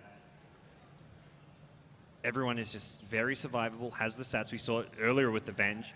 Since that point, I mean, is it just that Newbie have kind of caught up in terms of items? Do you feel that the fights are swinging back more their way? Or have they actually approached the fights differently from then? I think it's genuinely just itemization advantage, honestly. The Drow going for Maelstrom as well as Ags made a big impact. Her damage output has been great. Medusa's been entirely focused on tankiness, which initially I criticized, but once Drow covered that base, tankiness was the way to go. And then on the Radiant side, they kept investing in minus armor, but again, the way that Mana Shield works is it just takes that damage off the top, even before you get to amplify it by all the minus armor. It makes it so much less valuable. So all of these like tanky hybrid damage builds that they went on Wings' side, it probably should have just been hard damage, or maybe even something a little bit more cheesy that could drain mana or deal with the Dusa better. The Ags on Drow really feels like the turning point in some ways. Yeah, that was, absolutely. Until that Ags came up, that was, the first fight after that was suddenly won by Newbie with a massive amount, like the 6.5k damage of that Drow Ranger. The Clockwork hitting multiple hook shots, so... I feel like it's just such a scary item to get for a lot of pro players because they think, if I just get a BKB and we win team fights, we win the game, right? But if you buy Ags, then you're vulnerable to pretty much everything. You're vulnerable to Orchid, you're vulnerable to gap closers, you're vulnerable to swap. Like, there's just not a lot of good solutions if you get put in a bad spot, but the damage output increase and the way that it opens your itemization to be more effective is just incredible. It's already giving you double damage, essentially, because I believe the split hits do 50% or something of your initial attack, so you're getting double damage already, even though it's splitting, and then you get multiple orb effects, so it's like those items are becoming better. It's a damage accelerant, and whenever I see it picked up, it's really incredible how much damage it does. Yeah. Does Drow probably needs to become like the #1 priority for focus in these fights, or I mean, Medusa, you kind of have to ignore to some extent with how tanky she is. But I would actually agree, yeah, because she's also amplifying what Dusa does, and Dusa did go very tank heavy, so kill her at the start. That could be a great way to start the fight. Especially, she doesn't have BOTs just yet. She's got them queued up, but if she has to buy back and try to come back in the fight, she won't be able to get there instantly. So killing the Drow could be great. But Clockwork's been making so much space this game. It's very difficult for Wings to actually get to where they need to and actually blow up the Drow Ranger. Yeah. Well, it looks like we will be hopefully getting ourselves back in soon. Kaka has reconnected, so perhaps fingers crossed. So Newbie, they are in position here around the Roshan pit, which won't be respawning for some time, but they do have a double damage rune right by them waiting. So perhaps looking to make some kind of a play happen. Oh, they're going to give it a shot. All right. Fingers crossed. We'll get things back underway. Here we go, Malaysia. It's game 3, 50 minutes in. Things very even between these two top Chinese Dota 2 squads. For those of us joining us from And do welcome back everyone here in the live audience, as we'll see, as well as those of you watching online and Twitch TV. But it is Wings slightly on the back foot. They've lost a lot of map control now, losing all their tier 2 towers and shrines, and Newbie are the ones who have won these last couple of team fights to put themselves back in this game, ahead overall on net worth, and looking to perhaps set themselves up to take this next Roshan and even go for a smoke maneuver here. Something I'd really like to see Wings start doing a bit more is using Spiderlings to scout. I feel like that's something like Ice is someone who I always think of when he uses his summons really well in the late game just for vision and information. It doesn't matter if you feed some Spiderlings. If you scout heroes, great. You can even do some patrol stuff as well if you're trying to spot for smokes. He's got a couple of them around the Roshan pit. He literally read your mind just now. Or he speaks English, I'm not sure. And he's not wearing his headset. Oh, they're going to grab him though. Oh, they got the catch. It's going to be a quick scurry away. He hooked. Did you see that? Oh, the Spiderling on the cliff. Yeah. He cliffed himself. He actually can't get down. Who's got a force? There's one of the Drow. Oh, the Drow's got the Hurricane Pike. Is that the only one? Or he could just... He could hook a teammate. His allies are really good at juking, man. He blinks out. Swing, better. They're going to try to pursue this. They want to contest that roast, like you said. You feel like they have to contest this one, and Wings totally agree. Good timing. The weave is huge. Rubik, oh, they're going to spot him. Find him. Oh, the lift immediately from the Rubik. He may get himself out of this one. No chance for that. They lose the gem in the process as well. Now dealing with the Brew gets simple. They swap in KP. That blink out. KP back to safety. Things reset. Rubik does not have a buyback. That's a big teamfight presence being missed, considering the amount of items on this Rubik. And a bit of a gem loss as well. He wasn't reacting either. He does actually have a gem, but... He got an immediate lift. Oh, that's right. He didn't blink away. Now the hook shot. Okay, blink on the right side of the fissure. Well, the left side, but it ended up being the right one to be on to save his life. As Ice was also there for a defensive maneuvers if needed. Cool build here. Venge picking up a Vlad's. You may think this is the dumbest thing I've ever seen, but it's based on his base damage and his agi. He's got a lot of agi, so just standing near heroes, Venge is going to be, especially at level 25, giving 60% damage amp to his team.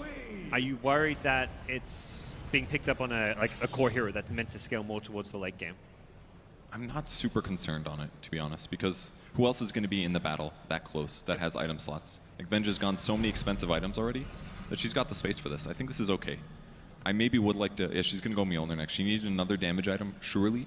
And that'll be a great one. Her attack speed's fantastic right now. And a big shout out to Malaysia. We're currently broadcasting live on Malaysia's NTV7 and on Malaysia's first and largest homegrown streaming service, Tonton. Esports history being made, Purge. And here we are doing it. Let's not fuck up. Newbie. Again, posturing around the Roshan pit is now respawned. They're looking for the swap. Oh, blinking Ice. What are you thinking here? He swaps him back in, but he's going to BKB on the Medusa. Trying to get them in the stone gates. The Cogs pushes the SF back. He walks in front of the SF. He's trying to get away from the stone gates. He can't. Grave onto the Oshik. It keeps him alive, but who's going to keep Blink alive? He tries to pipe to the high ground. Doesn't make it.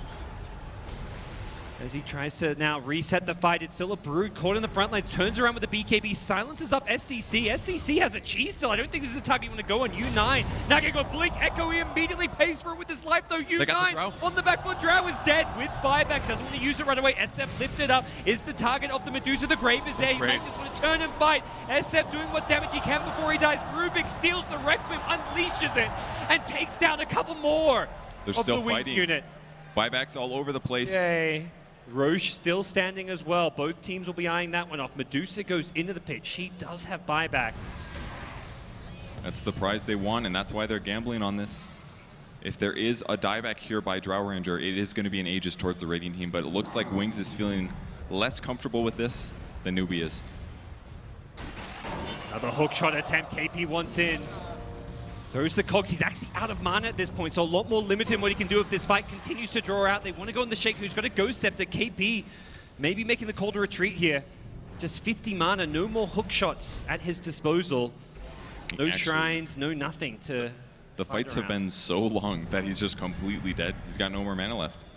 So at least for a period of time, this could be a bit of an advantage going towards them, because everybody else on Wings is looking pretty healthy. But will they know that they're doing this? The Spiders are scouting. The SF buyback being on cooldown, perhaps the big deterring factor as far as making too many aggressive plays, but they still don't want to give this Roche up for free. KP still far away. He's at his tier 3 tower, needs to get here in time. Hooks to some neutrals to get here faster. He is doing whatever he can to make sure he rejoins with his team. He needs to be the one initiating any kind of a fight for Newbie. I really feel the Shadow Fiend's doing decent damage now. The Monkey King Bar is making a big difference in these fights. And even the Dusa, she's throwing out tons of attacks, but her damage is absolutely not good enough. Yeah, she's still got that Dragonlance, which you got to imagine is going to be replaced. I think it's soon. honestly Rapier time. I mean, Ooh, KP finds Good one, grab. hooks the pushback with the cogs. Shadow is the target here. He has the link itself protect himself. KP slowing everyone down with the Shiver's Guard, but now he's kind of in a tough position here. Has another hook shot in a couple of seconds. May look They to need to turn and save. throw it. KP stunned up. Off to the north, though. That's all for the fight. Another hook shot. KP finds two. The push will not be there in time to catch the SF. It's Shadow swapping him back to safety.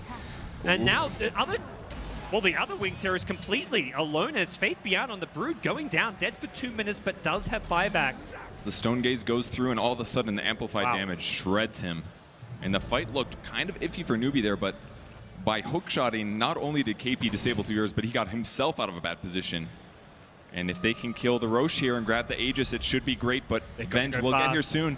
Here they go. Drow is very low in HP. She needs to pick up the Aegis, but they're going to get here in time. The hook shot trying to buy some time. KP wants to let this Drow get the Aegis. She's going to die to Roche. Oh, she died to Roche. Oh my She died to Roche. Purge, what is going on with this Dota 2 game? The SF is caught out though. He doesn't have buyback. He cannot afford to die. The Brood is on the Medusa. Medusa doesn't have MKP. She's down. Buybacks immediately. The Stolen Requiem comes out, but it's not going to be enough to turn this fight around. Dazzle flies back. Wings, they smell blood. They want to push forward. Multiple buybacks from both sides, 3 being used by the Newbie side. And look at Roche, it's so low on HP. Can anyone get in here in time? Faith Beyond, he's got the webs, but he doesn't feel confident pushing forward. SCC gets Aegis and Cheese. What the hell? Are they going to punish her? Can they go in? They know there's no Drow Ranger for this one. They want to, but they're too far away. Shadow's charging forward, he's got a swap. Oh man, that was insane. I mean, this Drow does not have standard items. She's actually not that survival. 13 armor base right now. Roche is strong late game, and she did not kill him fast. Well, I think Wings recognize that. They are in a position that even with Aegis and Cheese on that dire side, they could push forward. No Drow Ranger, that's a lot of Medusa's damage, and fighting into the Brood is tough for the Medusa because of that 60% miss chance. And she does not care about items. Oh, the Echo! The counter hook shot from KP, he's going to lock 2 in place. The Echo from Ice was good, but not great, and he's now deep in enemy territory. Will pay for this one with his life, if not for the grave that keeps him alive a little bit longer. Ice hoping for a prayer, but he's not going to get another hook shot from KP. Will lock him in place. The Medusa on the front lines may need some help. Turns. BKB tries to fight into the Broodmother here. KP, he keeps throwing these hook shots. He's going to be looking for another in a couple of seconds. Oh, Stolen Echoes! Kaka! He'll pay for it with his life. He goes down. Another hook shot. KP trying to lock these heroes in place.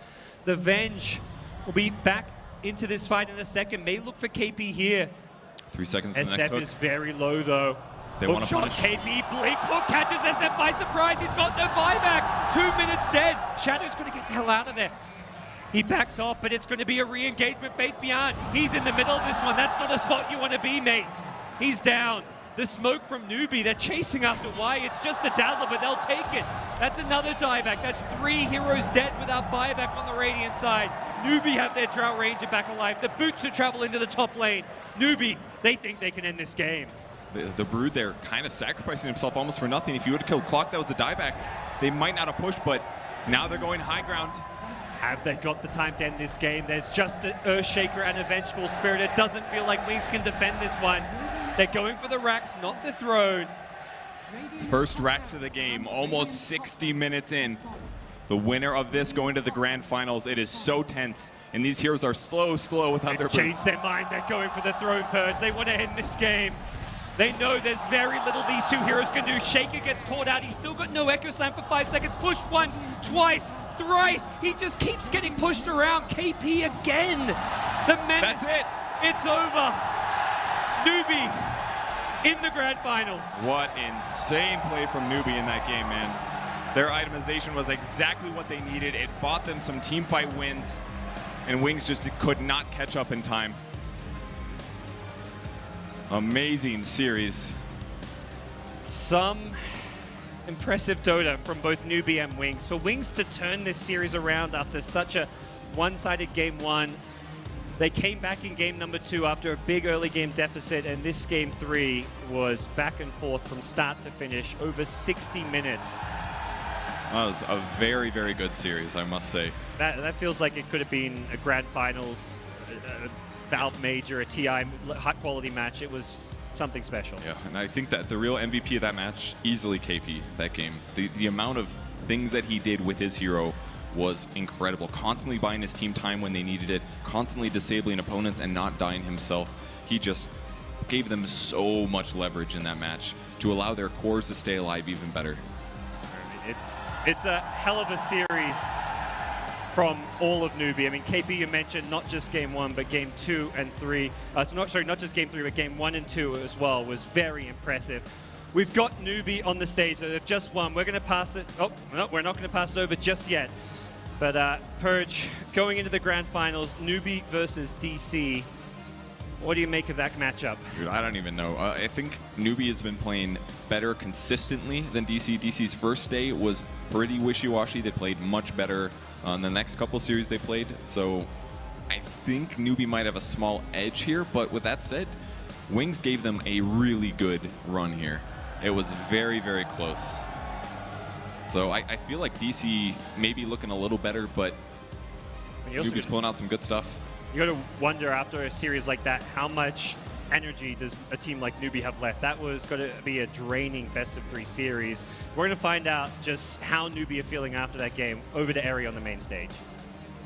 SCCC of Newbie with us right now, taking down the current international champions, Wings Gaming. Make some noise for Wings Gaming. Come on. What a great semi-final this has been for Malaysia. SCCC, really quick question. Coming from the loss of game 2, the way you guys lost that game, what went on in the huddle to get you guys back the way you guys got back mentally for the whole team? 就是整个第二场比赛时你们被翻盘了，然后之后你们是怎么讨论如何恢复状态的，准备打第3场比赛？第一时间的话就是稍微就是讨论一下，但是也没有过多的争执，基本上就是说第3把我们要怎么打就可以了。We just discussed it a little bit. We made sure not to really argue or talk about it too much, and then just figure out what we're going to do for game 3 and execute on that. Were you guys tilted when you guys lost? Would you say that the team was tilted the way you guys lost that way on game 2? 你们第2场输了以后，有没有影响你们的状态？有没有觉得有点可能垂头丧气还是怎么样的？这个的话没有吧，我们队基本上不太有这种情况，大家心态都非常好。Not really. We don't really encounter that often. For the most part, we're in pretty good condition, and we don't really tilt like that. All right, well that's great. Tell us about your Medusa pick, SCCC. I mean, with game 3. Tell us a little bit about that. 就是分析一下大拿加梅杜莎，你们第3场比赛选的，能分析一下这个英雄对你们来说什么作用吗？我们也经常打小黑体系，然后因为对面的前4手英雄全部都是打阵地的，所以我们觉得美杜莎这个英雄就是很能够克制他们。We often play drought lineups, and we looked at the first 4 picks on the other team. They like to fight these kind of frontal battles, and so we thought Medusa was a good counter for that. Fantastic. You're now in the finals. Newbie is in the finals against Digital Chaos. How do you feel about going into them based on their performances of the tournament? And yeah, how do you feel about that? 那你们总决赛的对手当然是 DC， 那你对他们有什么感受？特别是他们现在打的状态和发挥的力量。因为之前看他们就是打 VP， 觉得他们确实状态非常好，也非常强。但是我觉得我们能够一战。After watching them play VP before, it's clear that they're a very strong team right now, but I think we can take them. Ooh, it's on. All right. Lastly, I wanted to ask, when you hit 9K, what did you do to celebrate? Did you do anything? 那你成为9000岁的选手时，你如何庆祝？你有没有庆祝吗？当时？吃了碗炒粉吧。什么？吃了碗炒粉。I ate a bowl of some noodles, basically. He ate a bowl of noodles? That's how you celebrate when you go 9K in China. Fantastic. So, ladies and gentlemen, SCCC of Newbie is going to the finals. Team Newbie, very nice against Digital Chaos. Let's give them a round of applause. Thank you. Thank you. What a hype semifinal we have had for both West and East. We're going to be heading to the grand final in just a bit, Malaysia. We're going to throw it over to Paul right now and the experts desk. Take it away. Thank you very much, Jerry, on the main stage, and congratulations to Newbie. They are through to the grand final. What a fantastic series as well. We've also got a new member of the analysts desk. Hey! Which is Sir Action Slack. I dread to think where this segment is going. How you doing? I am doing fantastic, man. Yeah. You are up to so much mischief this last 3 days. I've been pretty busy. I've been very busy. I've been eating a lot of noodles, you know, getting my 9K mischief on. Yep. So Yep. it was very exciting stuff. I think you're going to have to eat an awful lot of noodles to get to 9K. Yeah, I'm going to need a lot of noodles. But hey, I'm a big guy. I can handle that. Man, what a game, though, guys. What a series as well. Yes. Ben, you were so hyped. That second game was amazing. We really enjoyed it, obviously, on here. And then the third game, start of the draft, we're kind of like, yeah, God, okay, this is kind Broodmother. well, at the start of the draft, we're like, yep, all right, this is all fairly standard. Okay, yep. Fifth pick wings, Broodmother. Uh-oh. We kind of went off the stage going, wow, what's the point in trying to predict wings' fifth picks anymore? It almost worked. It almost worked, but they had a problem breaching high ground. The Medusa with the Shrine is pretty much unkillable at that T3, and after that they all were like, oh crap, we can't do this, and they just lost everything. And after that, Brood is much weaker than the Medusa. Medusa's skills way better, and she was on top of net worth for a very long time. What I really liked about it is that it was clear that Newbie did not panic. They saw the Broodmother pick up, and they were like, okay, we'll do this aggro Trine lane, we'll put the Clockwork up against the Broodmother. It's not like a really fun matchup by any means, and they just gave up the tier 1 and tier 2s, and they occasionally ganked the Broodmother and stuff and put pressure on her, but they seemed to be very focused on controlling the mid and bottom half of the map and going, okay, we're gonna lose these top towers. The Broodmother is going to do a lot of pushing power, but ultimately, we have this high ground defense. We're Newbie, goddammit. We always defend high ground well, and we've got the ultimate heroes to do so. Yeah, it's very interesting. I mean, early on, I think if you're a Clockwork, in that top lane, you just get bullied all the way back to base every time. And the first 5 minutes, you're like, leave me alone! Stop harassing me! That's Must good, have been so frustrating, though. Absolutely, but that's what offlaners, that's what they feed on. You can't be a good offlaner until someone has abused you mentally and physically. Then you take that rage and you bring it back. And homie brought it back hard. Oh, he brought it back He so did hard. very much KP so, yeah. played an incredible Clockwork. Yeah, very patient as well. Had to be patient. And his build was different, too. Like, that was another thing that I felt like they didn't panic about. Is like they allowed this Clockwork to be able to get these longer term items that you just never see out of Clockworks, but it really worked out for them. Yeah, Newbie again on top, doing really well in this new patch. I know it's very early days and very limited lands, but they seem to be adapting quite well compared to the other teams. Yeah, it's still very unpredictable. A lot of people say that the laning phase doesn't matter as much as in 7.01. Would you agree? I think a bit. You either have to have a hard focus on the mid game or a better focus on the laning phase. But I would definitely agree when it comes to like Broodmother situations, like really strong lane dominators. I feel like they probably don't matter as much. Yeah. We've seen a number of games actually this week or in the last 3 days where strong laning setups have actually failed. Yeah, I mean, we've also seen heroes that we thought maybe might have been popular this patch. I keep on putting whoa, what about Razor? What about Viper? But those heroes are very much lane dominators, and it seems like the teams do not favor that, and it seems like good for a good reason. Yeah, Newbie in charge in that one. So actually, thanks. I mean, all 3 days now, we've had all of these different games, different styles. What have you enjoyed most? I've enjoyed most seeing the old meta destroyed. Every time I see a Shadow Demon Luna get absolutely decimated, oh, I love it. But man, just the amount of new things coming out. I love those level 25 talent trees, 16 brood webs. It's beautiful. Yeah. It's a new age, boys. It is a new age. You must be enjoying the DC show so far. DC? Whew, it is hard to beat the best world in the team, or second best team in the world. They're a great team, all right? I love them. They're great. As good as Newbie, we're about to find out. Yeah. What are they saying right now? Have you spoken to them today at all? Have you caught up with them? Are they relaxing, chilling out? What are they doing? They try not to talk to me, but I do know. I find that really surprising as well. A common strategy. I can't imagine why they wouldn't want to talk to you. Yeah, but those guys, they seem like fun and games. They are all smiles, but then when they get to the finals, they're just different animals. Yeah. There's no more memes. There's no more smiles. It's deadly. It's terrifying. And I wouldn't talk to them either, because they're ravaged animal beasts. Stay away from DC, boys. Wow. I think if that was the team talk that you gave just before they went out for the final, and you gave it to Newbie, I think maybe they'd just give the trophy to DC, wouldn't they? Somebody would lose, for sure. I mean, but there's the animalistic side of DC, apparently. But from what we saw from Newbie here is that they just stayed very cool. Right, yeah. They stayed in control of their emotions all the time, and I think that that game 3 definitely showed. Right, they played they played somewhat conservative, but I think their whole entire game was very structured, excluding one little mess up about that Roshan pit. Yes, but, things happen. There's a lot of stress. Sometimes you get killed by Roshan. I bet Unai afterwards was like, oh god, thank God, because if we had lost that game because I died to Roshan without buyback, it would never heard the end of it. It's okay, guys. I've got. I don't. It was so close too. We didn't get to see it, but the Roshan was so low. Yeah. Right. And he kills it. He would have eaten the cheese, picked up an Aegis, then pushed on, and who knows how quickly it would have ended. Interesting route through to this final for Newbie. They now go head to head against DC. How do you think that matches up? We won't get into it too deeply, but just generally, are you looking forward to it, or do you think that maybe Wings would have stood a better chance going through? I think Newbie is definitely the stronger of the two teams, and I think they'll have a better chance against Digital Chaos for sure. I think their structure is.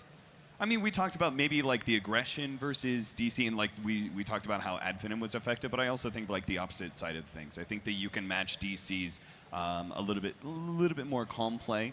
I would say I think that Newbie is going to be able to potentially win out in late game situations, and that, I think, will be a big advantage in this coming finals. It's a best of 5 too, so. DC has a strategic advantage. They have an Omni Knight, they have Meepo, yes. They have a lot of other strategies up their sleeve, whereas Newbie, I feel play, they're very predictable with their picks, but they have excellent execution. They have I think Newbie still drafts really well, but it's DC have these specific pickups that can easily win you a draft in just one go. I don't know.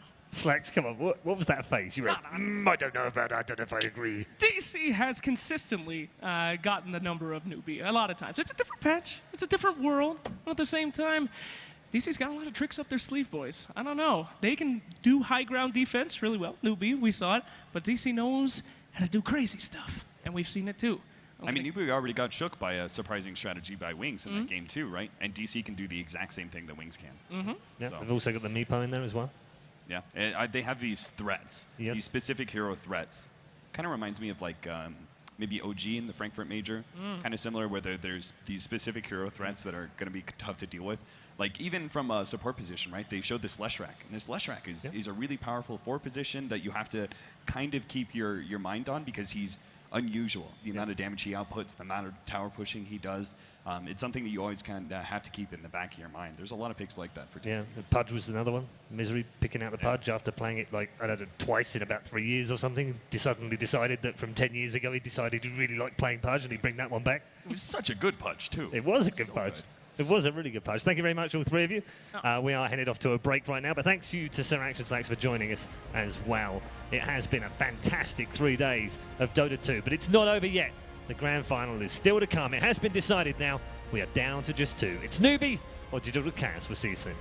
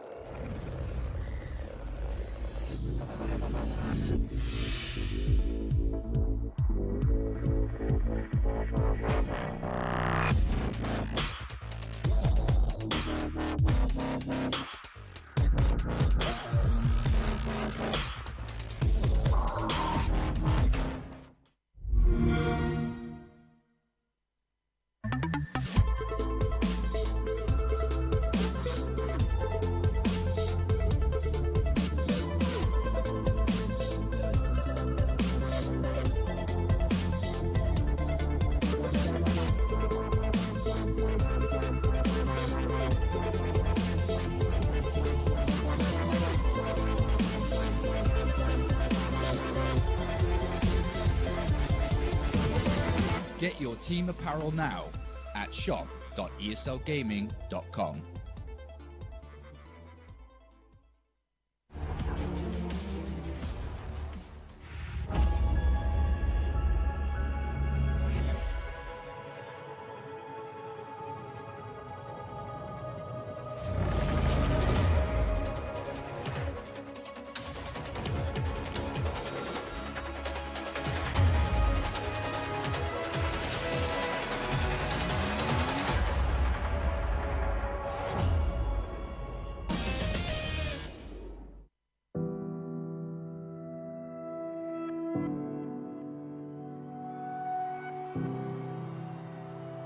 Ladies and gentlemen, welcome to ESL One Dota! 2 headshots in a row. FNX about to bring it back now. All on Nico. Trying to see if they can get the defuse in Nico. Oh no, FNX! Has to keep Virtus Pro alive. Taco once closer. AW getting done. He's looking for third. He's gonna get a hit by headshot again. Oh my god.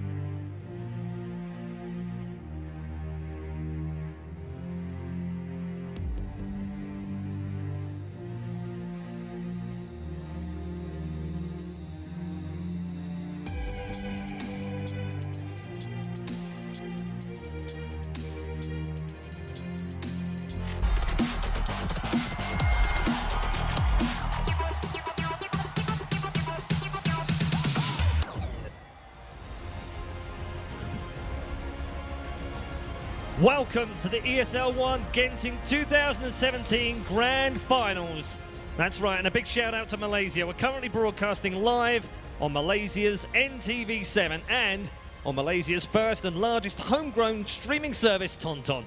Welcome to all of our viewers, and welcome to the panel as well. We're going to have a fantastic grand final ahead. It's already set. Newbie, of course, versus DC. We're going to let the players have a little bit of a break after their semi-final. I think they need it after that as well.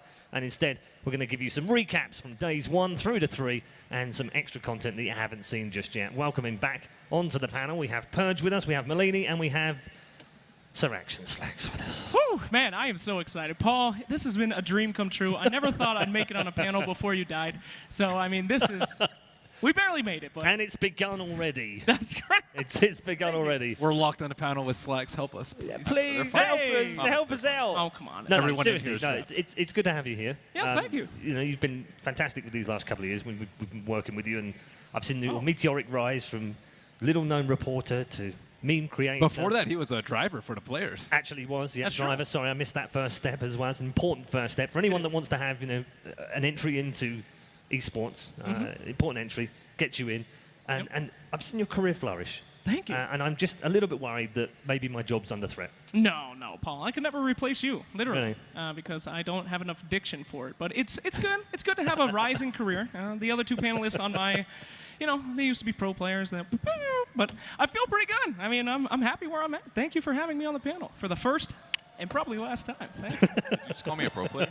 Excuse me? Did you just call me a pro I player? think he might have done. Ex-pro player. I saw a mild That's actually a smile from compliment Burge there. compared to usual, so thank you. Oh, you're welcome, Purge. Yeah, no problem. All right, well, we're going to get into this. We're going to give you a preview and a review, as it were, from the previous 3 days, especially for our new viewers here in Malaysia as well. We're going to go all the way back to day 1. We'll take a look at the bracket and show you exactly what panned out on day 1. The majority of it was about best of ones, and who doesn't like a good best of one? Virtus Pro, Fnatic, they went head-to-head. Fnatic, of course, with a new lineup here, just announced days before they went down to Virtus Pro. Newbie taking down Team NP initially as well. And then in Group B, Digital Chaos winning against Execration and the local boys. WG Unity actually putting up a very good fight against Wings Gaming, but did ultimately go down. The first 2 qualifiers from that first day, Newbie winning 2-1 over Virtus Pro, seems an awfully long time ago now.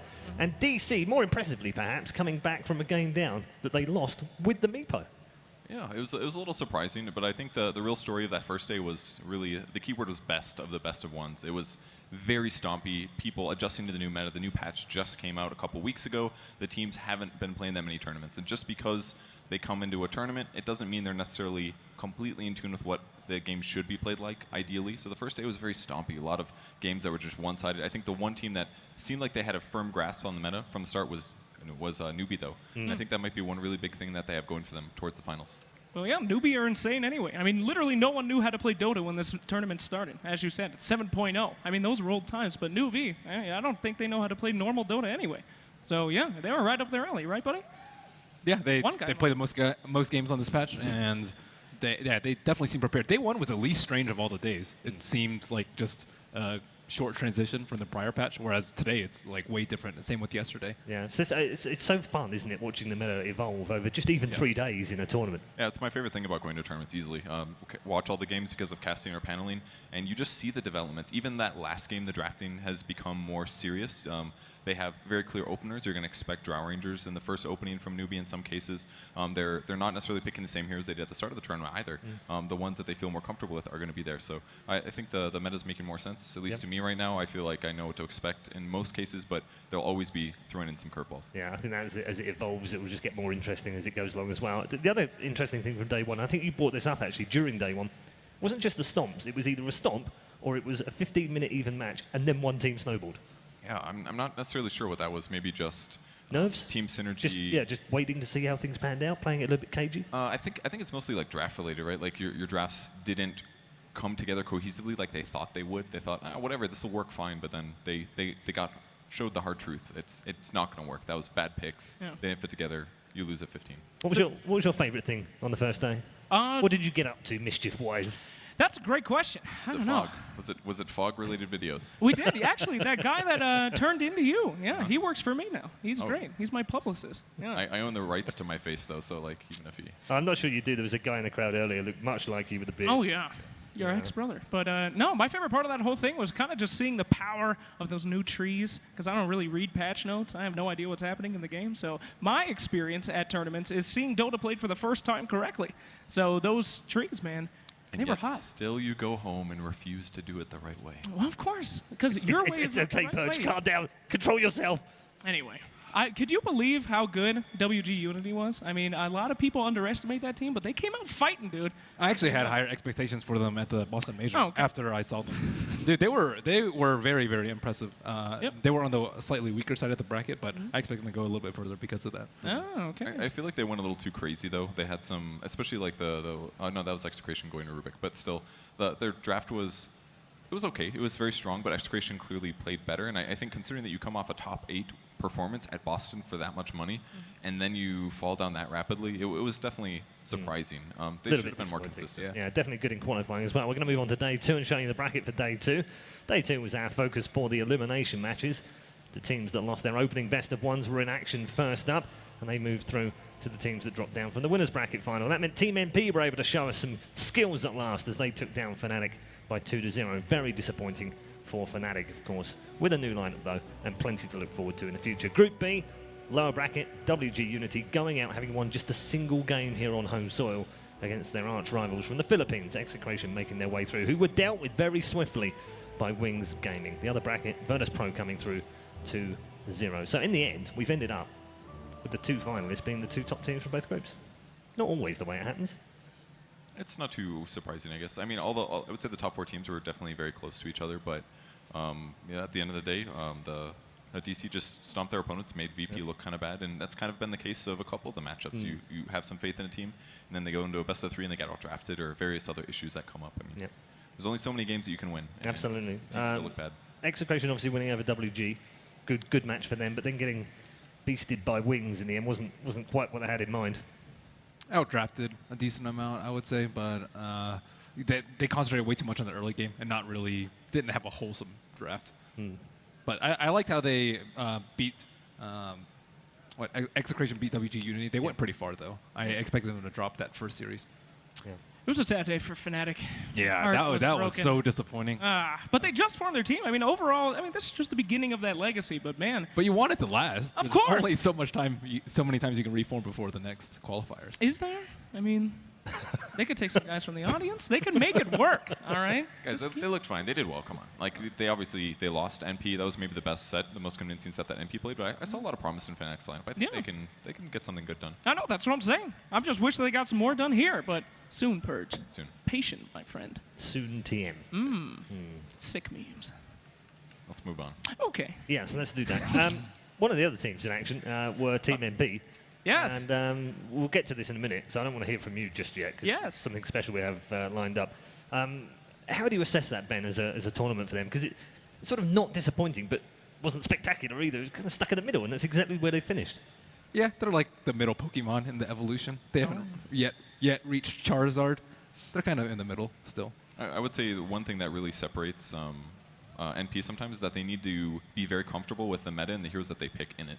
And since it's a new meta, I think they had some successful games, but in their series, after they won their first match, it was just bad picks, I felt like. Or like their lane setup was kind of bizarre. It was roles that their players were playing roles or heroes in ways that were different for their normal playstyle, whereas normally they're very straightforward in how they pick their heroes. So I think the meta just kind of hit them there in that match. Just searching for a little bit of an edge for them. But there was a couple of impressive performances, notably Eternal Envy on the Ember Spirit was fantastic. And Murano. That first Actually, set, the Murano was very good too, yeah. He was flawless that whole set. That was the set versus Fnatic. I didn't see him make any mistakes. Yeah, that team's like Team Theorycraft though. You have AUI, you have 1437, you have Envy, and MSS I think also likes Theorycraft. So I think it'll take them a decent amount of time to figure out what's best for their team. And unfortunately, this was not the tournament for them. Okay, we said we would hear from Sir Action Slack, but not here. But by the power of TV, he was with Team MP on the gondolas. Hey guys, getting knocked out of an event can be sometimes sad. I'm here with MP. You guys are going home from beautiful Malaysia. How are you feeling? Feeling pretty bad. Pretty bad? Well, that's okay, because guess what? I'm going to cheer you guys up with the beautiful sights and sounds of the world's fastest cable car here. And oh boy, you know it, boy. We're going to have a Sky Juice party, baby. Woo! Let's party. All right. Oh, yeah. I actually need one after last night. Okay, great. All right, you guys ready to test your mettle here? We all gotta stand up. All right. Because standing up is scary. Oh, you just instantly stand up. All right, face your fears. Face your fears. And now we have to rock no the gondola. Jumping. No. Don't rock the gondola. No. Oh my God, this thing is fucking shaking. I'm out. I'm out. This thing is supposed to hold 6 Malaysian peoples. I think it's like one American person. We're way over. Okay. So seeing all this Malaysian jungle reminds me that there's darker places you can be in, like in the middle of the jungle. Wow, that's deep, guys. All right, guys, that was it. Thank you for joining me for this beautiful Sky Juice party. We raged, we learned, we loved, and it was a lot of fun. Thank you. You're welcome. Fine, leave. Thank you. Okay, let's go. Yeah, take the Sky Juice, bro. That's right. I'm taking the Sky Juice. Well, that's one way of getting rid of a team when they've lost. Just take them down on the cable cars and take them off the mountain, I guess. Sir Action Slacks. Yes. You have already been on that cable car ride with me. Yep. Right? And we also had a glass floor. Mm-hmm. You did not look that scared the first time round. Those people are out of their minds. They did not show it in the interview, but I asked Envy why he wasn't scared, and he said, "I do not fear death," and then he stood up and shook the entire car, all right? It's not a safe place to be with MP. His real life is just like his games. He just puts himself out there. He's not afraid to die, and he showed me that day. So, yeah, terrifying dude. Fantastic. If you do get the chance to come out to Malaysia, do come up to the resorts at Genting, because it is absolutely fantastic up here, and use the cable car. Promise you, it's a good ride. Day 3. We're going to move on to day 3 right now and show you the bracket. And that's today. If you've missed any of the action, and a few of you may, that's okay. We'll bring you right up to speed. DC versus Virtus Pro was our opening semi-final. A 2-0 win and a very comprehensive victory for the boys in blue and yellow. Down on the other half of the bracket, it was a battle from the east. Newbie taking on Wings Gaming. Fantastic second game from Wings Gaming. Hauled them back into contention. But Newbie, they just had too much patience for their brethren in China to take that third game and move on to the grand final, which set us up nicely. DC versus Newbie. Of the 2 semi-finals, which one did you enjoy most? Bearing in mind, I know that you've got some DC colours, but the other match seemed even more interesting. Am I wrong? It was interesting, but I need to know, what happened to VP? Can you tell me? Because I'm not a smart man. I watched both those matches. I have no idea what... They've just fallen off since Boston. I think a lot of their confidence was shattered, and they still have some of their picks, like the sniper and stuff, but they just lost their mojo. I thought there was a lot of drafting advantage as well. They tried some weird stuff. The Chen didn't really work very well. It was kind of cool in theory, but it's not even a very high win rate hero right now with the current patch. So I just felt like DC kind of knew what to do to take them down in that game. The draft was superior for DC. I feel like they were on the right page, and it just seemed really easy for them. It was surprising, but I mean, I think VP's still good. Just who do you think would have come in third if there was a consolation? What's up? It's Denise here again outside the Digi10. What a crazy final battle between Newbie and Wings. I got this bunch of guys here representing from Ipoh. What's up? Hey! These guys are all Newbie supporters except for this one fella here. What's your name? My name is Ulio. Ulio? What's your name? Joker. Joker. And you guys here are all actually Dota players, right? And you have your own team. What do you call it? Team Dagger. Well, why you laugh? What's so funny? No, because there's a history behind that, our team name. Is it a clean history? That's something you can tell everyone? Or Okay, what's the history? Okay, so I was playing Juggernaut, and I farmed good. After that, we still lost the game because of my captain asked me to buy Dagger first. So I didn't. The first item, which is playing Juggernaut, should be Dagger, but I didn't buy Dagger, so we lost the game. So from that time on, we remind ourselves to buy Dagger if you were playing Juggernaut or other heroes. That's a good reminder. All right, that's good. Team Dagger here from Ipoh. Wow, wasn't that a crazy match between Newbie and Wings? Yeah. S-Triple-C's Medusa, I like it very, very much. Yeah. What do you think about how Wings played? Wings did pretty good. They held on. Even though they cannot breach tier 3, I think they did a pretty good job at keeping the situation at hand. But it's not that good enough, so. But yeah. He's heartbroken. Look at that. He looks so sad. I think we need to give him a big bro hug, right? What do you think? Yes, I'm gonna answer for them. Please, he wants a bro hug. Come on, everybody, give him a nice big bro hug. But he's from Wings. We are Newbie. We are from Newbie. He's Wings. Never mind. It's in Dota. It's all about love. Okay, wait. Okay, that's good. Oh, okay, wow. Love life forever. I love it. Okay, I don't know what I make these guys do. All right, thank you guys so much. Again, check them out, Team Dagger. You guys are supporting. You were supporting Newbie versus Wings, but I hear now you're gonna support DC. Yeah. DC. Okay, what will you have to say? Well, what do you have to say to DC? Weeha. What's that mean? Best meeple. I have one. It's a very good weather here. Weeha. Okay, that's great. Thank you so much, guys. Thank you, Team Dagger. Now on to our friends at IGN SCA. They are interviewing WG Unity right now. On to you, Gus. 我们做了很多准备打了预选赛，然后我们也同样的做了很多准备在打这个正赛。可是我们成绩没有像预料般这么的顺利，我觉得是比较伤心可是我们会继续努力的，对我们 team 来讲。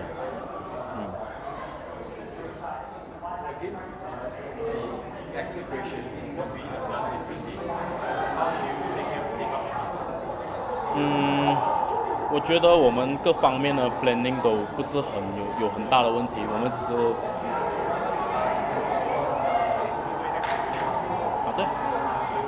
对，我是讲这个。对 aspiration 的那一场，我们的 planning 其实对我们来讲不是有很大的问题，只是我们没有打出我们 planning 所预期的东西，就这样。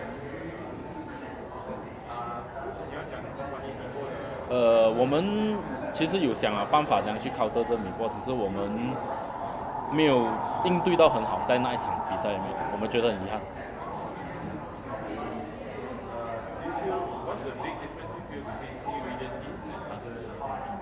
其实不是 C region team 还是 other region team 的问题，其实每个 team 都有自己的风格跟打法，有些 team 注重前期，有些 team 注重后期之类的这些东西。我觉得不关 C region 的东西，现在的多大都是看各个队伍的喜好，应该是这样。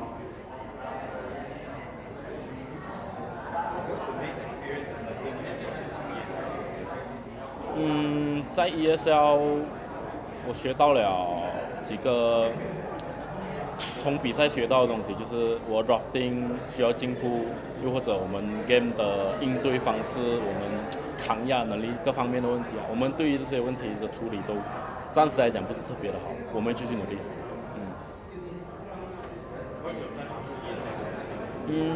我们会在 ESL 打完 ESL 过后，我们会有一个 Star Ladder Qualifier， 还有一些比赛，我们会从 ESL 吸取经验，然后去进步。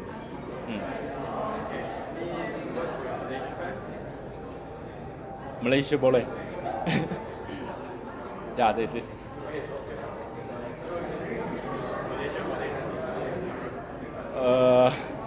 Malaysia boleh.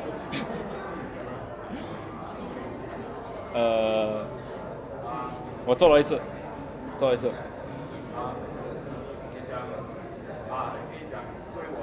OK， 我讲前面 OK。OK。OK， understand。你说 OK？ 可以讲啊。OK， 对于我们的 Malaysia fans， 我觉得我们会继续努力的，然后继续支持我们 Malaysia boleh。Thank you, good stuff from IGN SEA. Now, earlier we proposed a little challenge between two guys, our two Malaysian casters, Terrence and Brian. Come on back, guys. Okay, so what was the bet earlier? If Newbie won, then you would have to do the dance. We'll have to punish him. But if wait. If Newbie won, he has to do the punish. He has to be punished. If Wings won, okay, whatever is confusing. Newbie just won. That means you guys have to do the PPAP. Well, you have to do it. No, it's a team effort, all three of us, yeah. Terrence, are you in to do this together? I must say no. Oh, he said yes. So we're gonna do the PPAP right now. Are you ready? You guys warmed up? I got the song ready here. Ready? Have you been practicing? I know Terrence has been practicing. We saw him practicing off camera. Ready? Let's play this. Okay. Wait, hang on. Ready? Okay, go.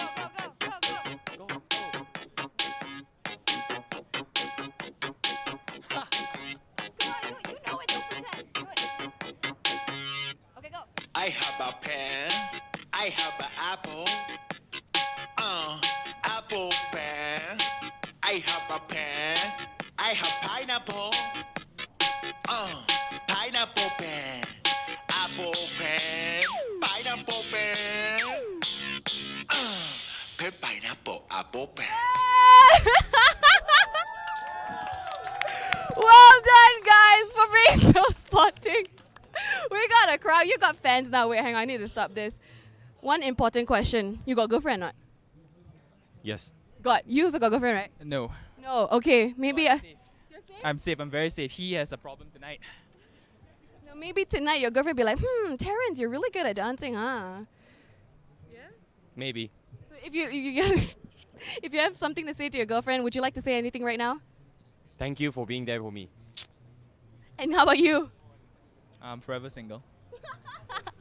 All right, again, one more time, make some noise for Terrence and Brian for being so sporting. Thank you so much, guys. Now, I think we're gonna find out the grand finals. It's DC versus Newbie. Who do you think is gonna win?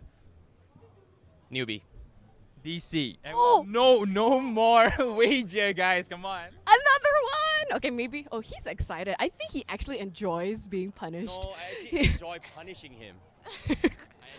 All right, we're gonna go back to the live stream, so we're gonna find more DC and Newbie fans to interview later. So again, back to the game. If you're watching this, you're running out of data, remember you can get free 8 GB monthly with DG Prepaid Live. Bye! I think the drafting is going to do it. All right, so Purge goes with the crowd here in Malaysia, who are definitely with DC, and it looks like the community are also with DC. 68-32 in favour of Digital Chaos from Europe. That's bias. That is extremely biased, but I didn't think that it would be that bad. I mean, to me, realistically, this is almost a flip of the coin, in my opinion. It's very close. All right, okay. We're going to hear more from all three of you, but right now, it is time, ladies and gentlemen. The grand final is almost upon us, and it's time to introduce you to our grand final teams.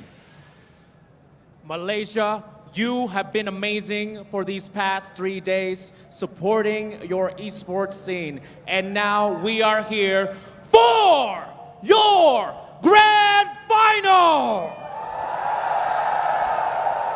Let's meet your teams. Up first, we have Team Newbie!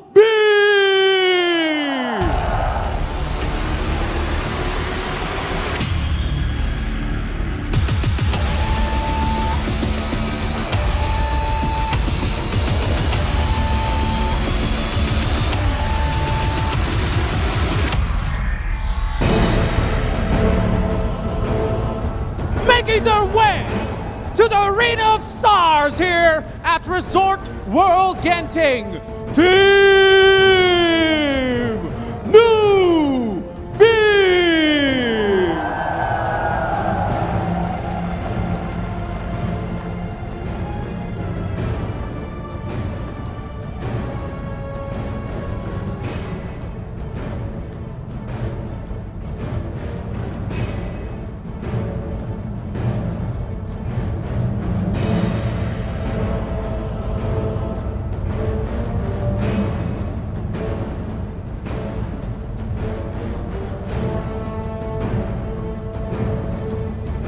Give it up for Newbie!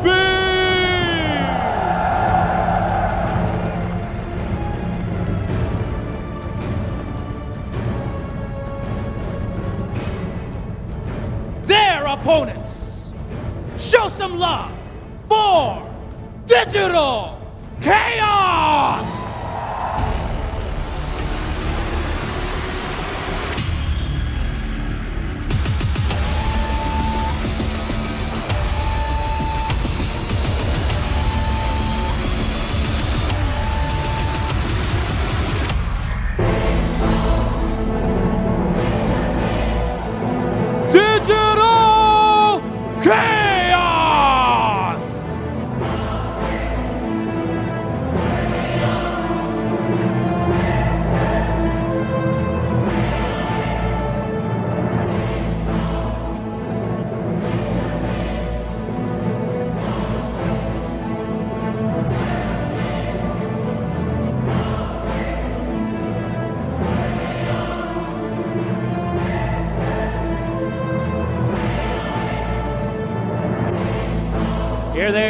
are your second team for the grand final, Digital Chaos!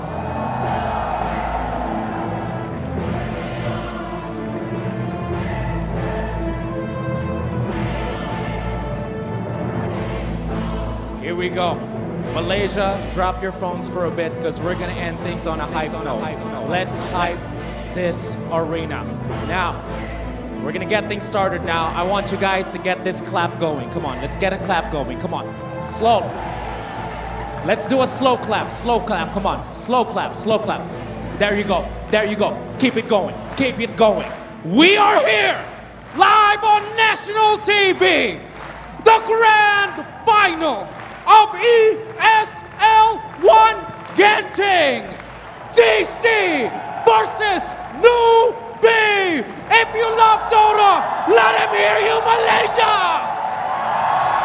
Let's do this.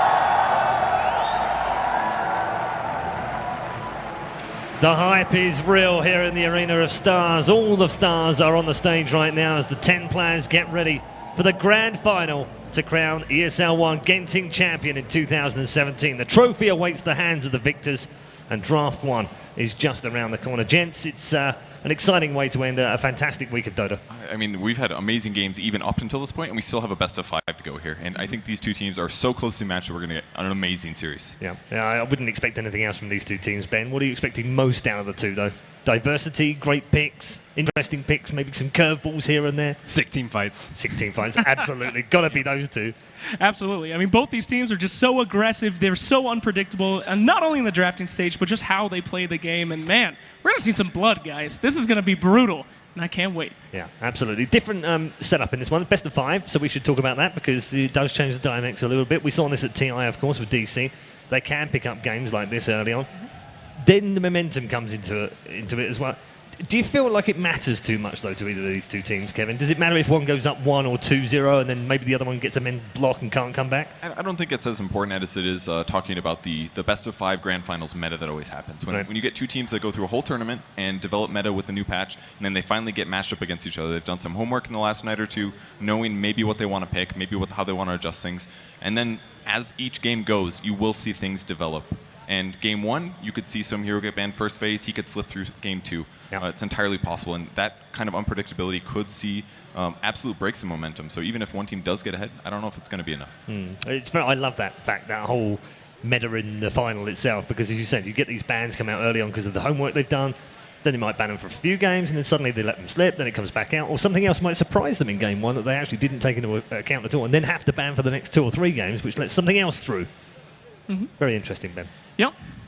Berlini, I have a question for you. Sure. We've seen the whole tournament. We've seen everything going. Who do you think is the MVP Dota hero right now, just in this tournament? Who is the number one that both these teams are going to try to grab? I probably would have said Rubik before last series. Oh, God. Rubik. Aside from execration performance, Rubik. He had the best win rate. Oh, good. The one hero you irrationally hate, Slacks. I love that. You don't like Rubik? No. He hates Rubik. Yeah, that's right. Rubik. I didn't even mean... No, please explain upset you. So why? Because I think he's the best first pick available right now, and he fits into most of the strategies. I think like when you first pick a Drow, you kind of know what's coming. First pick a Luna, you kind of know what's coming too. Rubik doesn't give anything away, does it? Yeah, it's strong. It's always just as strong, and it's also like good versus some of the weirder picks too, like Omni Knight. I think. What? You know what it does reveal? It reveals that they know more about Dota than Slacks does. Funny. Yeah, now we get to the real crux of the matter as to why Slacks hates Rubik. Rubik is just fundamentally a evil hero. I mean, he's just a bad person. Destroys Omni. He doesn't destroy Omni Knight. Is he a Radiant, or is he a Sentinel or Scourge in Dota 1? What? How old are you people? Well, because of his lore. Is his lore good or bad? What? You don't do Dota 1 lore and Dota... Stop talking, Ben. Just stop talking. But no, Rubik is just...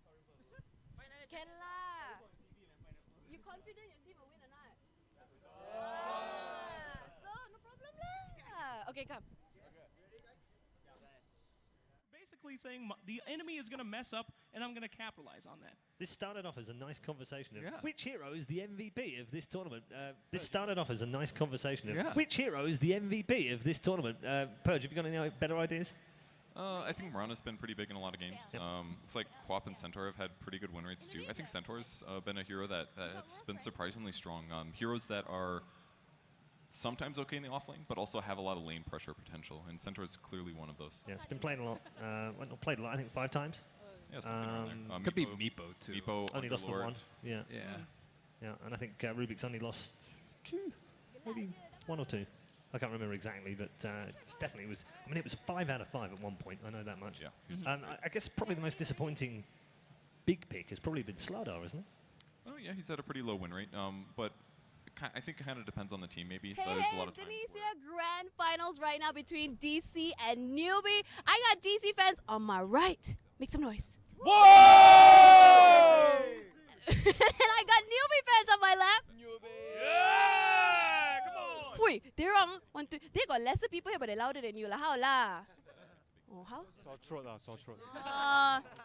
Clever like they all. Okay, guys, we did a little challenge earlier, right? You saw it between the two guys, Terrence and Brian. Let's do a little wager. Are you guys confident that DC will win? Sure! And are you confident that Newbie will win? Yeah, definitely. Definitely. So, if one of your teams loses, can we say that, you know, if you guys lose, you have to do the ketuk ketampi?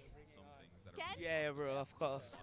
No problem. You know what a ketuk ketampi is? You're from Indonesia, right? Yeah. You also call it ketuk ketampi there? I don't know what it is. Wait, I'll demonstrate it. This is the ketuk ketampi. You know when teacher will punish you for talking in class ke, tak buat homework ke, you have to hold your ears and then you gotta do this for as many times. Do you do that in Indonesia too? Nope. No. Maybe something else. We do the PPAP.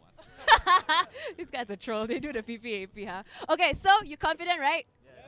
You too? Yeah. We're gonna check back after this. We're gonna see one of these teams, one of these bunch of macho guys here do the ketuk ketampi. Yeah. All right. What you gotta say to DC before they start? Okay. Misery will let Newbie become very, very miserably. After that, Bihar is gonna meepon their ass.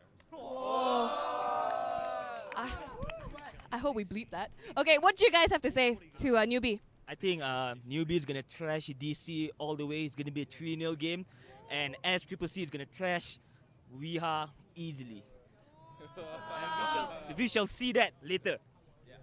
All right. Trash talking, I like this. We're going to find out that, like you said, later, okay? So, you guys leave a comment below. Who do you think will win? Which team do you want to see do the ketuk ketampi? I think that's more interesting, okay? Now, back to the live stream again. One more time. If you're watching this, you're running out of data, you can get free 8 GB monthly with DG Prepaid Live. Back to the game. Bye!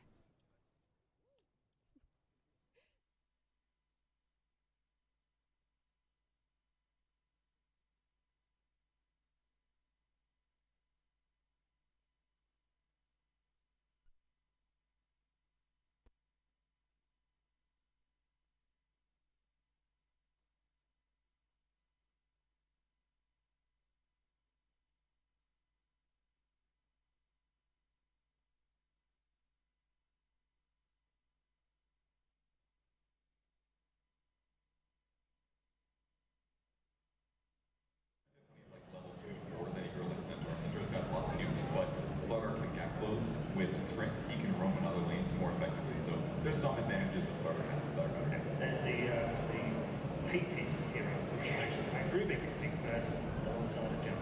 If they've seen this week. Just a safe pick here, obviously, just because you can lane him in so many different places. It's not solidified. You can go maybe go safe lane. He's also very good at aggro dueling, so if he's against a starter, he gets spin off the time. Starter could die, especially with Rubik left. So he just waits the starter life cycle. It's an upgrade that Newbie has turned to the core. He's one of the better cores versus it. So I'm curious as to whether or not they're going to pick it now. We found later. And they'll also pick up later, like Storm and other options. And now, I got a question. A lot of people used to say people would pick Rubik early to dissuade them from picking these kind of big team finals. But we've been seeing a lot of these kind of big players, the ankle slams and all that. Do you think people still kind of avoid picking those big spill heroes? Pretty much just a big one. I think it's the main one. Maybe two, but no one is time under. Against most of them too. People take this as a win. Those are kind of just like impressive. just a couple of years, basically. Yeah. The other stuff that Rubik does is already pretty good. The only place that he's really weak right now is if he's in an aggro try and you lose the tri lane. He seems awful. Terrible at catching up. Doesn't have very much damage output. Yeah. terrible until 6, which is way before 10. So, yeah, that's all right. That's fine. I gotta say though, I'm not happy. I am very happy that Slardar is losing games. I mean, he's up on his high horse. He just got that cosmetic thing. He's looking real sexy. It's good to take him down a peg, you know? I mean, good. Make him sad again, like when he was. You don't even know what he was. He was beautiful on the outside. Now he's beautiful on the outside. Not jelly. We've got a couple more bans in second base. Naga's gone and the TA's gone as well. I like the disruptor pick by Newbie just because it helps. It's very effective against kind of escapable heroes. Kind of makes DC a little bit scared to pick something like Rana or Ember Sphere, things like that. It's pretty variable. It's good at lane. Gives them trialing options. Both drafts are very safe. They don't really reveal anything. Those small nuances.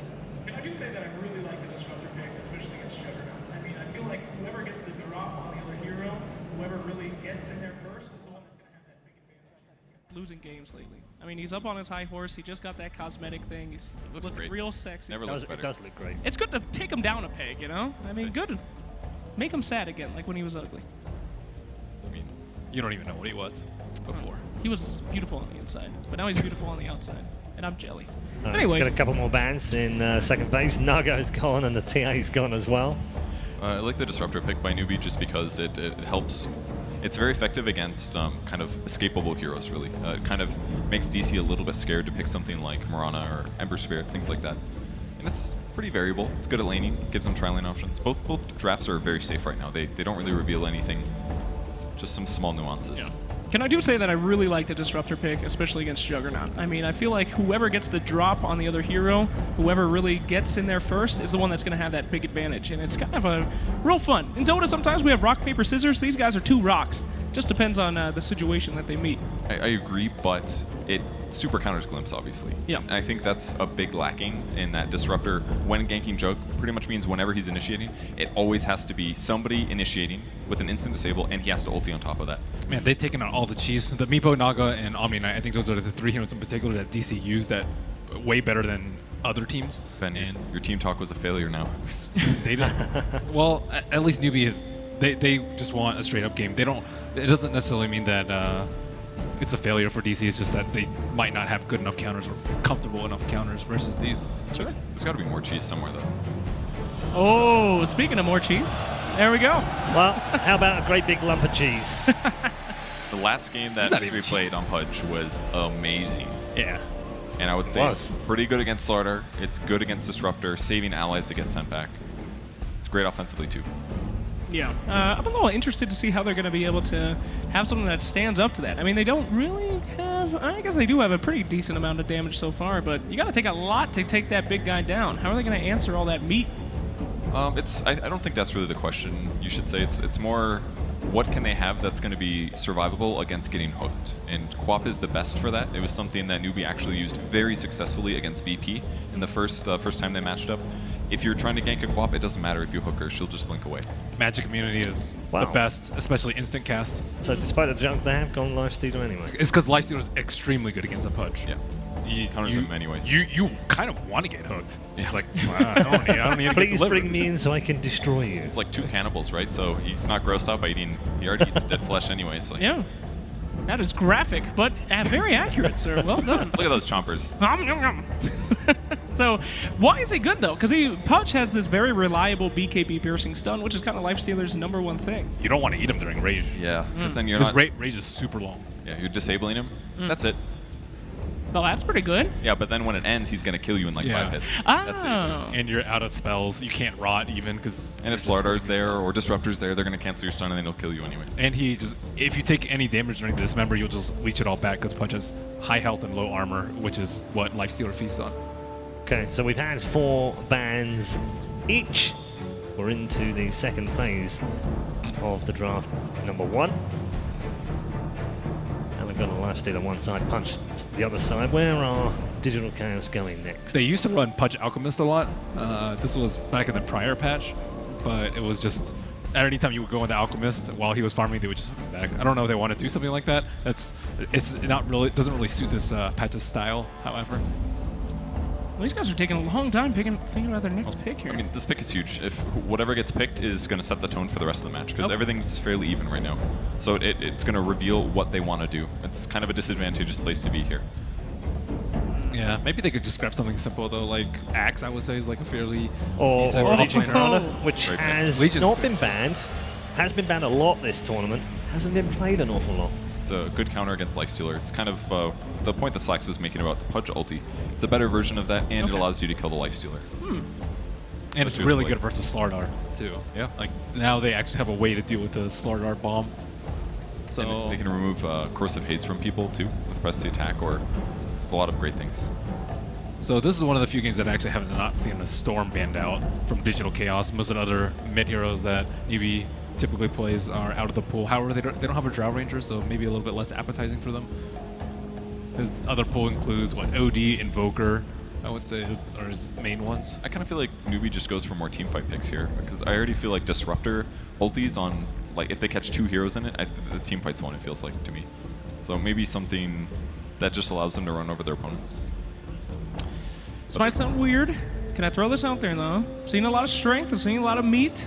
Timber Saw, do people like that hero anymore? KP plays it sometimes. I think it might be a little bit weird for their roles though, just because they almost always put KP on Slaughter, and U9 doesn't really play Timber. He plays the int heroes in the mid. The OD is great though. It's kind of it's a hero that kind of fits in their lineup just fine, but it's defensive in that he can banish his allies. So covers against Legion extremely well. Covers against Pudge kind of too if he has some mobility. But until he gets like a blink or a force, it could be really iffy. He's not always the most consistent against Pudge. Well, one more coming out here. Oh, Winter Wyvern banned out? That's pretty odd. Great counter against Legion, one of the best. Great against Omni Slash on Juggernaut as well. Completely makes sense. Oh, it does. Why? What makes her good against Legion? If you duel somebody, you can make him do no damage to Legion. Well, what is that? I mean, you still stun him, Purge. Don't Stun your ally. Oh. With, the ice thing. Ice thing? No physical damage. Who plays that hero? I don't remember what the hell that thing does. I'm glad it's banned out. It's had some good wins here. Oh, okay. Mostly against Meepo. Has been used very well, and the Razor's gone as well. Worried about the mid matchup. Yeah. What other mid heroes are good versus OD? TA is like okay. It's not great. It's banned. Yeah, Viper. They get Viper. SF. They did it before. Yeah, good Viper. Yeah. They had a cool Viper build earlier. I wouldn't say it's great against Lifestealer, though. It's a little scary, and not good against Slardar either. I don't think it's likely, but they might feel forced into it. That's a possibility. They're also, I mean, all their catches pretty much reliant on, it's okay. Pudge, Legion, Rubik, they can hit towers, fine. So I think they just worry about the matchup and team fights, I guess. Oh, Sand King cometh. How do you like that wrap up? That was really good. So now they have multiple ways to get kills off. Some people don't like it versus the Rubik, however, giving him burrow strikes a pain in the butt. But yeah, it gives them a team fight, which they sorely lacks. Nothing to follow up at their Disruptor. Yeah, the OD is not very good for that, except for the banish. I like the Sand King. Their Slaughter can initiate on Jug, Sand King can initiate. It's another hero that can, if somebody gets hooked by Pudge, he can blink forward, burrow strike away, disabling the Dismember. Just like that drafts in general. I mean, very well-rounded there. It feels like really Newbie can do anything that they want, They can put a lot of power in. They got a lot of team fight. I mean, they got a lot of single target burst. I mean, this is looking pretty darn good. What could Digital Chaos pull out here to kind of round this out in 5 seconds? So BKB carry, I think, is what they have to go for now. There's too many disables. Or BKB mid. I think Invoker could also work too. I like it with the Legion Commander, but I think it's a little too vulnerable to their jump on Newbie's side, but yeah, that's true. Ooh, Shadowfield. Yeah, that'll solve it. He's one of the better matches versus OD. There's not that many left, and I like it. I thought it rounded out nice. All right, thank you very much, all three of you. We will hear more from our analysts, of course, after game 1. But it is time, ladies and gentlemen, for the grand final. Let's pass you over to our commentary team for the grand final. It is Capitalist and Toby One. That is right. It is time for the grand final. Newbie versus Digital Chaos. Who will be the champions of ESL One? Capitalist, I pose the question to you. I don't know. This first draft is pretty tough. Digital Chaos got some pretty focused heroes that they seem to like. They've got the Pudge on their side as well as the Juggernaut. That's going to be a tough laning phase situation to face up against. But Newbie do have this very powerful combination. Lifestealer plus Slardar plus Sand King. You've got two different kinds of initiators, and they both set up Disruptor really well. And so Digital Chaos, everything looks great for Newbie. Can DC actually hold them back from all these critical items? Like, we look for the early blink daggers. That's been one of the critical things of most of these teams when you look towards the offlaners. Can Newbie create enough space early on to get both SK and a Slardar their blinks? Well, the Slardar is going to be the hardest one. He's going to be playing the offlane position here. We were kind of talking about, is Sand King actually going to be the support? Because most of the time we've seen in these situations, Slardar is the one to transition into the 4 role. But he will be the offlane, and his blink dagger is definitely key. Oh, that early ward's not going to get down. Weeha actually breaking Karkar's movement. He's got 2 of the obs as well as 1 of the sentries. So he was looking to get a very, very deep Observer ward in behind that secret shop on the top lane. I mean, classic Digital Chaos. You look at their 2 supports, right? The Rubik as well as the Pudge, both very good at roaming heavily. So the Newbie really wanted to be able to get some aggressive wards down that would not be countered, that would see this movement of the supports around the map. Oh, and DC, like the second this goes off, is that smoke going to break? Oh, Disruptor, he did. He actually broke it on the Rubik. So U9 will see him coming forward, but with the Rubik, it's so easy to contest up the runes. But what do you do, Newbie? You're so split. You've already got KP on one of them, and you can probably just let it go because SC as well as KP will claim one of them. If anything, it might be Newbie that actually manages to take 3. If they successfully push DC away from this aggressive attempt at a bounty rune, they're going to be able to get 3 out of 4 of these bounty runes. Moon's not going to get down to the Radiant Jungle rune in time. KP is actually being very defensive behind the trees. But with the Crush, he's got no issues. Like, he knows he can control up Moon and pick up that rune. One of the hard parts of this is that we kind of talked about it as like, is Sand King going to be an offlaner? The only reason, I think a big reason to make the Sand King the offlaner in this case is because of the fact that you have this potential 1v1 with the Legion Commander that DC want to be able to set up. And I think that Sand King would very clearly be the better 1v1 hero thanks to Caustic Finale. Slender is going to have a tougher time, but he will use that net worth potentially better. His Blink Dagger initiation is going to be pretty key, especially with the Lifestealer. Yeah, and if he can get that, and then the combination with the Disruptor to follow up, it could be a very beautiful time for Newbie. For now, we do actually have the Sand King sitting up with Disruptor on the top lane, just staring down Resolution, who's trying to get the momentum with this creep wave back closer to relative safety of the Tier 1 tower. Yeah, this is the real nasty part. You think about Pudge and you think, okay, he's a roaming hero. Aggressive tri-lanes are less likely, but in this situation, aggressive tri-lane with the Pudge is very strong because of the fact that Pudge is able to do this really gimpy mechanic where he can use the meat hook to be able to pull these neutrals across and actually pull the off lane, which is rather unusual, right? But it's only Pudge who can do something like that. Yeah, I think the only other person we've seen try and do it this competition is Earth Spirit was one of the other ones. But yeah, now we're actually seeing this in action. And this will drag the creep wave back again. And U9, interested to see how Newbie will then react to this. Like, they're doing a pull of their own, Faye's taking care of that, and it's already a double stack. So the momentum's not going to hugely shift, but it's a lot of denied experience to this tri-lane. Yeah, they're really going to have to think about maybe doing some sort of evasion with the 2 supports now that they realize this is happening. Conversely, maybe you try and focus on doing a bit of pulling your own, but I don't think you're going to be anywhere nearly as effective as the Pudge will be. And you know this crowd's excited during a grand final when you're applauding skill abuse by Misery. Successfully get the pull, man. There is one upside to this bottom lane which has been going on. So KP has taken a lot of damage from the Legion Commander. He said it wasn't really going to be a favorable matchup, but 2 minutes in, he already triggers off the Shrine, so it takes a fair chunk of damage, and this is because he's running boots only. There's no Stout, there's no nothing like that. He's only got 1 Tango left as well to run this lane. Yeah, Legion Commander just wins most 1v1s because of Moment of Courage. This free bit of harassment and lifesteal that is given to you is just able to beat out most of these melee heroes. They're going to be challenging you. So, but again, like KP is going to make better use of the net worth that he's given. Mid lane, Karka's going to make a bit of a way in. There's still a level 1 Burrow Strike, and he can't get himself in range in time. He was a long way up the stairwell. He didn't know if there was going to be an Observer Ward there, which one actually doesn't exist. They only have the high ground vision. Now up on top lane, telekinesis grab, U9, pull back him. The Rage will protect him for now. Misery, glimpse him away, try and give a little bit of space here, but the spin Resolution doesn't need the tower. He may die for the cause. He's very low. Karkar's waiting now. The Burrow Strike, it will be revenge. But you still got first blood into Digital Chaos, and it was against the Lifestealer. Yeah, I think that Digital Chaos actually played that so well. Misery trying to do for a bit of body blocking and then being able to hit the hook right before the glimpse. Very nicely played. You see already the way that Newbie are using this 4-position Sand King. The only time that we've really seen Sand King as a successful support is usually when he has some sort of setup ability, and most of the time that was a 5-position Shadow Demon. But here, thanks to the OD, he actually can have some rotational power against Weehaw thanks to the imprisonment setup. He just needs the movement speed. Like now he's going to pick up the boot, so that movement speed's going to be there for Kaka to close the distance. And he may also want to be able to use a smoke. If the next time maybe the lane pushes in or they go for this pull, if you smoke up as maybe even just the Sand King and show the Disruptor still in lane, they can easily get that gank on Weehaw and set the Shadow Fiend back a serious amount. What a nice time to get a fresh Observer Ward down, seeing the very big invasion coming from the Rubik as well as the Pudge. Juggernaut, I mean, Lifesteal seem to be very happy just to run down. If Kaka can get that Burrow Strike out, then they have potential for kills. This is going to be a Lifestealer so set back. He is going to have a hard time being able to get his phase boots, I feel like. This power of the DC, they've got these multiple abilities that are going to be able to just kind of ignore Rage. You've got the hook, you've got Juggernaut with his Omni Slash that is going to be able to focus down the Lifestealer, and you've also got the potential combination with the...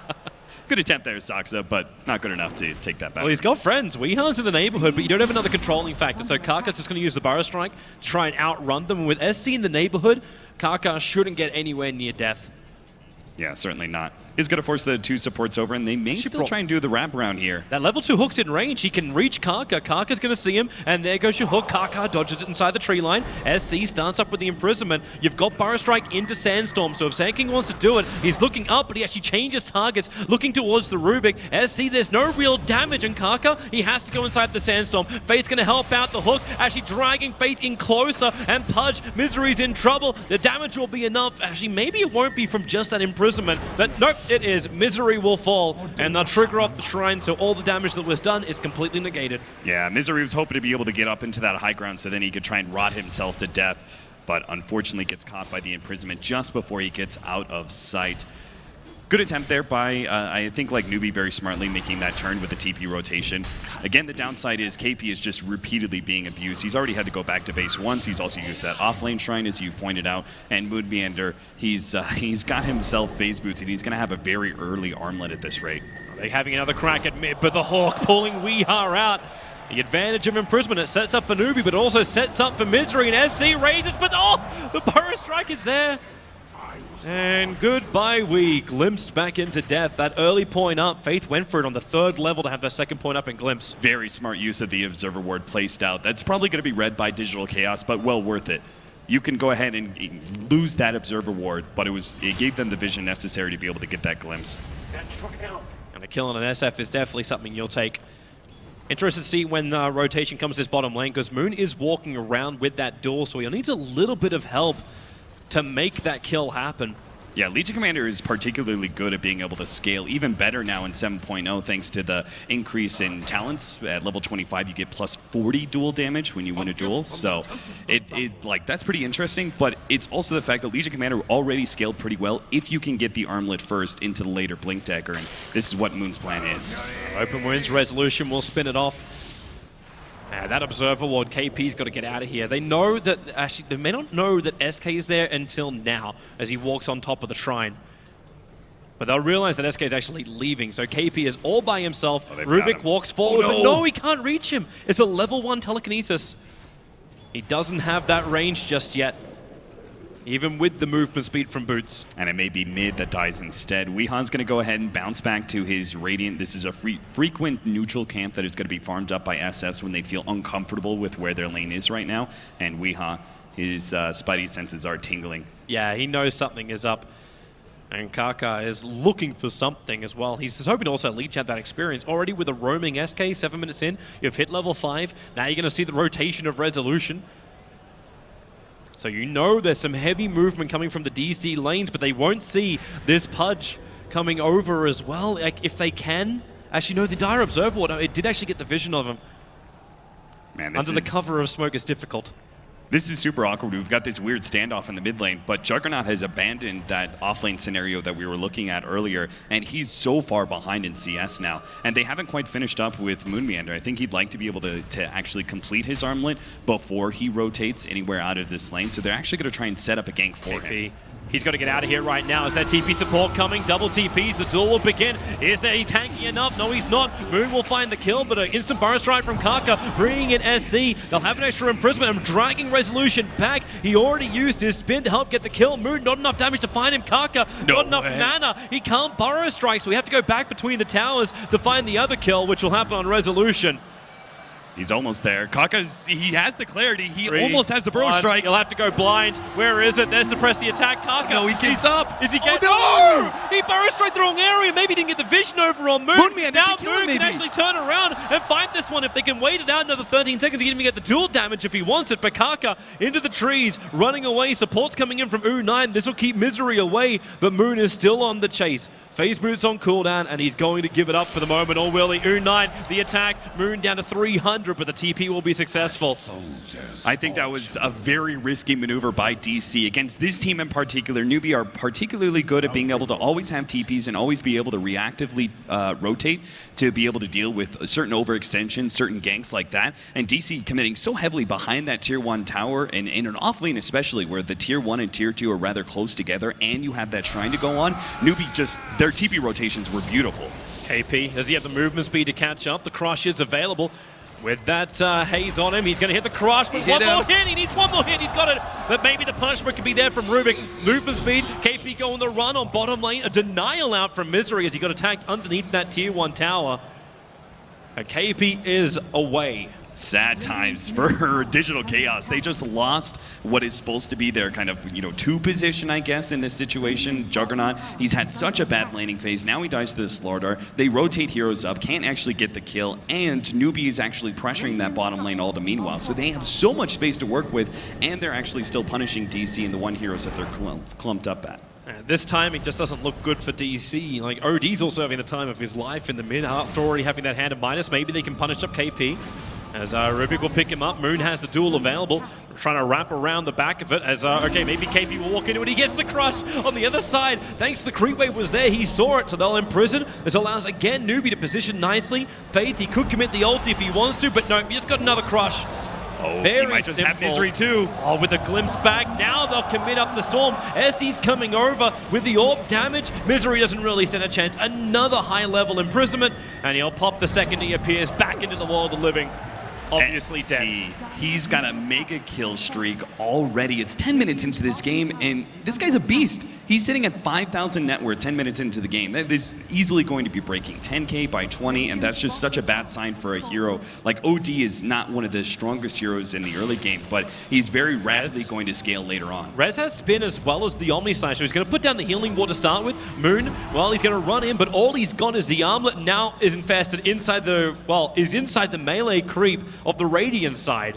So pushing out the wave is just going to allow the lifestealer to hang around here for a while. Yeah, they start heavily going for the denies. It's just that one last melee creep. Wait, no, freedom. Freedom. He takes it. They're worried. They're worried support is coming, but they don't actually have any vision on the bottom river area. And he's actually trying to last hit with this creep. Yeah, no more of that. Yeah, they had a 3-man smoke rotation coming in from Newbie. Digital Chaos backed up, I think, at the right time. If they pursued that one out a bit too much, they were going to be lured into a nasty fight. Newbie's already done that to them multiple times.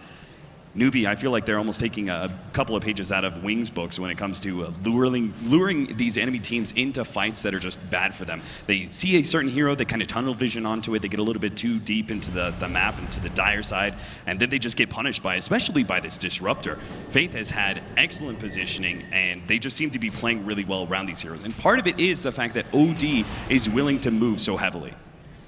Kaka escaped 2 hits from an SF, and he loses almost 50% of his life. But this is what you do when you go as an SK, like, rushing your Blink Dagger. Speaking of that, KP, very close. You already said, like, unfavorable fights. Once this Blink Dagger is up and you've got an Infest combo, which isn't just a run away.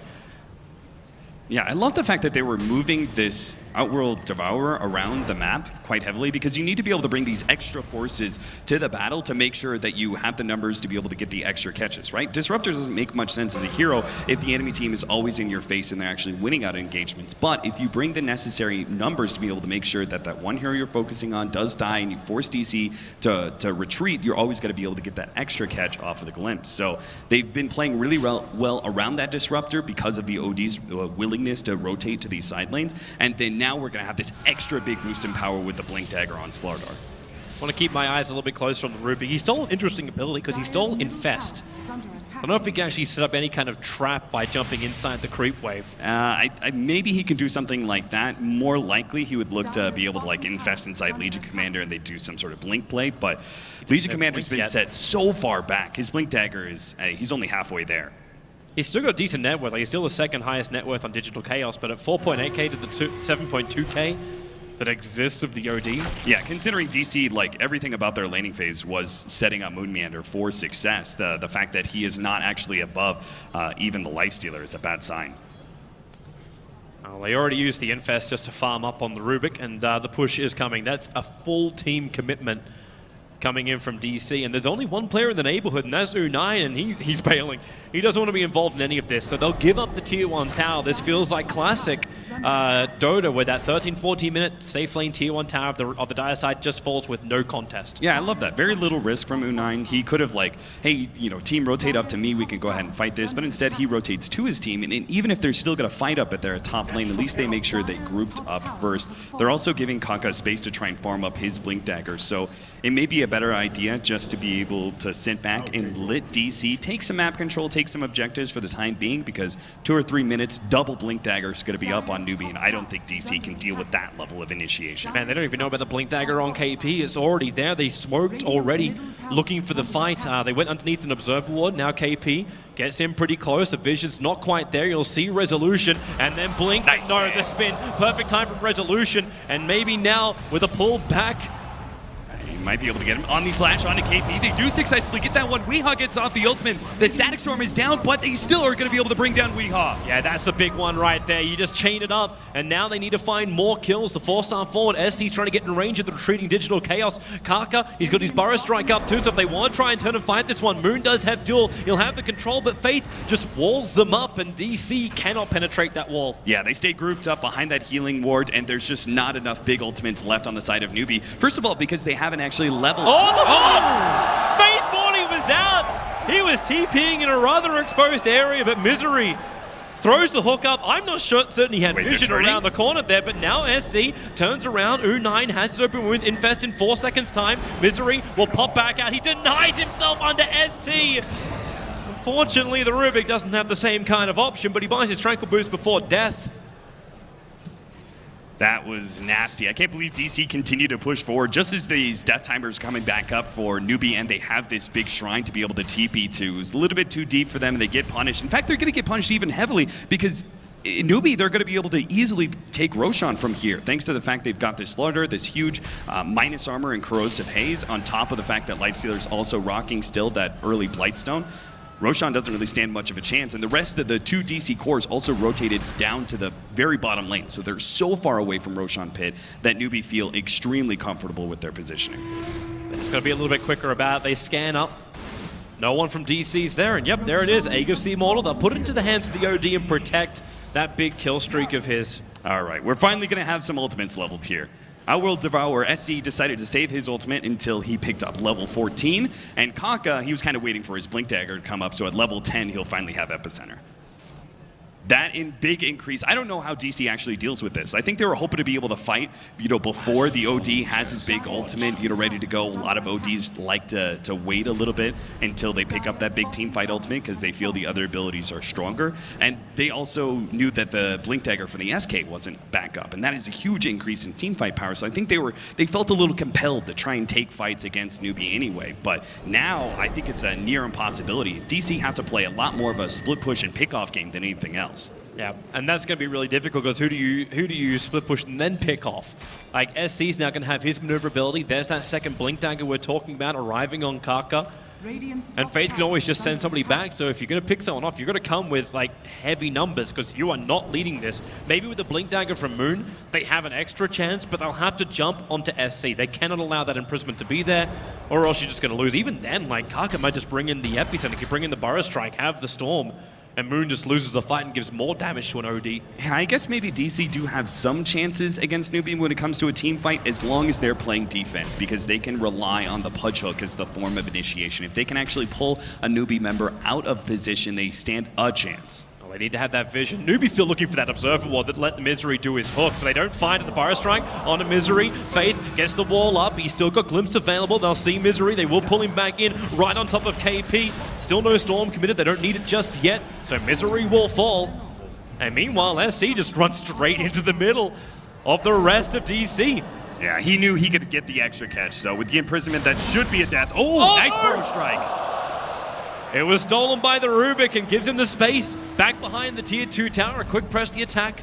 Up from Moon is giving a little bit of intimidation, but on bottom lane, Weeha's done a lot of damage. He's still got that Blink Dagger, so a lot of confidence just to jump into the tree line and TP out. And it's at 18 minutes that Weeha enters the base and starts doing damage to the tier 3 tower.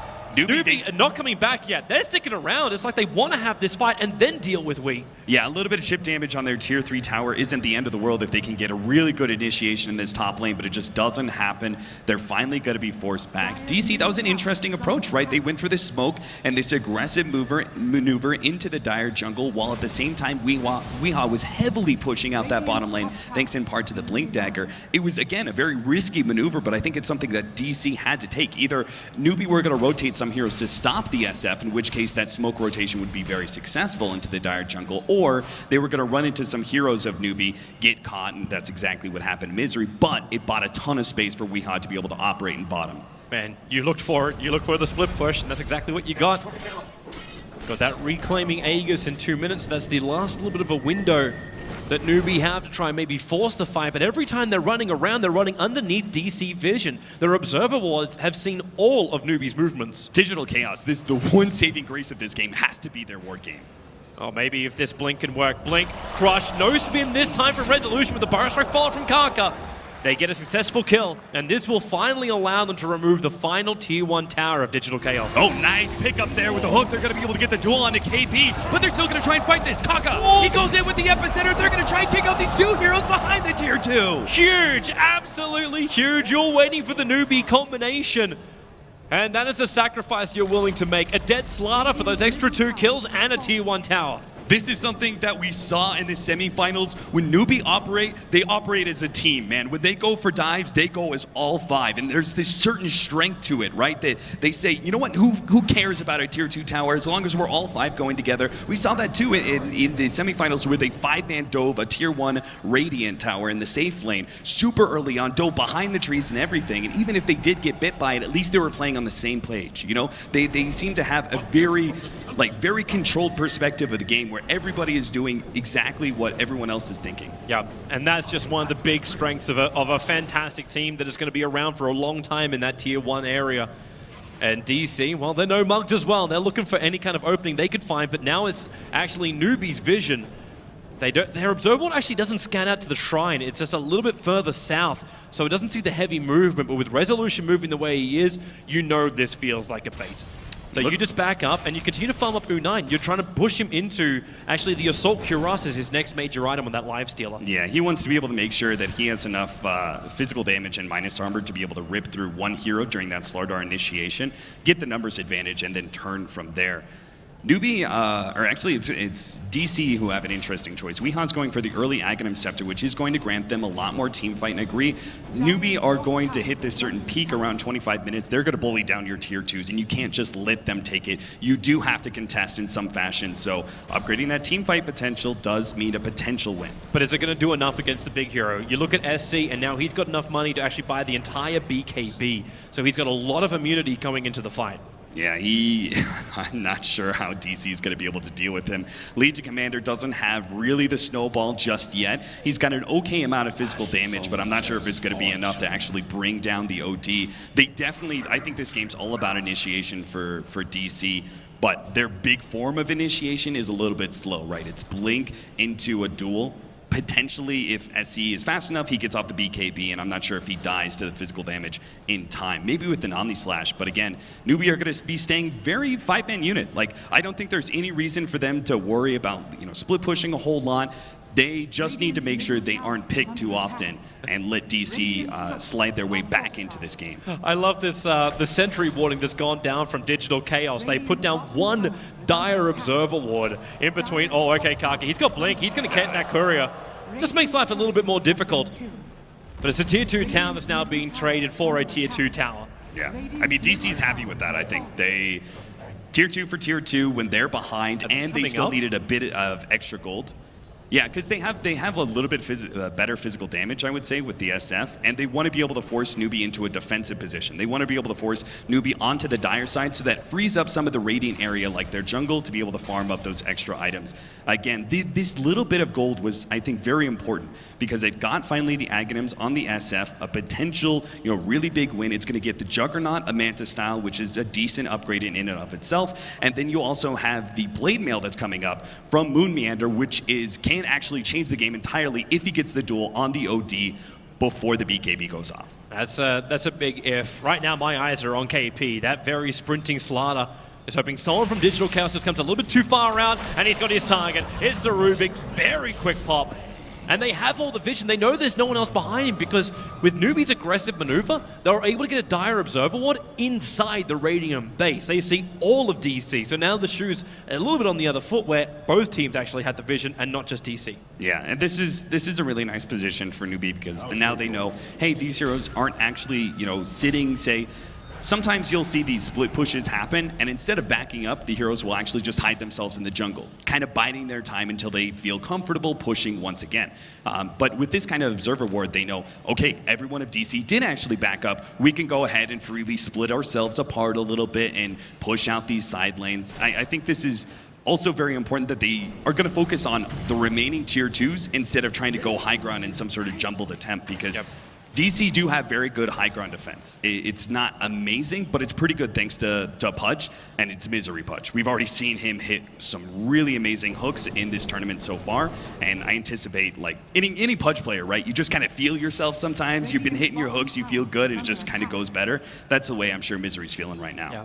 I also love how the trend of items from KP is just reflecting that too, the fact they don't want to go high ground. With that Hand of Midas, he's looking for an extra kill. Rubik, SK is already going to be there. Quick Fire Strike, and again, the punching bag is the Grand Magus. I think Saksa is in some way playing a Pile Die role right now. He's just kind of soaking up a lot of attention from Newbie. He's putting himself out there, and if he gets ganked, it's fine. It's a 3,000 net worth Rubik. It's not a big win for Newbie by any stretch of the imagination. It shows a lot of heroes on the map. Oh, that scan. Yeah, that's what we're talking about, right? That scan's still hitting Weehaw. They know he's still in the tree line. Yeah, so they're like, Kaka's like, come on, guys, hurry up. I'm going to go find him. I need more friends. There's an Observer Ward. He moves up. That scan did go all the way to the side. Weehaw baiting the ultimate into the tree line. Starts his TP. Kaka would have to go for a blind barrel strike the wall. If they get that kinetic field, they get the vision, a glimpse goes down probably before that TP completes. That was incredibly close. If Kaka gets left not right, then you lose the SF, and that's the bigger thing, not just the Rubik pickoffs, and it wouldn't allow DC to go for this play they're doing now. It's a smoke maneuver up mid. Weeha's going to push the lane with razors, so this may be a little bit of a flag to Newbie that something is awry. And they're already in position. Put the Slaughter in an aggressive position, he'll break out the smoke, and everyone else is right behind him. Yeah, Actually, they thought they were doing Roshan. With Kaka's maneuver. Hook, hello, Hook, Barra Strike still connects on Misery. Blink forward, actually gets a crush on the Juggernaut, holds him in, the Storm is in position, Moon Meander, he can't go anywhere, he's calling him up, and now with the ulti, the Epicenter's in there, it's huge damage from Weehaw, but will it be enough? He's already lost two of his teammates, and he hasn't killed off the big one. It's SC with the double kill. Bringing down Weehaw, and Newbie survived the damage and returned it in kind. Oh, unfortunately, I don't think Moon Meander got off his Blade Mail before he managed to duel. I think I was going to praise Moon Meander for being able to get that quick reaction. The Infest pops out, and he immediately blinks in and manages to duel up the Lifestealer. But unfortunately, Lifestealer's just too big right now. He outputs too much damage. I don't think the Blade Mail was out, so that was obviously a big loss of damage right there. They tried to set this up where they would counter-initiate and be able to set up this big SF ulti. Unfortunately, DC just appeared to be a bit too far behind. Newbie easily clean up that fight. They'll probably get the Aegis off of it and that remaining tier 2 atop. And this is going to be the other big items arriving too. U9, thanks to that fight, now has enough money to finish the Assault Cuirass. So this will add on top of having the Corrosive Haze. Yeah, he won't care as much about that bounce back Blade Mail damage from the Legion Commander, right, with this big increase in armor. And the armor's going across the board too. Blink forward, U9, well, the duel's going to be out. KP's in the neighborhood, tries to go for the cross. Resolution, the spins there. Legion Commander's losing that fight. U9, he'll be crowned the winner with plus now 28 damage onto the Lifestealer. Open wounds, he wants his life back. He can take it from Misery if he can just reach him, but thanks to Misery, he's forced up. He's got the discipline. U9 hitting like an absolute truck. One more hit will do it, but Misery will deny himself. But on the other lines, it's Rubik who sacrifices himself to keep Newbie at bay. KP is such a monster Slardar. He saw that opportunity for a double crush that could gain them one more kill. And Newbie, they actually may not go for that tier 2 top lane. They're kind of looking at it. Woo! SC, that's optimistic. I think this is the first, relatively risky maneuver that Newbie's going to take in this game, trying to go high ground. 5 seconds left until these heroes are back up. They have the Aegis, yes, and there's a lot of security for sure, but there's still the opportunity for DC to be able to make a good hook play and still find a successful team fight around these shrines. It might be difficult. Like, you've still got Epicenter, a fresh Yule Scepter has also arrived in for Newbie. They're actually building double Yules, which is always a fun thing to do against a Pudge. You know, the way that it interacts with that. Yeah, I mean, I love Sinking. When he gets these, multiple mobility items, you get the Blink Dagger first, Force Staff, and Yule Scepter, you just become a hero that's impossible to be able to catch. He just moves in and out of these team fights, being super disruptive. And we've seen the way that some of these heroes from DC, particularly the Legion Commander, have had a hard time latching onto heroes. They just get kited around if he doesn't get a successful initiation with Duel. Hey, you're asking the question why Legion has been popping in and out of the draft before, and that's the question that's been asked by the panel a hell of a lot.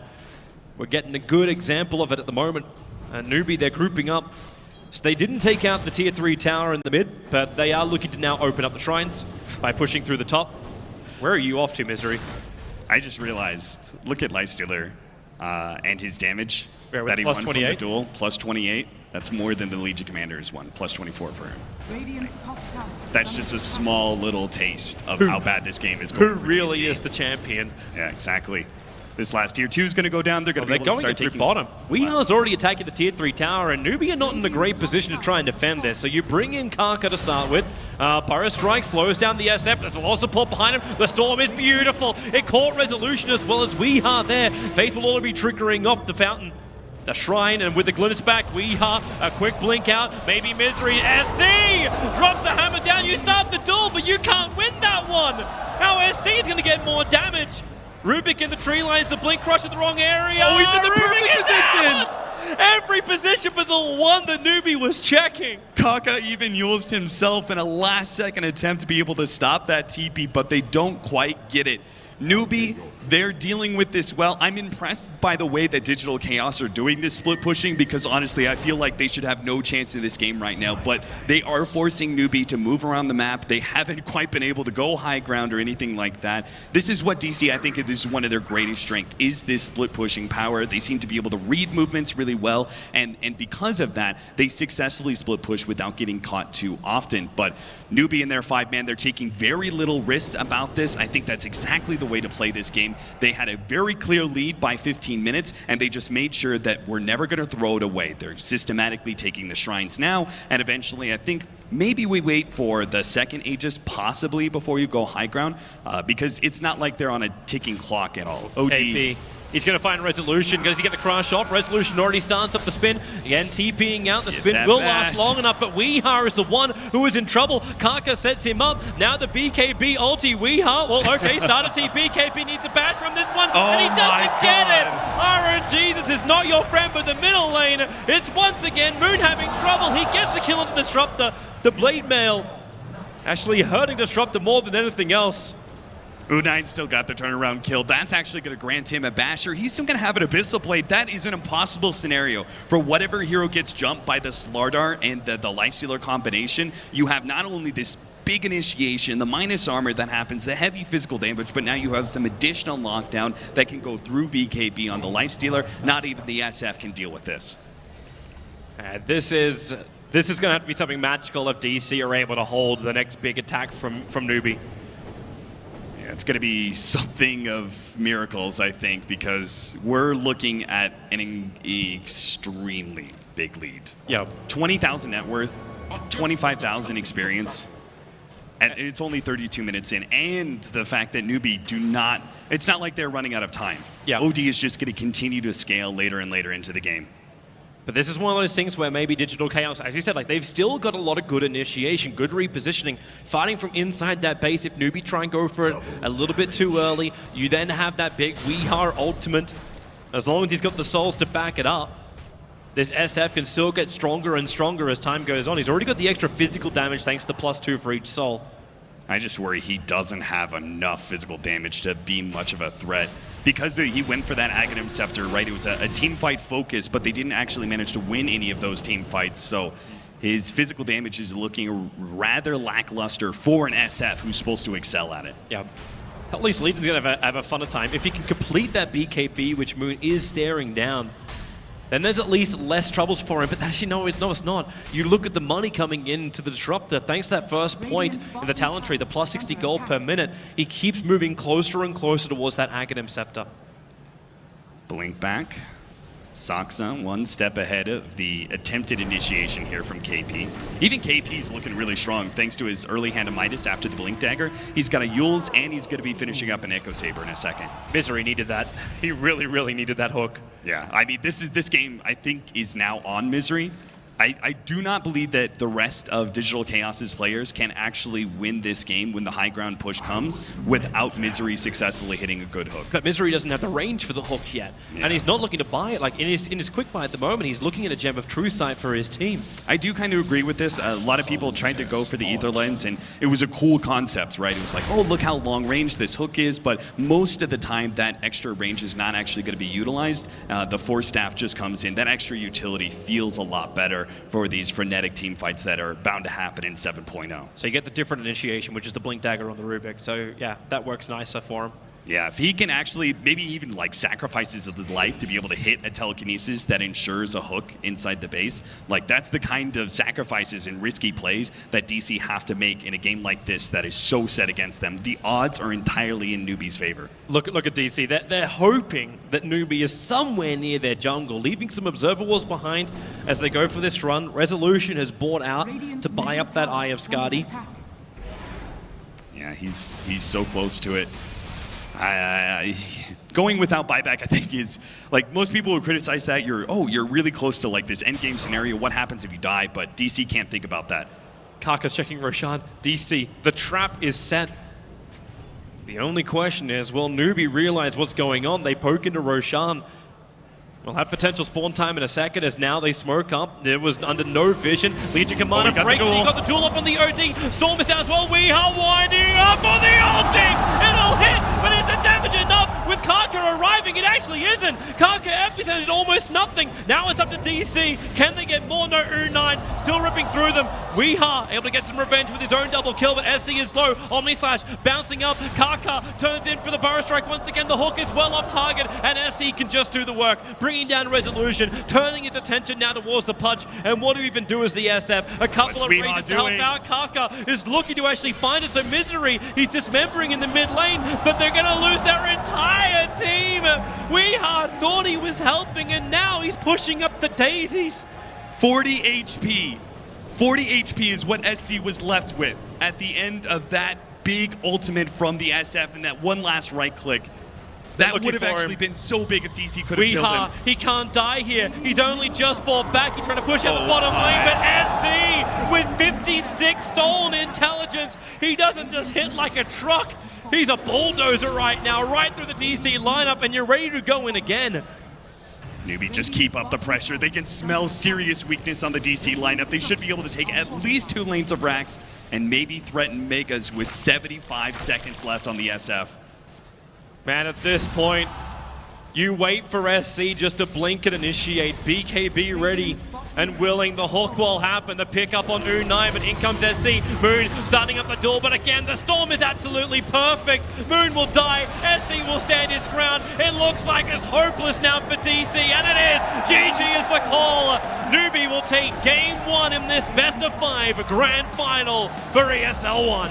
Look at SC, man. That look of just determination. I think he just proved himself big time against DC. You know, he had some nice words to say about DC. They look like a strong team against VP, but he said, we're going to take him down, right? And that is exactly what he did in this game one, man. He put on a show alongside the rest of Newbie against Digital Chaos. He had so much space as well in the mid lane. Like, the Midas came at an early time. There wasn't that much pressure. We ask ourselves the question, did the Pudge do enough in the early game as well? Like, where did it all start going wrong for Digital Chaos? Yeah, DC, I think there were so many situations if the early game just goes a little bit better for them, then maybe they stand a chance, right? There's so many of these duels that were kind of close, you know, if they were just a little bit closer in net worth, that they weren't quite as far behind. If that, you know, if the OD actually dies in that situation, then it's entirely possible that DC can push this a bit later and have a chance. But Newbie, I think they just looked magnificent in this game one. And they did, and game number 2 is only a little bit away. Don't go anywhere, we're coming back soon.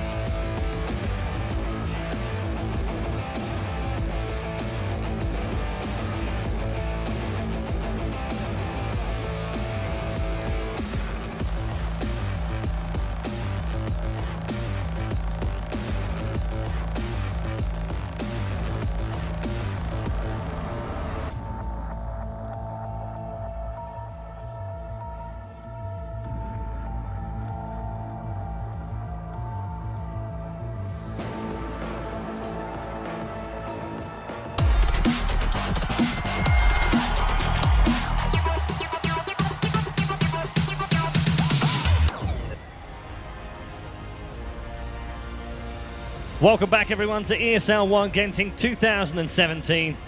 The first game of the Grand Final is celebrated by Newbie. They had a dominant victory in Game 1, and it's back to the drawing board for DC and Blitz and the boys in blue. We're back at the Arena of Stars, of course. Plenty of crowd here, celebrating, enjoying Dota 2, as are our panel members right now as well. We've got Purge here with Melini and OD Pixel. Welcome back to all three of you. OD Pixel in particular. Hard to enjoy a game when it's a bit of a stomp at times. But there was moments in there which were enjoyable. I found it incredibly enjoyable because I just thought the display of skill that some of Newbie's players put on was absolutely, it was just another level, really. Yeah. We've already seen kind of Newbie's rise through this LAN, where they've come through with games where they've just kind of shown us how these guys, they're seeming to be the hottest team from China at the moment for sure. And then SCCC, this man, he's amazing. Same, wasn't it? He's got so much versatility. He could give us these kind of the best performances on these heroes that I've seen in a long time from anyone. ODs, Queen of Pains, whatever he wants to do. I mean, this gives 16-0-8 on the OD. It was absolutely impeccable, and it was just complemented perfectly by his teammates. I love what KP was doing, kind of moving around the map. The fact that every time that they go in on a hero, KP, he wouldn't be looking at that hero. He'd be looking for the heroes that are looking to save that hero on the side of DC, and he'd always be there with the crush to make sure there was no chance of a save. And it just ended up looking like a bit of a shambles for DC because of how well Newbie played. Yeah, I mean, small... clutching at straws a little bit, Kevin, but the split pushing by DC to try and keep the game alive was sort of okay, I guess. It was okay, but it all came down to the fight in the last clip and this clip here. The fact that they didn't kill the OD, it was a pretty good engagement. That was basically the best one they could have hoped for because they did duel the OD. It prevented him from banishing whoever else got dueled. That was the important thing. He got... is this the fight he got out with about 20 health? Yeah, that was the one. Yeah. The one before also should have been won by DC, I feel. I think Cap pointed on the cast, there was no Blade Mail usage there by the Legion, or at least the Lifestealer was getting a lot of heal back, but they weren't able to kill him. They were lacking some damage there. They needed to win some of those mid-game fights. The split push was really just a, hey, we're really behind, let's do what we can. Yeah, and it was sort of okay. I mean, they were trying it, and it did force Newbie to stop attacking the base, and they actually forced them to come back and do something about it, but it was never going to win the game, was it? It could. You never know if they make huge mistakes, but they're not going to make a mistake that big, I think, when they're that ahead. Yeah. So what did DC do now, looking at game 2? It's obviously a best of 5. It's a long way into this match. They're a long way off losing it, so there's no fear from that point of view, but they'll want to kind of address some of these issues with the draft next time around. I think one is an easier to execute lineup. Like, there's so many things that they had to do in each of the fights. Remember, the top fight, they had to like spin out of the crush after he blinked to dodge the crush, and then they were able to get 1 kill on a Soldar. They have to like get the BKB blink Blade Mail duel. There's so many things you have to cast as Legion, whereas for Newbie, it's like, okay, blink, crush, pop out, kill someone. Over and over and over and over again, or Kinetic Field into Static Storm into Epicenter. Those are all like relatively easy and very, very devastating, whereas you might kill a hero if you get a punch hook. You might kill a hero. It just wasn't solid. The team fight, I just felt like so many things had to go wrong for Newbie for DC to actually win a team. Yeah, and a lot of things had to go right, obviously. And like you say, even if you get the hooks, which they didn't, to be fair. I mean, Misery played a great game the other day on Pudge, but today it was a little bit lackluster. A lot of that as well is just the synergy that Newbie's heroes had. I really like the Disruptor with the OD because whenever DC was moving aggressively in the early game and looking for kills, if they banish one guy and Disruptor shows up, you're guaranteeing that the fight doesn't happen for 4 seconds, and then you can glimpse somebody back afterwards. So it's like they got to punish 2 heroes every single time that DC was playing aggressive. Yeah, okay. Thank you very much to all 3 of you. We're going to take a quick break here at the Genting Resorts World. We will be back, of course, very shortly with game number 2. The draft will be upon us. Can DC find something back in the bag to bring them back on level terms? We'll find out soon.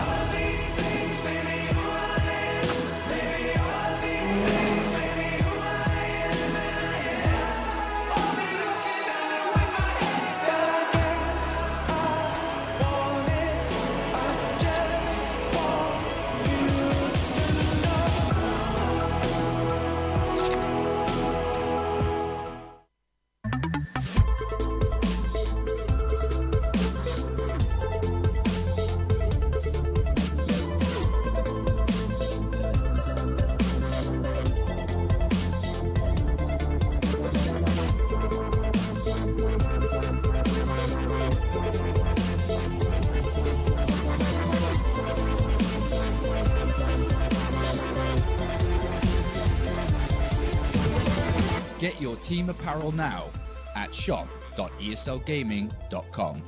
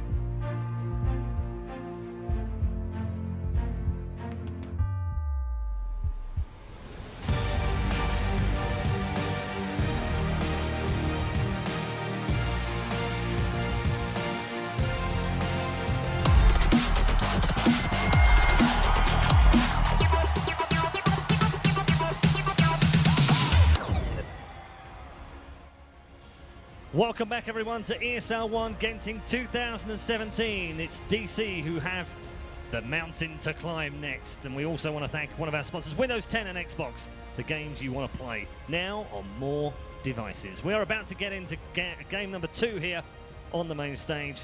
And as I said, DC with plenty to think about. Our panel members are back with us once more. Odie, Pixel, Malini and Purge are joining me at the NVIDIA Experts desk. I've said they've got a mountain to climb. It might not be quite that bad, Purge, but they've definitely got something to think about. Yeah, I think so. A lot of it was draft, probably. Just the fact that Odie's in the game, it makes it very difficult to duel somebody because you almost have to do the Odie himself if he's not out of position. Game gets a little hard. And there's also other stuff, like Blade Mail doesn't work nearly as good against Odie as it does against other heroes once he gets BKB. So it was just maybe not the best draft to be up against. What do you expect for game 2? Newbie obviously don't need to think about that too much. They're quite happy with what they did in the first game. It's clear that Newbie want to fight a lot, fight often, and fight early. Yeah. So I think that they just need a lineup to counter that with just more AoE, more team fight. I think Rubik was kind of the only one that I felt like did okay in team or was suited for the team fights. Especially once the BKBs come out, it just seemed like DC were at a loss as to how to approach them. Yeah, I'm very interested to see how DC want to lane it this time, because as we've seen in quite a few games, DC, they've kind of got this tendency to want to go aggressive and put resolution in the lane against the enemy safe lane carry and have that 1v1 matchup between Moon and KP. So I wonder if they stick with that or if they want to switch it around, maybe try a little bit better to secure Rezo more farm in the early game so he can offer a little bit more once these kind of mid-game skirmishes kick off and Newbie starts to up the tempo. DC-wise, any specific heroes you would like to see them pull out that might make Newbie think a little bit more? Pudge, wait, no, not again. I think they can first pick Omni Knight and get away with it. Really, first round? Yeah, I think they could, like that draft, if they open with Slaughter, I think they can maybe Rubik Omni Knight, and it would have been, I would have been much more happy with that. I feel like if you open with Omni, though, it gives your opponent so many options for cores that lane well against it. Yeah. Like, they'll just grab really obvious diffusal blade carries that can grab it 1 or 2 items. I mean, not that you really need a diffusal against Omni anymore, but it certainly helps. I think it's the thing about their draft too is that they have a lot of the single target, especially the first series that we saw from them today. Hello, crowd. Kip's down there as well. Hi, Kips. How you doing? I think they should have they'll have a plan here, and I assume it'll be something very different than what happened in the first game draft-wise. Because most teams going into, especially like a grand finals, they'll have a couple drafts that they're ready to tackle in different ways. Is that ways good? Just my mom tells me to do that. Yeah, that's good. That's good. I think he's possessed. That's the That's how he wins all the games. He's like, he just absorbs all the power. That's how it is. Meanwhile, Mr. Mumianda, very focused on the screen right now. He was very animated during a couple of the drafts that we had yesterday, pointing at the screen and shouting, "Oh, well done, sir." Very proud of himself. Not sure it was reciprocated, but that's okay. Well done. So DC, Owen, we've mentioned what they might want to pick up. We know that they've got some of these pocket picks in there as well. The Meepo's in there. That's true. They've played the Underlord as well. We saw that banned in the first. Yeah, I think both of those were banned first phase, if Newbie feel like, do you know what? Actually, go on then. Let's see what you've got. Do they let them through just to see what they can bring them? I mean, they already know that they can be beaten with the Meepo, having seen Wings do it. It's true. It's true. It is questionable how scared they are of that Meepo, if indeed they feel it does warrant being banned out straight away, as it was in Game 1 once again. If they let it through, I mean, I don't know if DC would necessarily pick it, because I feel that Newbie, they are a team that would have answers for the Meepo. And there are a lot of heroes that we've seen that DC would have to be aware of. You know, potential Wyverns being picked up, heroes that are just going to ruin Weeha's game. And I really feel a lot of pressure is on Weeha. Last game, I thought he did his best, kind of considering the circumstances on the Shadow Fiend. He managed to stay relevant. He was able to kind of put pressure on. There are points where they were kind of like, they had a third of the kills of the side of Newbie, but still Weeha was trying his best to hammer onto the tier 3s, get something achieved for the team. But at the end of the day, the Shadow Fiend, it just didn't have the farm that it needed. Odie was too large. It had BKB, Shiva's Guard, all the survivability that you'd need in a fight against a Shadow Fiend and a Juggernaut at the stage that the DC were. Yeah, very difficult indeed. As we wait for our second draft. Another hero I'd like to see is Warlock. possibly, Yep. from DC. I think MP use it to great effect, and it's kind of an NA thing if we kind of consider DC NA team. But I think Warlock's really strong versus team fight, but they had to deal with the magic immunity. These like instant cast magic immunity heroes with the Juggernaut and the Lifestealer are just very difficult to jump in a team fight. It is a hero that they pick sometimes, and it is just good for laning, but I feel like they usually pick something more high action, because pre-6, he's quite weak, especially if they do have heroes like Starter or Lifestealer. It's very common for people to just jump on Warlock and kill him instantly. I mean, perhaps even a hero like Mirana for Weeha, something that we've seen him be very, very flashy on. Which I kind of feel that up against this lineup of Newbie, you need to be, but at the same time, you've got to be careful how aggressive you go. We saw in game 1 kind of a very early play from DC where they went towards the bottom tier 1. They really wanted to get that winning duel for Moon. They did, but it cost them heavy casualties. It's plays like that you just can't afford to go for against a team as coordinated as Newbie, because the backup will always fly in. Do you think, Ben, if they want to prioritise a particular player to give the hero that they know can help them all round, who do they pick out of the team to prioritise? Do they pick Wii? Do they pick Moon? Saxa, I think. Saxa? Saxa's their team fight specialist, I think. And he's the one that makes the most plays. Like Misery is position 5, he's not able to do that much, but Saxa, I think, is a player that needs to make the plays happen for them. I don't really feel like they have... I don't feel like they're that kind of team, necessarily. They're a Not little like bit an loose. OG where they have to kind of put the emphasis on one guy to give them the right thing. Well, I think there's a lot of focus on...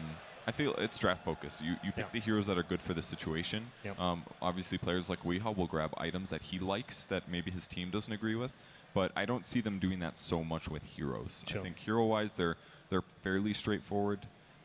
Maybe item builds it gets crazy, but I'm thinking more like something like an Invoker, which they wouldn't want to pick. It's very first or situational, second though. phase. Yeah, exactly. Maybe they want to pick it if there's an Ember, but it's not going to be until late in the draft anyway. Like I don't think it's worth talking about him early as like, oh, you open with Invoker, because it has a specific tool set that it's good against. Yep. And that's where we'll see those things be done. KPII again taking his top off. I think is he quite late returning or not? Is he just literally just stood up, and I think he might have just literally just taken his jacket off. But they are getting ready. I am hearing that we're still trying to make the lobby, so apologies for the delay. But we are about to drop you into the draft for game number 2 in this grand final. As you can see, the boys are getting ready on DC's side as well. And here we go, draft number 2, and look at that. Same mirror bands, exactly the same on both sides for both bands. Is Newbie going to change it up? Slaughter, I think, is very safe. They can go. Oh, okay. They many other expected ways. it, and they're going to go Cottle Naga. Here we go. We saw Resolution. One of the games that was a little bit messy from DC early in the series, but just how good they are with this Naga play. It makes it so hard for a team to kind of want to win these big game fights, because they can reset them. And DC, they're so good at that. They're very good at kind of analyzing the situation in the moment, saying, right, we need to get the hell out, or we can get the hell back in. It was more than a little sloppy, I felt, that match. But if they clean themselves up a bit, it's going to be no problem at all. I feel like Newbie can pressure this lane, though. Coddle is very good in tri-lane situations sometimes, but Naga Siren, if left alone, can be exploitable. I mean, the question is, do they still want to go for this Disruptor and Lifestealer synergy that we saw so nicely pair up with the Slardar in game 1? As a carry, you never really want to play Lifestealer versus Naga. It's just absolutely terrible. It's a really good thing about that opening too, because it's a very common pick. They've been pairing it with the Slardar. They opened Slardar instantly, as DC probably expected, and now they have the late game counter. Morphling is a very good alternative, though. Tons of physical damage. Can absolutely gap close and kill Naga with burst. Can lane against it if you really want to. Would you say that Keeper of the Light can have its strengths against a Morph? Yeah, he's pretty good against With the mana leak's got to be a little bit annoying, especially before he gets the Lincoln Sphere done. Yeah, Morph does have a mana perk at level 10 that can definitely offset a lot of that advantage, but it kind of depends on what the order of Morphling getting his E-Blade is, or if Coddle's behind having a bad game, it can be rough. If Coddle's having a good game, Morphling can be super countered by it. Yeah, Not super, but kind of good. going back to something that I was wondering beforehand, do you think already this is showing us they're going to take the Naga, they're going to keep it in the safe lane, or could they still try and put it farm against Morph in that top lane? There's no way, well, unless they do an aggro try or something, but... You don't think they would do this? Is already showing us that they're changing it up from game 1. I mean, it's certainly possible. It's just a little too early to call. The important here is that we have to see are the supports from Newbie, because that'll really justify how strong the tri-lane is. So that's all we really know right now. 2 heroes of DC's tri-lane or dual lane, or they could spread them out. Doesn't really matter. And we know Newbie's gonna have Slaughter, and Morph will be in his tri-lane. But Morphling tri-lanes are quite good, especially if you can get a couple levels. Pick it up at least level 2 or 3. Not bad at all. So now Newbie looking towards the combo heroes with the Naga Siren, Mirana, and Disruptor, I would say, are probably the best 2.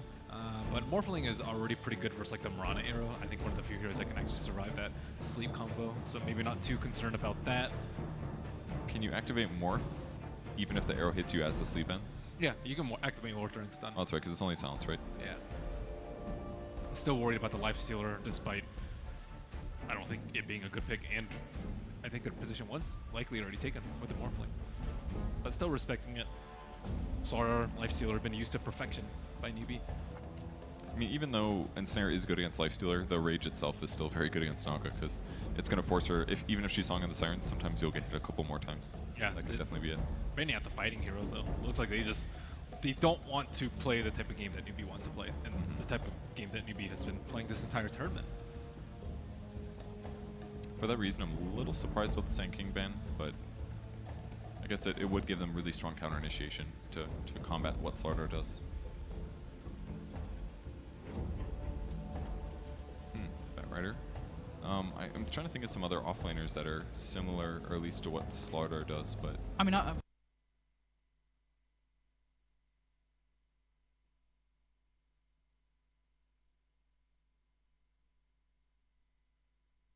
potentially, don't you think the Darkseer for Moon could work quite nicely? So you've got something to synergize with these fights around us on? no, it's not very good against Morphling. I think it's more likely they go, shoot, what was the hero? I just thought of.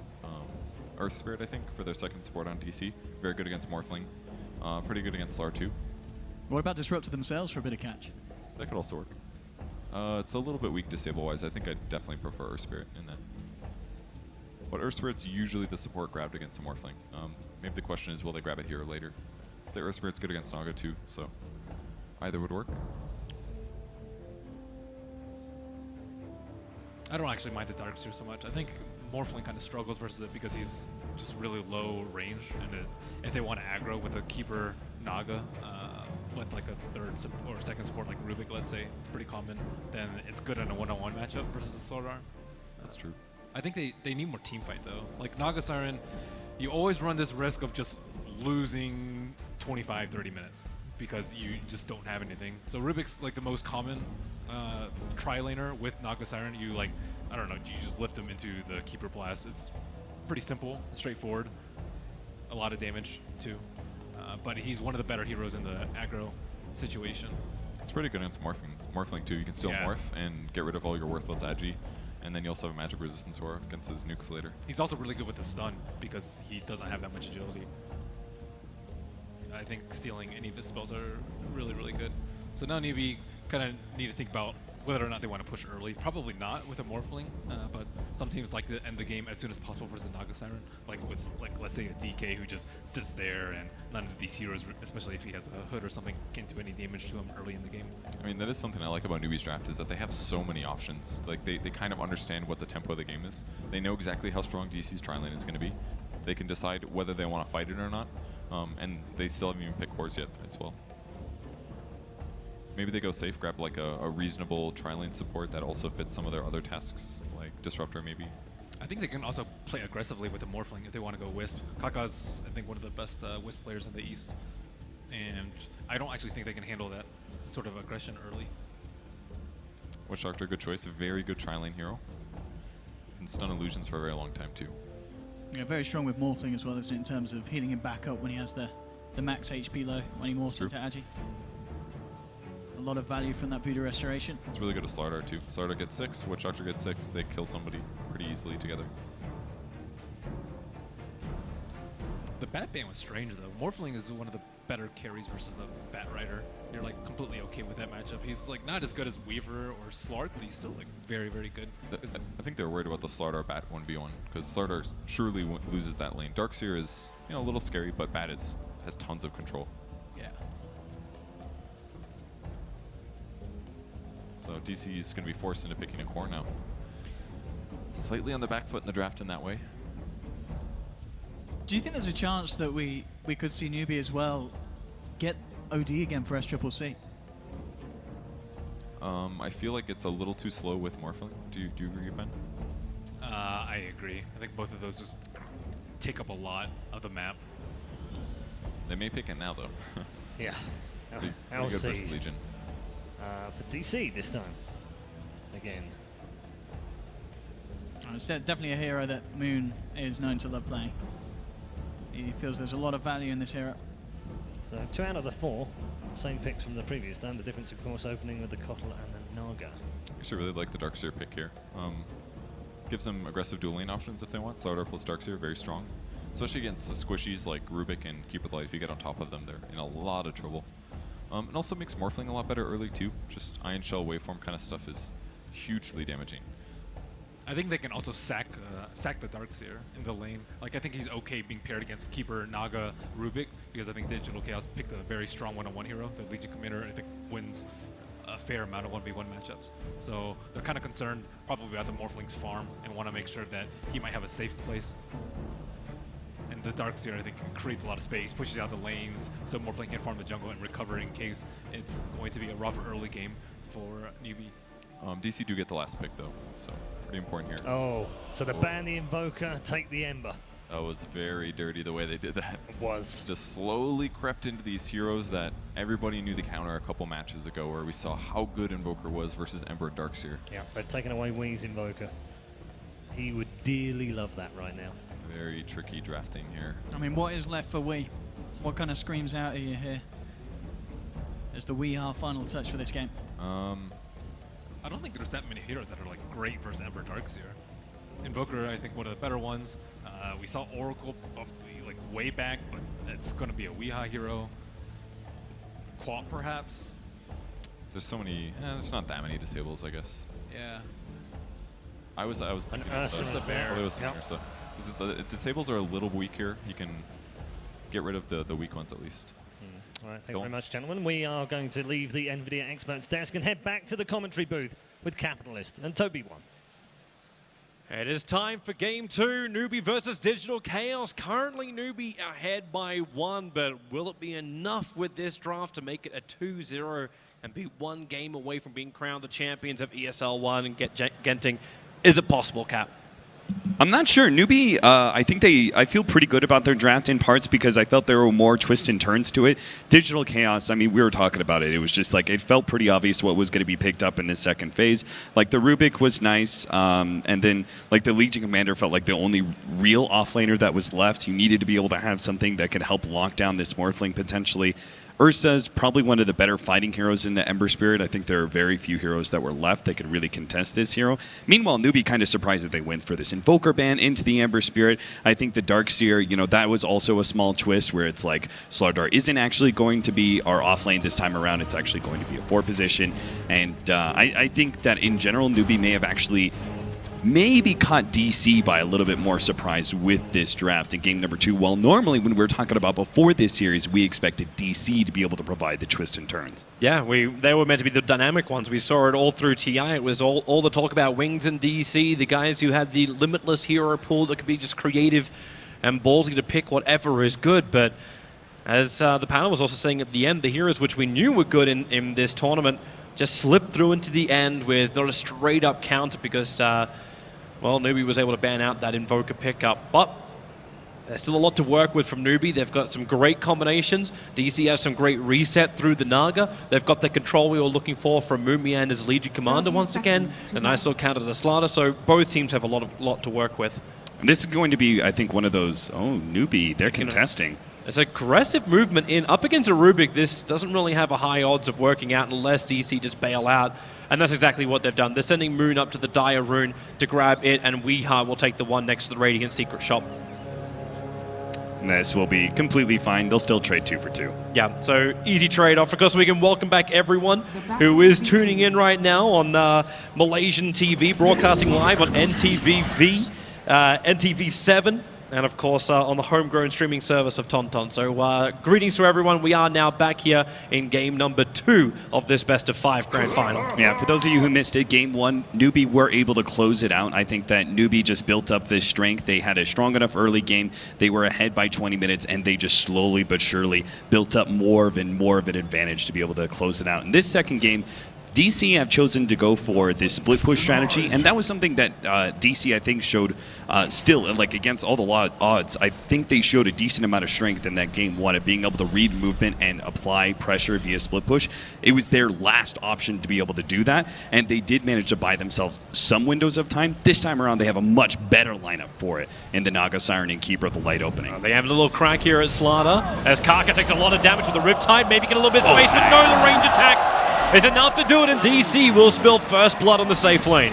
Look at top lane. Moon Meander's already pressuring U9 just to make sure that this full agility Morphling, he's actually getting punished quite heavily. This is so smart by an offlaner because you need to be able to do this to make sure that the Morphling can't sit full agility and get those easy last hits and sometimes denies against you, and even potentially get aggressive onto you, the hero, if the support comes around and sets you up as the Morphling. So Moon Meander already doing quite well as his offlane. We're already saying DC safe lane work out pretty damn well. And then on top of that, we should have a natural win. In fact, Weeha's going to be able to get this kill. Wonderful under the T1 tower. Worth the sacrifice of his life. Absolutely. I mean, this is a real bad matchup for the Ember Spirit. I think that this mid lane matchup is something that we're going to have to watch. Both of these heroes are kind of the tempo controllers for their teams. Weeha has a very clear advantage of being an Ember Spirit against being an Ursa against an Ember Spirit in the lane, and he could potentially put a lot of power against the Morphling as well. We're talking about the lockdown of the duel. If you actually couple that with the Blink Dagger of the Ursa, he can rip right through that Morphling despite the attempts at morphing to strength. Kaka's trying to come over and do something against his Legion, but Moon already triggered off the Shrine. And that little bit of damage that came in from the crush is practically nothing. It really is little. Another bit of information. Saksa was able to go on a little bit of a run, and he jumped over towards the Dire Secret Shop, noticed the Darkseer had completely abandoned the lane, stole the Bounty Rune. So a lot of information coming in for DC's safe lane. Tempted go on Weeha here by Newbie as they move Kaka, but Saksa kind of mirroring that movement of Newbie support. It seems like they really hoped that aggro dual lane would go a lot better for them, but they immediately bounced back, and now they have to come up with other ideas for Kaka's movement.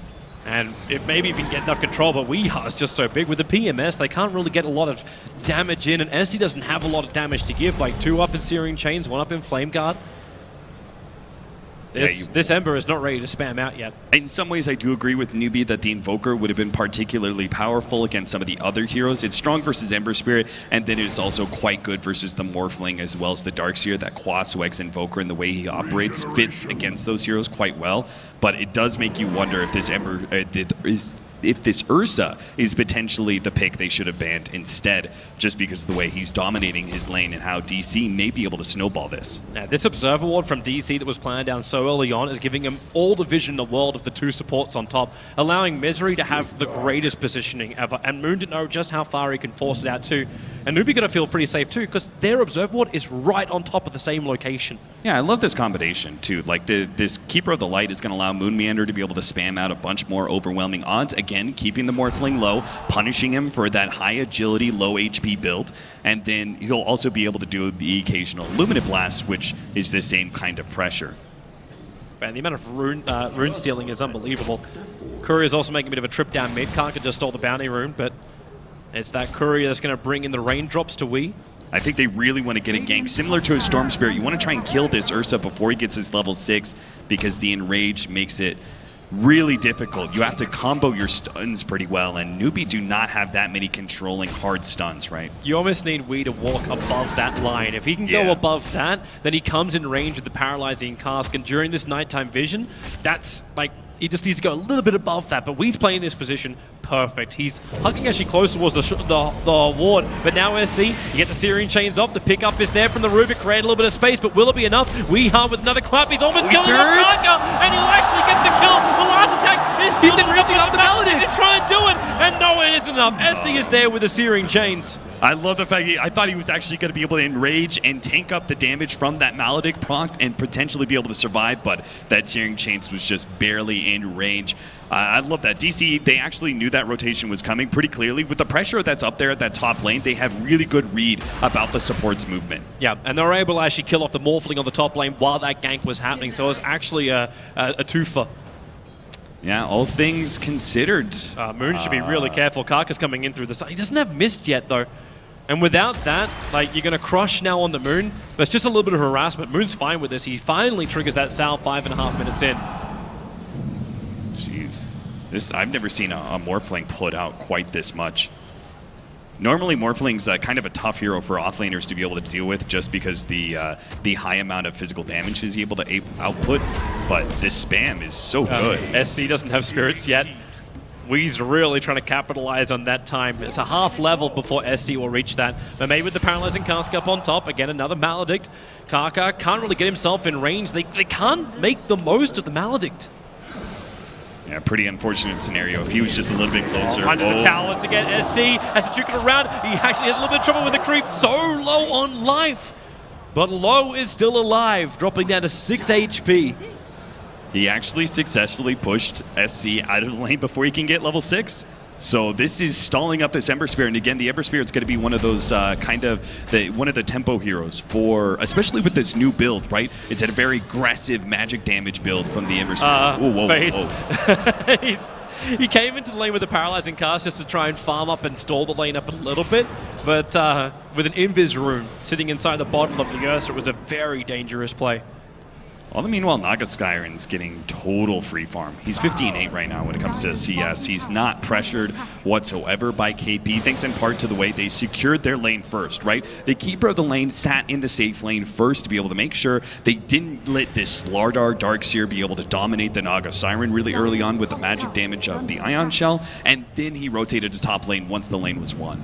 And that's when he just starts helping out Moon to have all that regeneration and although just straight up harassment too, with this Illuminate spam is pushing the creep wave onto the tower and allowing for more of a potential dual attack, and that's what Moon's doing. He's chipping down U9, so Misery gets attacked, but press the attack instantly breaks off the stun. Now in comes extra health. It's in the form of Rubik and Moon. He wants the duel on the Morphling. He wants the big one. Strength Morph will make this difficult, but with the Illuminate spam, it's so U9, he still survives up into the trees. It's still not enough. 30 HP. He's out of mana. He doesn't have mana. He's got 3 one-charges up in just a second. He's trying to juke it around, but Moon will find him. Slice and dice at the tree line. And DC, they committed pretty heavily for this. Even Weeha, he's trying to pick up the pieces on the back line, and there is one big piece. He's going to try and crack the coconut of the Witch Doctor. Yeah, Witch Doctor kind of sitting behind his tier 1 tower. Looks like he won't be caught by this. Weeha's rotation is going to be in vain, but it doesn't really matter. DC, like, the most important thing is they're drawing so much attention away from this Naga Siren. It's the cherry on top that they're actually able to win these engagements in the top lane in the first place. Man, they got a lot of cherries. DC, they own this top lane. And soon these cherries are going to start representing damage, right? They start getting successful duels, and then we're going to see a Legion Commander that actually snowballs, as opposed to last game, where the duel actually played against Digital Chaos, feeding away extra damage to both cores of Newbie.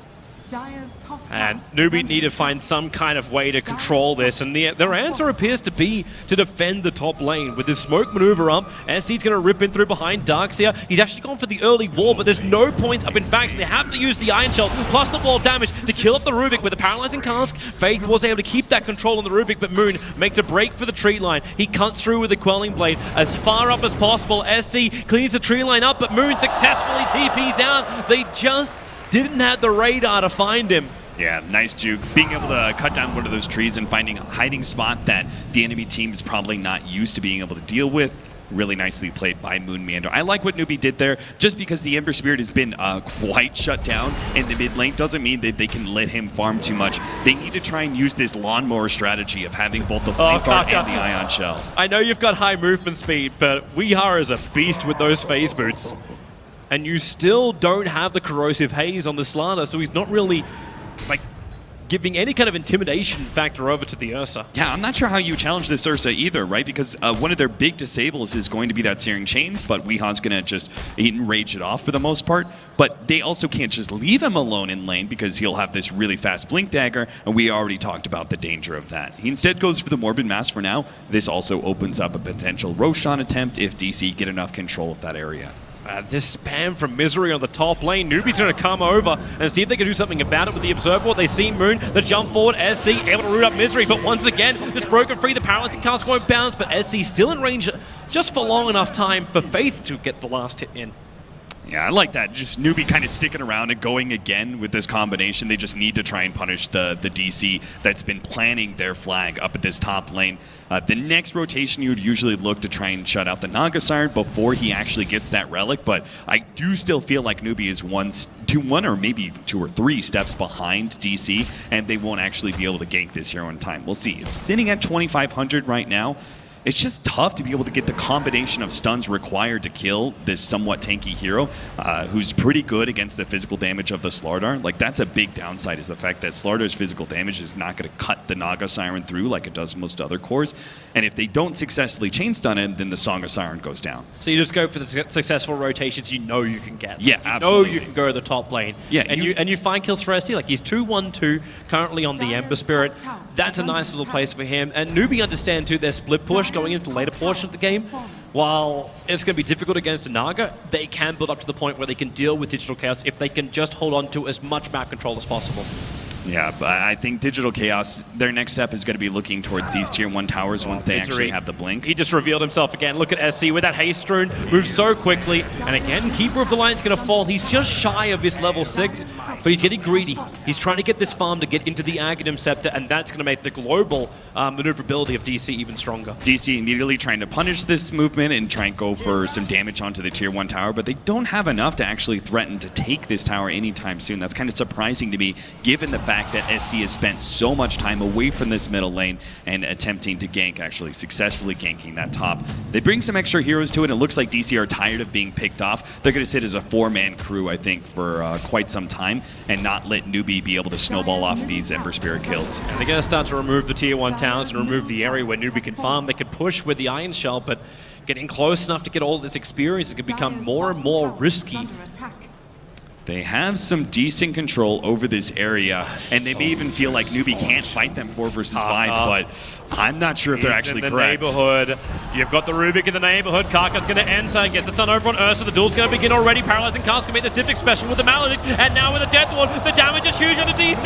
Did they go too early? Karka's out on 10 HP. We have SC don't die. 5, but SC jumped out. The Spirits will do the work. Song of the Siren. Hold the fun. Stop the song right about now. The Illumina hitting so hard, combining with the Fable. It's a double kill for the Rubik, but it's not over yet. Misery creates on this way to the blinding light, but it's a Rubik with a triple kill. Can you give him more KP? Starts a TP, the Illumina just missing.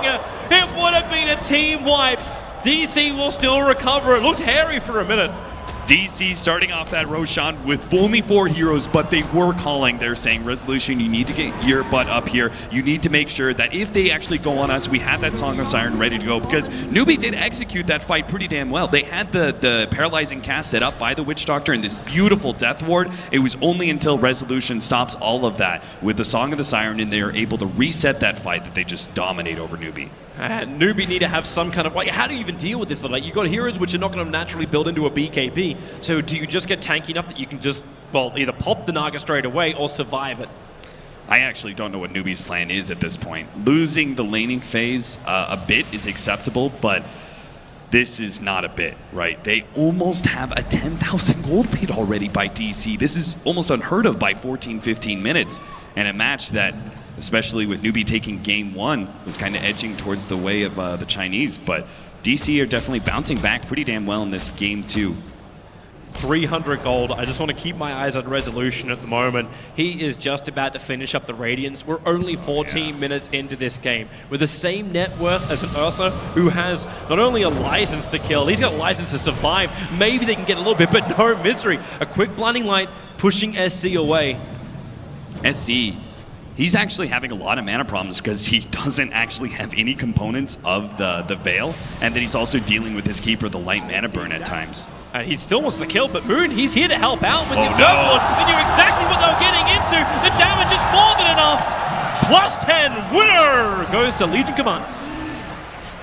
And the space is now being created. So there's a 300 gold. The Radiance is up just shy of the 15-minute mark. And what the hey, you spin me right, baby, right round. Yeah, that's what happens. Saksa has the Fire Remnant. They get some extra initiation. Weeha's got the Blink Dagger. Moon Meander's going to be picking up the Blink Dagger pretty quick at this rate because with the armlet and the natural strength of the DC crew right now, they're going to be able to bully down some of these outer towers.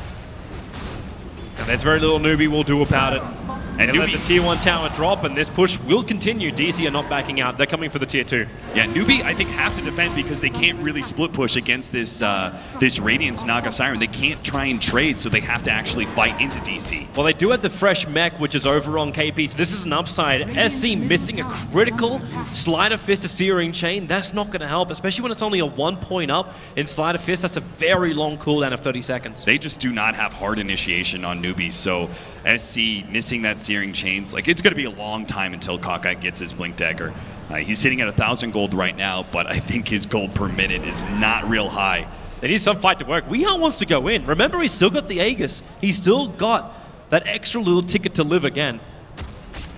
So if he can go in, kill one person, the rest of DC can move over. They've got Song of the Siren to still reset. And they're actually pressuring the mid lane. Illusions are being set up towards the top lane as well. It's going to force the equilibrium to shift back in favor of DC on the north. I like the way that DC are setting this up. The smoke is going to be able to catch Kaka. Oh, this is big. The duel, easy follow-up, easy money. And KP even tries to help out with the paralyzing cast. They might have enough. The stun is holding him back. He's dying at the moment. He'll TP out. Misery. 11 seconds. No, the Song of the Siren. Resolution walked us a little bit too far away. It opened up Newbie to attack, but he needed to save his... What? No! Spirit jump up. He'll get the Searing Chains as well as that Sleight of Fist. That was the position to do it with the waveform forward. That's a big kill for Unai. 400 gold, but Weeha back in again, but SC, he's got the space to escape. Resolution has a haste run. He's just running straight into all these heroes. There's the ensnare of the Witch Doctor. He's got his death wall, but he won't survive long enough. SC, get the hell out of dodge. Back behind the tier 2 tower. Kaka, he's got that Son of Valve. Nice double it's both the Rubik as well as Naga Siren, but you've still got maybe small spirits for the Rubik to jump forward as he holds the Ember in position, throws him down. Let's Weeha get the kill. Paralyzing cast death wall. They need a beautiful cast. Naga, it bounces back and forward. Finally, Sasuke will get further away, but he's closer towards the dire base. Kaka wants these kills. This is his gold. If he can get it, it's just walking on green legs. If he can just get the stun up, he's waiting. He's burning him down. Now the stun will hit. Weeha jumps forward. So quick revenge is out, but will it be enough? Weeha surrounded on 3 sides in that Newbie sandwich. Support is there from the Legion Commander. No press the attack. Duel is available. KP knows it. He has to move away, even though Moon doesn't have the Blink Dagger available. They're going to try and kite him as best they can. They really want to keep on this Ursa. They're not letting him get his Blink Dagger off. The Maledict is stopping that one, but I'm not sure if they can still catch this guy. They've got to not have the disables. Oh, KP doesn't have his Surge available, but in comes SC, in from the side, the blinding light, pushing him away. Misery, the ultimate space creator. Misery comes in at quite the clutch time. They've been able to successfully get his Searing Chains. KP was rapidly following up. He could have been able to catch them with the potential Surge Vacuum, but I think that's actually a really great fight for Newbie. Yep. Like, it goes to show the strength of DC that they're able to do some of those things and march all over these tier 2 towers and still have these trade-offs, but look at Kaka's gold. They desperately need this form of hard initiation, and Slaughter's about to get that. Yeah, and that is going to be the critical timing for Newbie. Of course, everyone across Newbie was about a 1,000 gold advantage. They managed to swing after that fight, and they start to flatline the advantage that was there for DC overall. Yeah, it seemed like DC was just going to barrel out of control, but a brief halt in that momentum. Kaka, get away, get away, get away. Yeah, run. Do not let that in Blink Dagger. He's got it. He needed it. Like, that's what the bounty room was for. He needed to get that money. They also have the Veil that's going to be coming in for SC, so that's a relatively big upgrade in their damage. Look at the other items. Look at the Rubik. The amount of money on him. You get a Blink Dagger on Slider, which you've been working so hard towards. Now the Rubik is just going to get one for basically nothing. Yeah. I say nothing. He's 626 on a Rubik. Moonbanner's not too far away from his Blink Dagger either, so it's not like Newbie with this Blink Dagger pickup on the Slardar can all of a sudden feel like, oh, we have the initiation advantage. That's just not the hunt case. is coming. They need to use smokes. They need to catch these heroes. It's a bad habit with a blink! Oh, what a crash! Three-man crush with the Spirit Jump in! The damage is huge! The back wall! Newbie! It is huge! It's the combination! A triple kill for SC! And Digital Chaos! They saw it coming after they were dead! Fatal error by DC. They had this game in the bag, but Newbie with the right rotation, they pick up the Blink Dagger on the Slardar, and we said they had to catch DC by surprise. They needed a really good smoke initiation here, and they found that in spades. A three-man crush by the Slardar. Kaka showing what a hero this is for them. Slardar for KP, and even Kaka has been a monster for Newbie. Man, such a huge dream. A little bit of extra thing for a Rubik now, stealing off the morph, so he's going to strengthen himself up as much as possible. But DC can stand the bleed, so it's great for Newbie. They can now get themselves back in front while the experience is in their favor. They're still a long way behind in the gold, but it's the fact they've got great D push, they've got great kill potential, still great team fight to work out for DC. It's one bump in the road. But the road is long. What I loved about this is the fact that Newbie pushed really aggressively into DC's side of the map. They wanted to see if they can continue to kind of, just make DC stumble backwards. They just gave them a huge shove. They're trying to see if they can keep them on the back foot. It didn't quite happen though. DC played very conservative. They stuck around their tier 1 towers. They grouped up, and Newbie weren't able to find that additional opening. DC still remained the much stronger team at this point, but Newbie finally have like this glimmer of hope that they didn't have before. Yeah, and you see them trying to actually make even more out of it. You get a Witch Doctor. He's the man that bought back 2 fights ago. He now buys an entire hand of Midas flying on the Courier, and you look at Kaka's quick buy, he's also staring down the hand of Midas. So both of these heroes are really prepping themselves. They want this game to go late. We want to crack the hour mark with this Newbie lineup. Which is a weird thing to say against a Naga. Yeah, one of the really big pickups for Newbie was also the Lincoln Sphere off of that team fight. It doesn't sound like an item that's going to really impact some of these team fights, but it does, very importantly, stop the initiation of the Legion Commander, who we were conceivably talking about him picking up the Blink Dagger before the Lincolns, and all of a sudden they keep the Morphling down. They maybe kill him once or twice with this combination of the Legion Commander and the Ursa and all the physical damage they have, but that will not be the case here. If DC want to be able to gank U9 on this Morphling, they're going to have to bring a little bit extra to the table. Haste! And that means a lot of extra. Like, that's bringing the entire team at DC, but as you saw with that little bit of a choke point, the big stuns, they have to give respect. Not to mention the fact that Darkseer, well, okay, you already completed up the mech. He's working, looks like, directly into the pipe. I thought maybe KP would put a little bit more priority on having that Blink Dagger, but KP's positioning. Like, we've already been praising his SKs, his clockworks throughout the entire tournament. He's always in the right position, even without having that high maneuverability item, just using the surge. Yeah, it really helps when Kaka's able to set you up so well with his Blink Dagger crushes, right? You just get a momentary respite, then you come in with the vacuum set up for that paralyzing cast. The combination has been beautiful for Newbie, giving them a decent shot at recovery. It's still concerning though because they have still all these big items coming in for DC. The Aghanim's is being finished up by Misery. We talked about how the Blink Dagger on Rubik is another big pickup, especially against that Lincolns, right? He has 2 abilities. They're instant cast. Fateful can power up the Lincolns, and he can potentially get the telekinesis on the Morphling before he waveforms or jumps to his replicate. DC prioritizing now the control around the Dire Secret shop. That's where their spoke maneuver is going. If they can push into the tier 2 towns as well, it opens up the shrines. And this is another point where you said, like before, Newbie had to try and defend. The question is, do they still feel that same level of pressure? They're waiting for a smoke gank from DC to come into their jungle, but now that Weehaw will reveal himself on bottom lane, they'll probably cotton onto the fact that Newbie, well, it's their tier 2 tower on bottom lane, which is under siege. Yeah, Weehaw doesn't have that Aegis anymore. He wouldn't be solo pushing into that tier 2 without some backup. So Newbie, avoiding that high ground area, the old secret shop, they're not going to go in through there. Witch Doctor TP'd out. He was inside the Roshan pit, and 2 seconds after his TP completed, Roshan spawned up. It's almost near maximum spawn time anyway, so whoever comes out on top of this fight is probably going to be looking towards the pit. The offlane tier 2 is one of the tougher towers to defend. It puts you in against high ground scenarios in both sides, and this also is very much a funnel leading into the tier 2. So better that Newbie just gave that one up, I think. Focus on maybe defending their middle tier 2 tower. That is the last remaining tier 2 and is protecting their shrines. That is going to be, I think, one of their last holdouts before the full Naga Siren push comes to play. I think Weeha would also like to finish up his Aghanim set before this Roshan fight begins. He's now 1 gold away, so there it is. The Aghanim scepter can be purchased and it's already coming on the courier. Yeah, we said they lacked a whole lot of control on the Newbie side. They have the Searing Chains, which, you know, for the most part, Ursa is able to ignore thanks to his ultimate. And then they have these 2 other hard stuns. Well, now those hard stuns aren't even a problem for Weeha. I don't know actually how they're going to be able to control the Ursa in these team fights. I think he's just going to be able to latch on to multiple heroes and every single engagement. That one Naga illusion. It's a smoke maneuver from Newbie. Now, they might have been looking to go into Roshan. They never actually entered the pit. There's one illusion watching it. But instead, this DC lineup is now split up, and that's opening again! Kaka! So far ahead. Double crush! Keeper of the Light will push him back with a blinding light. Moon will break him free, and the Song of the Siren is used, but Weeha, who does he want? He's looking towards the Witch Doctor. Paralyzing cast Naga illusion. He can't get away. Kaka with the extra stun. Ursa, the Enrage is saving him. Not to mention Rubik, he gets the pickup. He only saw Vacuum. No major big ability.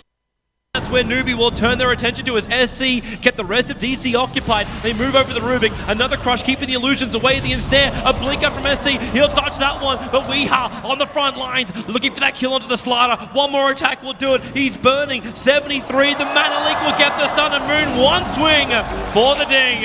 And now they can take Roshan. That's the big one.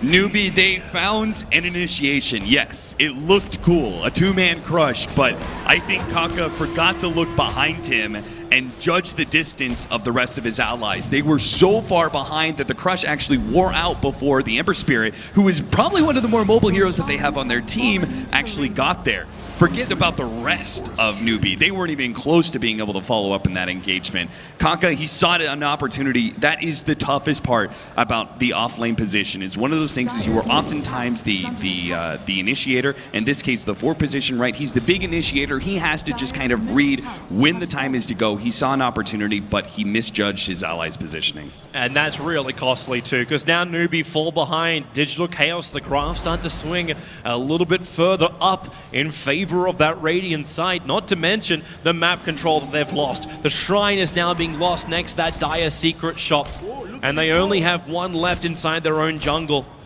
Newbie are just going to be trapped inside their base very soon. And they're going to have to do, and they're running out of smokes too. So normally when you're trapped inside your base like this, the best way to be able to push out, you try and go for a smoke, force a fight, and if you win that fight, you can actually gain some semblance of map control back before the Naga Siren inevitably pushes you back in. But I'm not even sure if they're going to be able to do that too many times with the few smokes that they have. DC, they take this remaining tier 2, then they spread these Naga Siren illusions all over the place, and the only hero who can feel somewhat comfortable pushing out is U9 just because of his Lincoln Sphere.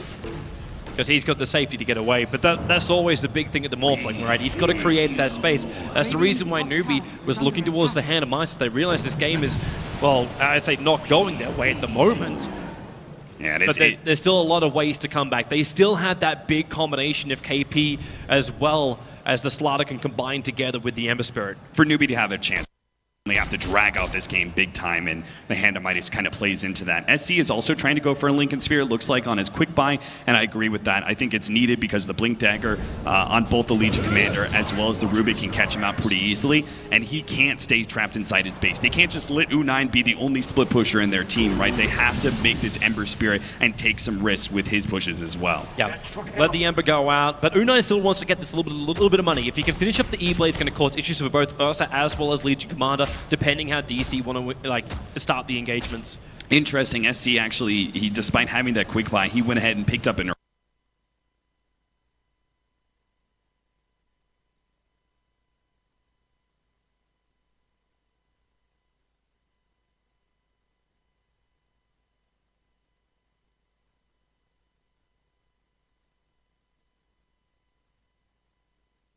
I'm still sitting here going, this is a great spin. I think this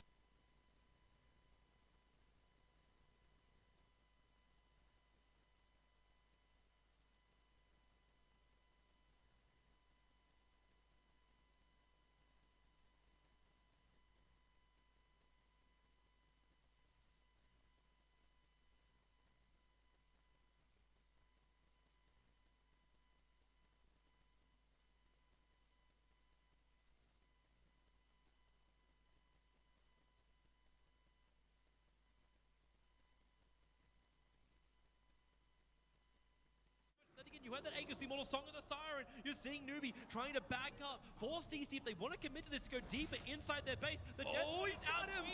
He'll trigger the Aegis.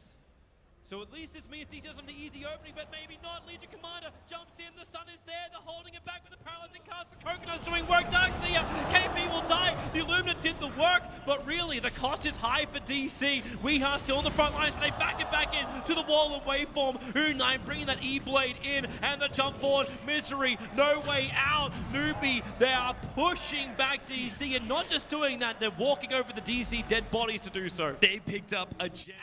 Newbie, they are pushing back DC, and not just doing that, they're walking over the DC dead bodies to do so. They picked up a gem off of DC too. That was an amazing hold by Newbie. These guys are kings of high ground defense, and you should absolutely be fearing that as DC. They need to make sure that they have not only every advantage possible like that Aegis, but they also need to make sure that they are at their biggest peak. And in some ways, I do agree with the Octarine finished up, this Manta and Radiance on Naga Siren. They have reached a pretty big peak, but I'm not sure if going high ground in that attempt was the right play. It almost feels like it was split Newbie, right? Like the Nagas who seem to have been successful in these type of situations have always been pushing multiple lanes. You've got the Keeper of the Light. Where's that pressure on bottom and then get Newbie to be 3-1-1 split up inside their base? But Newbie were a 5-man team. They were ready to fight that one. Newbie are executing really well in these team fights. I have to say, like Kaka, there was one example of like when the Ursa was going for the Witch Doctor who was held up by the Ensnare. Kaka did not immediately crush on the Ursa. He kind of faked it out and held onto it a little bit, waiting for the Enrage to go down first from the Ursa and then use that disable. Very important, right? Because if he pops it early, the Enrage plus the Aghanim Scepter, he just immediately removes it and gobbles Faith up. And then Faith surviving because of that faked out crush situation by Kaka allows him to be able to get the Death Ward that then kills the Aegis. Like so many of these little plays by Newbie build up to a big win at the top lane. Okay, I want to have a little bit of a gander over towards the Morphling with his quick buy item. He's looking at a Silver Edge right now on him. I have no idea, Toby. I mean, at this point in time, like, it's similar to the way DC had to play in Game 1, right? They had to go for these really aggressive split pushes and these very risky plays because they knew how down and out they were in that game. They can make that read, just like we're seeing. They can make that read in themselves and be like, okay, we're pretty far behind. We have to take some serious risks to be able to win this game. And sometimes, you know, risks usually mean Bottom lane, Amber Spirit, SC needs a little bit of help. KP didn't do it with the heal. Oh, the cast. Falling down the cast. They can't get away. The Blinded Light tries to create space, but the shotgun is still up for U9. A click, click, boom, and Weeha is gone. They're chasing after Misery. He's on the run, but he can't run too far, especially when he's rooted to the ground. The Shopkeeper watches the kills.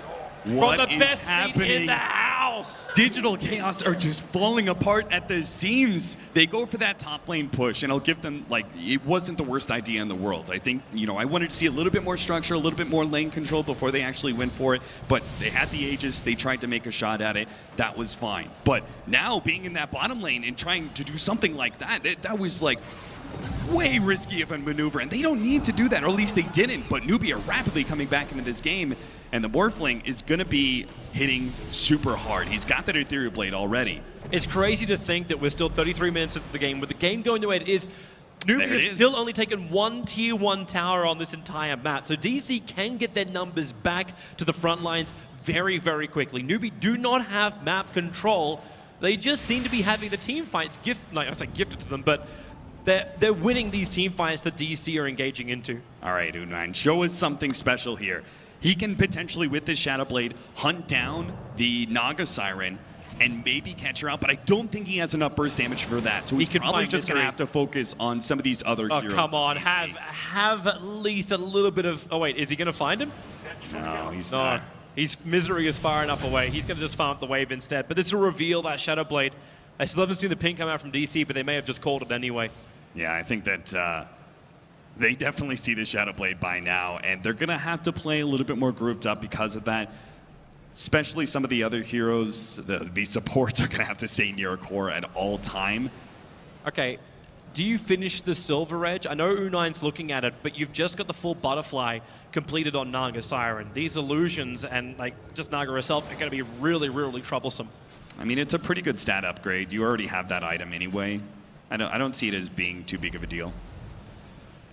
Morphling's going to invisibly wave the mid lane to try and force it back out again. The Naga Illusion was pushing it in. DC, this is your time. Slaughter jumping forward. That isn't a real Naga that's going through the Maul. He actually body blocks for a second the Morphling.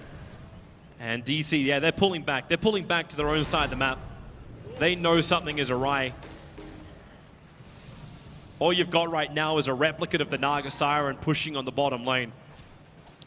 Now DC are kind of doing what I expected them to do after that loss in the top lane. They're playing a little bit more conservatively. They're using their map control to just play more of a farm-efficient game against Newbie and say, okay, we're controlling every single lane with our Naga Siren. We're also controlling our jungle. We're not going to give you any opportunities for a pickoff. We'll naturally build up a bit of a net worth lead on you, and we'll wait for Roshan. And so we can get that Aegis and Cheese for the next push. You know, just get that next round of items before they go for it. Abyssal Blade on the Ursa, that's certainly a big upgrade. You already talked about the Butterfly on Resolution. Yep. Moon Meander, he's trying to build into an AC, but his current pickup, the most recent one, obviously being the Shadow Blade. Yeah, he also needs to have that better maneuverability, potential pickup without risking his supports. So that's now going to be a third Roshan. Cheese on the ground. Moon will pick up the Cheese. You can see Maul going into the hands of Wii. And Newbie, they're actually outside their base for the moment, but maybe with this Aegis and Cheese, they feel confident. But it's U9 on the top. He's going to find Misery. Yeah. And this is one very dead Keeper of the Light. With the waveform, it wouldn't even matter if he hit Blinding Light. Everything is targeted towards the Keeper. There's the Octarine for the Ember Spirit. Doesn't quite have that level 25 yet. Song, does he commit it? Resolution, U9, quick TP out. Resolution will spam the illusions out, but it's already too late. I'm thinking this level 25 SC could actually be the thing that breaks DC from being able to successfully go high ground. Because once he has this extra 2 seconds of Searing Chains, and you get this constant chain stun that is going to be happening from the Sleight of Fist, it's so hard to be able to go high ground into that. They're going to have to, like DC, they won't be able to push high ground with like the confidence of like 5 heroes going up there, right? They're going to have to play more of this constant chip game with the Naga Siren and chip away at the tier 3s and eventually range round. But that's still a hard ask, because the longer this game goes on, that chipping is going to be pretty slow. The illusions aren't lasting long because Newbie actually have a really good single target focus. Even the Morphling, we saw him just jump down to the bottom lane, threw out the Adaptive Strike plus the shotgun. There goes one of your illusions, jumps over to mid, hits it a couple of times, it's gone straight away. That chip is going to be a very, very slow process. In the meantime, Newbie get bigger and bigger. As time goes on, DC, maybe they have to look at something else. Like, how do you bring Newbie out of their base into your hitting zone? I don't really think you have too many opportunities to do that. Maybe you set up some sort of traps for the Morphling, knowing that he's using the Shadow Blade to try and pick off these supports. Maybe get these ward, counter-ward combinations down all over the map and see if they can actually catch U9 when he pushes forward aggressively. If they can get one pick on the Morphling, they quickly push high ground, force a buyback, and that gives them a very easy win condition. Instead of this, chip away at these towers and try and go for this really tough 5-man push into Newbie's base, then they get this very clear, okay, all we have to do is kill the Morphling once, and the game is potentially over.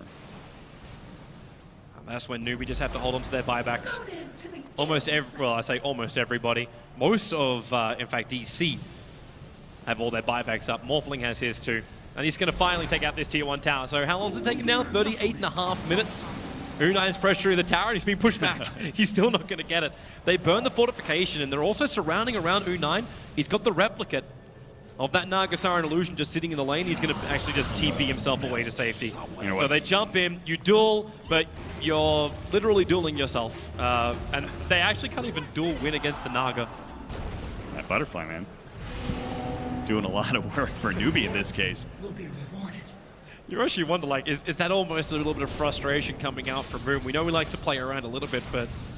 No, I think you need to kill these replicates. You can't just let him get away with that for free because it offers him so much extra gold. It really starts speeding up this Morphling's farm quite a bit. It's like when you let the Morphling be able to pick up the Alchemist replicates, right? Same situation. Just speeds up his gold so quickly because Morphling usually doesn't have that quick farming capabilities, but this was a great counter pick by Newbie in this situation. Something to notice the indecision there from Resolution. He bought the entire Bloodstone while being Bloodthorn while being back at base, and now he actually gets the Scythe of Vice instead.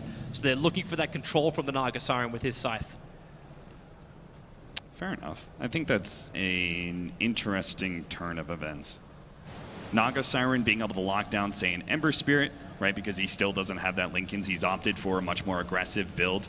If they can actually get a lockdown on that hero, he's done for. And maybe if they can eat through these the Linkens of the Morphling, they can be able to take him down with a long duration hold of the duel. I mean, they certainly have the damage. It's just the problem is that Newbie are most often going to be able to kite them around and kind of peck at them constantly until DC just drop a bit too low. Yeah. The double Linken Sphere protection too, which Slaughter's trying to build up, they could just throw it all on the Morphling, and then you've got no hope of really killing him off, even with that scythe. SC exposed hero at the moment, but of course he goes straight back to base that defensive spirit. They're really enjoying this time, Newbie. Just keep farming up. The experience is going the way of Newbie. The gold is kind of flatlined at a 10k advantage in the favor of DC, but a lot of that is still inside the towers of DC, which haven't been claimed yet. 5-man smoke and a quick rotation straight through to the bottom lane. They know Newbie want to be able to push out this other side of the map. Newbie's actually outside their own base. They've got an observer ward on the hillside, so this will work for them because this will actually help break the smoke of Resolution, who's coming down the bottom lane. So yep, now they see him. A straight up Hex over on Slaughter. Kaka, well, I think he's pretty much done for. They're leaving him for dead. A quick Yule Scepter up. He'll get a Blink Dagger up. No, he won't. He'll go for the Crush through the tree line, but now it's just give him Crush over towards the Rubik. More control for him, but look at U9. He's pushing at the bottom lane. The mid's pushing out. The top's pushing out. That smoke did not get an important hero. The Slardar is, when it comes to trying to establish real control in this game, it's inconsequential. Yes, he's an important factor when it comes to initiation, but it's the Ember Spirit and the Ember Spirit and the Morphling that you're really searching for in this smoke. You need to be able to set up. I'm surprised they haven't attempted some sort of like Song of a Siren into like Rubik duel. You know, they have some of these instinct. Yeah, U9, not the place you want to be. The match! Oh, he got him! The Morphling! Maybe he's got time. He blades himself, buys a little bit of strength more. Now Legion Commander, the duel is up. He's down. No buyback. 83 seconds on the sideline. The window is open and DC is invited as the best burglars into the Newbie home. The best part is DC are thinking what we were talking about earlier. They get the pick off in the Morphling. They're going to go for the high ground, thinking there's going to be able to force the buyback. He does actually have a buyback. He's Looks got it like now. It just came up. Yep, he only just got it. Yeah. That is one lucky duck. You've also got the Aghanim Scepter over on the the Ember Spirit. Ember's in trouble. Faith, he'll create a little bit of space, just pushing it back with Paralyzing Cast. The illusions of Naga are working against him. Illuminous Spam, also now Kaka the back, wasn't in perfect time with the Crush. Blinding Light causing some issues for Newbie to keep the fight going. And Faith, he's burnt the Death Ward. Yeah, they really missed that initiation. They wanted to be able to time that initiation with the buyback. Oh, careful, Ember Spirit. These spirit positioning, these replica positioning, so much of it under the cover of Fog of War. I think if they had actually hit that Vacuum Crush a bit better, they at least would have caught one hero, and the buyback would have been okay. But now Newbie are left in this situation. For the next 6 minutes or so, they're going to have to worry about the Morphling final death. But it's back to exactly what the gameplay they were at before, right? Just don't go out too far. As long as you get the buybacks, you're free to do so. At all other times, you don't go unless they try and go for some kind of surprise play. Well, I mean, they've been playing defensive with most. Still have had to split push some, and the thing is they've been successful in split pushing for the most part. I can't actually remember a time where DC really got a really good pick, except when they caught the Morphling at top lane. And that was more like a gifted kind of thing. Like it was the, oh, hey, this thing is actually right in front of us. Let's go for it. Yeah, so they need like, they need another one of those. Newbie are not going to just sit inside their base. There's no way. They just can't. They need to try and continue to split push. They can't just let Morphling sit and take whatever farm is kind of given them. It'll also offer too many opportunities for DC. They can still find initiation inside the base of Newbie. We'll see how long that's going to take to do. For now, Newbie, all five are back inside their home. Viha's waiting on the bottom lane for something to happen. There's no vision, but he's waiting for it. The Morphling has come out far enough that he could potentially go for the gank, but no, the range creep actually starts attacking him. And nope, he still jumps in, gets the bash off. The Abyssal Blade charge is still available, but U9 waveforms out, a quick E-Blade pop. Kaka wants to make his play too. They jump forward, they've got the mist on him, and maybe now with KP, no Weeha, he breaks through with the BKB. This looks like Newbie were actually baited out to come out. They've got a duel catch. Got the duel, this is the big one. It's the Morphling, Strength Morph is enough, he's down for 100 seconds. Faith will join him as well. Song of the Siren from Resolution allows him to set up the Ember Spirit. He's the next big one. He's the control factor. Abyssal Blade charges up. There's just Sleight of Fist and then the Spirit away. Moon actually gets shredded by the Ember Spirit. So they don't have that control anymore. But can they hold? It's 4 versus 3. The Ember Spirit can do so much with this Octarine, and he's so close to level 25 too. He can actually buy out as well if he really wants that MKB, that big increase in damage. I think DC, they should be at least be able to get 1 lane of racks off of this. They're looking for an opening. They're looking for a hero. If this is 1 lane of racks, this Newbie actually let it go. They put a defensive spirit up for SC, but he could dive before he can get back that Nagger jump forward. It goes on top of Faith, the paralyzing cast, catching Ursa in position. SC hexed up for the moment. He's got his Sleight of Fist off cooldown when he can finally stop being a piglet, running back out of the bottom lane.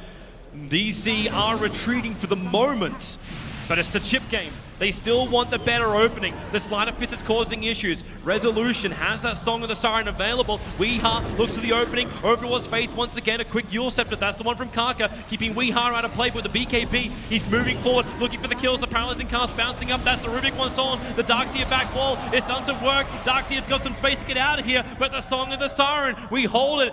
15 seconds till Morphling is up, and DC are using it to retreat. They don't want to go any further, but no, Sleight of Fist Searing Chains. Kaka also wastes his stun, but Newbie hold, they don't lose the racks. Unbelievable. I thought for sure with that Morphling buyback death they were going to be able to get it, but somehow Newbie have managed to hold at least their racks. The tier 3s are gone from mid and bottom. Their whole entire base is completely exposed, but they do have a second life in this game. You said the high ground kings.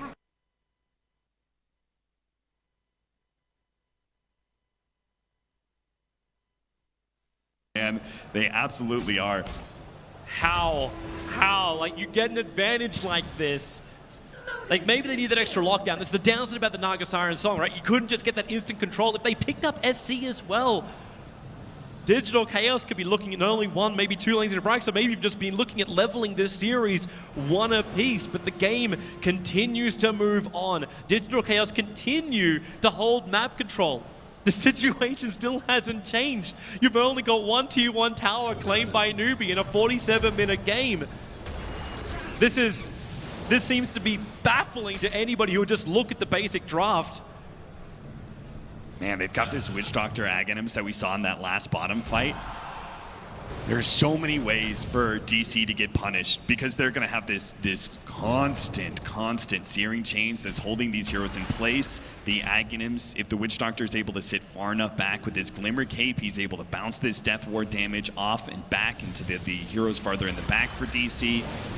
There is definitely easy ways for them to be able to take these range raxes for sure. At bottom lane and mid, they should just be able to chip away at this, get the range raxes, and then I think they fall back for the Roshan number 4, and that'll be their way to maybe be able to break the melee raxes. But that is just more time for Newbie to work with, right? It's time for them to be able to get the MKB on SC combined with the level 25 and that big upgrade talent. It's also time for the Morphling to get his Scotty upgrade, which is a serious stat upgrade. Uh-oh. The Hex on the Ember is just Resolution running, and he's got no friends around him. The paralyzing cast will keep Naga away. Oh, wait, hang on. Naga? That's still the real Naga. Resolution, now the TP.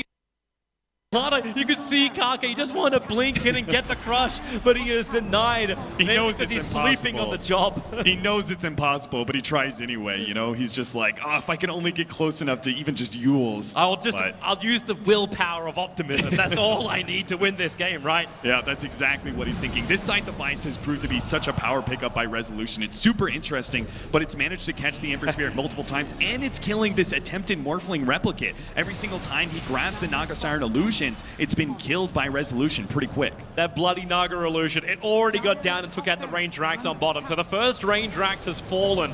They try to kill it off, but Newbie realized that with this illusion siege, they still have to stay together. They have to be ready for the DC attack. They also really want to go shopping, but they can't reach their secret shop. Slider has enough for the Linkers, but he just can't get out there.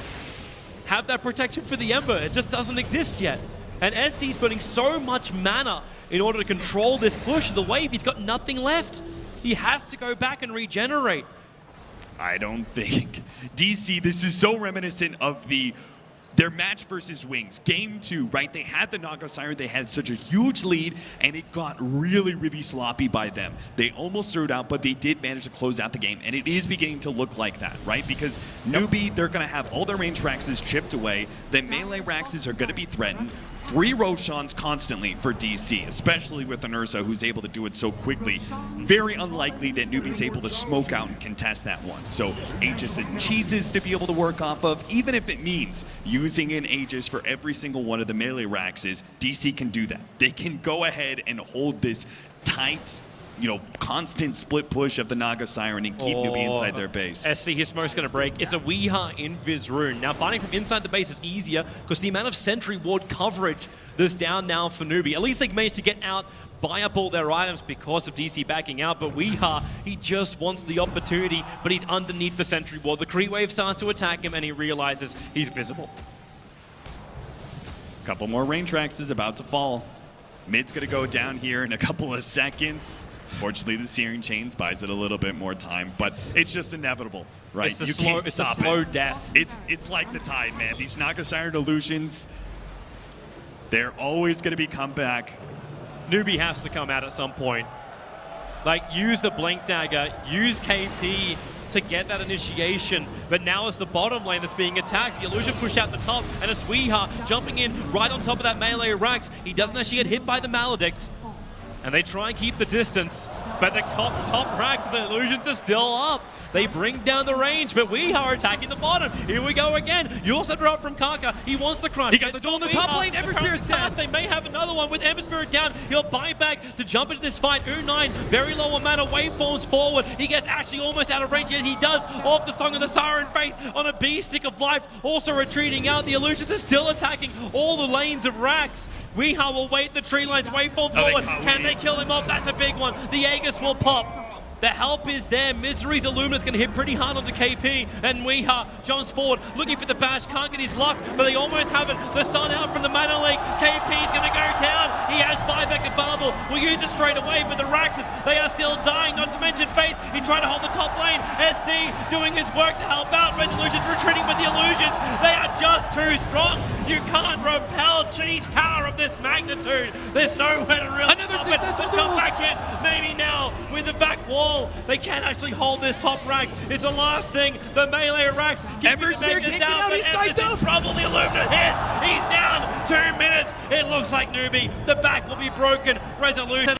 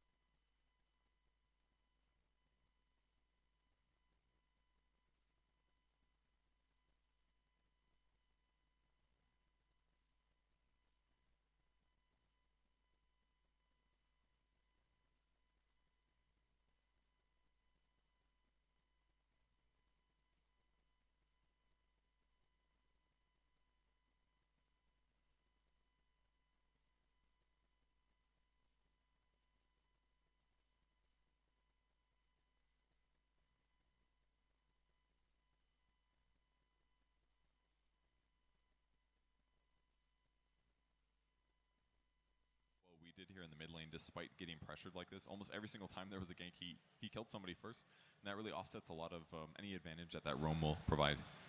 Yeah, very interesting game. I mean, there were, I hate to say this, but DC probably should have finished that earlier, Ben. I mean, there were just so much pressure. Everything was going well for them, and then suddenly a couple of pushes on high ground didn't work out. Newbie got the best of 2 team fights in a row. And for a while there, it looked a little bit shaky. It was. Newbie pulled out some slick moves with the slower blink dagger and the T3 hold on top, but it's just really hard to fight in the base after that first volley of shrines. You kind of have to be prepared for that, and it seems like a lot of teams fail on that first push. This was one of the better fights that I saw coming out from DC with the sleep into the wave that killed 3 with the Illuminate.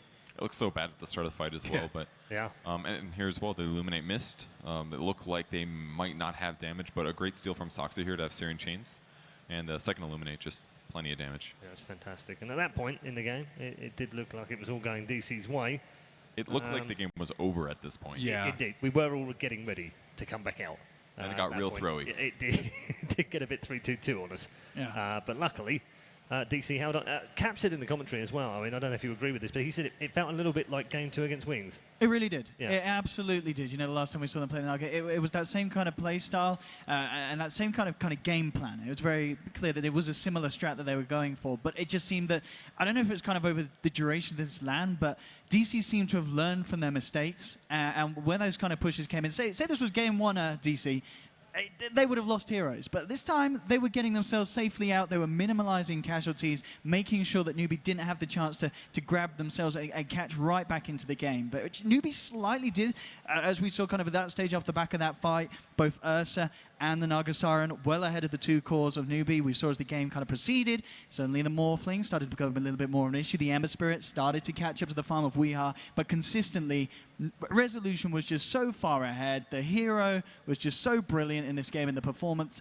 it was just impossible, I feel, after kind of that 40-minute mark for Newbie to really come back. And then, of course, that death at the end of the Ember Spirit on the top lane, dies solo. He hasn't got a buyback. It's GG. Yeah. Ben, do you feel like this is now a ban that needs to be made? The Naga Siren? Yeah. What was our first bans? Meepo and Underlord. Meepo and Underlord, both games. Probably. But the question is, which one do you lose? I think do you keep the Meepo ban in. and then you throw the Naga ban in there as well? I think Naga Underlord was probably a little bit better. Okay. Naga, I mean, they could also try and counter with more anti-illusion like we saw a little bit earlier, but I don't know. I didn't feel like DC had that great of like building hitters. Naga plus Ursa is like not that great hit. Them actually finishing the racks took a long time, but it was at the point where when all are dead and it's just unexposed barracks, it's only a matter of time in a lot of cases, especially when he had that much farm. There was just no way for them. It was very difficult for them to kill Resolution. Maybe SCC should have gotten a different build on the Ember. Maybe yeah, he didn't have MKB. Yeah, and he built Octarine, which is normally very good, but he only had Maelstrom at that point, and Veil. It was like he didn't get a damage item until he got the Octarine, and then he bought the MK. I think the Morphling was pretty underwhelming. I never seen like a late game Morphling with that much farm just kind of. He like shotgun people, but he like always seemed to be under pressure, always scared of the duel. And the Legion Commander, I felt like played a huge role into the mentality of the carry. I mean, I want Purge to break this down. Purge, explain what happened. The Morph came in, replicated in, and then it all went to pot, didn't it? Yeah, that was that moment was huge. He replicated, I think the Naga Siren or something. Soxa lifted him on the Rubik, and then he replicated into the illusion. And by doing that, it killed the illusion. Which, when somebody's telekinesis and they die, they instantly AoE stun. So by transforming into it, he triggered the AoE stun and stunned himself. That was a huge kill. Yeah. And it was like 2 or 3 kills there in the 40-minute mark, 50-minute mark, where they got back into the game, where the Morphling stopped scaling. He was starting to be ahead of Weehaw and get some gain, but a couple deaths in, he just felt weak at the end. All right, thank you very much. We, of course, have more to come. We have a best of 5 this evening, and we don't really care how late it goes as long as the Dota is as good as it was in Game 2. We're headed for a break right now. Just a quick reminder for you, thank you to Microsoft and to Windows 10. The games that you want to play now on more devices than ever. We'll be back after the break with Game 3 of the Grand Final.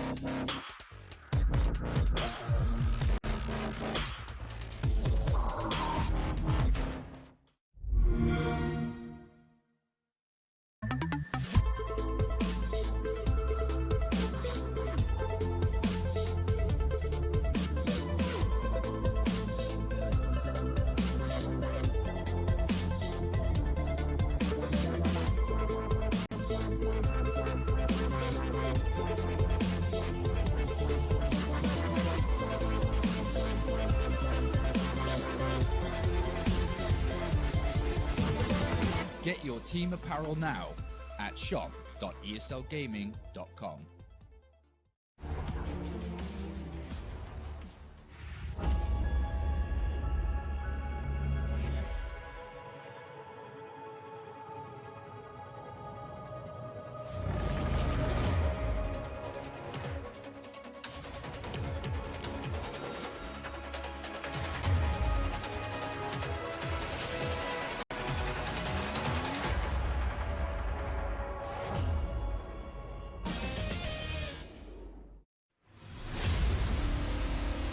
I can't understand people watching somebody play a computer game.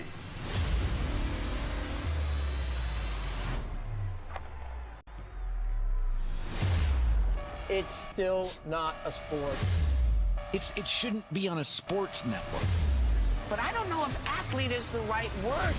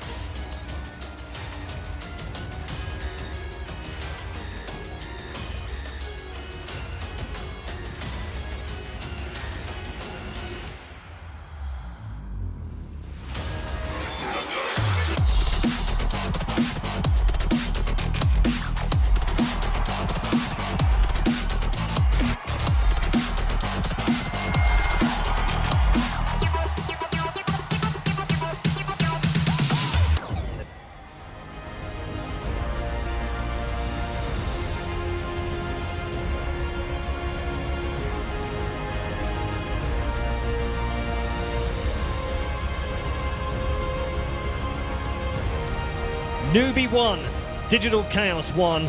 It's all square in the grand final of ESL One Genting 2017 as we return to the Arena of Stars for Game 3 ahead of us. The draft is next. A fantastic victory in Game 2 for DC leaves us all square. And they are happy boys right now, and so are they. The crowd very much behind DC here. And it's back to the drawing board, as we said, for Newbie. They'll have to come up with something new, something different, and it starts, I guess, gentlemen, with the draft and with the bans. Kevin, we spoke a little bit before the break.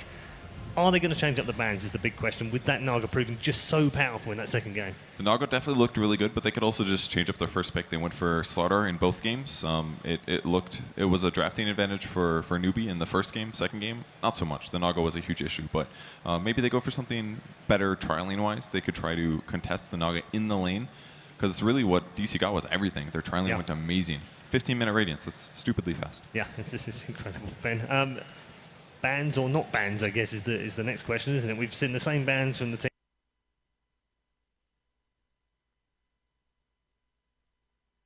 team 2 games in a row. Do we see the same again? I was thinking about maybe not the Meepo, but I think Underlord was shown by DC how to beat just mass amounts of magic damage that they used earlier, and didn't actually seem like that big of a problem. Maybe it's just like that unknown factor, like the Necrophos earlier. It's like, maybe we haven't played against a hero. I don't exactly know what it does. Let's just ban it. Yeah.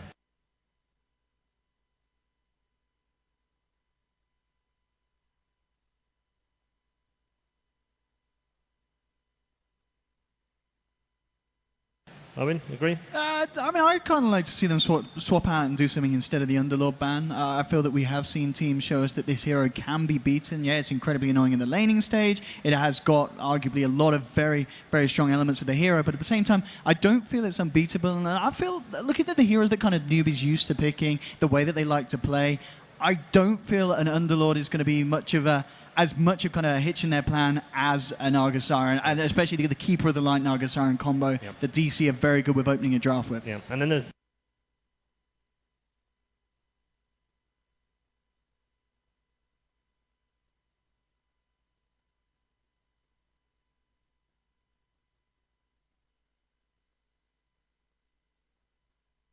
to take into account as well. These guys, they might not worry, considering they've already seen Wings and how they dealt with it, even though Wings admitted, I think, that it was a very difficult game for them to win. I think they could certainly try and deal with it. It's one of those heroes that a lot of the time, it seems to force teams to have to change their overall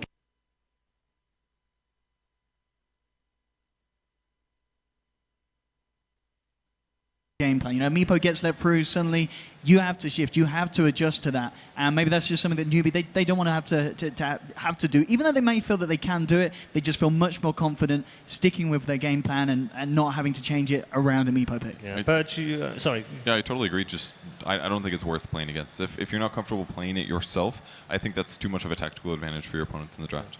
Okay.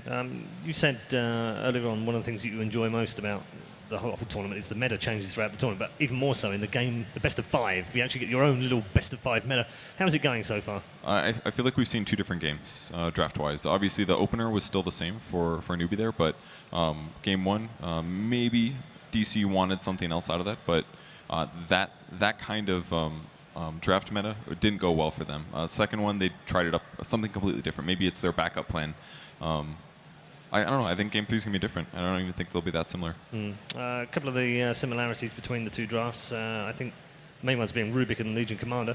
And LC looked much better in that second game. Was that composition? Was it playstyle? What was it? No, they had a way better lead in that game too. Yeah, that's true. But also I think no OD is a big thing, because he could basically just say, oh, that's a guy I'd love to duels him.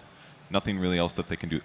They would react to it with stuns usually. KP would jump in a Slaughter, stun him. That way, at least he doesn't do as much damage. But the better solution is just protect him with a banish and then make Legion pretty worthless. Likewise, on the other side of things, do Newbie go back to what they know and what they tried and trusted and what worked? Do they go back to the Slaughter, Sand King, OD, Lifestealer kind of combination that worked in game 1? I think the strangest thing was the first phase Morphling. We're like Slaughter's not bad. It can easily be flexible, but the Morphling to counter coddle Naga? Does that really counter it? What did they have in mind for that? I kind of like it just because it's very magic burst heavy. Like at some point, if Naga isn't sleeping and you E-Blade nuke her, she can just die. It didn't really happen that much that game, but I feel like Naga is a good enough hero that can, or I'm sorry, Morphling's a good enough hero that can go really well late game against so many other things. I'm not too upset about that pick. I thought it was good. They got crushed in lanes because of it, though. Like, it made their laning weak. How are they supposed to lane it and get away with it and start winning? Like, Naga, I think, had a 15-minute radiance because of this Morphling pick. It does great later, however. Maybe the supports are the bigger issue, though, there. Because I do feel like Morphling's kind of okay in laning, whereas their supports, they just kind of, I don't know, everybody just died a lot. Just die less. Morphling's fine. Good advice, die less. I mean, what are you looking forward to from Newbie? Something different, or again, back to what they know? I mean, I really want to see SCCC back on kind of the Queen of Pains, the Templar Assassins, these heroes where he's just able to dominate a game. On the Ember Spirit, he obviously did suffer this whole kind of pairings these guys have been talking about with the Morphling as well. Just didn't seem to be able to kind of step it up and kick it off at the same pace that the DC were able to in that game too. So SCCC on one of those flashy, high-performing heroes. I want to see Kaka as well kind of step it up to make the movements around the map like we used to kind of see him do over the previous days on these heroes. Even something like the Weaver, where he was just able to find this early action, get those early items, and make sure that in the laning stage that he was able to punish members of the opponent so hard that something like a Naga Siren getting a 15-minute radiance isn't going to happen when he's able to make those kind of impacts. I actually really agree with you on Kaka has just had some amazing 4-position performance. If he has a hero that can do that. Slardar, a little more boring, a little bit more straightforward, but his Mirana rotations, there's been a couple other heroes as well, just been amazing at it. One of the other things we didn't get a chance to talk about towards the end of the draft, of course, was the triple combo of Ember, Ursa, Invoker. Which ones do you ban, which ones don't you ban? We've seen it done both ways now, and actually we've seen it defeated both ways. So what was the difference this time around? Why was the Ursa better, I guess, is what my question is for DC, rather than that Invoker? I think they just needed something to get kills, really. I mean, arguably, Invoker is better at the, I don't know, I would say 8 to 20 minute mark versus those heroes because of the Dispel, whereas Ursa can just bully the hell out of Ember in lane, which we saw constantly. Wee was playing very aggressive, definitely knew his limits there. Reminded me a lot of the way that Sumail plays mid in a lot of cases. And Sumail's probably still the best 1v1 mid laner. We, one of the few players, actually beat him, and Ursa was the hero that he did it on historically at TI. So we really knew that hero, and it played really well against Ember in the laning stage. Do you feel like, I mean, maybe there was a little bit of, ooh, we know how good on Invoker he is. To that ban. Definitely. Without actually going, well, actually, he's quite good on Ursa as well. I mean, the thing is, you look at the games that we've had here, and I want to say pretty much in all the Ember games, Invoker was picked in reaction, so Newbie was probably like this. Bar one. Was it just once? Yeah, bar one, which there was the Ember something just went absolutely crazy. I think it was the Envy game where we just went nuts. Yeah, but it's just the fact that it's refreshing to see DC have another answer to the Ember Spirit. They've shown us that you don't need the Invoker. You can pull out something like the Ursa if you've got the lineup around it, and if you've got the tempo to do so. Yeah, just looking at Newbie right now, I don't know what to make of that. I'm sort of like, They're not down, but they weren't. There's two ways they can look at that game. Either. They can say, we got stomped in the beginning, and that's too bad. But they can also look at it and say, DC did some good throwing there, which means that we definitely still have a good shot. Right, okay. But it kind of depends on mentality. Maybe they're upset about how the draft went. Maybe they're upset about how the laning went, because they did get so far behind. Yeah, I mean, in DC's point of view, having come back from that, what's Blitz saying in their ears in the break? What's he telling them? We can't repeat that. Oh, I know exactly. We can't. We can't say that on air. I heard what he was going to say. All right. That's it. I like this. I really like this. And all of the supposition that took place pre-draft has come true because the Naga has been banned. The question now is which other one is going to get banned? Is it going to be the Meepo? They're chanting. It is going to be the Meepo. And the crowd here do not like that, by the way. They do not like that at all, and I'm along with them. The Meepo and the Naga identified as the two most dangerous heroes for Digital Chaos in terms of Newbie's opponents right now, and the first pick is going to go the way of Rubik for the second time in 3 games for DC. So the big picks I think that we're expecting here, maybe Slardar or Jug are the most contested. I feel like DC's been very much prioritizing the Jug pick whenever they can. Newbie can also open up with like Slardar Lifestealer if they want to. Had some good success with that, although DC's lineup, unpredictable. Okay, it is a mix-up from Newbie. They've gone away from the Slardar first pick. Slardar disrupted last time they had the first 2 picks. Moon not too impressed with that one. Yeah. Yeah, whatever. So is this Luna SD? Luna Mirana? SD already banned. SD's gone. Oh, SD's gone, yeah, of course, yeah. So yeah, maybe Mirana? I like a support rather than a Mirana. You don't like it too early? Yeah, Mirana's decent. They don't ban it, so they don't want to pick it. Yeah, well, that's a clever way of actually getting rid of 3 heroes, isn't it? It's really good. I love this pairing just because Luna's so good at 5-manning, and Underlord's fantastic at it as well. So DC's got to either win the lanes hard enough that that 10-minute period or 10 to 15-minute period isn't too strong for a newbie, or maybe they need to pick some counters. Burst is probably the solution, Magic especially. Kill Luna while Eclipse is going off, kill Underlord. Could grab the Jug if they wanted it here. I still think the Omni's very strong. Yeah, You could get it at this stage of the draft. Very, very good against these 2 heroes, being able to back your core on him, not having to worry too much about this huge kind of AoE damage that Underlord can offer in the team fights. He's like, please, if you give me Omni, I'm going to go in. I'm going to purify them. They will die. We'll win. It's easy. You should watch Moon whenever he's talking, because he's so animated about absolutely every part of the draft. It's fantastic. Probably the most animated player during the draft, I think. It's brilliant. Give me this, I win the game. So they go with the really safe pick with the Jug. Yeah, okay. And I think already this is probably indicating that they are going to try and, again, run this aggressive formation. They do it many times when they have at least 2 of the 3 heroes, being the Juggernaut and the Rubik, starting on that off lane and contesting Luna's farm, which I reckon already it's most likely that DC will do that, considering how they played with these heroes before. Do you think they might go back for the LC as well if they get a chance? I feel like it's more likely that they'll go Batrider versus Underlord, I feel. In one of the games of Underlord of this tournament, Batrider really made the hero look just not useful, because it's very mobile. You can get around the Pit of Malice. He doesn't have very good disable. It's like good disable, but against highly mobile heroes, it's not the best. I feel like the DC's going to aim for this 1v1 matchup, which is maybe the reason they picked Jug there. Aim for a 1v1, Underlord versus something that beats it, and then try to win the tri-lane again like they did last game. I like the Batrider idea. I think it's also very good versus the Luna. Forces her to build way more defensively than you would normally. And then you can also consider maybe like Timbersaw. I think we haven't seen too much of recently, but I think he might do pretty well in the 1-on-1 matchup versus Underlord. Really? Is that matchup good? I feel like it isn't, because Underlord just gets a little mana and he just casts a spell. And he probably trades really well too, just because he has so much damage amp. I don't think... I feel like Underlord's good enough. The bat's gone. Alright, so 1v1 heroes left over. Darkseer is definitely an option. I'd say it's pretty good with Jug. I don't know if it beats Underlord, but I'd say it's at least trades well. Seen Misery on the Pudge twice now.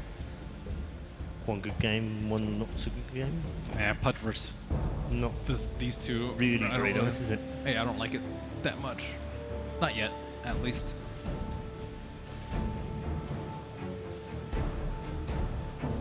I think it's just safer if they grab a tri-lane that's really reliable. They just need like one other disable type, or some other kind of disable, and Jug spin plus Rubik lift will kill just about anybody.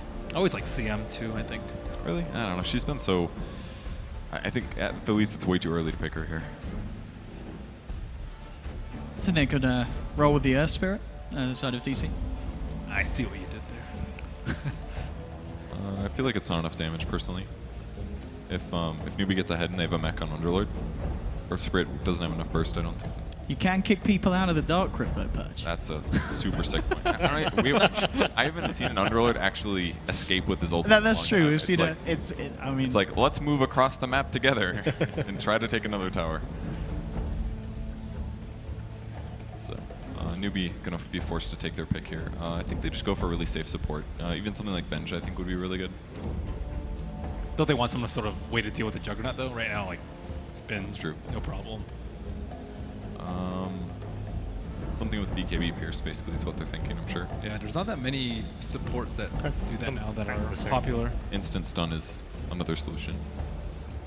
But again, picking it against Rubik, I don't think DC is too unhappy about that one. Yep.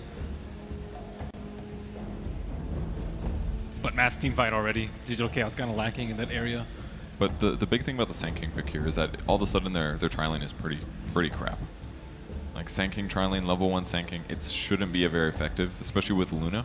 Those 2 heroes together I don't think are amazing laning stage combo-wise. So you're looking to aggro, put pressure on the Luna? I think they definitely aggro now yeah. with the Sand King pick. It's clear.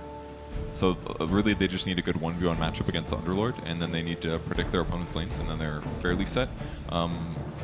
Who's last pick? Looks like Newbie will get the final pick in the game, which means that DC might have to go a little safe with their mid matchup because they won't necessarily know what their opponents have. Could they potentially throw an Undying into the tri-lane? I don't think they need to, personally. I wouldn't necessarily say it's amazing against Luna either. Yeah, it's a hero they like a lot, but it's more of like an aggro dual lane hero than it is a tri-lane aggro dual lane. Or aggro tri. I think they just grab something safe. There's a lot of magic damage. Not really sure what the solution is. Certainly taking the time here, buying right into the reserve. Pick up the Slardar, so... Could be Slardar. This could be the Misery Slardar, couldn't it? But very much so, yeah. Yeah, absolutely could be. 100% pick rate in the grand final, all 3 games. 2 for Newbie, 1 for Digital Chaos. Gives them another really good disable option, and